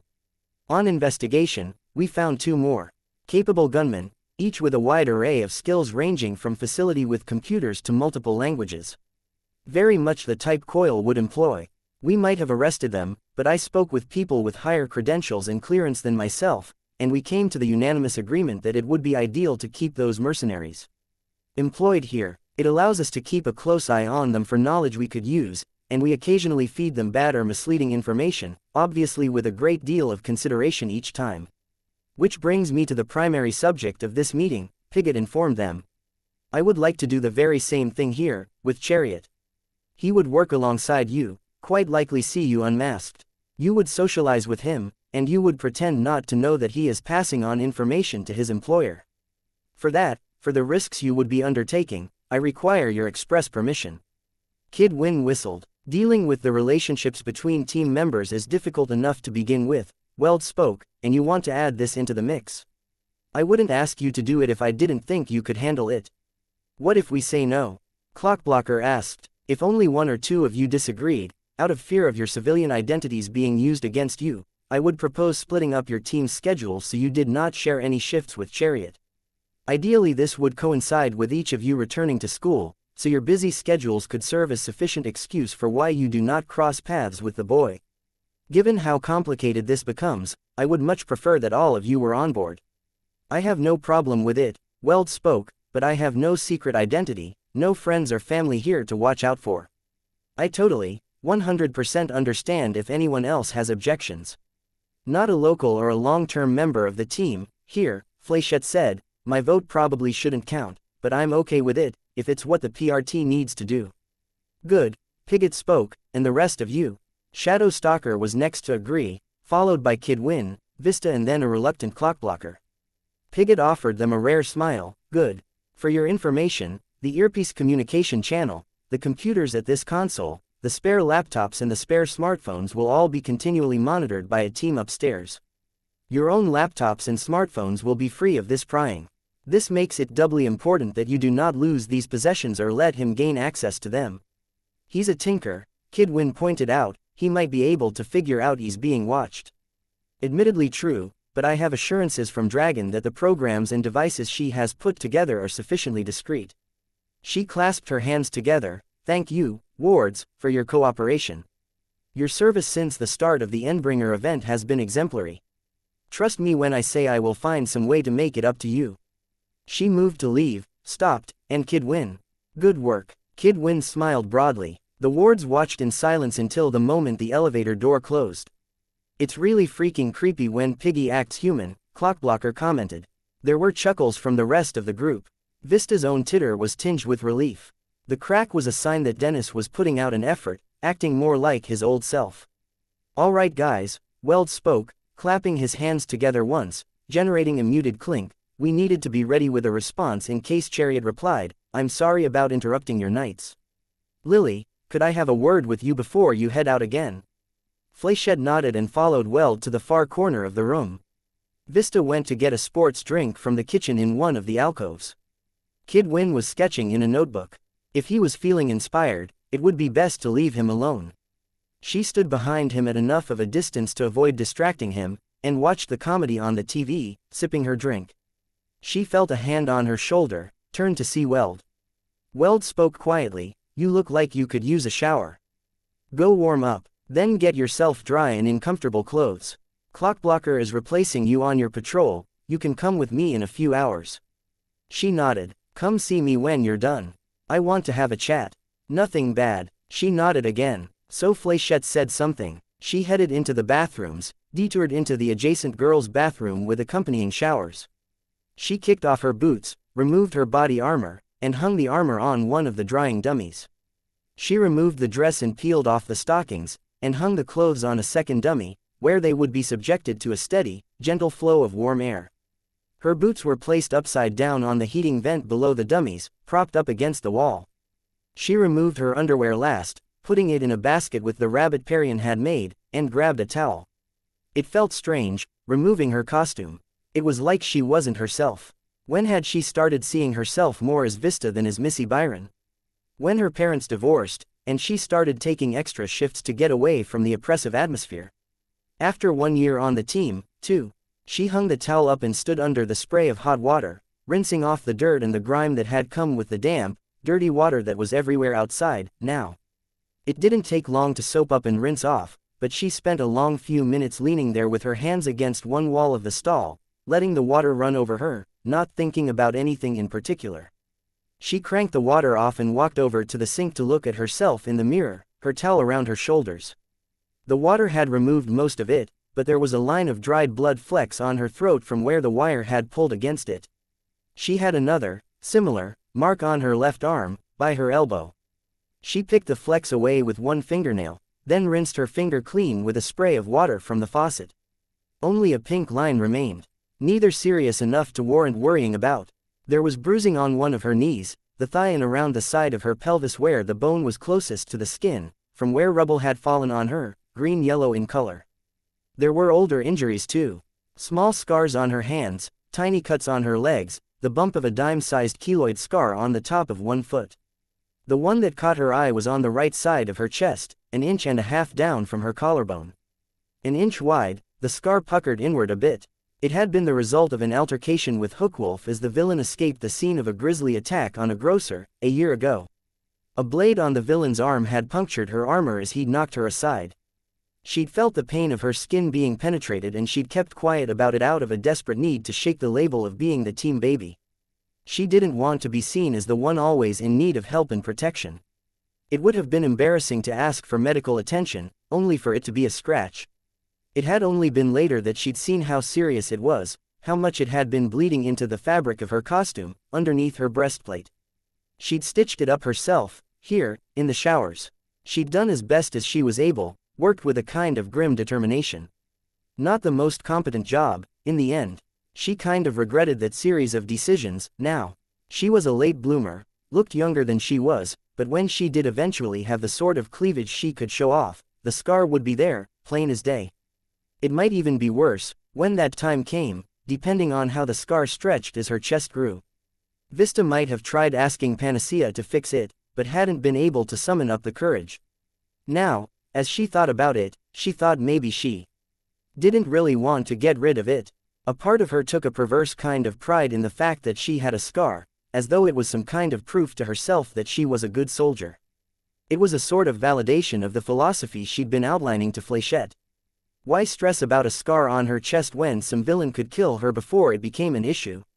A toilet flushed in one of the bathroom stalls, and Vista hurried to pull her towel from around her shoulders and wrap it around herself, hiking it up to cover the scar on her chest. Sophia strolled over to the sink next to Vista. She gave the younger girl a cool look. "Don't freak out, midget. It's not like you have anything worth hiding." Bristling at the midget comment and the crack about her chest, Vista just stared at herself in the mirror, ignoring the girl. Sophia finished washing her hands, then got her toothbrush and brushed her teeth. She took her time, while Vista stood there, clutching the towel around herself with both hands. Finishing, Sophia put her toothbrush away, and, as she'd been doing recently, put a hand on Vista's head as she passed by. Only this time, she mussed up the younger girl's hair, with more roughness than was necessary. "Carry on, kid." "Great," Vista thought. Dennis might be acting more like his old self, but Sophia is too. She combed out her hair, sorting out the tangles that Sophia's attention had given her, dried off, and then went to her locker to get a change of clothes, a t-shirt, sweatshirt and flannel pajama pants. Comfortable clothes. She pulled on slippers and went to find Weld. Sophia was manning the console, browsing Facebook. Kid Win was testing out the armor. 4 guns with the size and shape of large pears were floating around the shoulders in a loose formation. Rather than distract Chris or have to deal with Sophia again, Vista left the headquarters and headed into the elevator. Weld's room was in the hallways 1 floor up, opposite Kid Win's workshop. The door was open, and he was there, reclining on a heavy-duty chair of the same model as the one he had in the conference room. He had headphones on, his feet on a granite counter where his computer sat.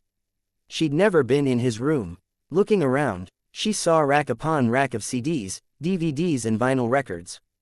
There was no bed, but he didn't really need to sleep, so that made some sense. It was easily possible that he slept in the chair. His head was bobbing with the music until he spotted her. He gave her a quick nod, pulled off his headphones and turned off the speaker system. You wanted to talk to me?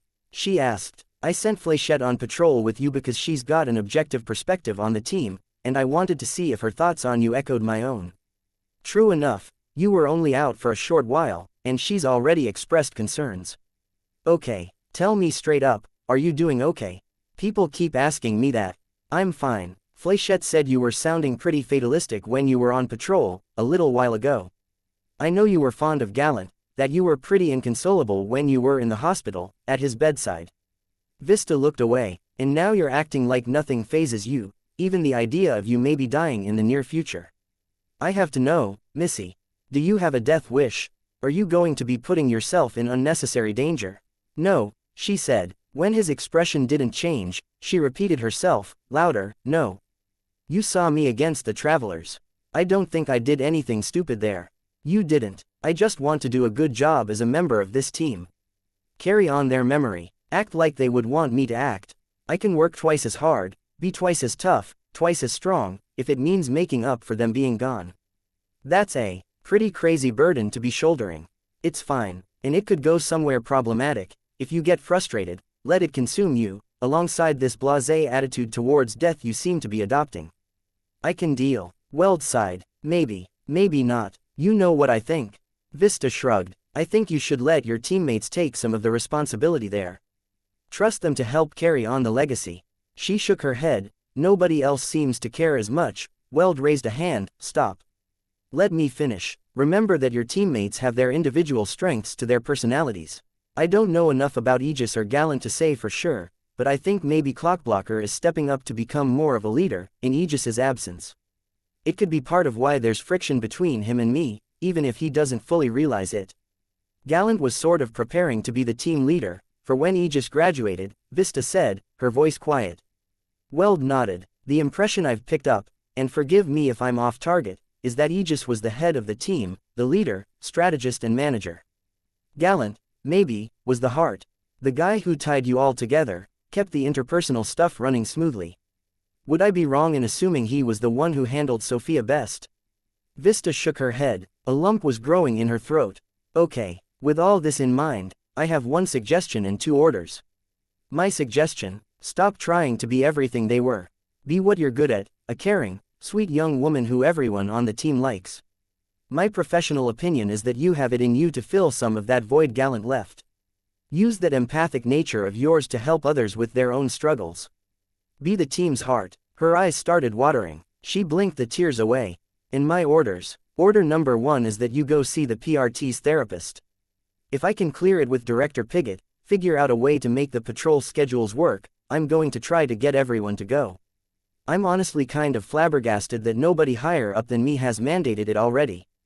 Okay, in a way, she was relieved, at that instruction. Order number 2 is to let yourself cry, damn it. Stop holding it back. Just the mention of crying made her eyes water again. Vista wiped it away once more. I've cried enough. If your body wants to cry, then you should listen to it. It doesn't make you any weaker if you let it happen. You think I've never cried? Looking like I do, facing the disappointments and frustrations I have. Maybe it's self-serving to think so, but I think it takes a kind of strength to let yourself face your emotions like that. The tears were rolling down her cheeks, now. She let her head hang, her damp hair a curtain between her and her team leader. He stood, pulled her into a hug. She pressed her face against his shirt. It was soft, but the body beneath was hard, unyielding. It was still very gentle. When she pulled away, a few minutes later, his shirt was damp. She sniffled, taking the offered tissue to wipe at her eyes and nose. Weld spoke, gently, I'm always here to talk, and the therapist will be there too. Vista nodded. If you need a break from the team, just say the word. I'll talk to Piggott. She shook her head. No. I want to work. I want to help. Okay. Then we've got patrol in 2 hours and 15 minutes. Go relax, watch some TV, maybe take a nap. All right. Don't you dare let me sleep through patrol. I wouldn't. She made her way back to the elevator, noting the lights were on in Kidwin's workshop. Heading back down to the base, she walked toward her cubicle room. Holy crap, you've been crying again. I thought you were over that. Sophia commented from the console. She was on her laptop, sitting just to the right of the main console. Nobody else was present in the headquarters. Again, the two of them were alone. Was Sophia's nice act only for when others were around? Vista turned, irritated. I was venting a little with Weld. What's your issue? I just really hate crybabies. Sophia turned back to the computer. Crybaby. Whatever else someone could say about Sophia, there was no denying that she was very, very good at finding someone's weak points, be it during a brawl or in an argument. Vista couldn't think of an insult that would have needled her more. Bitch, Vista muttered, moving toward her room. She thought she spoke quietly enough that Sophia didn't hear, but the girl did, because she had a response. You annoyed him, you know. Vista stopped in her tracks, stayed where she was, her back to Sophia. She replied without turning around, Weld. You don't know, gallant. 12-year-old following him around all the time, brimming with prepubescent lust and lovesick infatuation. And he can feel all of her emotions. You know how gross that would be. How disturbing and awkward. Vista clenched her fists. Sophia went on, think about it, every time you got just a little turned on while you looked at him. Every time you crushed on him. He felt it, forced himself to smile and play nice even as you totally repulsed him, because he was that kind of guy. You know he was that kind of guy. I loved him, Vista spoke. The first time she'd spoken the words aloud. Why did it have to be to Sophia? Why couldn't she have said it to Gallant, before he passed? There's nothing gross about love. You don't know what love is, little one. Sophia's condescending tone rang across the room. It was a first crush, a little infatuation. Real love is what he had with Glory Girl, that long-term bond that survived through a dozen really nasty fights, and brought them back together again and again. A schoolgirl crush is easy. Real love is hard, something tempered and enduring. Vista turned to look at the older girl. Sophia was reclining in her chair. She smiled a little. I know it sucks to hear now, but it's better to hear it straight than to look back and realize how horribly stupid you sounded, 5 or 10 years down the road. I am not going to feel stupid for how I feel now. Sophia shrugged. Kids. She turned her attention to Facebook. Vista unclenched her fist. She could tip Sophia out of her chair, bend the computer screen, carry out any number of petty revenges. But Weld's advice stuck in her head. What happened to you, Sophia? Sophia looked over her shoulder. You're still here. What kind of situation led to you becoming like this? So casually cruel, so lacking in basic human decency. My advice is for your own benefit, little tyke. I'm not the bad guy. You're the only one who doesn't have any friends on the team. You keep yourself at a distance, you talk only with your friend or friends from your civilian life. Even there, you're always in trouble. Getting suspended, picking fights. It's like you want to break your probation and go to some juvenile detention facility for the next few years. Not your business. Out in costume, you're scary. You hurt people like you're hungry for it. I just want to know why. Where did you come from? What situation led to you being like this? Drop the fucking subject. You're irritating me. Vista sighed. Feeling the traces of anger and the hurt from Sophia's words, she still tried to soften her parting words as she turned to go back to her room. If you ever do want to talk about it, I'm willing to listen. I'm not about to talk about it with you. Fix your own shit before you start worrying about me, crybaby. Frustrated, disappointed in herself for failing in her first genuine effort at taking Weld's advice, trying to reach out to a team member that needed it, Vista shook her head, muttered, I pity you. The sound of a laptop crashing to the ground made Vista turn. She saw Sophia in her shadow state, wispy, her skeleton visible beneath her skin, warped. The girl's eyes were too reflective, her entire body seemed to bend and distort, not completely solid as she leapt towards Vista. Sophia dropped out of her shadow state in time to push Vista flat onto her back, hard, one fist gripping the collar of the younger girl's t-shirt.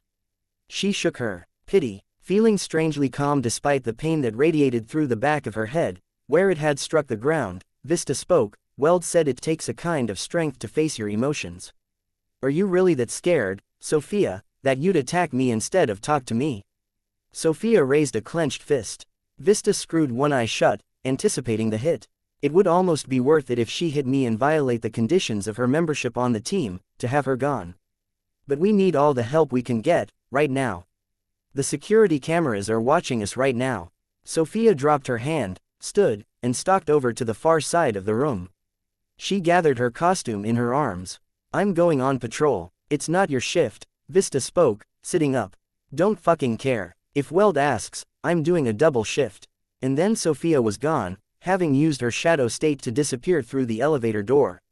Okay, Vista spoke, pulling herself to her feet. Guess I'm manning the console. Chapter 93. Sentinel 9.6 Shadow Stalker paused in her patrol when she arrived at the roof of the Hillside Mall, downtown. She'd hoped to run into some looters, had some luck earlier in the week at this spot, but it seemed that police forces were stationed at the entrances, now.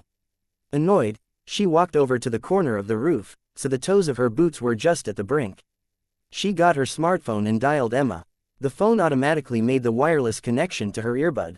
Hey, superhero, Emma answered. How's Portland? Good food, good shopping, boring as hell. I wish I could come back, hang out. I wish you to come back, too, Shadow Stalker admitted. These morons are fucking pissing me off, and I'm not getting enough breaks from it. I don't have the patience for this. Which morons? The wards. The wards, Shadow Stalker confirmed. She sat down on the ledge. They're children. Yeah, Emma replied. She didn't prod for more information or clarification.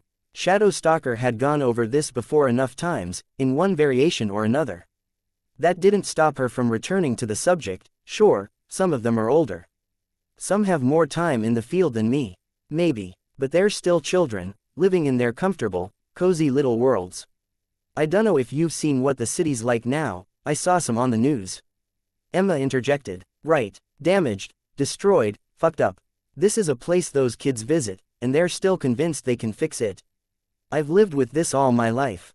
Waded through this shit from the beginning. I know they're deluding themselves. So yeah, they're immature, new to this, and I don't know how long I can fucking put up with them. 2.5 more years, right? Emma asked. Then you're off probation, free to do your thing. God, don't remind me. Makes me realize I'm not even halfway through it. I can't believe it's already been this long, constantly hearing them bitch about dating, or clothes, or allowances, and every time I hear it it's like, I want to scream in their face, fuck you, you little shit, shut the fuck up. I've killed people, and then I washed the blood off my hands and went to school and acted normal the next day. Silence hung on the line for a few long moments. I remember, Emma spoke, a touch subdued. Shadow Stalker chewed on her lower lip, watched a butch policewoman pull into the parking lot, then hand out coffees to the others on duty. If it weren't for all the crying and the complaining, I would almost be glad Leviathan had attacked the city. Tear away that fucking ridiculous veneer that covers everything. Get rid of those fucking fake smiles and social niceties and daily routines that everyone hides behind. Yeah, Shadow Stalker didn't elaborate too much further on the subject. Leviathan had revealed the desperate, needy animal at the core of everyone in this city.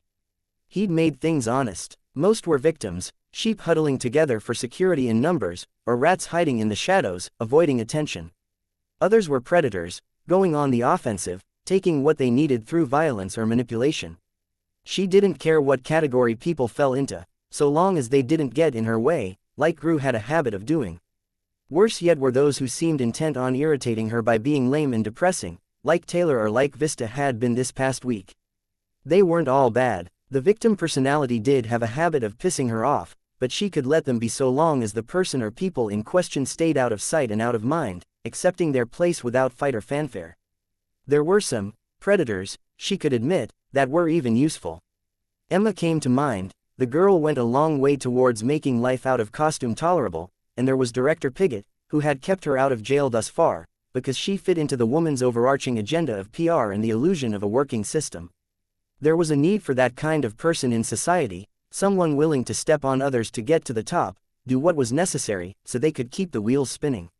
Not all of them were so useful or tolerable, of course, but there were enough out there that she couldn't say everyone with that kind of aggressive, manipulative psychology was a blight on society. She could respect the Piggotts and Emmas of the world, if only because they served as facilitators that allowed her to do what she did best, in costume and out, respectively. She was a predator, whether she was Shadow Stalker or Sophia. Few would deny that, even among her own teammates. A convoy of trucks on the road below caught her attention. Each vehicle was painted dark, and two had the look of army vehicles, with gray-black mottled cloth or canvas covering the cargo or personnel at the rear. They had their headlights off to avoid drawing attention. There were two good possibilities for who they might be. The first was that it was a shipment of supplies. Food, water, first aid and tools, which would mean there was a small contingent of capes inside one of the trucks or in the immediate area.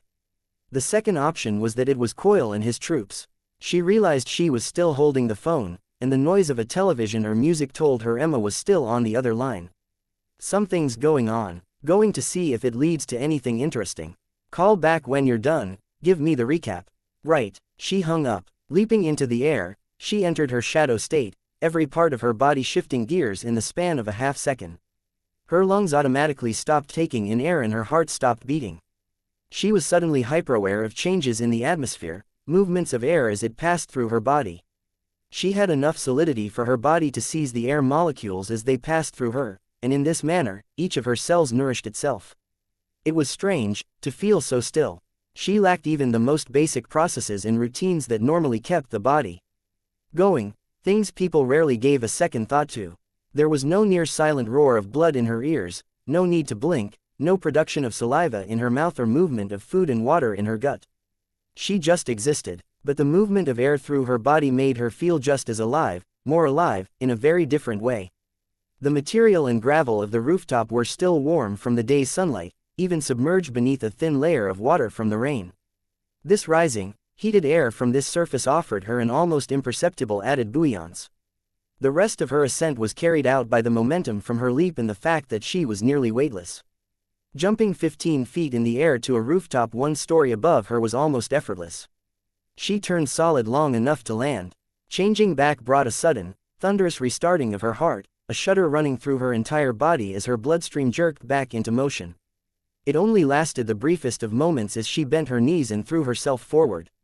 The moment her feet left the ground, she entered the shadow state once again, sailing across the rooftop.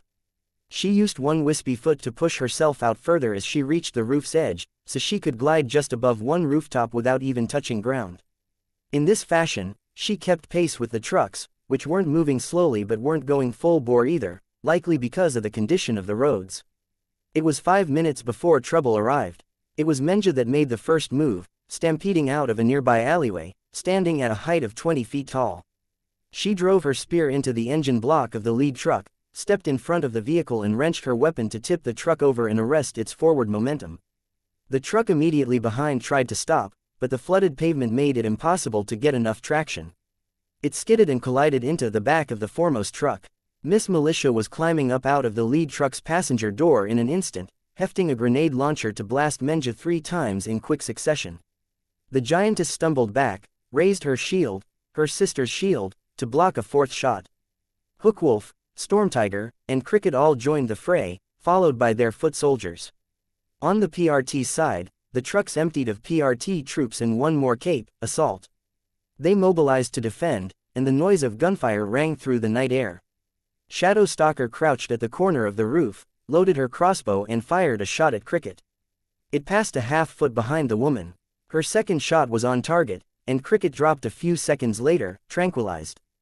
Good, the woman's radar might find Shadow Stalker if she wasn't in her shadow state, and Shadow Stalker could be far more effective if the enemy didn't see where she was attacking from. Who else? Menja was classified as a breaker. The spatial warping effect that surrounded her made incoming attacks smaller even as she simultaneously made herself bigger. The darts wouldn't even be noticeable to her. Stormtiger could deflect projectiles by sensing and adjusting air currents, with the right timing, so her shots came out of the shadow state as they arrived to make contact with him.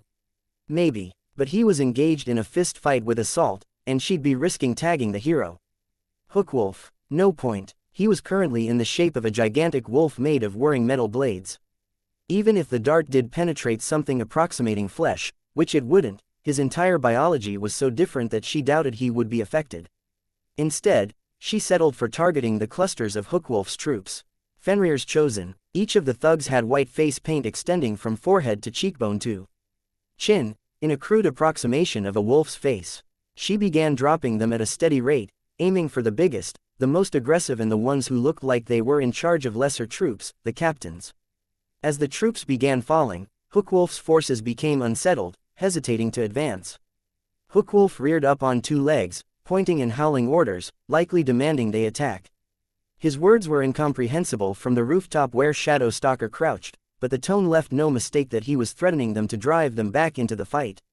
The distraction afforded Miss Militia time to prepare and fire a mortar straight into Hookwolf's chest. As he collapsed backward, his chest cavity gaping open. Her gun shimmered, split and transformed into a pair of assault rifles. She unloaded clip after clip into the enemy ranks, rubber bullets, most likely. The innate issues of the non-lethal ammunition were almost negligible in Miss Malicia's case. She could reform the gun in a second if a gun jammed. Shadow Stalker watched a crowd of Hookwolf's chosen move to flank, moving along the sidewalk, where the crashed truck blocked the view of the PRT forces. Shadow Stalker raised her crossbow, hesitated. She could jump down, take them down in close quarters combat. It had been her entire reason for going out, after having to deal with the irritation of Vista. She craved that catharsis. She holstered her crossbow, prepared to dive into their midst, and then paused as she saw the chosen stagger back, lashing out with their hands. One shouted something, which was odd given how they had been trying to be stealthy only a moment ago. What? Then another figure stepped out of the alleyway closest to them. A girl, skinny, but not in the attractive way you saw in magazines. Spindly. Was that the right word? The girl was hard to make out in the gloom. There were no lights on the street, and the only light was what filtered from the moon and through the rain clouds. The girl glanced left, around the back of the truck, then glanced right, where she might have seen Shadow Stalker if she looked up just a little. The lenses of her mask caught the moonlight, flashing a pale yellow. Skitter. A feral smile spread across Shadow Stalker's face, beneath her mask. Shadow Stalker resisted the urge to jump down, watched as the shadow of the bug girl's swarm moved over the chosen, almost obscuring them from view. The bug girl drew her combat stick, whipped it out to full length, and dispatched the chosen one by one. Shadow Stalker couldn't see the hits, between the darkness and the obscuring mass of the swarm, but she saw the splashes and movements of the chosen as they fell to the ground, clutching their faces, knees, and hands. Some of the bugs flowed out to pass over the PRT forces and the chosen. The thugs started recoiling and slapping at themselves, but Shadow Stalker couldn't see much reaction from the PRT forces. They were made of sterner stuff, in a way, and their uniforms covered them thoroughly enough that the bugs wouldn't do nearly as much damage, if they were even attacking. Skitter emerged from the center mass of the swarm, carrying a bag of supplies from the truck. It was green canvas, large, not dissimilar to a gym bag. Pulling the strap over one shoulder, she briskly retreated back into the alley, the bugs trailing after her like the tail of a slow-moving comet, or the steady trail of smoke from a candle. "Hungry, are you?" Shadow Stalker murmured to herself. She shifted into her shadow state, moved along the rooftop to follow the girl. Shadow Stalker was almost entirely silent in this state, virtually impossible to see, especially in this light, unless someone was actively looking for her. She was a gray shadow against a background of black and shades of gray. "You saw my face," Shadow Stalker thought. "Records say you've got no team, now." Operating alone between the old boardwalk and the east end of downtown. She leapt to the next rooftop, and the movement carried her a little ahead of her target, helped by the fact that the bug girl was moving a little slower with her burden. Shadow Stalker paused and reached up beneath her cloak and between her shoulder blades. She withdrew a cartridge for her crossbow, each bolt loaded in at a slight angle, so the aluminum feathers at the tail of each bolt stuck out. She popped out one bolt to examine it, then turned it around so the barbed, razor-sharp arrowhead caught the moonlight. As Skitter passed beneath her, she turned the bolt's points so her perspective made it appear to be at the girl's throat. Operating solo means there's nobody to miss you. She entered her shadow state and moved further along the rooftop, only to feel a group of flying insects pass through her body. A fraction of a second later, Skitter was running, abandoning the bag, disappearing around a corner, not even turning to look Shadow Stalker's way. "You want to run? I don't mind a bit of a chase." Shadow Stalker smiled behind her mask, loading the cartridge into her right-hand crossbow. She leapt after the girl, gliding down to street level, rebounding off a wall to turn the corner and give pursuit. Skitter had turned around, was waiting as she rounded the corner. The bug girl sent a mass of insects out to attack. The bugs passed through Shadow Stalker's body, slowing her momentum. She suspected that if there were enough of them, they could even carry her aloft, push her back. But there weren't. The swarm wasn't quite big enough. As the stream of insects passed through her, reoriented in preparation to flow through her again, she pounced. The residual bugs threw her off, slowing down her power. Her body had to push them out of the space it wanted to occupy, delayed the change back to her normal self by a half-second. Her hand passed through Skitter's throat, but she caught her balance, drew her rearmost foot up and back in a half-spin. Her heel collided with Skitter's mask. Skitter went down, and Shadow Stalker turned her crossbow on her fallen opponent. She was about to fire when the combat stick lashed out. She lifted the crossbow up just in time. Had she been a second slower, the stick might have broken her weapon. Acutely aware of the bugs clustering on her, she dropped into her shadow state before they could crawl beneath her mask. The stick passed through her head, once. She resisted the urge to snap back to her normal form and retaliate. The girl was powerless here. Shadow Stalker could afford to hound her, drive her to the brink of desperation, wear her down. The bug girl switched to a one-handed grip on her baton, flying insects clustering around her to mask her movements as she backed away a step. She used her free hand to push the wet hair out of her face. Then she adjusted her costume, reaching to tug her shoulder pad forward a bit, then reached behind her back to do much the same with the armor there. "You really want to fight me?" Shadow Stalker asked her opponent, a note of incredulity in her voice. She raised her right crossbow. The one with the lethal ammunition. Skitter didn't reply. Whatever else Shadow Stalker might think of the bug girl, how the girl was creepy, a freak, she had to admit Skitter had demonstrated enough viciousness to date that she could almost respect the girl as a fellow predator. An idiot, for wanting to fight her, but kindred, in a fashion. "All right, fine." Skitter gripped her weapon two-handed again. The grip was strange, something in her left hand. Shadow Stalker realized what it was. She simultaneously moved back, gripped her cloak with her left hand and shifted to her solid state to raise the fabric as a barrier. The pepper spray spattered her cloak. When she was sure the spray had dissipated, she threw her cloak back over one shoulder and shifted to her shadow state to escape the bugs that were crawling on her, taking advantage of her solidity. She lunged after Skitter, who was running, already turning a corner at the other side of the alley. "Good runner, but I'm faster." Shadow Stalker didn't need to slosh through the water, but she knew she would be faster than the other girl even if she did. It wasn't just her shadow state eliminating wind resistance, or the lightness of her body. She was a trained runner. She bounded from one wall of the alley to the one opposite, staying above the water, pursuing her target. Skitter was going up the steps of a fire escape. Shadow Stalker aimed and fired a bolt. The girl ducked, and the shot clipped a railing instead. Good reflexes. Shadow Stalker brushed away at the bugs massing around her. "Or do your bugs help you watch what I'm doing?" Disturbing little freak. Apparently deciding the fire escape wasn't a great option, Skitter climbed over the railing and leapt a half-story down to the pavement, putting a chain-link fence and some accumulated trash bags between herself and Shadow Stalker. "Moron, I can walk through that fence." She loaded her crossbow, aimed, and fired through the fence at the girl. A flash and spray of sparks erupted as the shot made contact with the fence. Skitter stumbled as the bolt hit her, but Shadow Stalker couldn't see if it had done any damage. No, what concerned her was the flash. She ignored the fact that Skitter was disappearing, entered her solid state and touched the side of her mask. Lenses snapped into place, showing a blurry image of the alley in shades of dark green and black.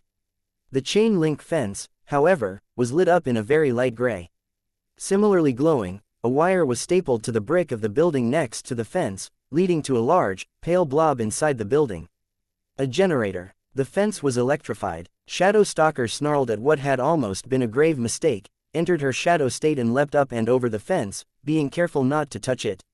One of the reasons she couldn't move through walls at will, beyond the huge break in her forward momentum and the excruciating pain that came with stalling in the midst of a wall, was wiring. She remained just as vulnerable, maybe even more vulnerable, to electrocution. The people in the PRT labs couldn't tell her if she could be killed by electrocution. Traditional organs were barely present in her shadow state, but it was one of those things that couldn't be properly tested without risking killing the subject. End result, she had to be careful where she went, had received tinker-made lenses to help her spot such threats. Skitter had known the fence was electrified, judging by the route she'd taken through the fire escape. The area here didn't have any power, so the question was whether it's something this area's inhabitants had set up to protect themselves, or was it a trap Skitter had put in place well in advance. No, more likely the girl had studied this area before carrying out any crimes. Still, it troubled her that the girl had thought to use the fence like she had. She really didn't like the idea that the villain had not only seen her face, but that she might have figured out one of her weaknesses. 2. If she counted the pepper spray. Being permeable was a problem when she absorbed gases, vapors and aerosols directly into her body. It wouldn't affect her if she was in her shadow state, and it would eventually filter out, but if she were forced to change back, she'd suffer as badly as anyone, if not worse. Shadow Stalker caught up to the girl yet again, saw Skitter running with her swarm clustered tightly around her. Was the girl wanting to make herself a harder target? Hardly mattered. Shadow Stalker loaded and fired another bolt. At the same instant the bolt fired, the swarm parted in two. Two swarm-wreathed figures covered in bugs, each turning at a right angle to round a corner. The bolt sailed between them. One was a decoy, just a swarm in a vaguely human shape. She checked the sides of the alley and the recessed doors. Could they both be decoys? She couldn't see any obvious hiding spots that Skitter could have used at a moment's notice. Shadow Stalker closed the distance, placing herself at the intersection between the two bug-shrouded figures. Holding each crossbow out in an opposite direction, she fired at both targets at once, snapping her attention from one to the next in an attempt to see which reacted to the hit. One slowed, began to topple. She lunged after, in pursuit, loaded her crossbow and fired two more shots into the center mass of Skitter's body while airborne, then kicked downward with both feet as she landed, to shove the girl into the ground. Her body weight dissolved the blurry silhouette into a mess of bugs. A trick. Snarling, Shadow Stalker wheeled around, ran in the direction the other half of the swarm had gone had the girl's armor taken the bolt. Had the crossbow shot missed. More bugs were flowing from the area to join the swarm, bolstering its number enough for it to split again.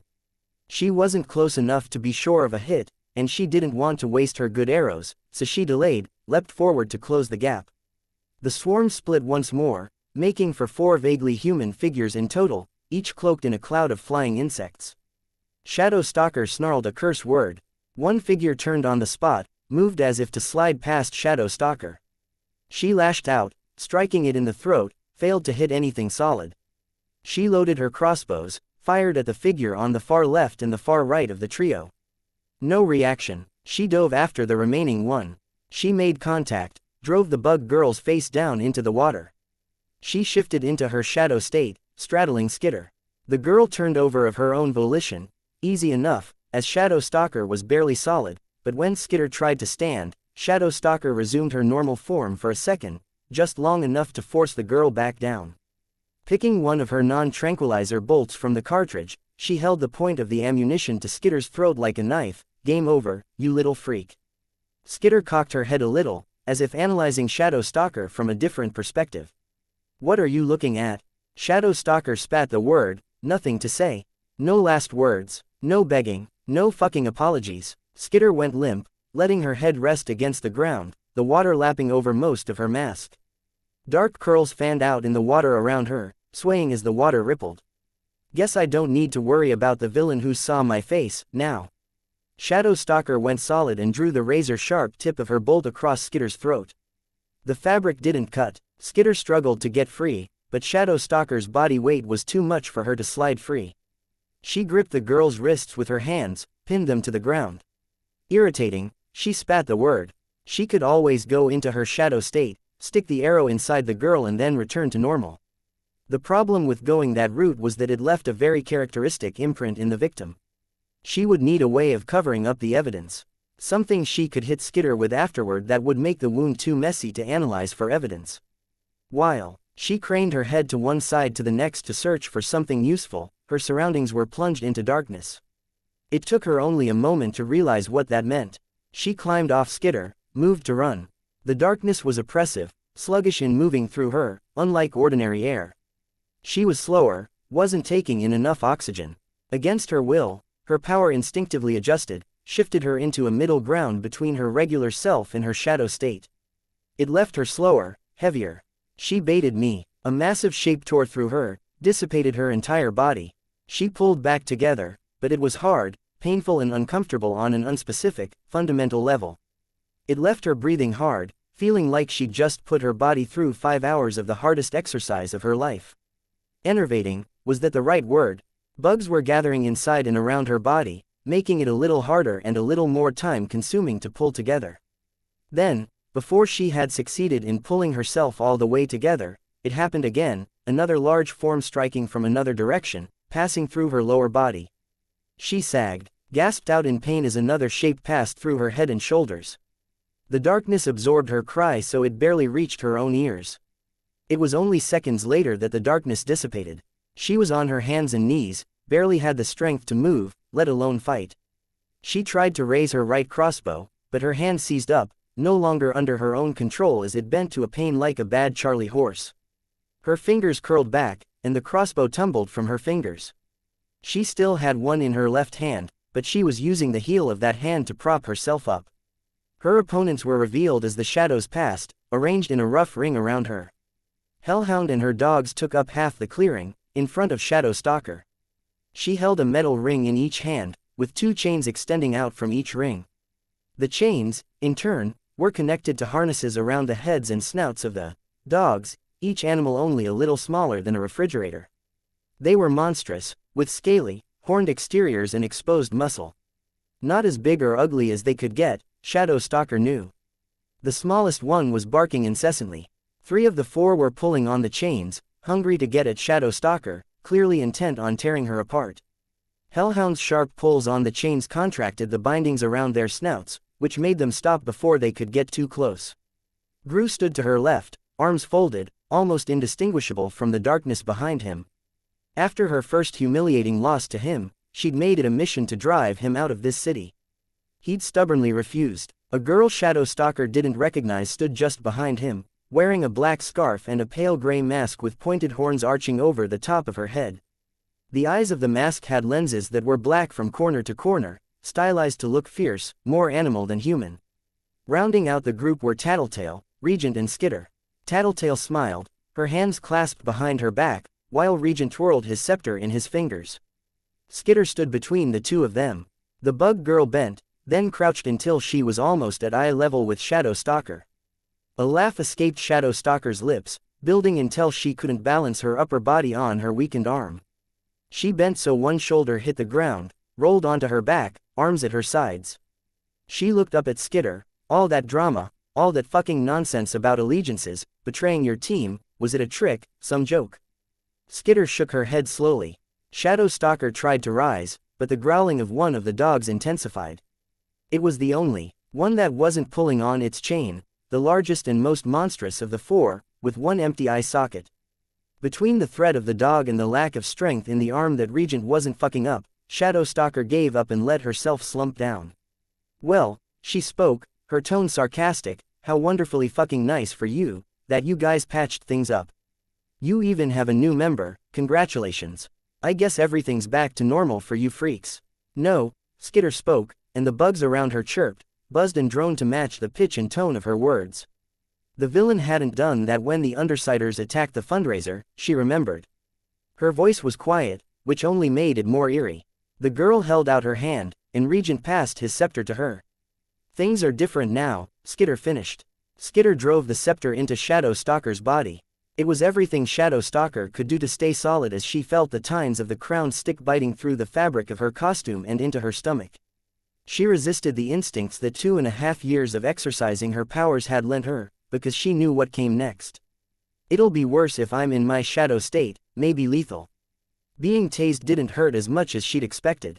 It was like being doused in ice water, her entire body seizing, straining, and refusing to cooperate, the pain almost secondary. What hurt most was the way she involuntarily clenched of her jaw. The strength with which her teeth pressed together made her worry she might crack a tooth. It only lasted a moment, but her body wasn't any more cooperative after the current subsided. She lay there, huffing small breaths, every limb unresponsive. A deep, furious rage grew inside her chest, but she was impotent to do anything to release it. A pair of hands seized her, sat her up. Her arm dangled limp to her side. Gru spoke from behind her. Skitter, lift her legs. Regent, support her midsection. Imp, give me a hand with her upper body, take the other shoulder. We lift on 3, all right.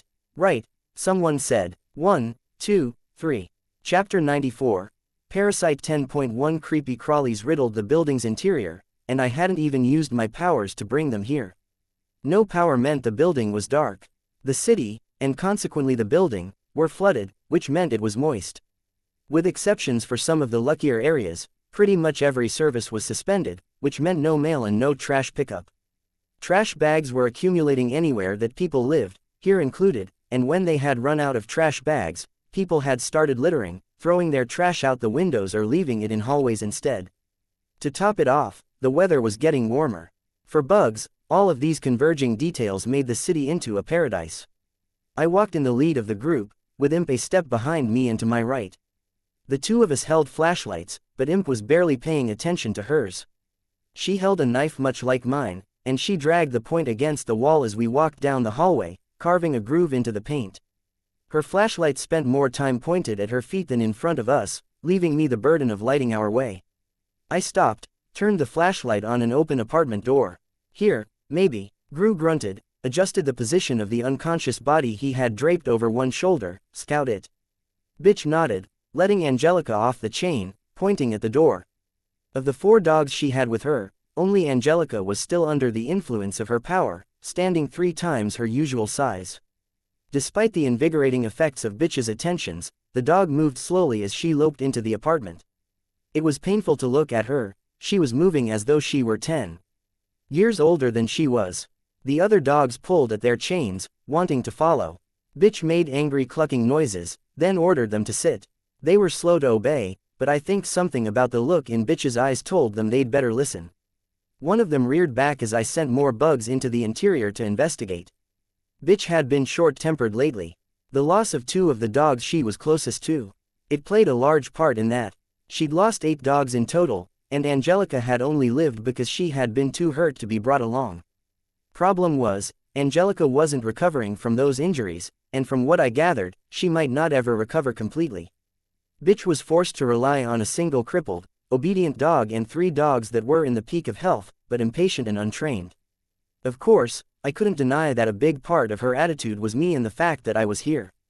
Angelica returned to the doorway, looked up at her owner, and then returned to the apartment. No problems, Bitch spoke, translating Angelica's body language for everyone present. Gru looked at me, and I nodded confirmation. I led the way inside, using my flashlight to scan the area.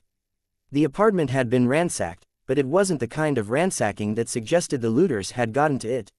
No, it was the very thorough removal of everything valuable that could be carried away by a family of 3 or 4.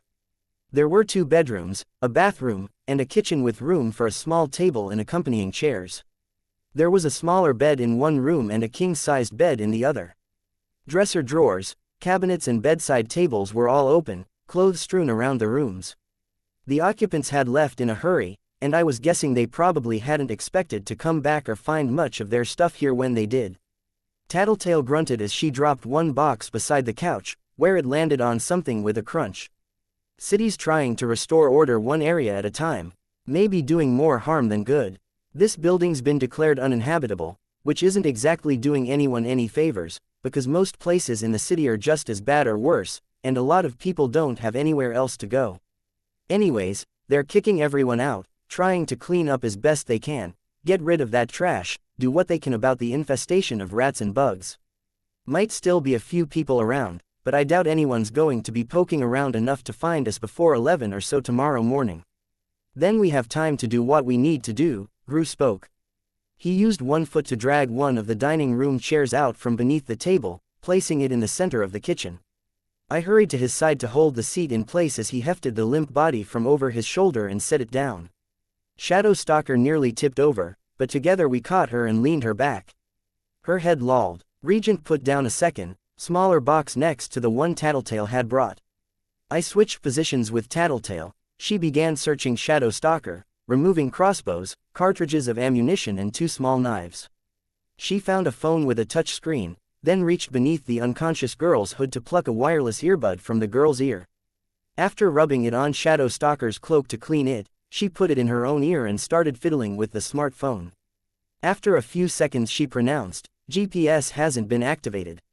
They probably won't turn it on to look for her until she fails to return from patrol.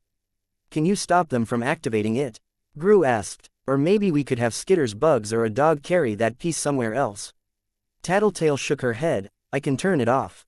Give me a minute." Regent and I had already started hauling extension cords out of the box Regent had been carrying, entangling them and feeding them over to Gru. He began winding a cord around our captive, starting with loops around her wrists and arms, going up her arms to her chest, then back down to bind her body to the chair. We handed him the next cord, and he did much the same thing with Shadow Stalker's legs. As he worked the bindings up her extremities, he kept his index and middle fingers on her, wrapping the cord over top of them. When he was done with the loops at one spot, he moved his hand up further, then repeated the process. "Copping a feel, Gru," Imp mocked, as she let herself half spin and collapse lengthwise on the couch. "Making sure it isn't tight enough to cut off her circulation. Ah, you an expert on that stuff. I didn't take you for a bondage freak," she stretched. He sighed. "Just get the generator."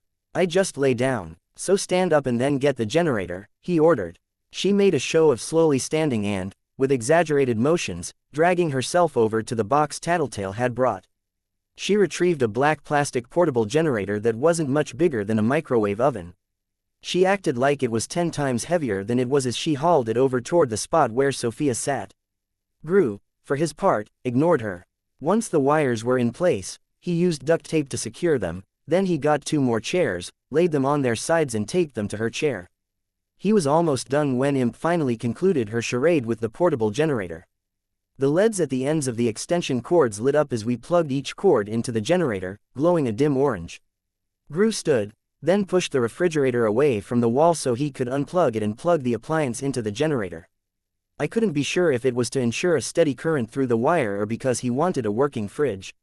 I'd finished unpacking the wires, so I picked up the empty box and entered the living room to put one box inside the other to minimize the mess.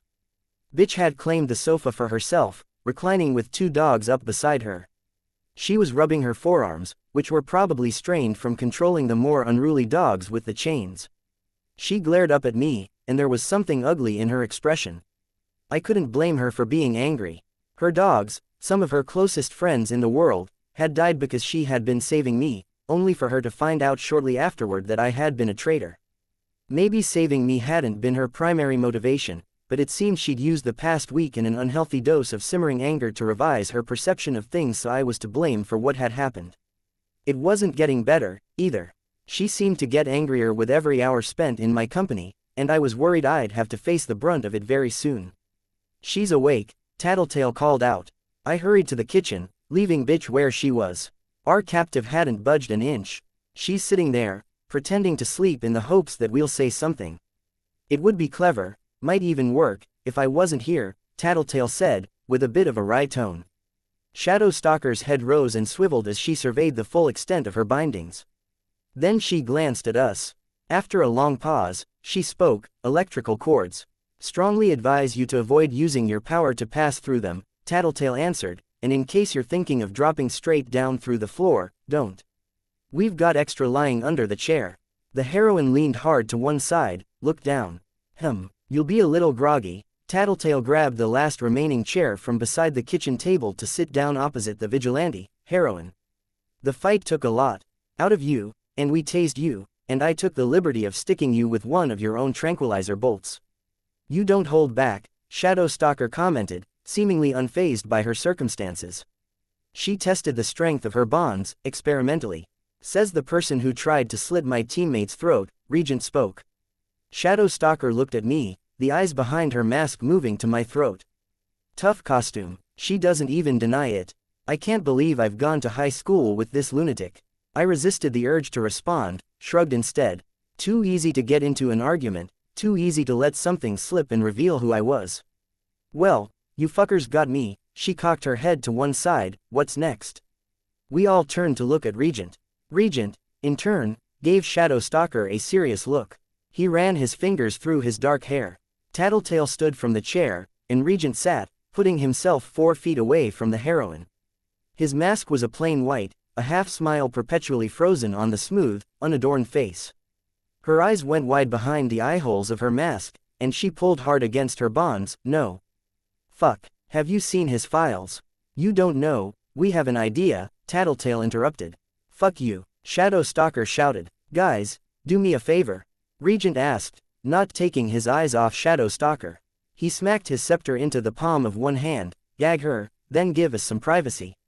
"You sure?" Gru asked, as Tattletale moved over to Sophia's side, bent down to get some excess cord, and lifted up her mask just enough to wind the cord into her mouth. The duct tape made a tearing noise as she freed a length from the roll. I could still make out the swearing on Shadow Stalker's part as she tugged at her bonds and rocked her seat. The setup Gru had created by duct taping the other 2 chairs to her helped ensure she couldn't throw herself to the ground and maybe break the chair in the process. I'm cool. Regent shifted the position of his stool a half-foot to his left, so he could lean back against the corner of the refrigerator. He brought one of his feet up onto the seat of the stool and rested his chin on his knee. Just as long as you're sure, Gru spoke. How long? Regent glanced at Gru, then looked to Shadow Stalker. Depends on her. Could be 15 minutes, could be 3 hours. Shadow Stalker grunted, long and loud. Gru began ushering us out of the room, and we obeyed, except for Imp, who seemed to need a little bit of an extra nudge. Gru blocked her view of Regent and our captive with his body and put a hand on her shoulder to push her toward the door. Following, I cast a backward look over my shoulder, saw Shadow Stalker's arm twitch. She winced, mumbled a swear word around her gag. Gru shut the kitchen door behind us, and for a moment, all was dark, quiet and still. Bitch and her dogs were all lying together on and around the couch, Bitch's hand on Angelica's head, where the dog lay just below her. Only Angelica's eye was open, Bitch and the other 3 dogs had their eyes closed. Angelica's excess flesh had been shed and deposited on the floor as she shrunk down to her natural size. It looked like Bitch had kicked most of it one corner of the living room. Blood and other fluid streaked the carpet between the base of the couch and the corner. Can we watch TV? Imp asked Gru. We could get one of the extension cords and, no. Or plug in one of the lamps so we can, no, he repeated. We're here for another few hours. We do nothing that could draw attention. That includes having lights, flickering or otherwise, shining through the window of an apartment that's supposed to have no power. What the fuck am I supposed to do? Sleep? He glanced at Bitch, who was trying to do just that, while the rest of us stand watch. Or go looking for a candle or flashlight and read somewhere the light won't show through a window. Fuck reading. We could find a movie and watch. No movies. I just told you why we can't turn on the TV. Why would a movie be any better? We could cover one of the windows. I want everyone keeping an ear out for trouble. You agreed to follow my orders, didn't you? No TV, no lights. They glared at one another. Imp's chin defiantly raised so she could meet Gru's eyes, the dark sockets of his skull-faced helmet. One of the people who lived here was a teenager, a little younger than you. Imp, Tattletale cut in. Go find the bedroom, see if there's anything interesting. Anything left behind will probably get stolen before the family gets back, so you could keep some stuff for yourself, if you find anything good. Yes. Imp spun on her heel and strode off to the other end of the apartment. Bitch opened her eyes and furrowed her brow in irritation at Imp's outcry, or maybe at the recent argument, but she just shut her eyes and made a deliberate attempt at returning to sleep. Gru waited until Imp disappeared from sight before groaning, it's tiring, dealing with her. All of us irritated each other when we first joined the team. Give it time, we'll find a rhythm, Tattletale reassured him. Gru turned his head my way, but he didn't say anything. I wondered if he had been about to say I was the exception, then changed his mind. Instead, he spoke, I'm going to lie down for a bit in the master bedroom. Tattletale, Skitter, you keep an eye on things. Wake me when you need a relief. Sure thing, boss, Tattletale answered him. I couldn't bring myself to reply, and stayed quiet instead. As Gru was leaving, Shadow Stalker screamed from the kitchen, a strangled, muffled noise. Gru paused, waited a moment, and then continued in the direction Imp had gone, opening and closing the door at the end of the short hallway. I hugged my arms against my body. Glancing toward the balcony showed that none of the windows were broken or open. It wasn't because I was cold. You okay with this? Tattletale asked. All in, was all I could say. She smiled a little, almost apologetic. All in. We were doing this to Sophia, I told myself. The same girl who had abused, insulted and tormented me almost every school day since I'd started high school. She'd punched, kicked and shoved me. Had ruined my belongings, insulted me, thrown food at me, humiliated me, and had goaded others into doing much the same things. She was the one who had pushed me to that do-or-die point where my powers manifested. If that wasn't enough, she had tried to kill me less than an hour ago, not because I was a criminal that deserved the death penalty, but because I had seen her unmasked. I was inconvenient, and with all that in mind, I couldn't be sure that she deserved this. Tattletale got her MP3 player and put an earbud in the ear that didn't have Sophia's device in it. The other earbud dangled from the cord, faint music playing from it. Grabbing a blanket from the arm of the couch, she curled up in one of the armchairs. I took her cue, pushing one chair across the carpet so it was by the sliding glass door leading to the balcony. I didn't settle in right away. First, I exercised my power. There were definitely enough bugs in the building for me to use. I found the spiders in the building, and set them to preparing webs, stringing strands across every doorway, hallway and stairwell for every floor in the building. I directed buzzing houseflies and mosquitoes into every apartment, including the one we were in, and placed at least one bug on every person I found still inside the building, a trio of unwashed men in the basement, among the storage area where residents kept the stuff they couldn't have in their apartments, a pair of teenagers that lay on the roof, holding hands, an older man near the top floor, alone, and one family of 5 on the second floor. After a moment's consideration, I set spiders to stringing webs around the balconies as well. When capes were in the cards, I couldn't afford to ignore the possibility of grappling hooks, rappelling, teleportation or flight. The spiders would sense any movement of the webs, and I could sense what the spiders did, in turn. I found a book on a shelf that looked readable, then sat down sideways in the chair, so my back was against one armrest and my legs hung over the other, the kitchen door in front of me, the balcony behind.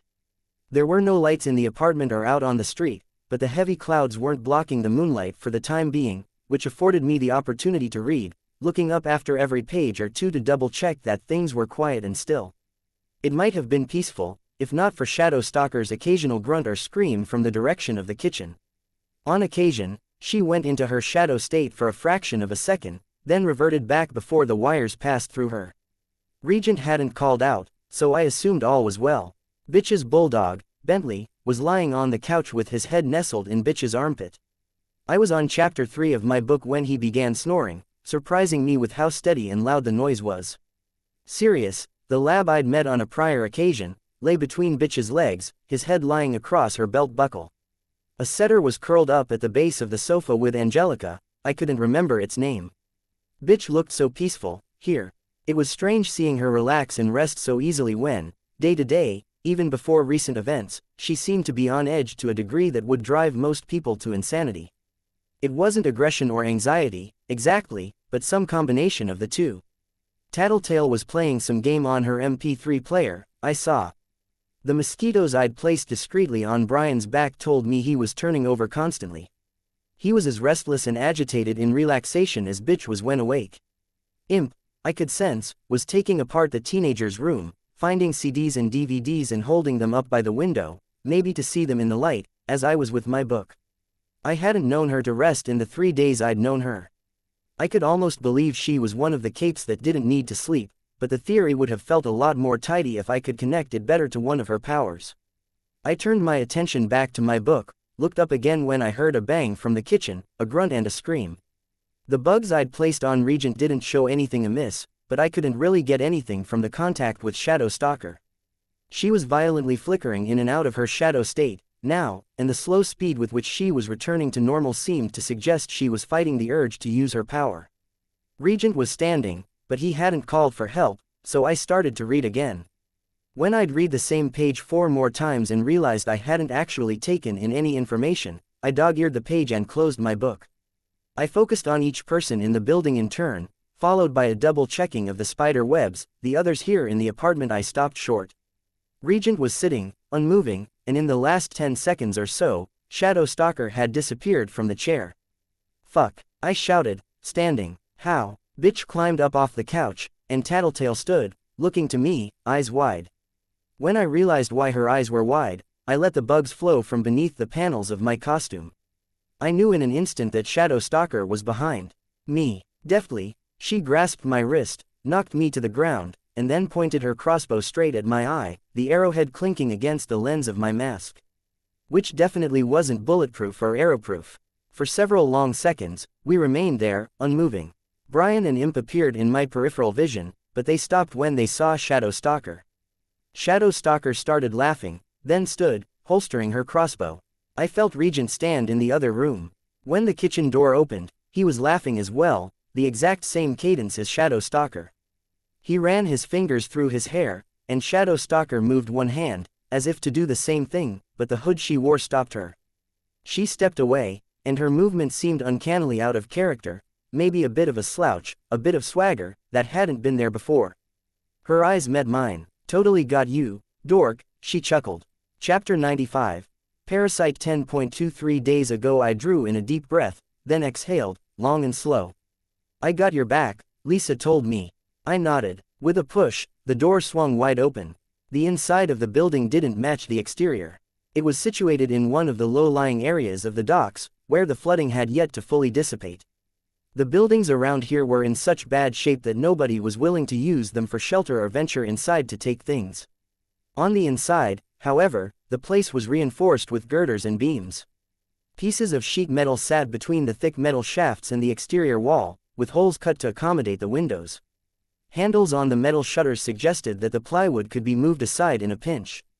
At ground level, there were stacked sandbags of a slightly different make from the usual, with plastic stapled over each pile. The place hadn't yet been organized. A pair of beds sat in one corner, surrounded by assorted pieces of furniture. The building's interior was dry, crisp, and brightly lit. It might have appeared sterile, if not for the spray paint on much of the sheet metal, and the tracks of dried mud on the ground near the door. Our arrival was met by the furious barking of a half-dozen dogs. A set of gates ringing the front door stopped them from attacking us. Brian was sitting on the far end of the room, beside Aisha. He wore his regular sparring uniform, and Aisha wore much the same thing, though she was wearing shorts instead of yoga pants. His little sister, here, Alec, was sitting cross-legged on a pile of furniture, a bowl of colorful cereal balanced on one knee. A long cut ran from just beneath his ear to his shoulder, beneath his shirt. He was watching a TV that was plugged into an extension cord that hung from the ceiling. He turned my way at the barking of the dogs, and I almost missed him uttering the words, "You gotta be kidding." One of the dogs apparently recognized me, because it stopped at the gate and wagged its tail. A part of me took that as a good sign. Then Bitch appeared, immediately wheeling on me, water flying from her damp hair. She'd probably just come from the shower. She wore loose-fitting army pants and a black tank top that had darker spots where beads of water had soaked into it. A towel hung around her shoulders. As she saw me, emotion hardened the lines of her face. Her hands clenched as she strode toward me. I saw the aggression in her body language, squeezed my eyes shut and tried to relax. I remembered what Brian had said during our sparring, about how tensing up would only make you more vulnerable. If that was true, I was really glad I hadn't tensed up. She was sturdily built and she didn't hold back in the slightest. She kicked down the dog gate, and an instant later, her fist connected with my cheekbone to send me sprawling to the ground, my tailbone absorbing most of the impact. I'd been knocked around by Lung, Glory Girl, Bakuda and even Leviathan. Some of those guys hit magnitudes harder than Bitch did, but it still hurt like hell. It spoke volumes that while Lisa stepped forward so she could defend me, Gru and Alec didn't. The dogs tentatively passed through the open gate, but hung back in deference to their master. I broke off mid-sentence. Opening my mouth to speak had caused the pain in the right side of my face to come to bear, full force. I deserved that. Bitch delivered a swift kick to my shoulder, making me grunt and fall flat onto my back. Deserved that too. Point made, Lisa told her. Stop. Fuck you, Bitch snarled. She pointed at Brian. It's irritating enough that he wants to start giving orders and calling himself our leader. I'm not putting up with it from you, too. I do what I want, and what I want is to beat her face in. Bitch turned, strode to the pile of furniture, and then lifted one of the loose shelves that had been removed from the bookcase. It was a piece of wood chipboard about 3 feet long and a foot deep. Lisa moved to put herself between Bitch and me and stave off Bitch's attack. She turned to Brian. Hey, a little help, here. Brian frowned. Why did you bring her here? To talk, Lisa said. When Bitch tried to move around to her left, Lisa shifted her position to stay in her way. I sat up, used my legs and hands to put some distance between Bitch and I. She was going to fuck us over. Bitch shouted. I shook my head, but Bitch and Lisa's movements left me unsure if Brian had seen. I called out, no, I wasn't. Brian stepped forward and put a hand on Bitch's arm. She scowled but lowered her improvised weapon.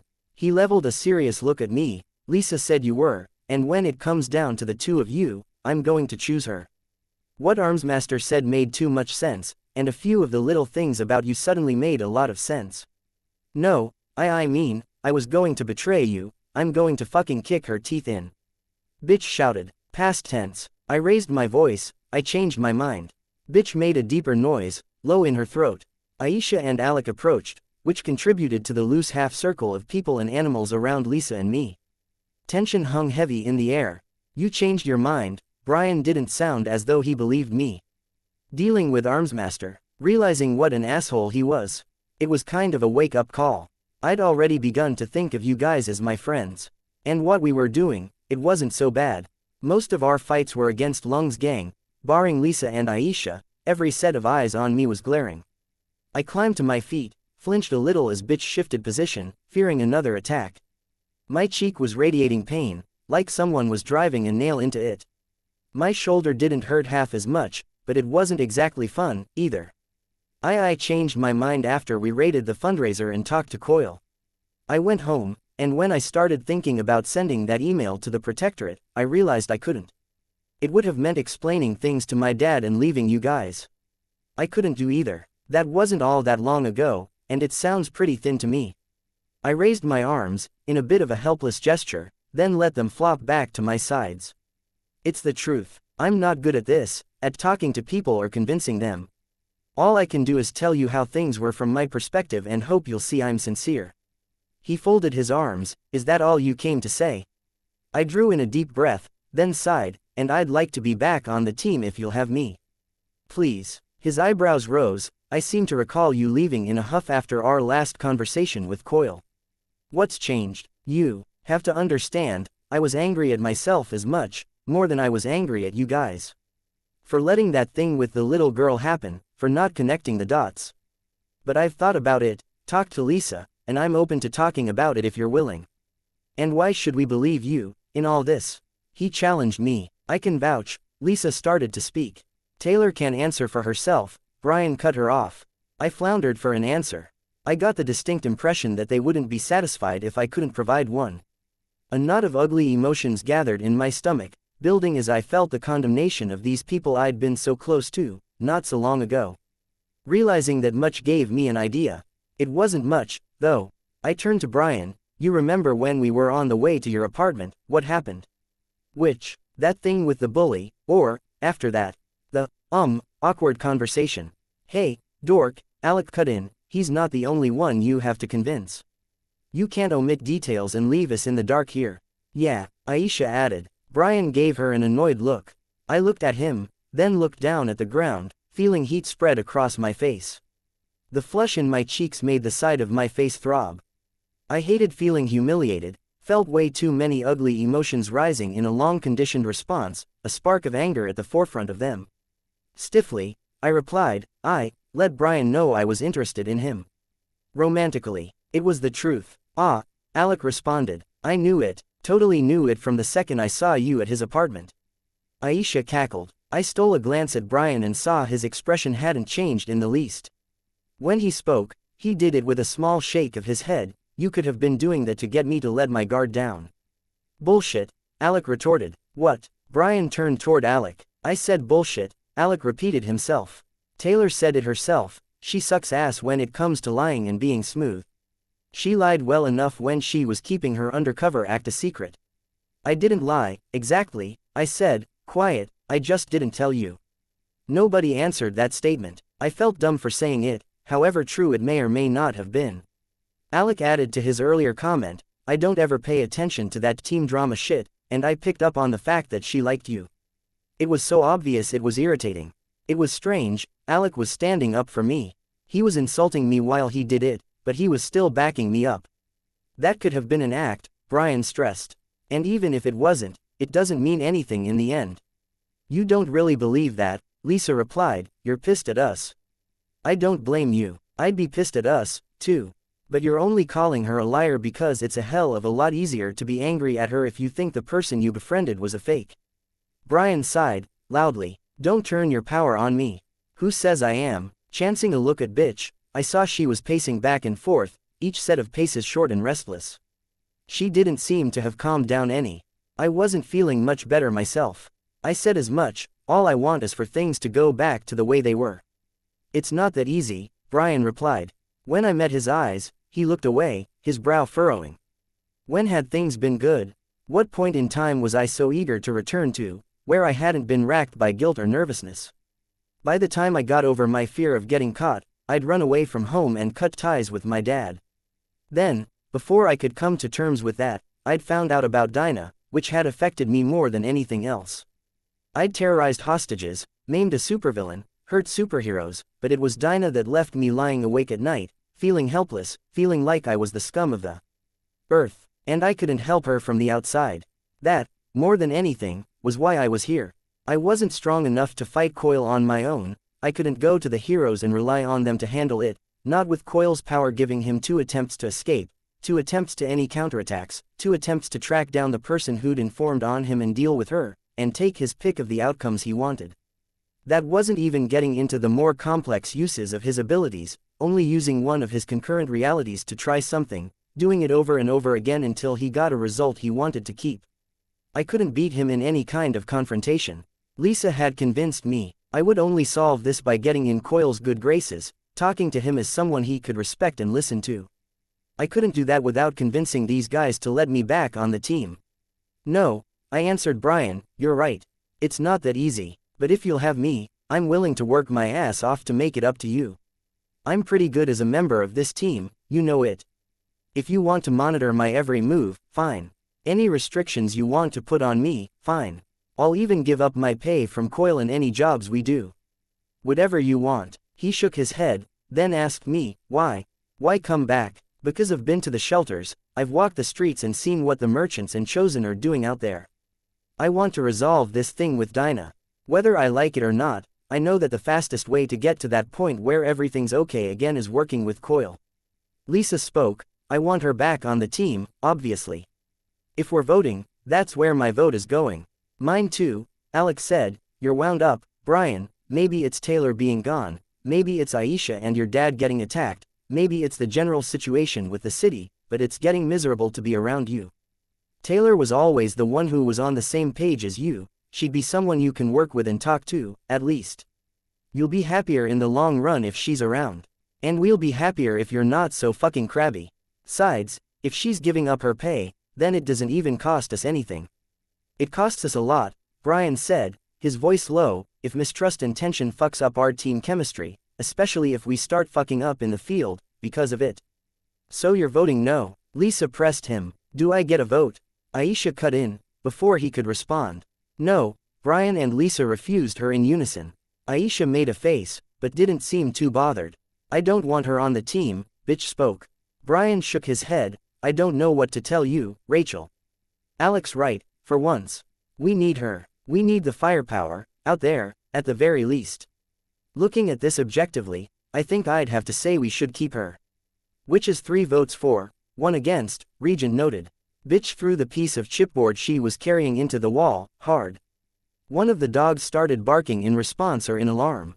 She spat in my general direction and then stalked over to the far end of the room, her dogs trailing after her. The metal stairs clanged with the impacts of her boots as she ascended to the next floor. Lisa hesitated, then followed after. Alec glanced at us, then put a hand on Aisha's shoulder and led her away, leaving Brian and me alone. Thank you, I said, quietly, to Brian. Brian shook his head. Don't thank me. Alec's right when he says that we'll probably get over this. Maybe we'll even become friends again and get to the point where we can talk about it. But that isn't going to happen today, and definitely not right here and now. Okay, I replied, but he was already walking away, leaving me standing alone at the entrance. I had told myself I would rise above the likes of Sophia and Armsmaster. I was all too aware of their flaws, and first and foremost among them was arrogance, pride. So I'd swallowed mine. Now there were so many ways this could go wrong. Tattletale held a pair of binoculars and scanned the building in front of us. There's movement. We're good to go. Go, Gru ordered. Hitting the target wasn't so hard. My bugs flowed in through windows and bitch took the entrances. Angelica had free rein, slow as she was, while the other dogs stayed on leash. Gru hung back with Tattletale, Regent and me, while Imp moved forward, not charging in, but staying close. The tricky part would be balancing this. Too far one way or the other, and this got really ugly, really fast. Our targets were looters, and they were well armed, though bullets were getting to be in shorter and shorter supply. Coil had sources, and the Chosen did as well, but these guys were from the merchants. They were vagrants, addicts and people who subsisted by mooching off the system. When the system had failed, they'd latched on to the only group that would take them. More had joined because it was safer and easier to be among the thugs, looters, scavengers and thieves than it was to be among the victims. Safety in numbers. They weren't strong or trained, and I couldn't call them brave. That said, they were bolstered by a kind of desperation. I'd seen it before, when I set my bugs on some of my enemies, how some panicked or saw the futility in fighting the swarm and others just fought on heedless of the damage they were taking and the pain they were feeling. That same desperation posed an issue as far as our plan. If we gave them a chance, they wouldn't hesitate to hurt or kill us. They'd raided countless homes and businesses, taken everything of value they could uncover. Phone lines were down everywhere, police response times far slower with the roads in the condition they were. The looters had amassed a small fortune in stolen possessions, and intel said they were storing it here. As reasonable a target as any. My bugs drove the bulk of the looters out into the street. Between Gru's darkness and Bitch's dogs, those same looters were driven back and cornered, hemmed in by the snarling beasts. The second we had the situation under control, Shadow Stalker dropped out of the sky, a crossbow in each hand. Tattletale and Gru were darted a second later. She reloaded in a second using the cartridges that had been set on her gloves, then darted Imp and me. By the time the dart embedded in the armor of my costume, Tattletale and Gru were slumping to the ground. The fabric of my costume blocked the dart, so I didn't go down. I drew my baton, snapped it out to its full length, and charged her. She backed away, loading and firing another series of bolts at Regent and the dog closest to her. By the time I reached her, she'd fired a second dart into the dog, then shot Bitch. My baton passed through her, of course. She walked through my arm, stepping right behind me, and then drove her knee into my side. I grunted and fell over, and she retrieved and slammed a dart into my shoulder before I could recover. Take it easy, Regent. Bitch managed to scream an order to her dogs before she passed out. Go. The three newer dogs hesitated, but Angelica didn't. She huffed out a snarl as she passed them, and the others took her lead and joined her in stampeding down the street until they disappeared from sight. I laid in the water, aware of how cold it was, trying to ignore how dirty it was. My lenses afforded me an advantage in that I could watch what was going on without my open eyes giving anything away. I saw Shadow Stalker touch her ear, then murmur something. Tattletale had gone over everything Regent needed to know as far as that particular routine and the orders to give. It took 3 minutes for the PRT to arrive. I saw the green and white flashing lights and heard the splashing before anyone stepped into my field of view. Holy shit, one of the PRT uniforms spoke. Restrain them and throw them in the van, Shadow Stalker ordered him. Zhao, get the containment foam, one uniform spoke. The captain, they're tranquilized, Shadow Stalker spoke, sounding disinterested, don't waste resources. Protocol states we use containment foam, especially when there's an unknown. The girl with the horns. Mover 3, teleports through shadows, Shadow Stalker lied. None of them can escape restraints on their own. But if Gru uses his power, Shadow Stalker turned, then fired another dart into Gru. Satisfied, we drained the darts of the sedative, of course. Still, I was betting Gru would have words for Regent after this was over and done with. The uniform didn't back down. No. I want to know why you don't want them fully contained. Because I've been up since 5 in the morning, it's well past midnight now, and I'm going to have to start doing fucking paperwork the second we get these guys in a cell. I'm not allowed to walk away until they're in custody, so if I let you foam them, I'm going to have to wait another half an hour to an hour for the solvent to get mixed and brought to them, 5 or 10 minutes for it to work. Fuck that, they're down. Listen to the hero who just took down a whole fucking team and get them in the truck. There was no reply to that, but a moment later, someone picked me up and started carrying me. I maintained deep breaths, kept my body limp. A few bugs congregated on me and the uniforms moving us, and I didn't do anything to dismiss them. Maybe they would distract the uniform from the fact that any of us were still conscious. I was placed on the cool metal floor of the containment vehicle, my hands cuffed behind my back. A few seconds later, someone was thrown over top of my upper body. Too light to be Gru or Bitch. It would be Imp or Regent. The metal doors slammed shut and locked with an audible shift of internal machinery. So many ways this could go wrong. We had safeguards, of course, including but not being limited to Coil's assistance. Still, there was something profoundly unsettling about allowing myself to be cuffed and imprisoned. No ears on us, Tattletale murmured, we're good so long as we keep our voices down. PRT is having words with the remaining witnesses, who stuck around to grab loot after the dogs ran off, Regent informed us with a whisper. They're backing up the story we wanted to sell. We'd passed one hurdle, at least. The act could have gone either way. If we didn't sell it well enough, we could have wound up with the PRT arresting us for real. If we timed it wrong, or if one of the looters decided to attack us while we were pretending to be tranquilized, something ugly might have happened. You hit me way too hard, I murmured. Muscle memory, Regent replied. Blame her, not me. You alright, imp? Gru asked. Duh, she replied. It was a good few minutes before the truck bucked into motion. Out of unspoken agreement, we stayed quiet, just to be absolutely sure that the driver wouldn't hear us. It was maybe 10 or 15 minutes before we arrived. We're at their headquarters, Regent spoke, his voice hushed. Then we're in good shape, Gru answered. Weld and the wards are coming out to meet Shadow Stalker. Heads up. The back door of the van opened. I could feel cooler air enter the enclosed space. There was an audible click of a gun, as if they were anticipating an attack the moment the doors opened. Wow, one of the boys commented. I was guessing it was Kid Win or Clockblocker. How'd you pull that off? They were distracted, I picked them off. That little freak that saw me with my mask off was wearing armor, so I had to resort to CQC, Shadow Stalker made it sound matter of fact. Reet, one of the other boys said, sarcastic. You're quiet, Weld, a girl's voice. Vista, who was Weld, basking in how fucking awesome I am. Shadow Stalker gloated. Maybe later. For now, the accented male voice spoke, just satisfy my curiosity. You know the passwords we memorize each week, and you know why we memorize them, right? Yeah, Shadow Stalker replied. One of the other boys spoke, for any interaction with any flagged shifter or, the boy paused, master. Oh, so, Weld said, keeping in mind that Regent is the highest rated master in the city, I'd like for you to give us this week's password. There was a pause. Comanche 662, Shadow Stalker spoke. Another pause. Alright, Weld confirmed, pick 'em up and haul them into the holding cells. It was all I could do to stay still and not show my relief. Tattletale had anticipated this much, had drilled Regent on it, but she had been wrong in the past.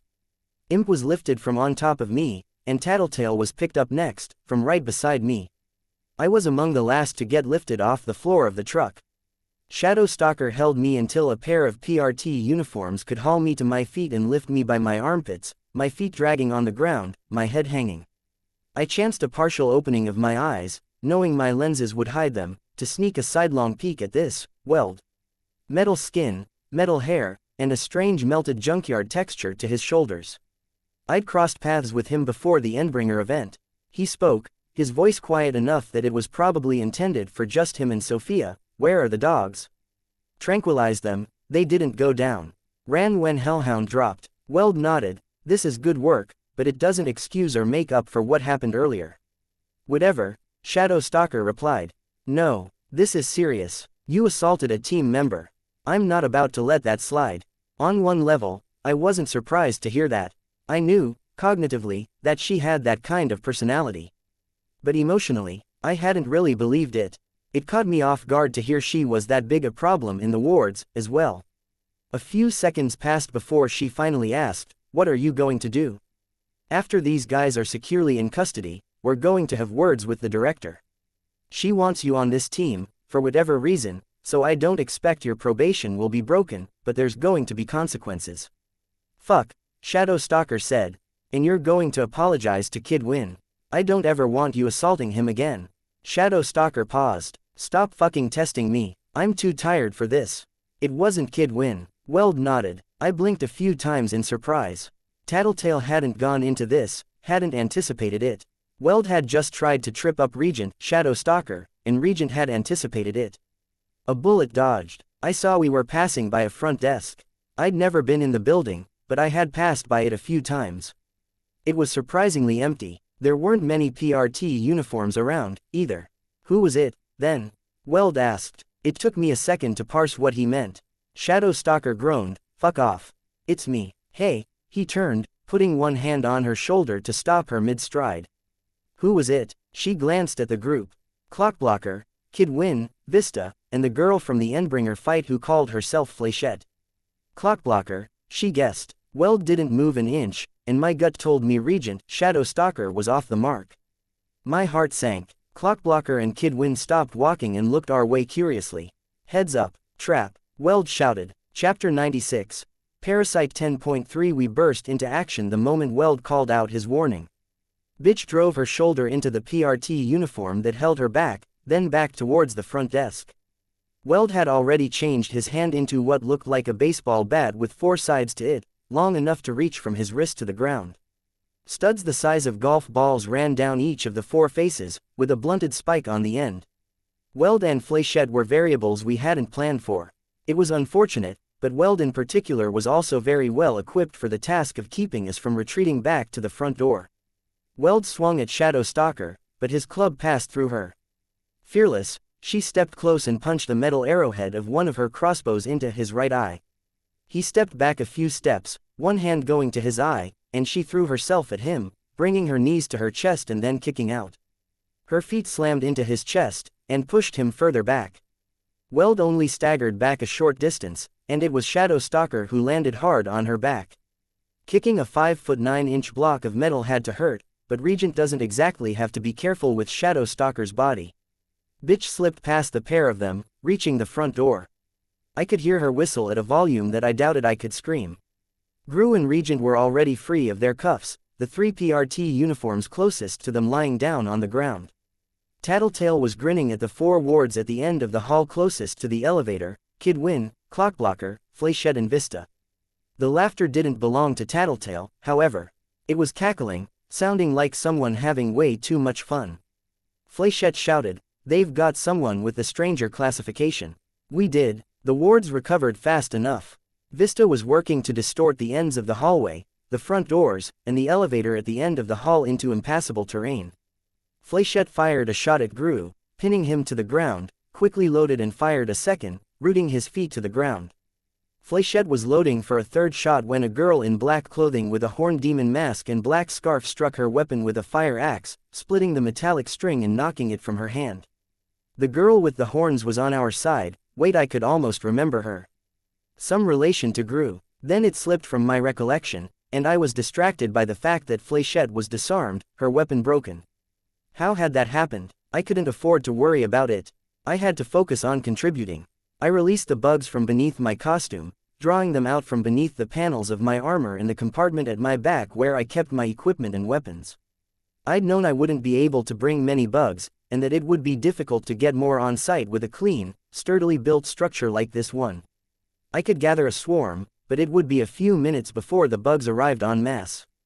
I might have started sooner if I hadn't been so concerned about alerting someone and giving us away. The 970 bugs that poured forth were roughly equal numbers of bees, wasps, spiders, mosquitoes and cockroaches. It was a smaller number than it sounded like, and their deployment was slower because of the way I had them arranged, stingers and abdomens carefully kept out of contact with one another. I hadn't come without a plan. The bugs found their way to Vista, Fléchette, and Kid Win, the only young heroes with exposed skin, at roughly the same time as they managed to get beneath the masks and protective clothing of the 2 PRT uniforms that were holding me. At first the teenaged heroes swatted at themselves and backed away, as was usual. The fun house mirror distortion at the exit stopped spreading as Vista's concentration broke, and Fléchette dropped one of the small lengths of pointed metal that she'd been withdrawing from her belt. Then Kid Win cried out, his words raw and barely intelligible because he was also screaming as he shouted them, "It burns." Capsaicin was the chemical that made hot peppers burn your tongue. It was also the active ingredient in pepper spray. I'd used pepper spray a few times, myself, and I'd had it accidentally used on me when I'd been out in costume, rather recently. At the time, I'd stepped in to help fight back a crew of the merchants up near the old boardwalk. They'd been aiming to loot the stores, and a contingent of people who'd created an armed force in the ruins of the upscale shopping district had stepped up to fight them off. One of the defenders had sprayed a looter, and caught me in the effect as well, maybe intentionally.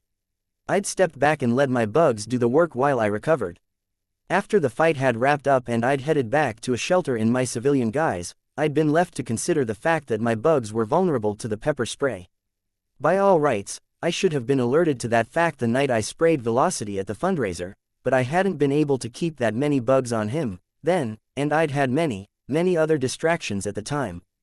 It had escaped my attention.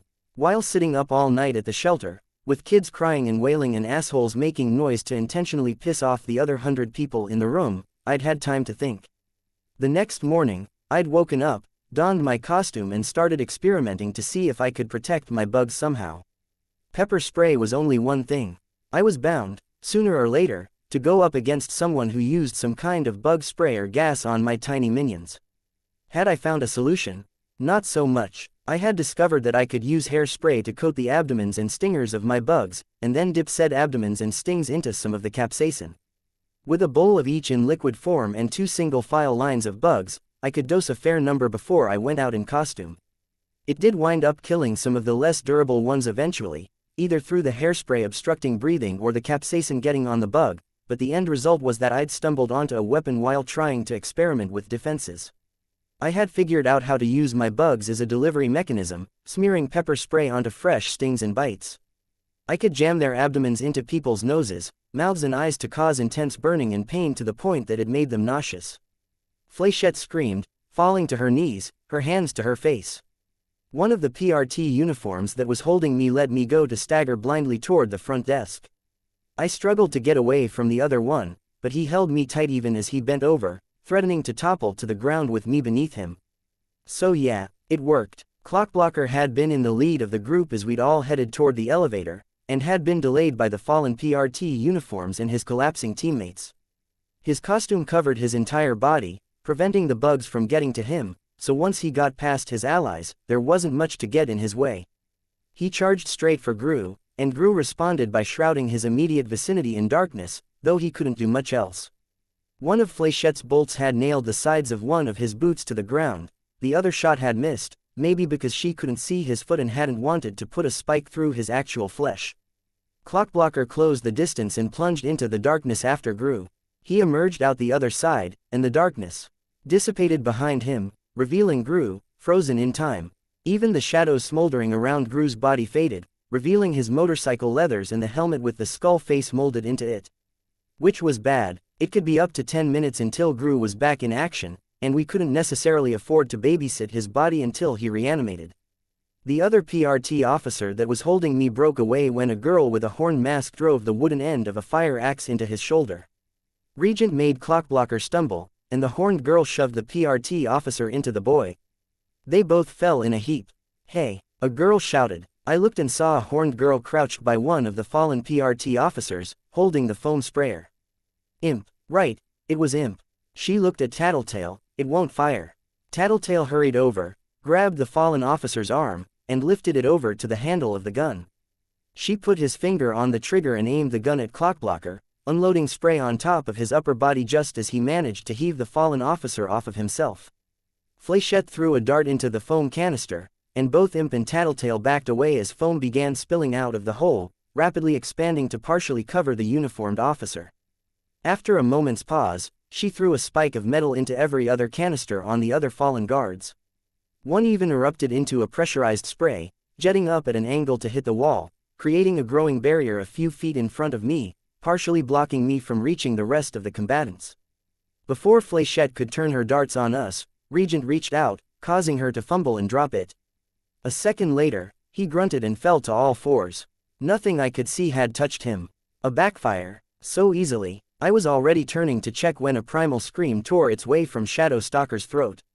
She'd been fighting with Weld, and Weld almost fell over when he swung and she didn't enter her shadow state.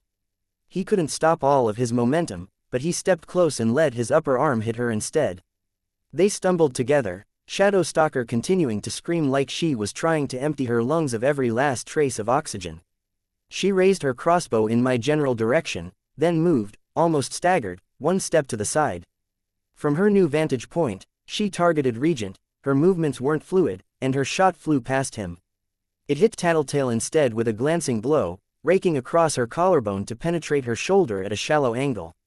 Tattletale was spun off balance and fell. Shadow Stalker moved to load her crossbows, but her movements were jittery and jerky to an even greater extent than they had been a second ago. She stopped midway through the motion, her head turning as she looked from one hand to the other, and then looked up at Weld, who was in close proximity to her.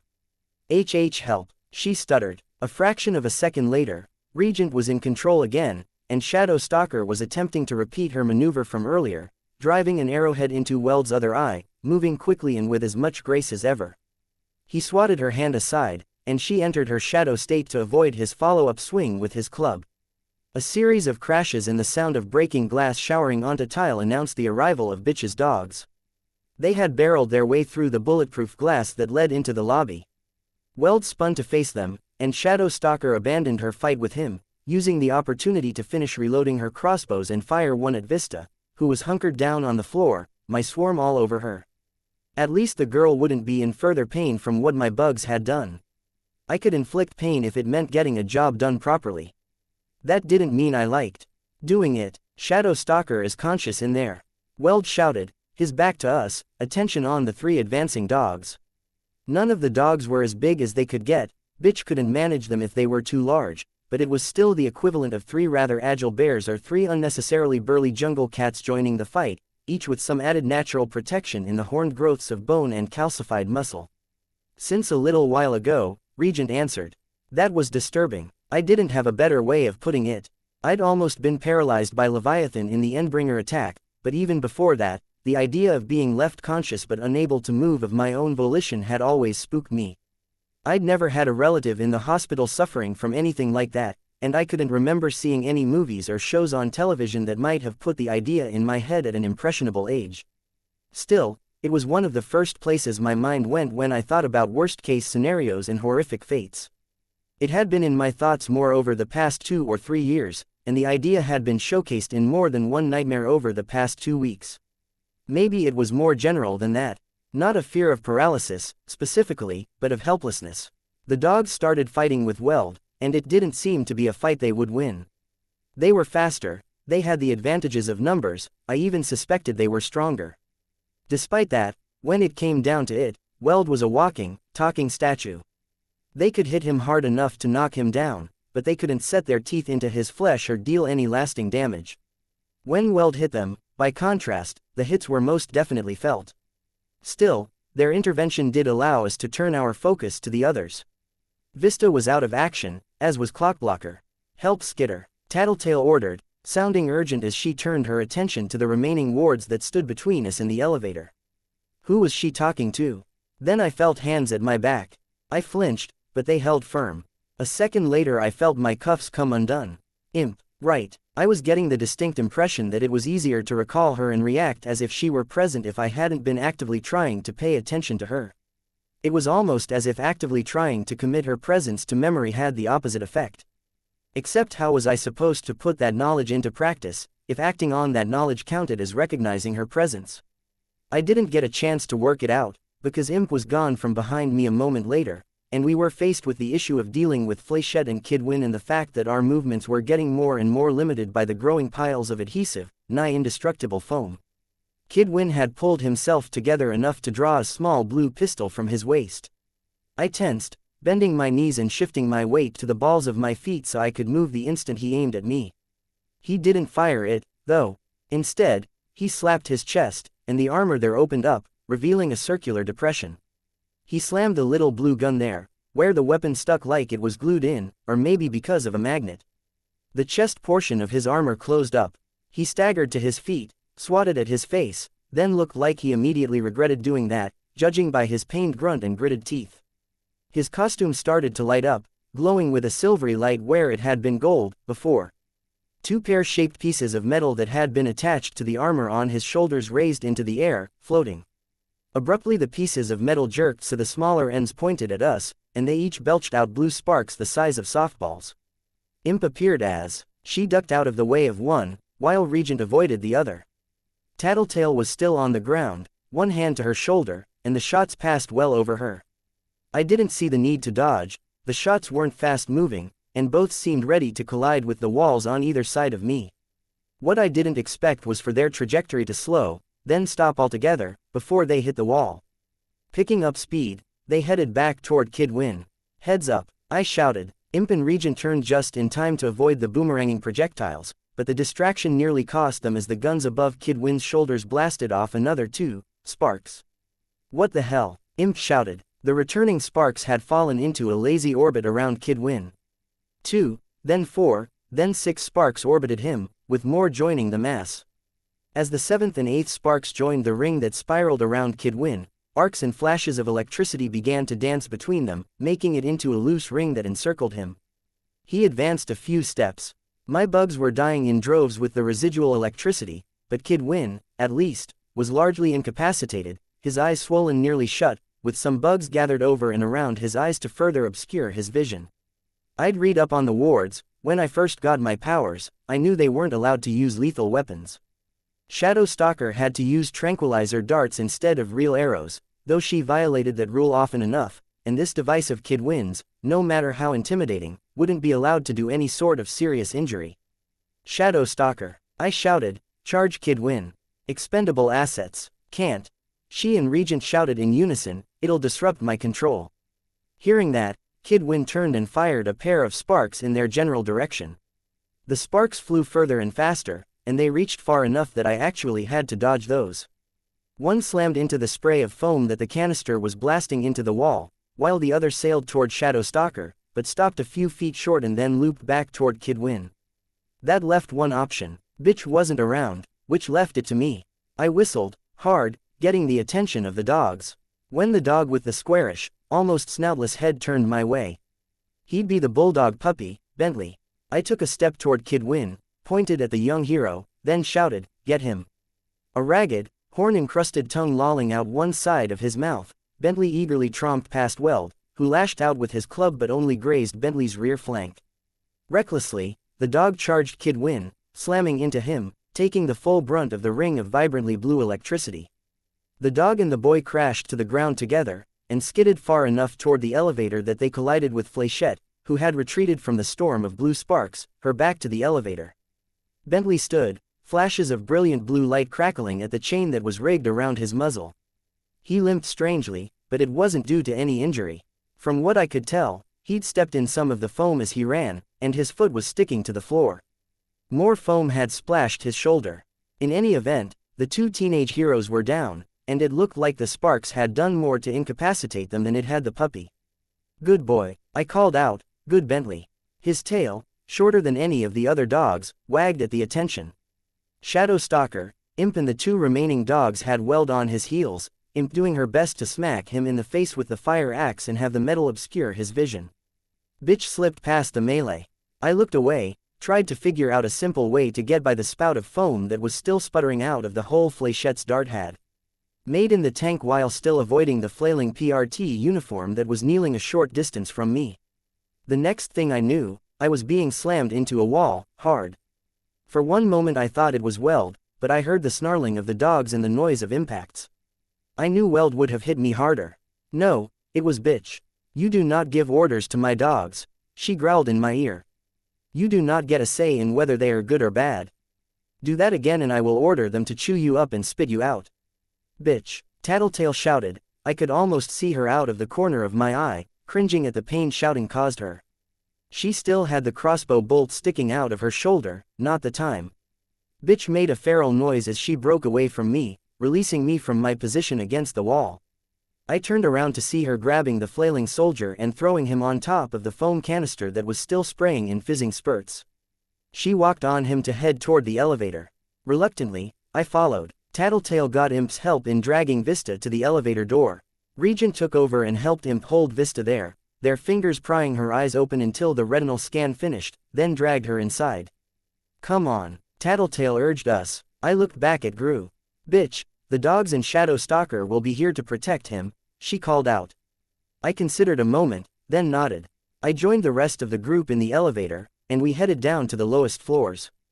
Cameras, Tattletale spoke. I nodded, and sent bugs into the room, found the surveillance cameras that were spaced at regular intervals around the room, and covered the lenses with bugs. We exited the elevator, stepping into the ward's headquarters. The room was vast, with a high dome ceiling that probably made this floor 3 stories deep.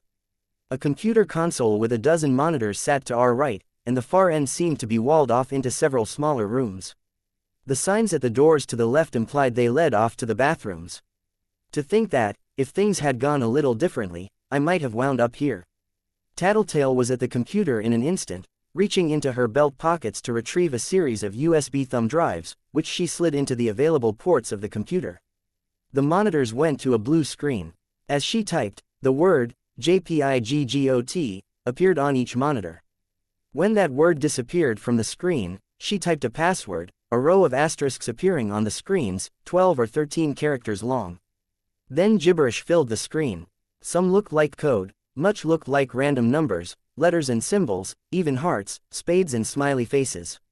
Some of the snippets of code appeared to be file names. This should be every document the PRT has on file for their teams, barring the most secure documents, which wouldn't be kept accessible, even in this isolated network. She handed me a pad of gauze from her belt. How long? I asked. I snapped the feathered end off the crossbow bolt, then pushed it out the other side. The arrowhead wouldn't take to being pulled out backward. 2 minutes, but we may have to wait up to 10, depending on when Clockblocker's power wears off. While I talked, I held the gauze to her shoulder with one hand and took the offered tape with the other. There was a rip in her costume, and I opted to tear it a little wider and put the gauze beneath before taping it on, to let the skin-tight fabric hold it firm. Bad luck he got one of us, yeah. Tattletale made a face. Regent, let us know if there's movement from Gru up there, through Shadow Stalker. We're going to have to fight our way through their reinforcements if we wait too long, Regent said. Probably, but not the Protectorate. The only one who could get here fast enough to matter would be Velocity, and he's dead. They could have new members like the wards did, I said. Tattletale frowned. True, they recruited those guys fast. Especially since they've been here a few days. Either way, we should make a quick exit, I advised. Fast as we can manage, anyways, with Gru being stuck like he is. As the screen filled with more gibberish, reaching the point where there was more white text than blue background, we prepared to make our exit. Elevators down. Of course it is, Tattletale sighed. There are stairs, through the door by the little window, where the tourists look in, Tattletale said. She waited with one hand poised over the USB drive. A half-second before the last blue dot on the screen disappeared, the entire room plunged into darkness. The computer screens went black. Silence reigned for a few heartbeats. It wasn't Gru's power, though. I could hear my own breathing. Someone cut the power. Imp asked. No, I heard Tattletale, separate power source, buried deeper beneath the building. Same with the computers, there's nothing upstairs or even in the city that could turn them off. They're hooked up to that power source, they've got internal batteries, and the only external connection is by satellite link-up. They might terminate our connection to the computer database via the satellite feed, but not the lights. So this is bad, Imp asked. A computer-generated face appeared on the computer screens, illuminating us in our immediate surroundings with the pale glow the image cast. I didn't recognize the face, but I could guess. Dragon. She was onto us. Yeah, that was pretty bad, as these things went. Chapter 97. Parasite 10.4. I could detect a definite note of irritation in Dragon's voice, despite how she'd synthesized it to mask her tone, inflection and speech patterns. You were tampering with my system, she accused us. In the dim light the monitors shed, I could see him trying the door by the stairs. It didn't open. I gave it a try and verified it had sealed shut. I wasn't entirely sure why I'd expected a different result. Maybe I'd been hoping Imp had been making a horribly timed joke. It wouldn't be beyond her. We were, but we're done now, so we'll be on our way, Tattletale called out, her voice raised to be picked up by whatever microphones Dragon was using to listen in on us. I could see her pulling the USB drives from the computer. Dragon informed us, I'm reading the files and notes we have on you as we speak. Tattletale, it seems you have a penchant for needling your opponents. Rest assured, if you intend to try it, I won't rise to the bait. Imp hefted her fire axe and struck just beside the handle of the door. The door itself was hollow, but it was made of something like fiberglass, and the axe only made a small hole, a half-inch across and less than 2 inches long. She struck again, slightly higher. So few think they will, Tattletale said with a grin. So, I guess you've locked us in here, huh? Yes. You'll get out, perhaps, but not before reinforcements arrive. We'll see, Tattletale answered. She began moving toward the ward's quarters. She looked from one security camera to the next, as if trying to figure out if she was being watched. I did have my bugs covering the lenses of the cameras I'd been able to find, but that wasn't to say that they could have something more concealed. It was kind of creepy, that the kids here were observed constantly like that. You tried to steal official data, and you put a virus on my system. EPEO's work, I believe. I'm more insulted by the fact that you went to that hack than I am about the virus. Had to slow you guys down somehow, Tattletale called out. She motioned to me, and I hurried toward her. Imp let go of the axe to rub and shake her hand. Regent grabbed the weapon to take over the job of hacking at the door. I followed Tattletale into one of the rooms at the other end of the ward's headquarters. Pieces of technology littered the area. There was a small bed in one corner so littered with pieces of junk, screws, scraps of metal and unfinished projects that I doubted the occupant had used it to sleep in a long time. Kid Win's room, had to be. Gear up, Tattletale said. What, taking a tinker's stuff to keep is a bad idea, what with GPS signals and tracking and all that, but at the very least, we can use this to get out. She swept her arm over the room, where stuff lay on every surface. Dragon's voice echoed through the chamber, I can hear you, Tattletale. Do not use a tinker's devices. Power supplies can overload, weapons and equipment can misfire. Only the tinker who made it can verify the devices as safe and operate them properly. Right, sure, Tattletale called out with a note of sarcasm in her voice. Because it's not like there's any high-profile mercenaries out there who've made a career off of using a tinker's stuff. Dragon didn't reply. Had Tattletale found a sore spot? I knew the Dragonslayers were mercenaries who had taken the parts of one of Dragon's armored suits to outfit themselves as high-tech mercenaries. Tattletale looked up and glanced around the room, then whispered to me, don't worry about misfires. I think my power will help us spot those. I wanted to believe her, but she'd been wrong before. It would be Murphy's Law for her power to go awry here, with us blowing our faces off or something. Still, I didn't stop her from picking up a gun without a handle. She pointed it at the wall and pulled the trigger that sort of dangled beneath the gun. A yellow dot appeared on the wall, then started smoking. She glanced over her shoulder, and when I turned to see what she was looking at, I saw a matching dot on the wall. She moved the gun, and the dots both moved. Laser with invisible beam, ricochets, she murmured. Doesn't burn that hot, wouldn't do any damage to anything or anyone. Wouldn't incapacitate our opposition or get us out of here.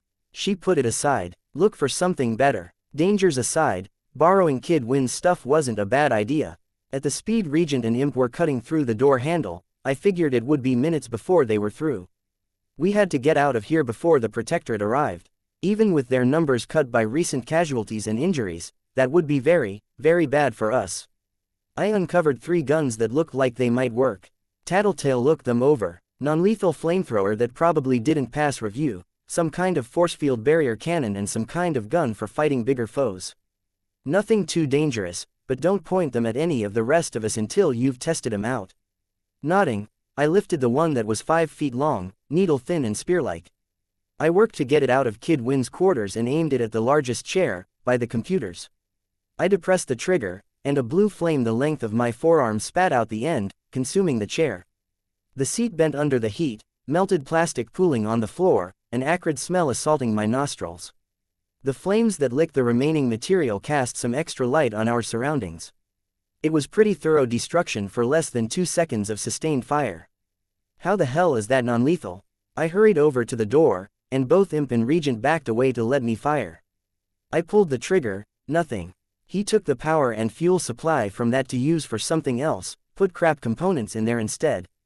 Let it recharge, Tattletale shouted across the room. Almost 1 minute before you can shoot again. Fuck. Dragon would have overheard that, but she didn't comment. Instead, a sprinkler system kicked into gear, misting down from the ceiling. Though the quantity of water was low, the effect on the burning chair was immediate, and the flames disappeared with surprising quickness. What little of the moisture soaked into my mask tasted faintly bitter. Then Dragon shut off the monitors, plunging us into absolute darkness. I left the weapon with Imp and hurried over to the other guns, using the few bugs I had with me to feel my way, sensing their locations and identifying anything I might trip over. The second gun, though it had looked more complete than any of the others, had 2 triggers on the front and 2 by the handle. I tried various combinations and got nowhere. The last gun was heavy. I hefted it with both hands, then told Regent and Imp to move aside as I aimed it at the door. Didn't want to waste any first shots if this was going to take forever to recharge as well. The gun vibrated, rattled, and shuddered for a full 5 seconds before it fired. The shot didn't cast any light, but it struck the door with enough force that the entire door buckled outward. I hit the door with my shoulder, and the upper hinge came free. There was a light in the stairwell, shedding some meager light on us. "Tattletale," I called out. We got through. By the time Tattletale reached us, Regent and I had brought the door down. The lock was still extending from the handle to the frame, but we'd taken the door off its hinges, and we were free to pull the door open from the other side. We hurried into the stairwell and began heading back upstairs. "Fight upstairs is going south. We need to step in, fast," Regent spoke. I felt out with my bugs to get a sense of where each of the combatants were, then nodded a hasty agreement. I began taking the stairs 2 at a time, though the gun I carried had to weigh a good 30 or 40 pounds. We were halfway up when we came across a pair of unconscious PRT officers. I looked at Tattletale. "Imp did this," she told Regent and me. "She went ahead, remember?" It took me a few seconds to realize who she meant. Damn it, having to keep track of Imp and having her power throwing me off my stride was getting to be annoying. The team prior to now had a kind of synergy, with the way my bugs and Tattletale's power let us deal with Gru's darkness, and how the dogs could smell opponents through it. We found Imp at the top of the stairs, aiming the spear-like gun. The blue flame poured out, melting a large hole in the fiberglass. We crouched in the stairwell as Imp opened the door. I was so distracted by the sight of the PRT uniforms waiting for us in the hallway that I didn't see where Imp went. The reaction wasn't as strong or immediate as I would have expected, given the burst of flame and the door opening. A side effect of Imp being the one to carry it out. One person shouted and alerted the others. Regent used his power on the one closest to him, causing him to stumble sideways into his comrades. Their ranks descended into chaos. I readied the few bugs I had on my person, then hefted my borrowed gun. I backed down a stair as I asked Tattletale, "This thing is non-lethal, right?" She didn't have an answer for me. Instead, she yelped out, "Back." She practically pushed me down the stairs, and I caught a glimpse of her covering her ears, shutting her eyes. Despite the fact that I was on the verge of landing face first on the landing of the stairwell, I didn't use my hands to stop myself.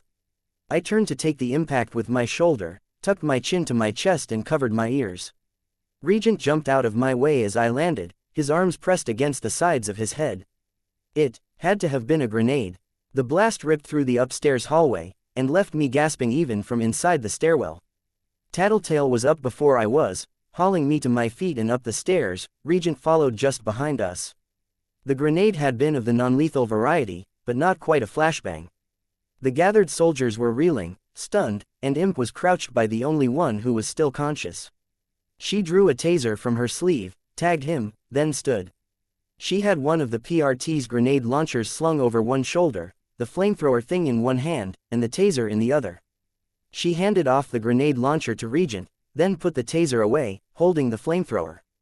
To reach the hallway where Gru and the elevator were, we had to head out past the gift shop and around the front desk. Everyone we'd left behind was still there, friend and foe, but things hadn't gone well in our absence. We found Bitch and Shadow Stalker backed against the elevator at the far end of the hallway. The 3 dogs were spread out between them and Weld, limp and unmoving. They'd shrunk down almost to their normal size. I had to watch for a few seconds before I could see the rise and fall of Sirius' chest and verify he was alive. Weld stood beside Gru, binding a length of cord around our leader. The way he was positioned, Bitch wasn't able to get by, and I could only assume that Regent had Shadow Stalker there because Bitch lacked the means to defend herself solo. The elevator, naturally, wasn't running. I lifted the heavy gun, then aimed it at Weld and Gru. "Where did you get those guns?" Weld asked, squaring his shoulders as he turned to face us. "Borrowed 'em," Tattletale smirked. Then she fired the gun she was carrying. An arc of electricity crackled between the nozzle of her gun and Weld. Seemingly unconcerned, he started running towards us, metal feet pounding on the tile. Tattletale backed up 1 step, and I took that as my cue to back up 3. This guy could hit hard, and none of us was capable of going toe-to-toe with him. There was no need to worry, as the lightning gun's effects added up and Weld collapsed to the ground before he got halfway to us. Tattletale stopped firing, and I could see that the metal of Weld's body was glowing with the heat he'd absorbed. She stepped closer and swung her gun at him, smacking him across the face with the barrel. It stuck, and she swiftly backed up. I wouldn't have thought he was that hot, that the metal would bond. Weld staggered to his feet and tore the gun away with both hands, leaving a melted mess that extended from his cheekbone to his forehead on one side of his face.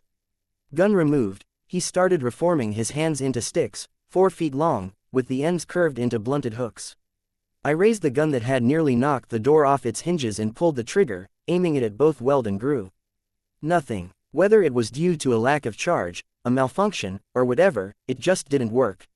Weld began to charge us, and he was nearly to us when Imp stepped in his way and tried to fire. "Don't," Tattletale started. As with my gun, the flamethrower didn't work. Weld clobbered her just as she was beginning to utter a swear word, catching her with both hands to fling her aside. She tumbled into a sign. That put him only a few paces from me. Shadow Stalker was already running toward us. She entered her shadow state to leap forward, interjecting herself between us and him before going solid. There was no grace in her movement as she threw herself at him, no particular technique she employed. They slammed into one another, and she went limp, her body getting tangled up in his legs as he trampled her to the ground. A short distance from us, Regent fell to one knee, grunting.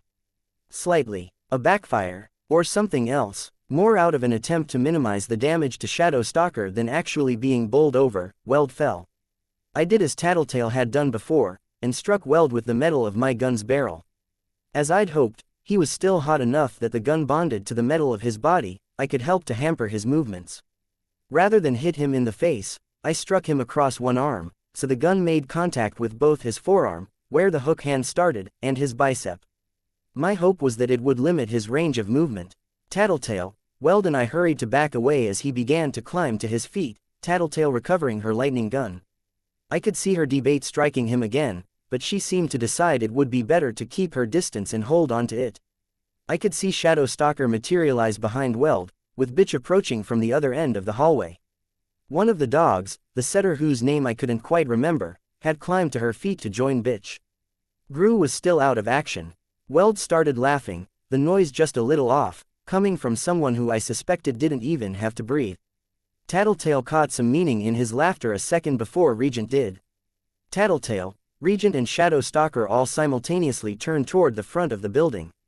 Regent and his puppet uttered a whispered, "Oh shit," in unison. The floodwater and moisture were stirred into an whirlwind flurry around the metal frame by turbines and jets, pushing water and debris a distance away as it set down. As the engines turned off, the water slopped back into place, lapping around 4 metal legs. It was squat, the frame low to the ground, with a snake-like head, and a segmented, sinuous body.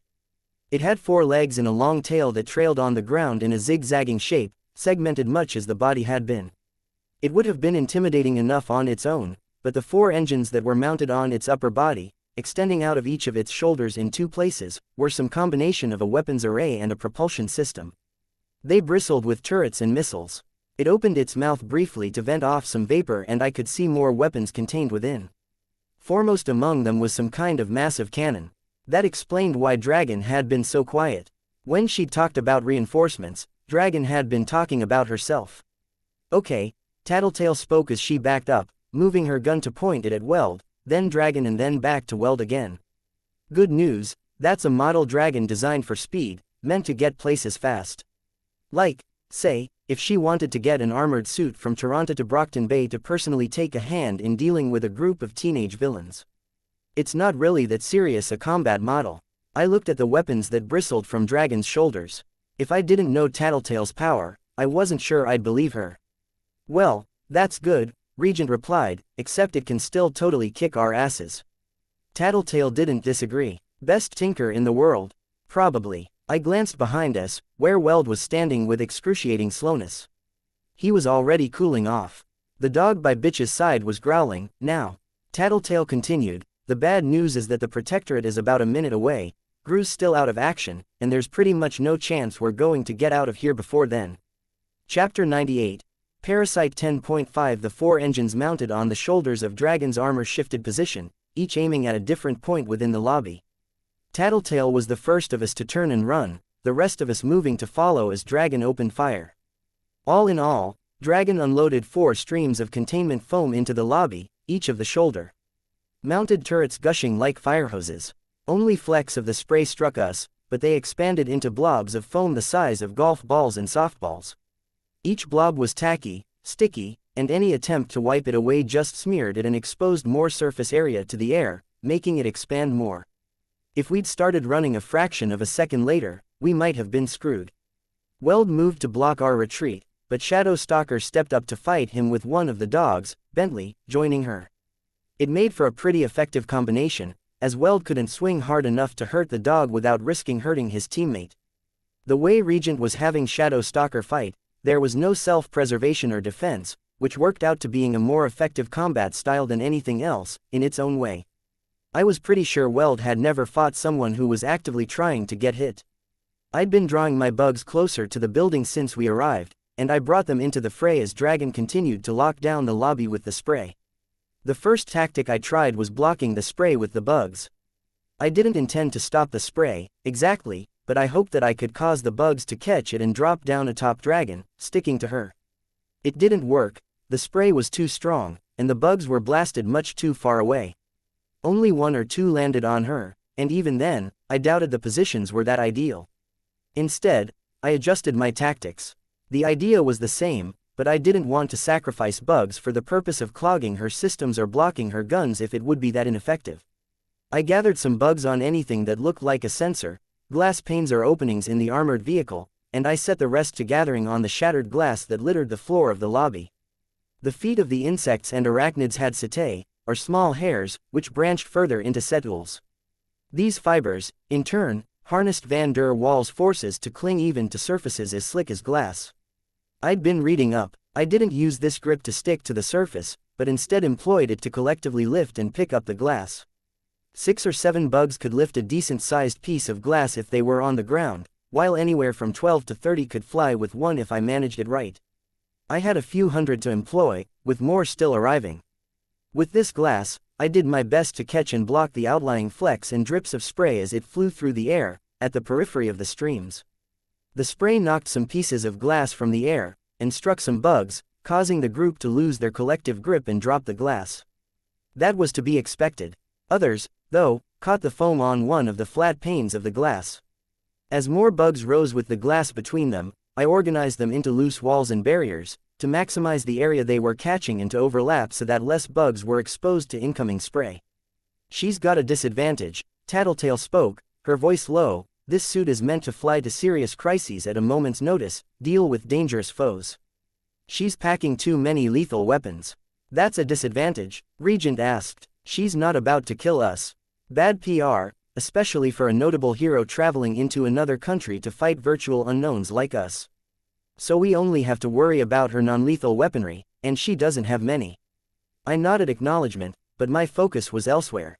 As I judged that enough bugs had caught the foam on one pane of their individual pieces of glass, I directed them to carry the glass down to Dragon. As I positioned the bugs, the glass stuck to lenses, vents of hot air, vents where air was rushing in, and the smaller joints near segmented areas.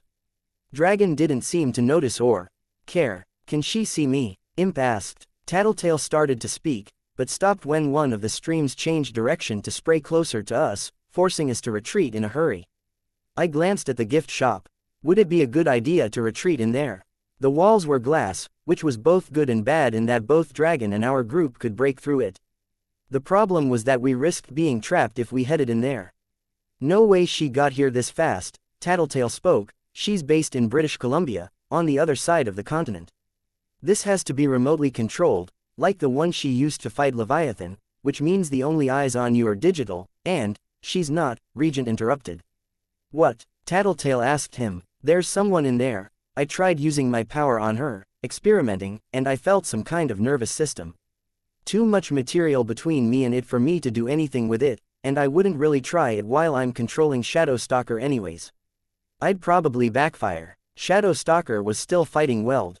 As Dragon turned a stream toward them, Weld reacted fast enough that I suspected he had some line of communication to her. He backed out of the way, and Shadow Stalker and the dog both moved in the other direction, with a stream splashing where they had been brawling a second before, blossoming into a pile of foam as tall as they were, separating the two groups of combatants. Most of my first wave of bugs had either been shot out of the sky by errant bits of spray or had placed their initial pieces of glass and were going back for more. This wasn't a KO hit, and Dragon was too good to let something this minor stop her, however it might delay or hamper her. The real issue was that this was too slow, and we were on a tight time limit. Less than a minute, and the Protectorate would arrive. Their team was smaller with recent deaths and armsmasters, retirement, and I hadn't heard about any new recruits. Then again, I hadn't heard about the ward's new recruits, and here Weld was, being annoyingly persistent. I was assuming he was the new leader, given his tone with Shadow Stalker. I wondered if being ridiculously tenacious was a job requirement for being in charge of the wards. It made sense to have a commander who wouldn't be removed from the field by an errant attack. You wanted someone who would stay in the thick of it for the whole fight. The gift shop jutted out from the wall of the lobby, the glass panes arranged to showcase more of the pictures, action figures and memorabilia with 3 broad windows than they might with 1. This layout gave us some cover from Dragon's attacks. Even when the force of the spray served to break the windows, the expansion of the foam at the edges of the frame soon blocked the worst of it off. If anything, it was closing the windows off. Only the pane of glass facing us was left unbroken and largely free of foam. Sensing this, Dragon started to advance further into the lobby. Her broad, mechanical feet began hissing with vapor, and the goo my ground-born bugs were hauling towards her began to run, losing its consistency and stickiness. She set one foot down directly on a pile of foam, and lifted it up again with no difficulty. It was clear, the foam wouldn't hamper her. So she's piloting that thing, then? Imp asked. My power works on her. We can't be sure, Tattletale spoke, don't risk it. Dragon advanced another step, circling our relative cover from the window to spray inches closer to us. The way it was piling up, there would be no way to go over it, and the route we had available for going around the far end of it was rapidly closing. We were getting hemmed in, our backs to the wall by the window. Imp, Tattletale shouted. No, I looked at her, confused, but I didn't have time to figure it out. A flare of orange light caught my attention. Dragon's mouth had opened wide, and she was spewing something like an ignited accelerant into the lobby. With this fluid, she drew a 3-foot-wide line of flame onto the lobby floor, stretching from just below her to the stairwell door by the front desk. She'd cut off our escape route. Weld leapt into and through the flame, his hook hand swinging wildly. Some of the accelerant had landed on him, making him burn, but he didn't seem to mind. He turned 90 degrees and lunged forward in response to something I couldn't see or hear, then swept his hooks out in a frenzied series of blind attacks. On the third swing I saw him duck beneath the attack, then stumble back out of his reach, towards us. The fucking fuck, she shouted. Dragon can see you, you twit, and she's relaying directions to Weld. Tattletale shouted at our new member, and what the hell were you hoping to accomplish over there? I could have figured something out, Imp pouted. Tattletale didn't have a response to that. Instead, she hauled her gun up and then fired a short burst at Weld. He backed up into the wall of flame, oddly enough, and Tattletale stopped firing. 2 of Dragon's shoulder turrets were now being set to the task of controlling the flame and keeping it from spreading across the lobby, to the front desk or up to the ceiling. Twin jets of chemical spray kept the fire limited to the areas Dragon wanted it. Doesn't she care about property damage? I asked. She prefers to keep her data secure and pay out of her own pocket for any damage. Betting this place is slated for some major renovations anyways, given the state of things, Tattletale explained. The foam was inching closer to us as Dragon prowled further into the lobby. More of my bugs set sticky pieces of glass down on top of lenses and sensors. That was apparently enough for Dragon, because she stopped spraying the foam altogether and started using the 2 turrets that weren't dedicated to fire management to deploying the same vapor that shrouded her legs. It surrounded her, and the work I'd done to stick things to her began to come apart as the foam turned runny. A wave of darkness swept over her. Gru was awake, and had formed a loose group with Shadow Stalker and the dogs. All but one of the dogs were normal-sized, now, with no sign or trace of their mutations. They still faced the hurdle of passing by Weld, but a blast of darkness and an abrupt change of direction faked out the young hero, letting Gru slip by. Dragon's here, he shouted, aghast. Yeah, but we got the stuff, had to wait for you. Go through the gift shop, we'll meet you outside. He charged right behind the spot where Dragon was still within the cloud of darkness, and out the front door. Shadow Stalker simply passed through Weld and bolted for the door, running faster than the ward's leader could, while the smallest dogs stayed just out of his reach, bolting after Gru. Bentley, the only dog currently under the effects of Bitch's power, a little beaten and battered, came running towards us, far too eager for something that large and strong. Bitch grabbed his collar before he could leap up to greet her, redirected his momentum, then wrenched him toward the window. Go! She shouted, pointing. Bentley eagerly plowed through the remaining display window, knocking over DVD racks as he landed in the shop. We followed him in. The shop had everything Cape-related, from movies showcasing individual members of the teams to books, magazines, figurines, toys and posters. The layout of the shop made it awkward as a battlefield. The shelves, racks, stands and display cases forced visitors into a winding path as they navigated. The shop. The window looking out on the street was smaller than the display windows, and was covered by metal bars. Tattletale began unloading the lightning cannon on the bars. Dragon lunged out of the darkness, then spotted us, her shoulder turrets orienting in our direction. We ducked behind a heavy wooden magazine stand filled with Cape magazines and tourism pamphlets as Dragon opened fire with 2 streams of containment foam. Tattletale maintained the electrical assault on the bars even as she joined us in taking cover with her back to the magazine stand. The gun she was holding began to whine, with a pitch so high I could barely hear it. Bentley reacted, though, turning his head one way, and then the other. It made Bitch's job of holding his collar and ensuring he stayed behind cover twice as difficult. The bolts holding the bars to the window frame melted before the bars themselves did. One side swung free, then the entire assembly dropped down on top of a bookshelf. The entire room shuddered as Dragon forced her way through the display window. One gigantic metal talon slammed down on the bookshelf, annihilating most of our cover, and we scrambled to find shelter behind the remaining stands. Her back legs began working their way towards us, the front of her body staying stationary. This made her back arch, and her head and shoulder-mounted turrets gradually shifted to point downward. It would be seconds before she was spraying the foam down from directly above us. The whine of Tattletale's gun reached a crescendo, and a blindingly bright arc of electricity flew from the side of the barrel to skip along the floor. I worried it would ignite something, but it winked out before it could. Tattletale lunged for the shelf next to the magazines, grabbing a head and torso model of Miss Militia. She jammed it in between the trigger and the trigger guard of her gun, forcing the trigger into a depressed position. Then she lobbed the setup over the back of the shattered bookshelf. The lightning licked the wall and the ceiling before the gun crashed to the floor. Dragon lurched back to get away from it.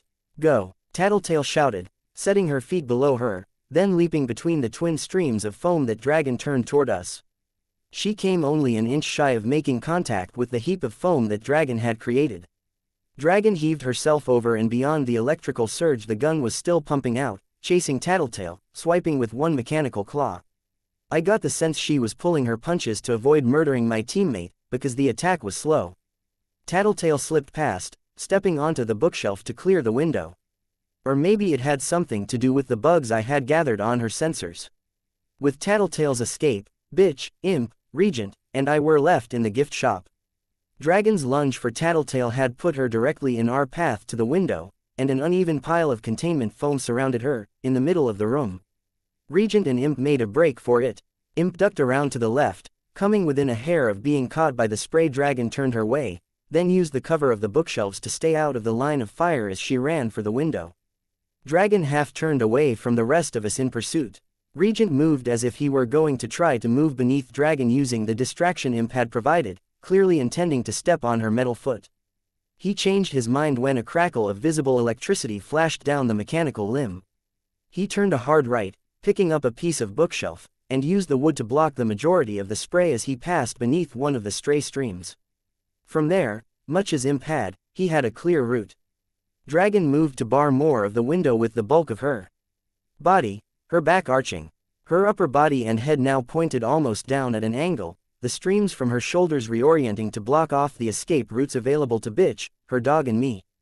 So I did something risky and borderline stupid. I lunged forward and stepped onto the metal foot of Dragon's armored suit, like Regent had been planning to do until he discovered it was electrified. I had known the same spider silk I'd used for my costume was insulated against electrical charges, had even put that into practice in my fight against Armsmaster during the fundraiser. This was something altogether different. I could feel the faint tendrils of electricity snake over the surface of my body, though I only stepped on the metal foot once. I couldn't tell if the source of the electricity was the gun Tattletale had rigged and thrown. Dragon's tail was close enough to it for the electricity to flow to her, or if it was from Dragon's body itself. Though the footing was unsteady, I was careful not to touch the metal leg with my upper body, and even turned my head away, risking throwing myself off balance, so my hair wouldn't make contact with it. As I understood it, the biggest danger the electricity posed was that my body would become part of a circuit. If the circuit included vital organs, I'd be a goner, and that kind of closed circuit could happen if the electricity could run from my hand and through my heart on the way to my foot. The gamble and assumption I was working with was that electricity followed the path of least resistance. Insulated costume versus vapor in the air. It would travel through the vapor. Insulated costume versus metal leg. It would travel down the leg. Either way, I was glad when I didn't burn my foot or have it get fried or go numb. I was damn glad I didn't die. With all of this consuming my attention, I was caught off guard when something large brushed against me while I was mid-leap. The impact threw my airborne momentum off, drove me to one side. My first, most immediate, thought, before I even considered the source of the attack, was where I was about to land.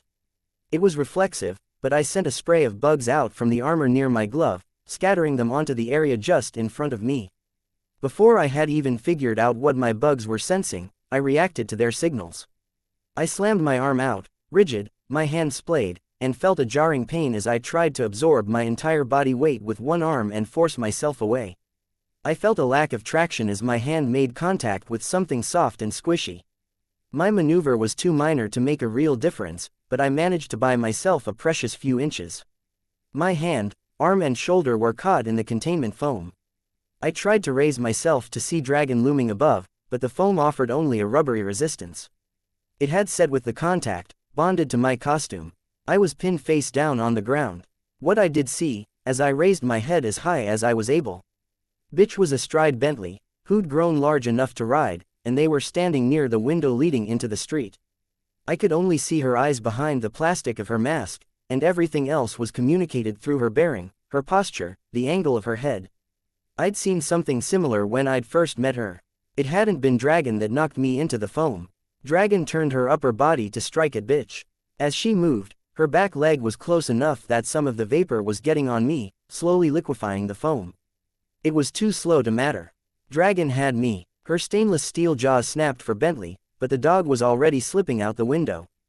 Bitch had dismounted and was running to one side, heading off in a different direction to exit at the far end of the window. Which left me in the gift shop with Dragon. I have a sworn responsibility to protect that data, she said as she turned her attention to me.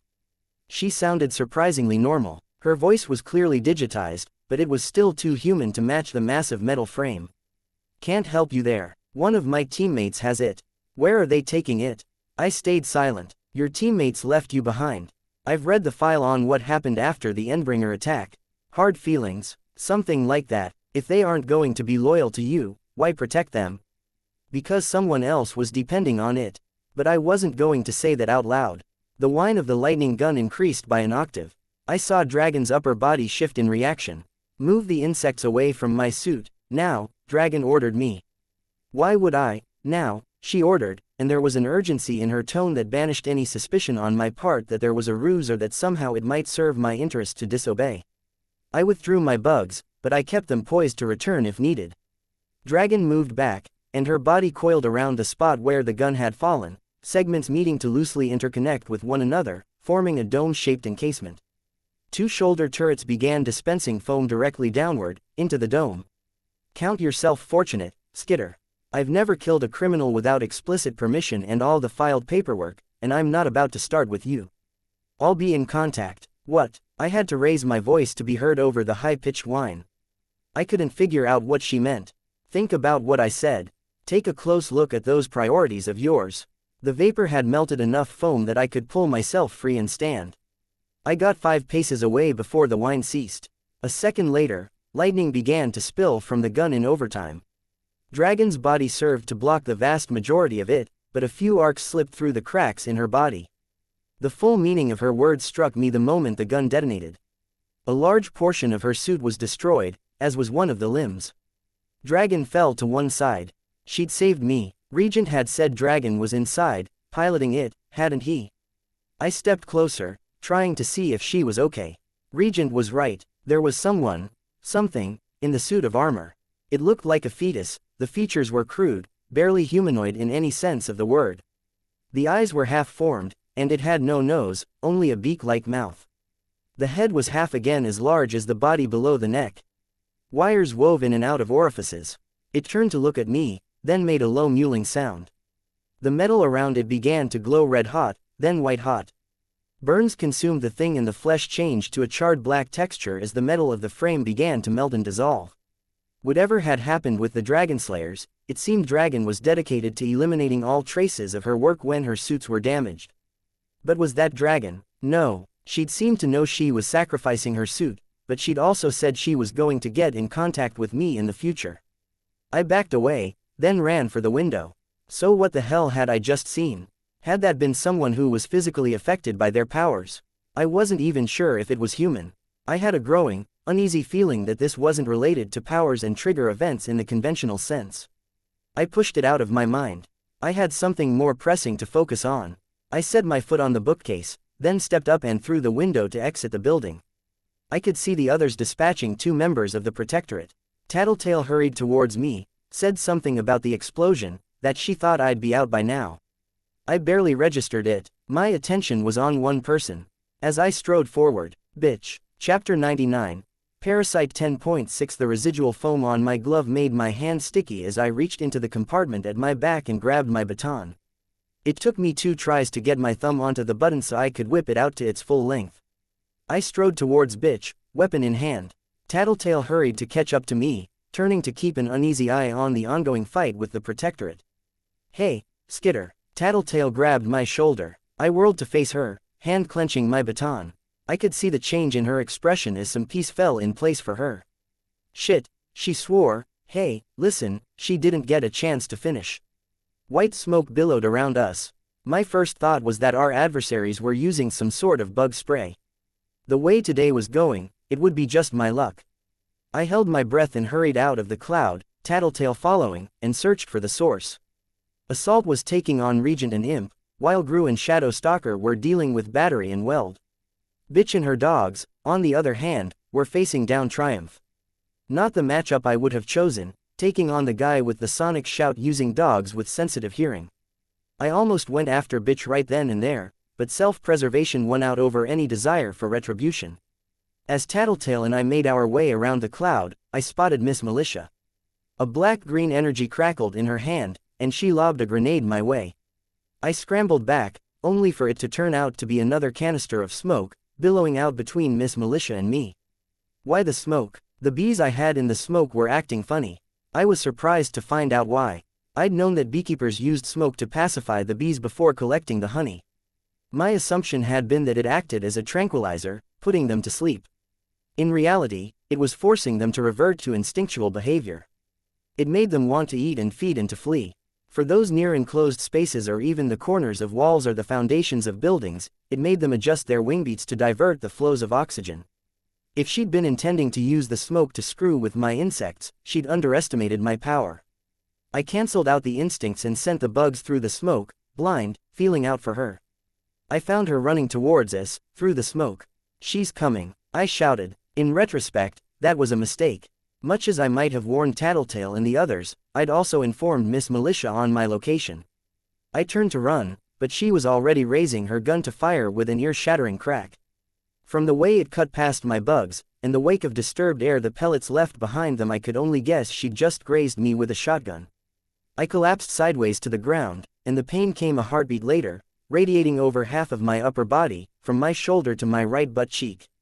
I was guessing it was non-lethal ammunition. It could well have been lethal, for the sheer degree of hurt it delivered, if my costume had prevented it from penetrating.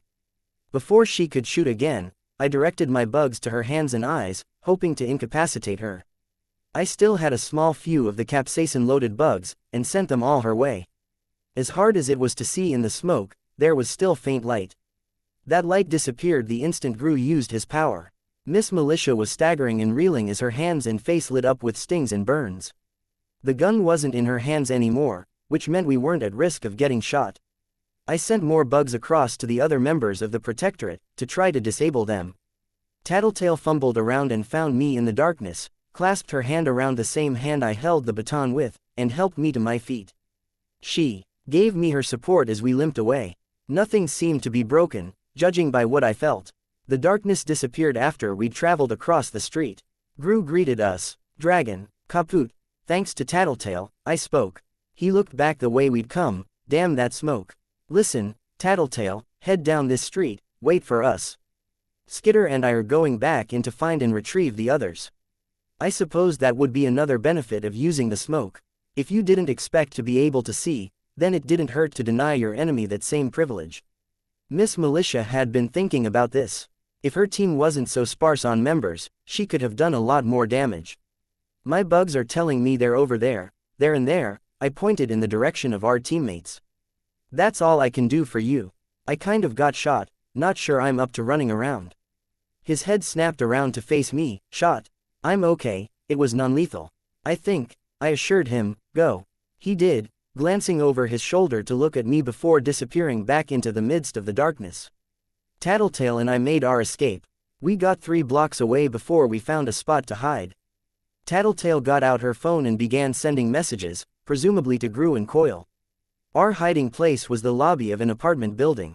Boards had been placed over the windows, and there were signs that some people had camped out here, not long ago. It was otherwise similar to Gru's apartment complex. Less tidy, obviously. You okay? Tattletale asked me. That question seems to come up a lot. I'm sorry, I knew the gun would inevitably overheat, and what little I could read off of Dragon told me she'd deal with that above anything else. I didn't think you'd be stuck there, too. No, your gun thing there saved my skin. The real problem was, I trailed off. I still had the baton in my hand. The residual containment foam meant I'd probably have to peel the glove away from the weapon. I clenched the weapon tight. We sat in silence for nearly 10 minutes before the rest arrived as a massed group. Shadow Stalker was limping, and 2 of the dogs were their normal size, draped across Bentley's back, but everyone was more or less intact. Bitch's eyes widened fractionally as she saw me. I was already standing, barely feeling the hurt from where I'd been grazed. Blood pounded in my ears, and I could feel the buzz of my insects. How? She started. I didn't let her finish. My baton held in both hands, I struck her in the upper thigh. When she didn't fall, I let go of the baton and backhanded her. She toppled, and protests and shouts echoed around me. It hurt. Damn it, I'd never really hit someone with my hands before. I wondered if I'd managed to break something. There were still bugs on some of my teammates. I could sense them approaching, Gru and Imp moving to stop me. I ducked out of the way of their hands before they could grab me, and then held up my baton, menacing them. I cast a momentary glance towards Shadow Stalker, then augmented my voice with the buzzing and chirping of my swarm. Don't. What the hell are you doing? Gru roared. Ask her. My response was barely above a growl. Gru glanced down at Bitch, who was rubbing her chin, opening her jaw wide, as if testing it. I dropped down to a crouch so quickly that my knee slammed into the ground. I grabbed the upper end of the baton and pulled it over Bitch's head, forcing the bar between her teeth, pulling back hard. Gru moved to stop me once more, and I shook my head. He hesitated, then stopped. Bentley was pacing towards me, snarling at the attack on his owner. I met his gaze with my own, unflinching, and he didn't lunge to attack, maybe because he didn't want to hurt his master in the process. I didn't break eye contact with the dog as I spoke with the swarm buzzing in accompaniment. Regent, this isn't for Shadow Stalker's ears. Got it, Regent spoke. Shadow Stalker moved to the bench by the elevators, sat down, and buried her face in her arms, covering her ears. Regent informed me, she can't hear much of anything, now. Bitch, I pulled on the bar, eliciting more struggling from Bitch, just tried to fuck me over in the fight with Dragon. Shoved me into the foam. Bitch made a muffled noise, then jabbed me in the side, where I'd been grazed by Miss Militia's shotgun. It hurt, and in the interest of keeping her from doing it again, I shifted my position so I could force Bitch onto her back against the ground, her head pinned down by my baton. She could still hit me and jab me, but my shins could take a lot more abuse than her jaw could. I belatedly realized I'd taken my eyes off Bentley, but he didn't maul me. When I looked up, I saw Tattletale had a grip on his chains.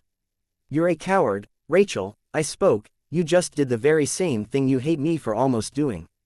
You stabbed me in the back. You fucked over your own teammate. She mumbled something around the bar. The look in her eyes made me seriously worry she would kill me when I let her go. I'm in a position to hurt you now, and I'm pissed enough to do it, I spoke, my voice low. But I won't. This vendetta against me ends, now. You got your shot at me, you fucked it up. If you're still mad at me, you fucking better cope, got it? She snarled out 2 muffled words. I suspected they were rude. When I spoke next, I bent low and whispered the words for her and her alone. When you're tossing and turning and trying to sleep, remembering what I did and said here and getting pissed off about it. Remember that you were the weak one. You embarrassed yourself, fucked up, you were the weakling, the wuss who couldn't even confront me face to face. And knowing you like I do, I'm betting it's going to gnaw at you. That's as much a punishment as I could inflict, I think. That's on you, not me. You said it yourself, a while back. It's a mistake to underestimate me. You want another shot at it, it had better be really damn good. Because if it isn't, I'm going to survive, I'm going to get away. And then I might break your jaw for real. For starters, I stood, removing the baton from her mouth and stepping away, to give her room to stand. Leaning against the wall, I pressed the button and collapsed the baton into the handle. I stared at her, working her jaw. She stood and glared at me. She either didn't have a response for me, or she did and her jaw hurt too much for her to try giving it. None of the others were jumping into the middle of this. In the face of the silence, I offered one final comment. I think I've already covered what happens if you want to continue this vendetta. Now I'm going to offer you a deal. Number 3, I think, and my deals with you are usually pretty fair, if I may say so myself. Her eyes narrowed. I fucked up, you fucked up, whatever. Insult for insult, blow for blow, I'd like to think we're even. So now I'm going to trust you to have my back. I'm going to put myself in more situations where you have a prime chance at fucking me over, backstabbing me, catching me at my most vulnerable. Because we can't function as a team any other way, I'm going to treat you like a damn teammate, Rachel, but I'll go one step further. You think you can put this behind you and satisfy yourself with what you tried to pull earlier tonight? Cool, because if you're willing, I'll come with you to help take care of your dogs. I'll bring fucking lunch, if you want it. That's the deal I'm offering you, pissed as I am right now. I'll be your damn friend. She looked away, down at the ground, scowling. Take it or leave it. She decided to leave it, apparently. Bitch stomped away, slamming the door the moment Bentley passed through it, leaving the rest of us standing there in the rubbish-strewn apartment building. Gru sighed audibly and looked over our group. We'd better go. We should decide what we're going to do with Shadow Stalker, now. We could keep her, Imp spoke. Regent shook his head. Nope. There are drawbacks to this, and one of them is that I lose control of anyone I'm controlling while I sleep. Better to get rid of her on my terms than have her trying to shoot me in the throat while I take a nap. And it's kind of fucked up, I spoke. I thought you were all in, Regent said. I am, but that doesn't mean I'm an idiot, I retorted. This kind of mind control, body control, Regent interrupted, his tone bored, her mind still belongs to her. Semantics. This kind of mind control is pretty high up there on the scale of fucked upness. People are going to respond to that. It might be the nudge they need to start responding to us with lethal force. Think of how different tonight would have played out if Dragon and Miss Militia hadn't held back. Sure, he shrugged. Whatever. I don't know why you're arguing with me. I agree, we should get rid of her. What did you do, back in the old days?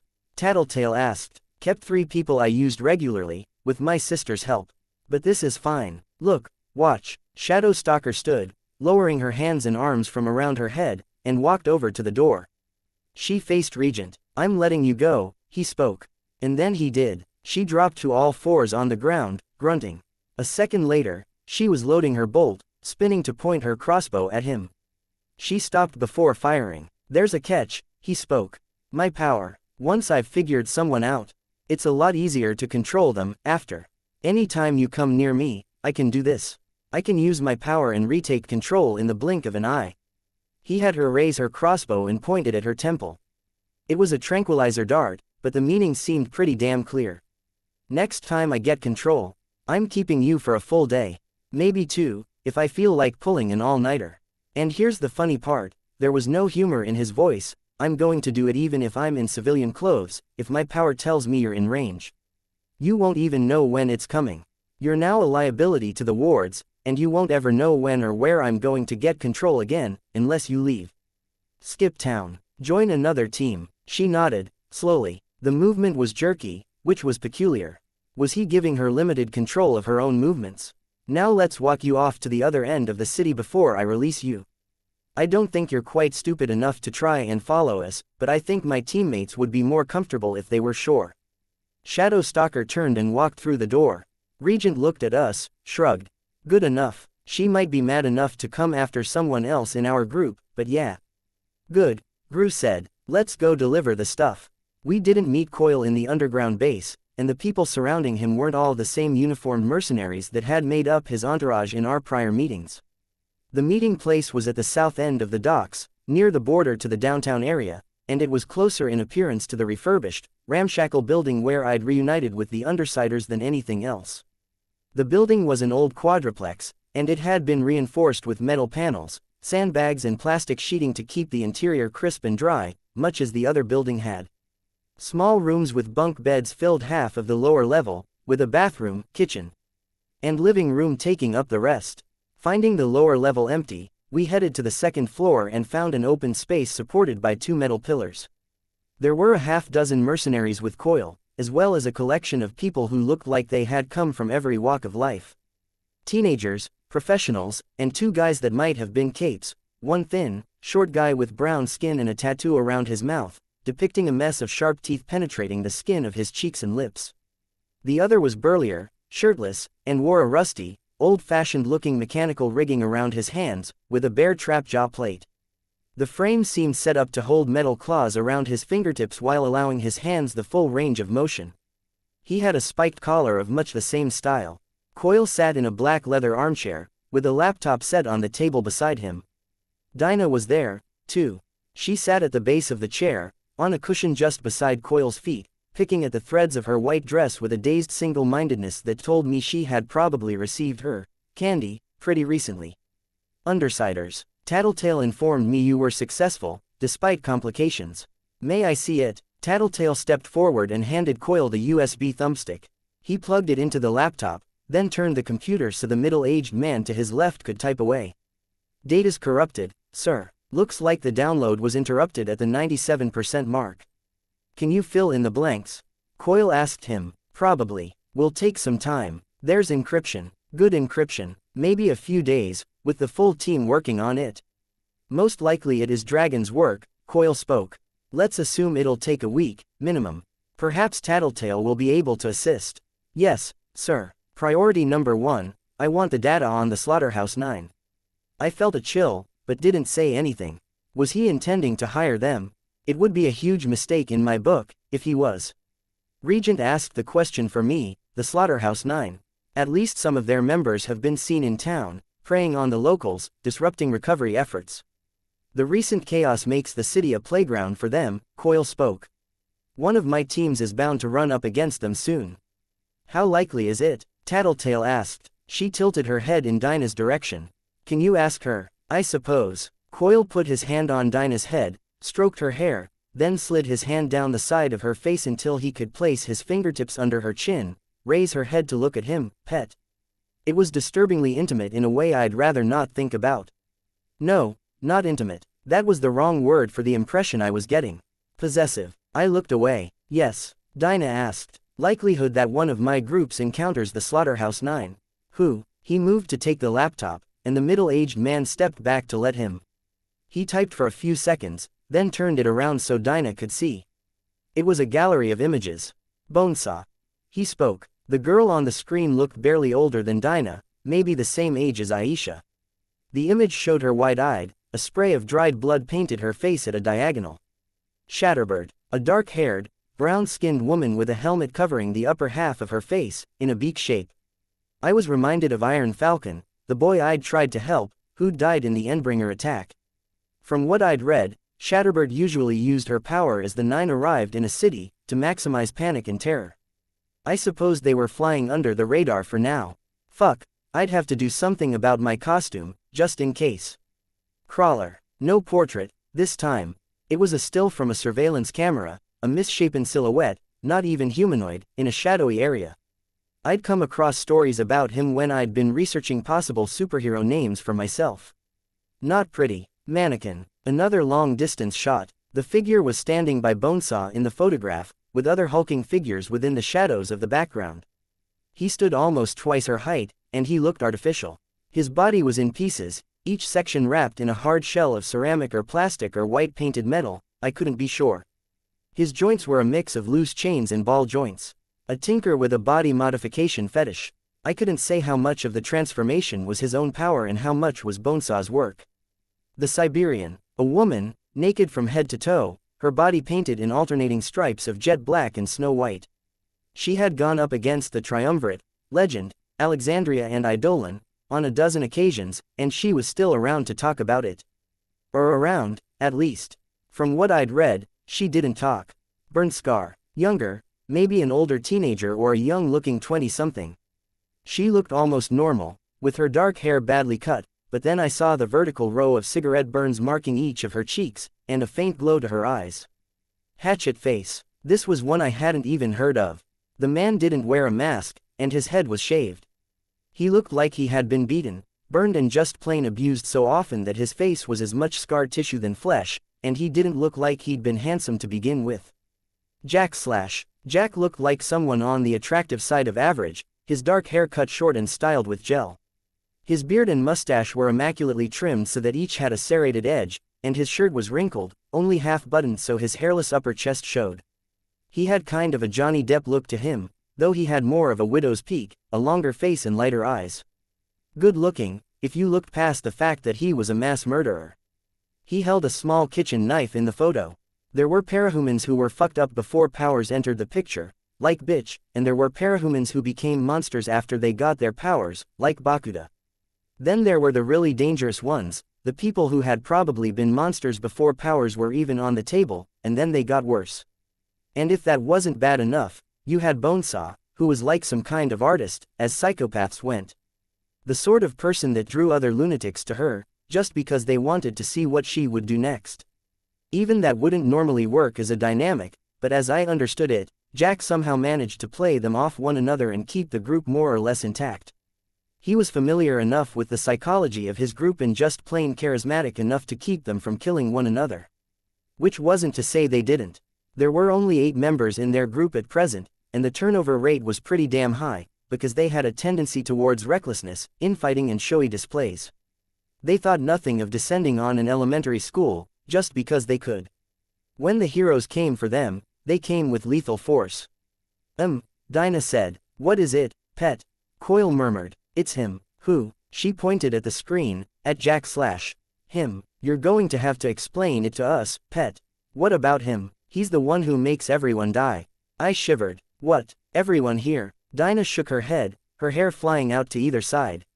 Everyone. I don't understand. Can't explain. Try. He urged her. Sometimes it's in 2 years. Sometimes it's in 8. Sometimes in between. But if he's alive, something happens, and everyone on Earth starts to die. Not that everyone doesn't die anyways, but they die really fast. When that something happens, all one after another, and in a year almost everyone is dead. So I said everyone, if that makes sense, and a few live, but they die pretty soon after anyways, and shush, pet. I think we understand what you're saying. Quiet now, unless you think of something important. We need to consider this. Silence reigned for a few long seconds. You could have heard a pin drop. His power isn't all that, I don't think. Gru spoke, slowly, as if considering the words as he spoke. Space warping effect, so any blades he's holding have an edge that extends a horrendously long distance, all with the optimal force behind the swing. Swings his knife, cuts through an entire crowd. Doesn't make sense that he'd be able to murder everyone on Earth. Unless he somehow cuts the planet in half, Tattletale mused. That was disquieting. No, Dinah spoke. He doesn't. I think we need more numbers if we're to understand this, pet. What is the likelihood that he succeeds in this?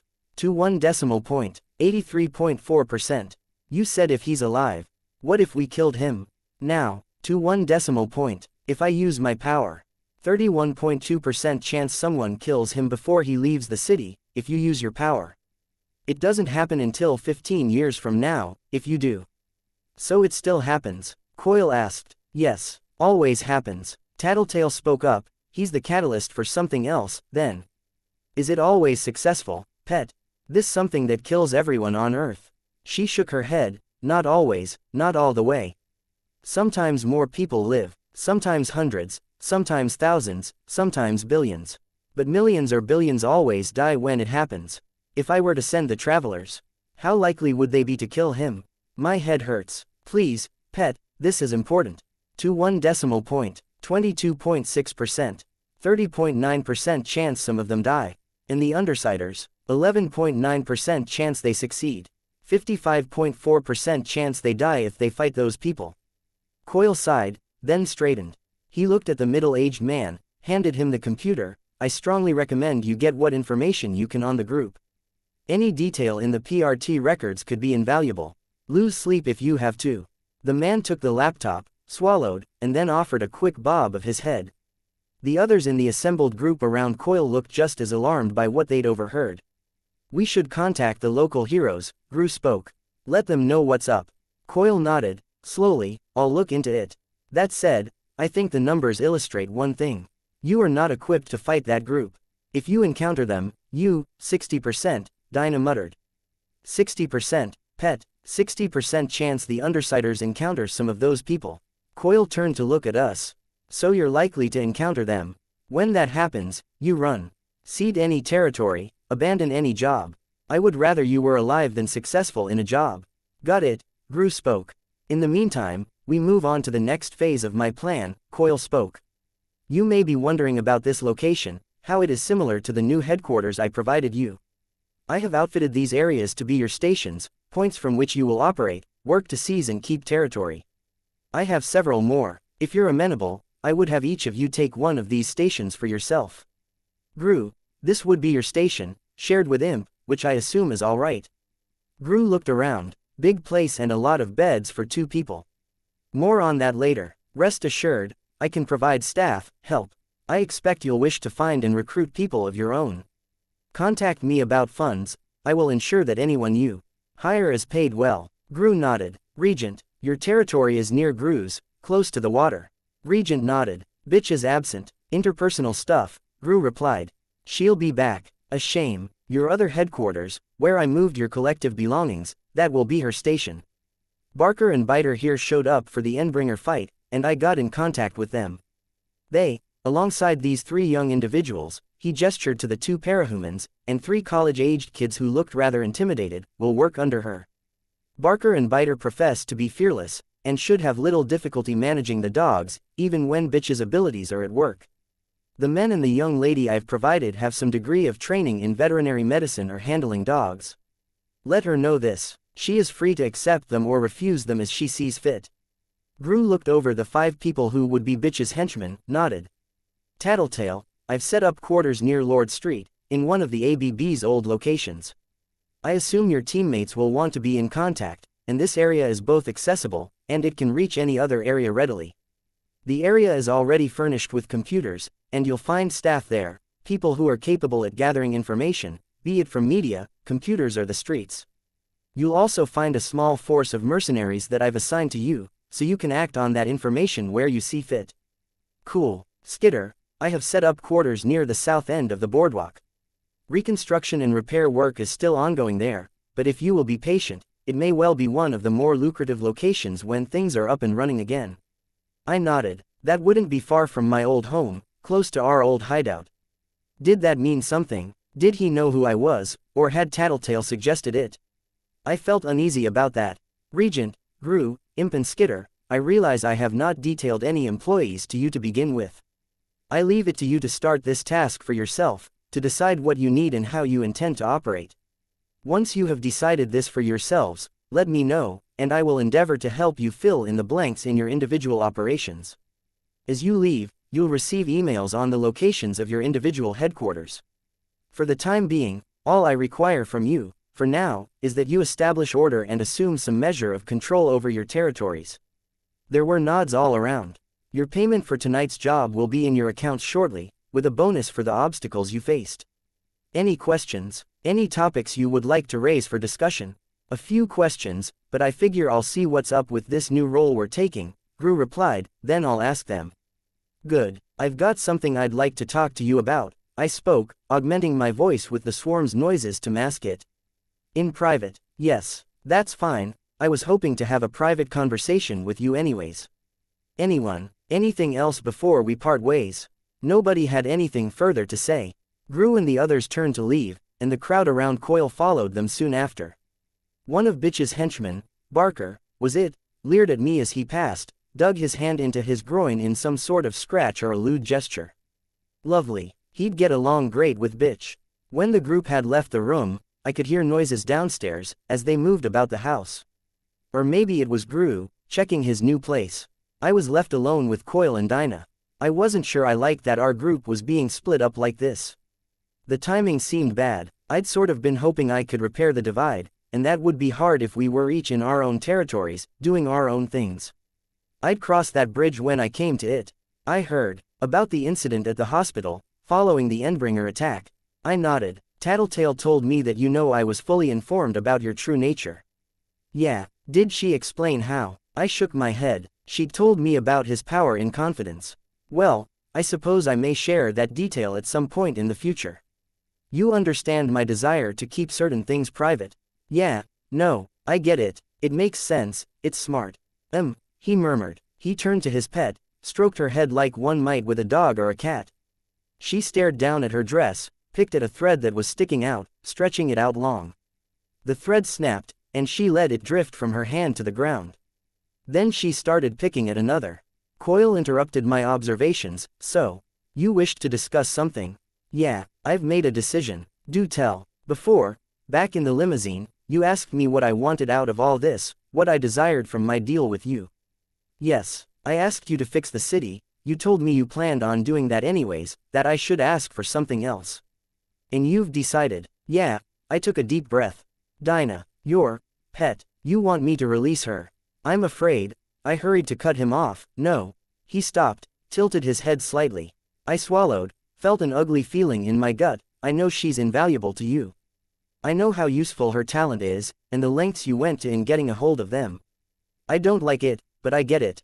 He didn't respond. He just stared at me, his mask lacking eye holes, just black cloth stretched over eye sockets. All I'm asking is that you let her go when you've done it. When you take this city, when you succeed in your plan, you release her to go home to her family.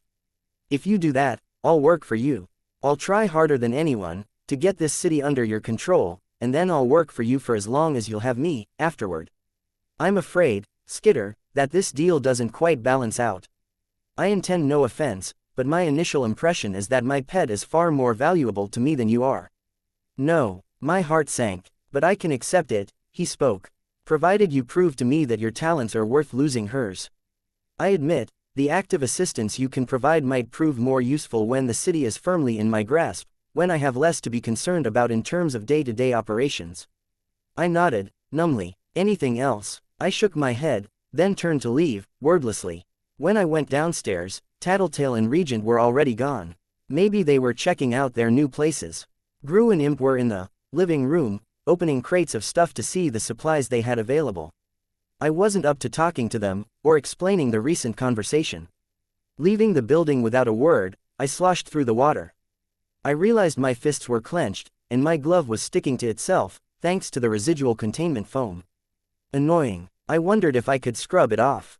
When I peeled my fingers away from the glove, I realized my hand was shaking. I took a deep breath, to calm my nerves. I could do this. Whatever I had to do, I was going to help that girl.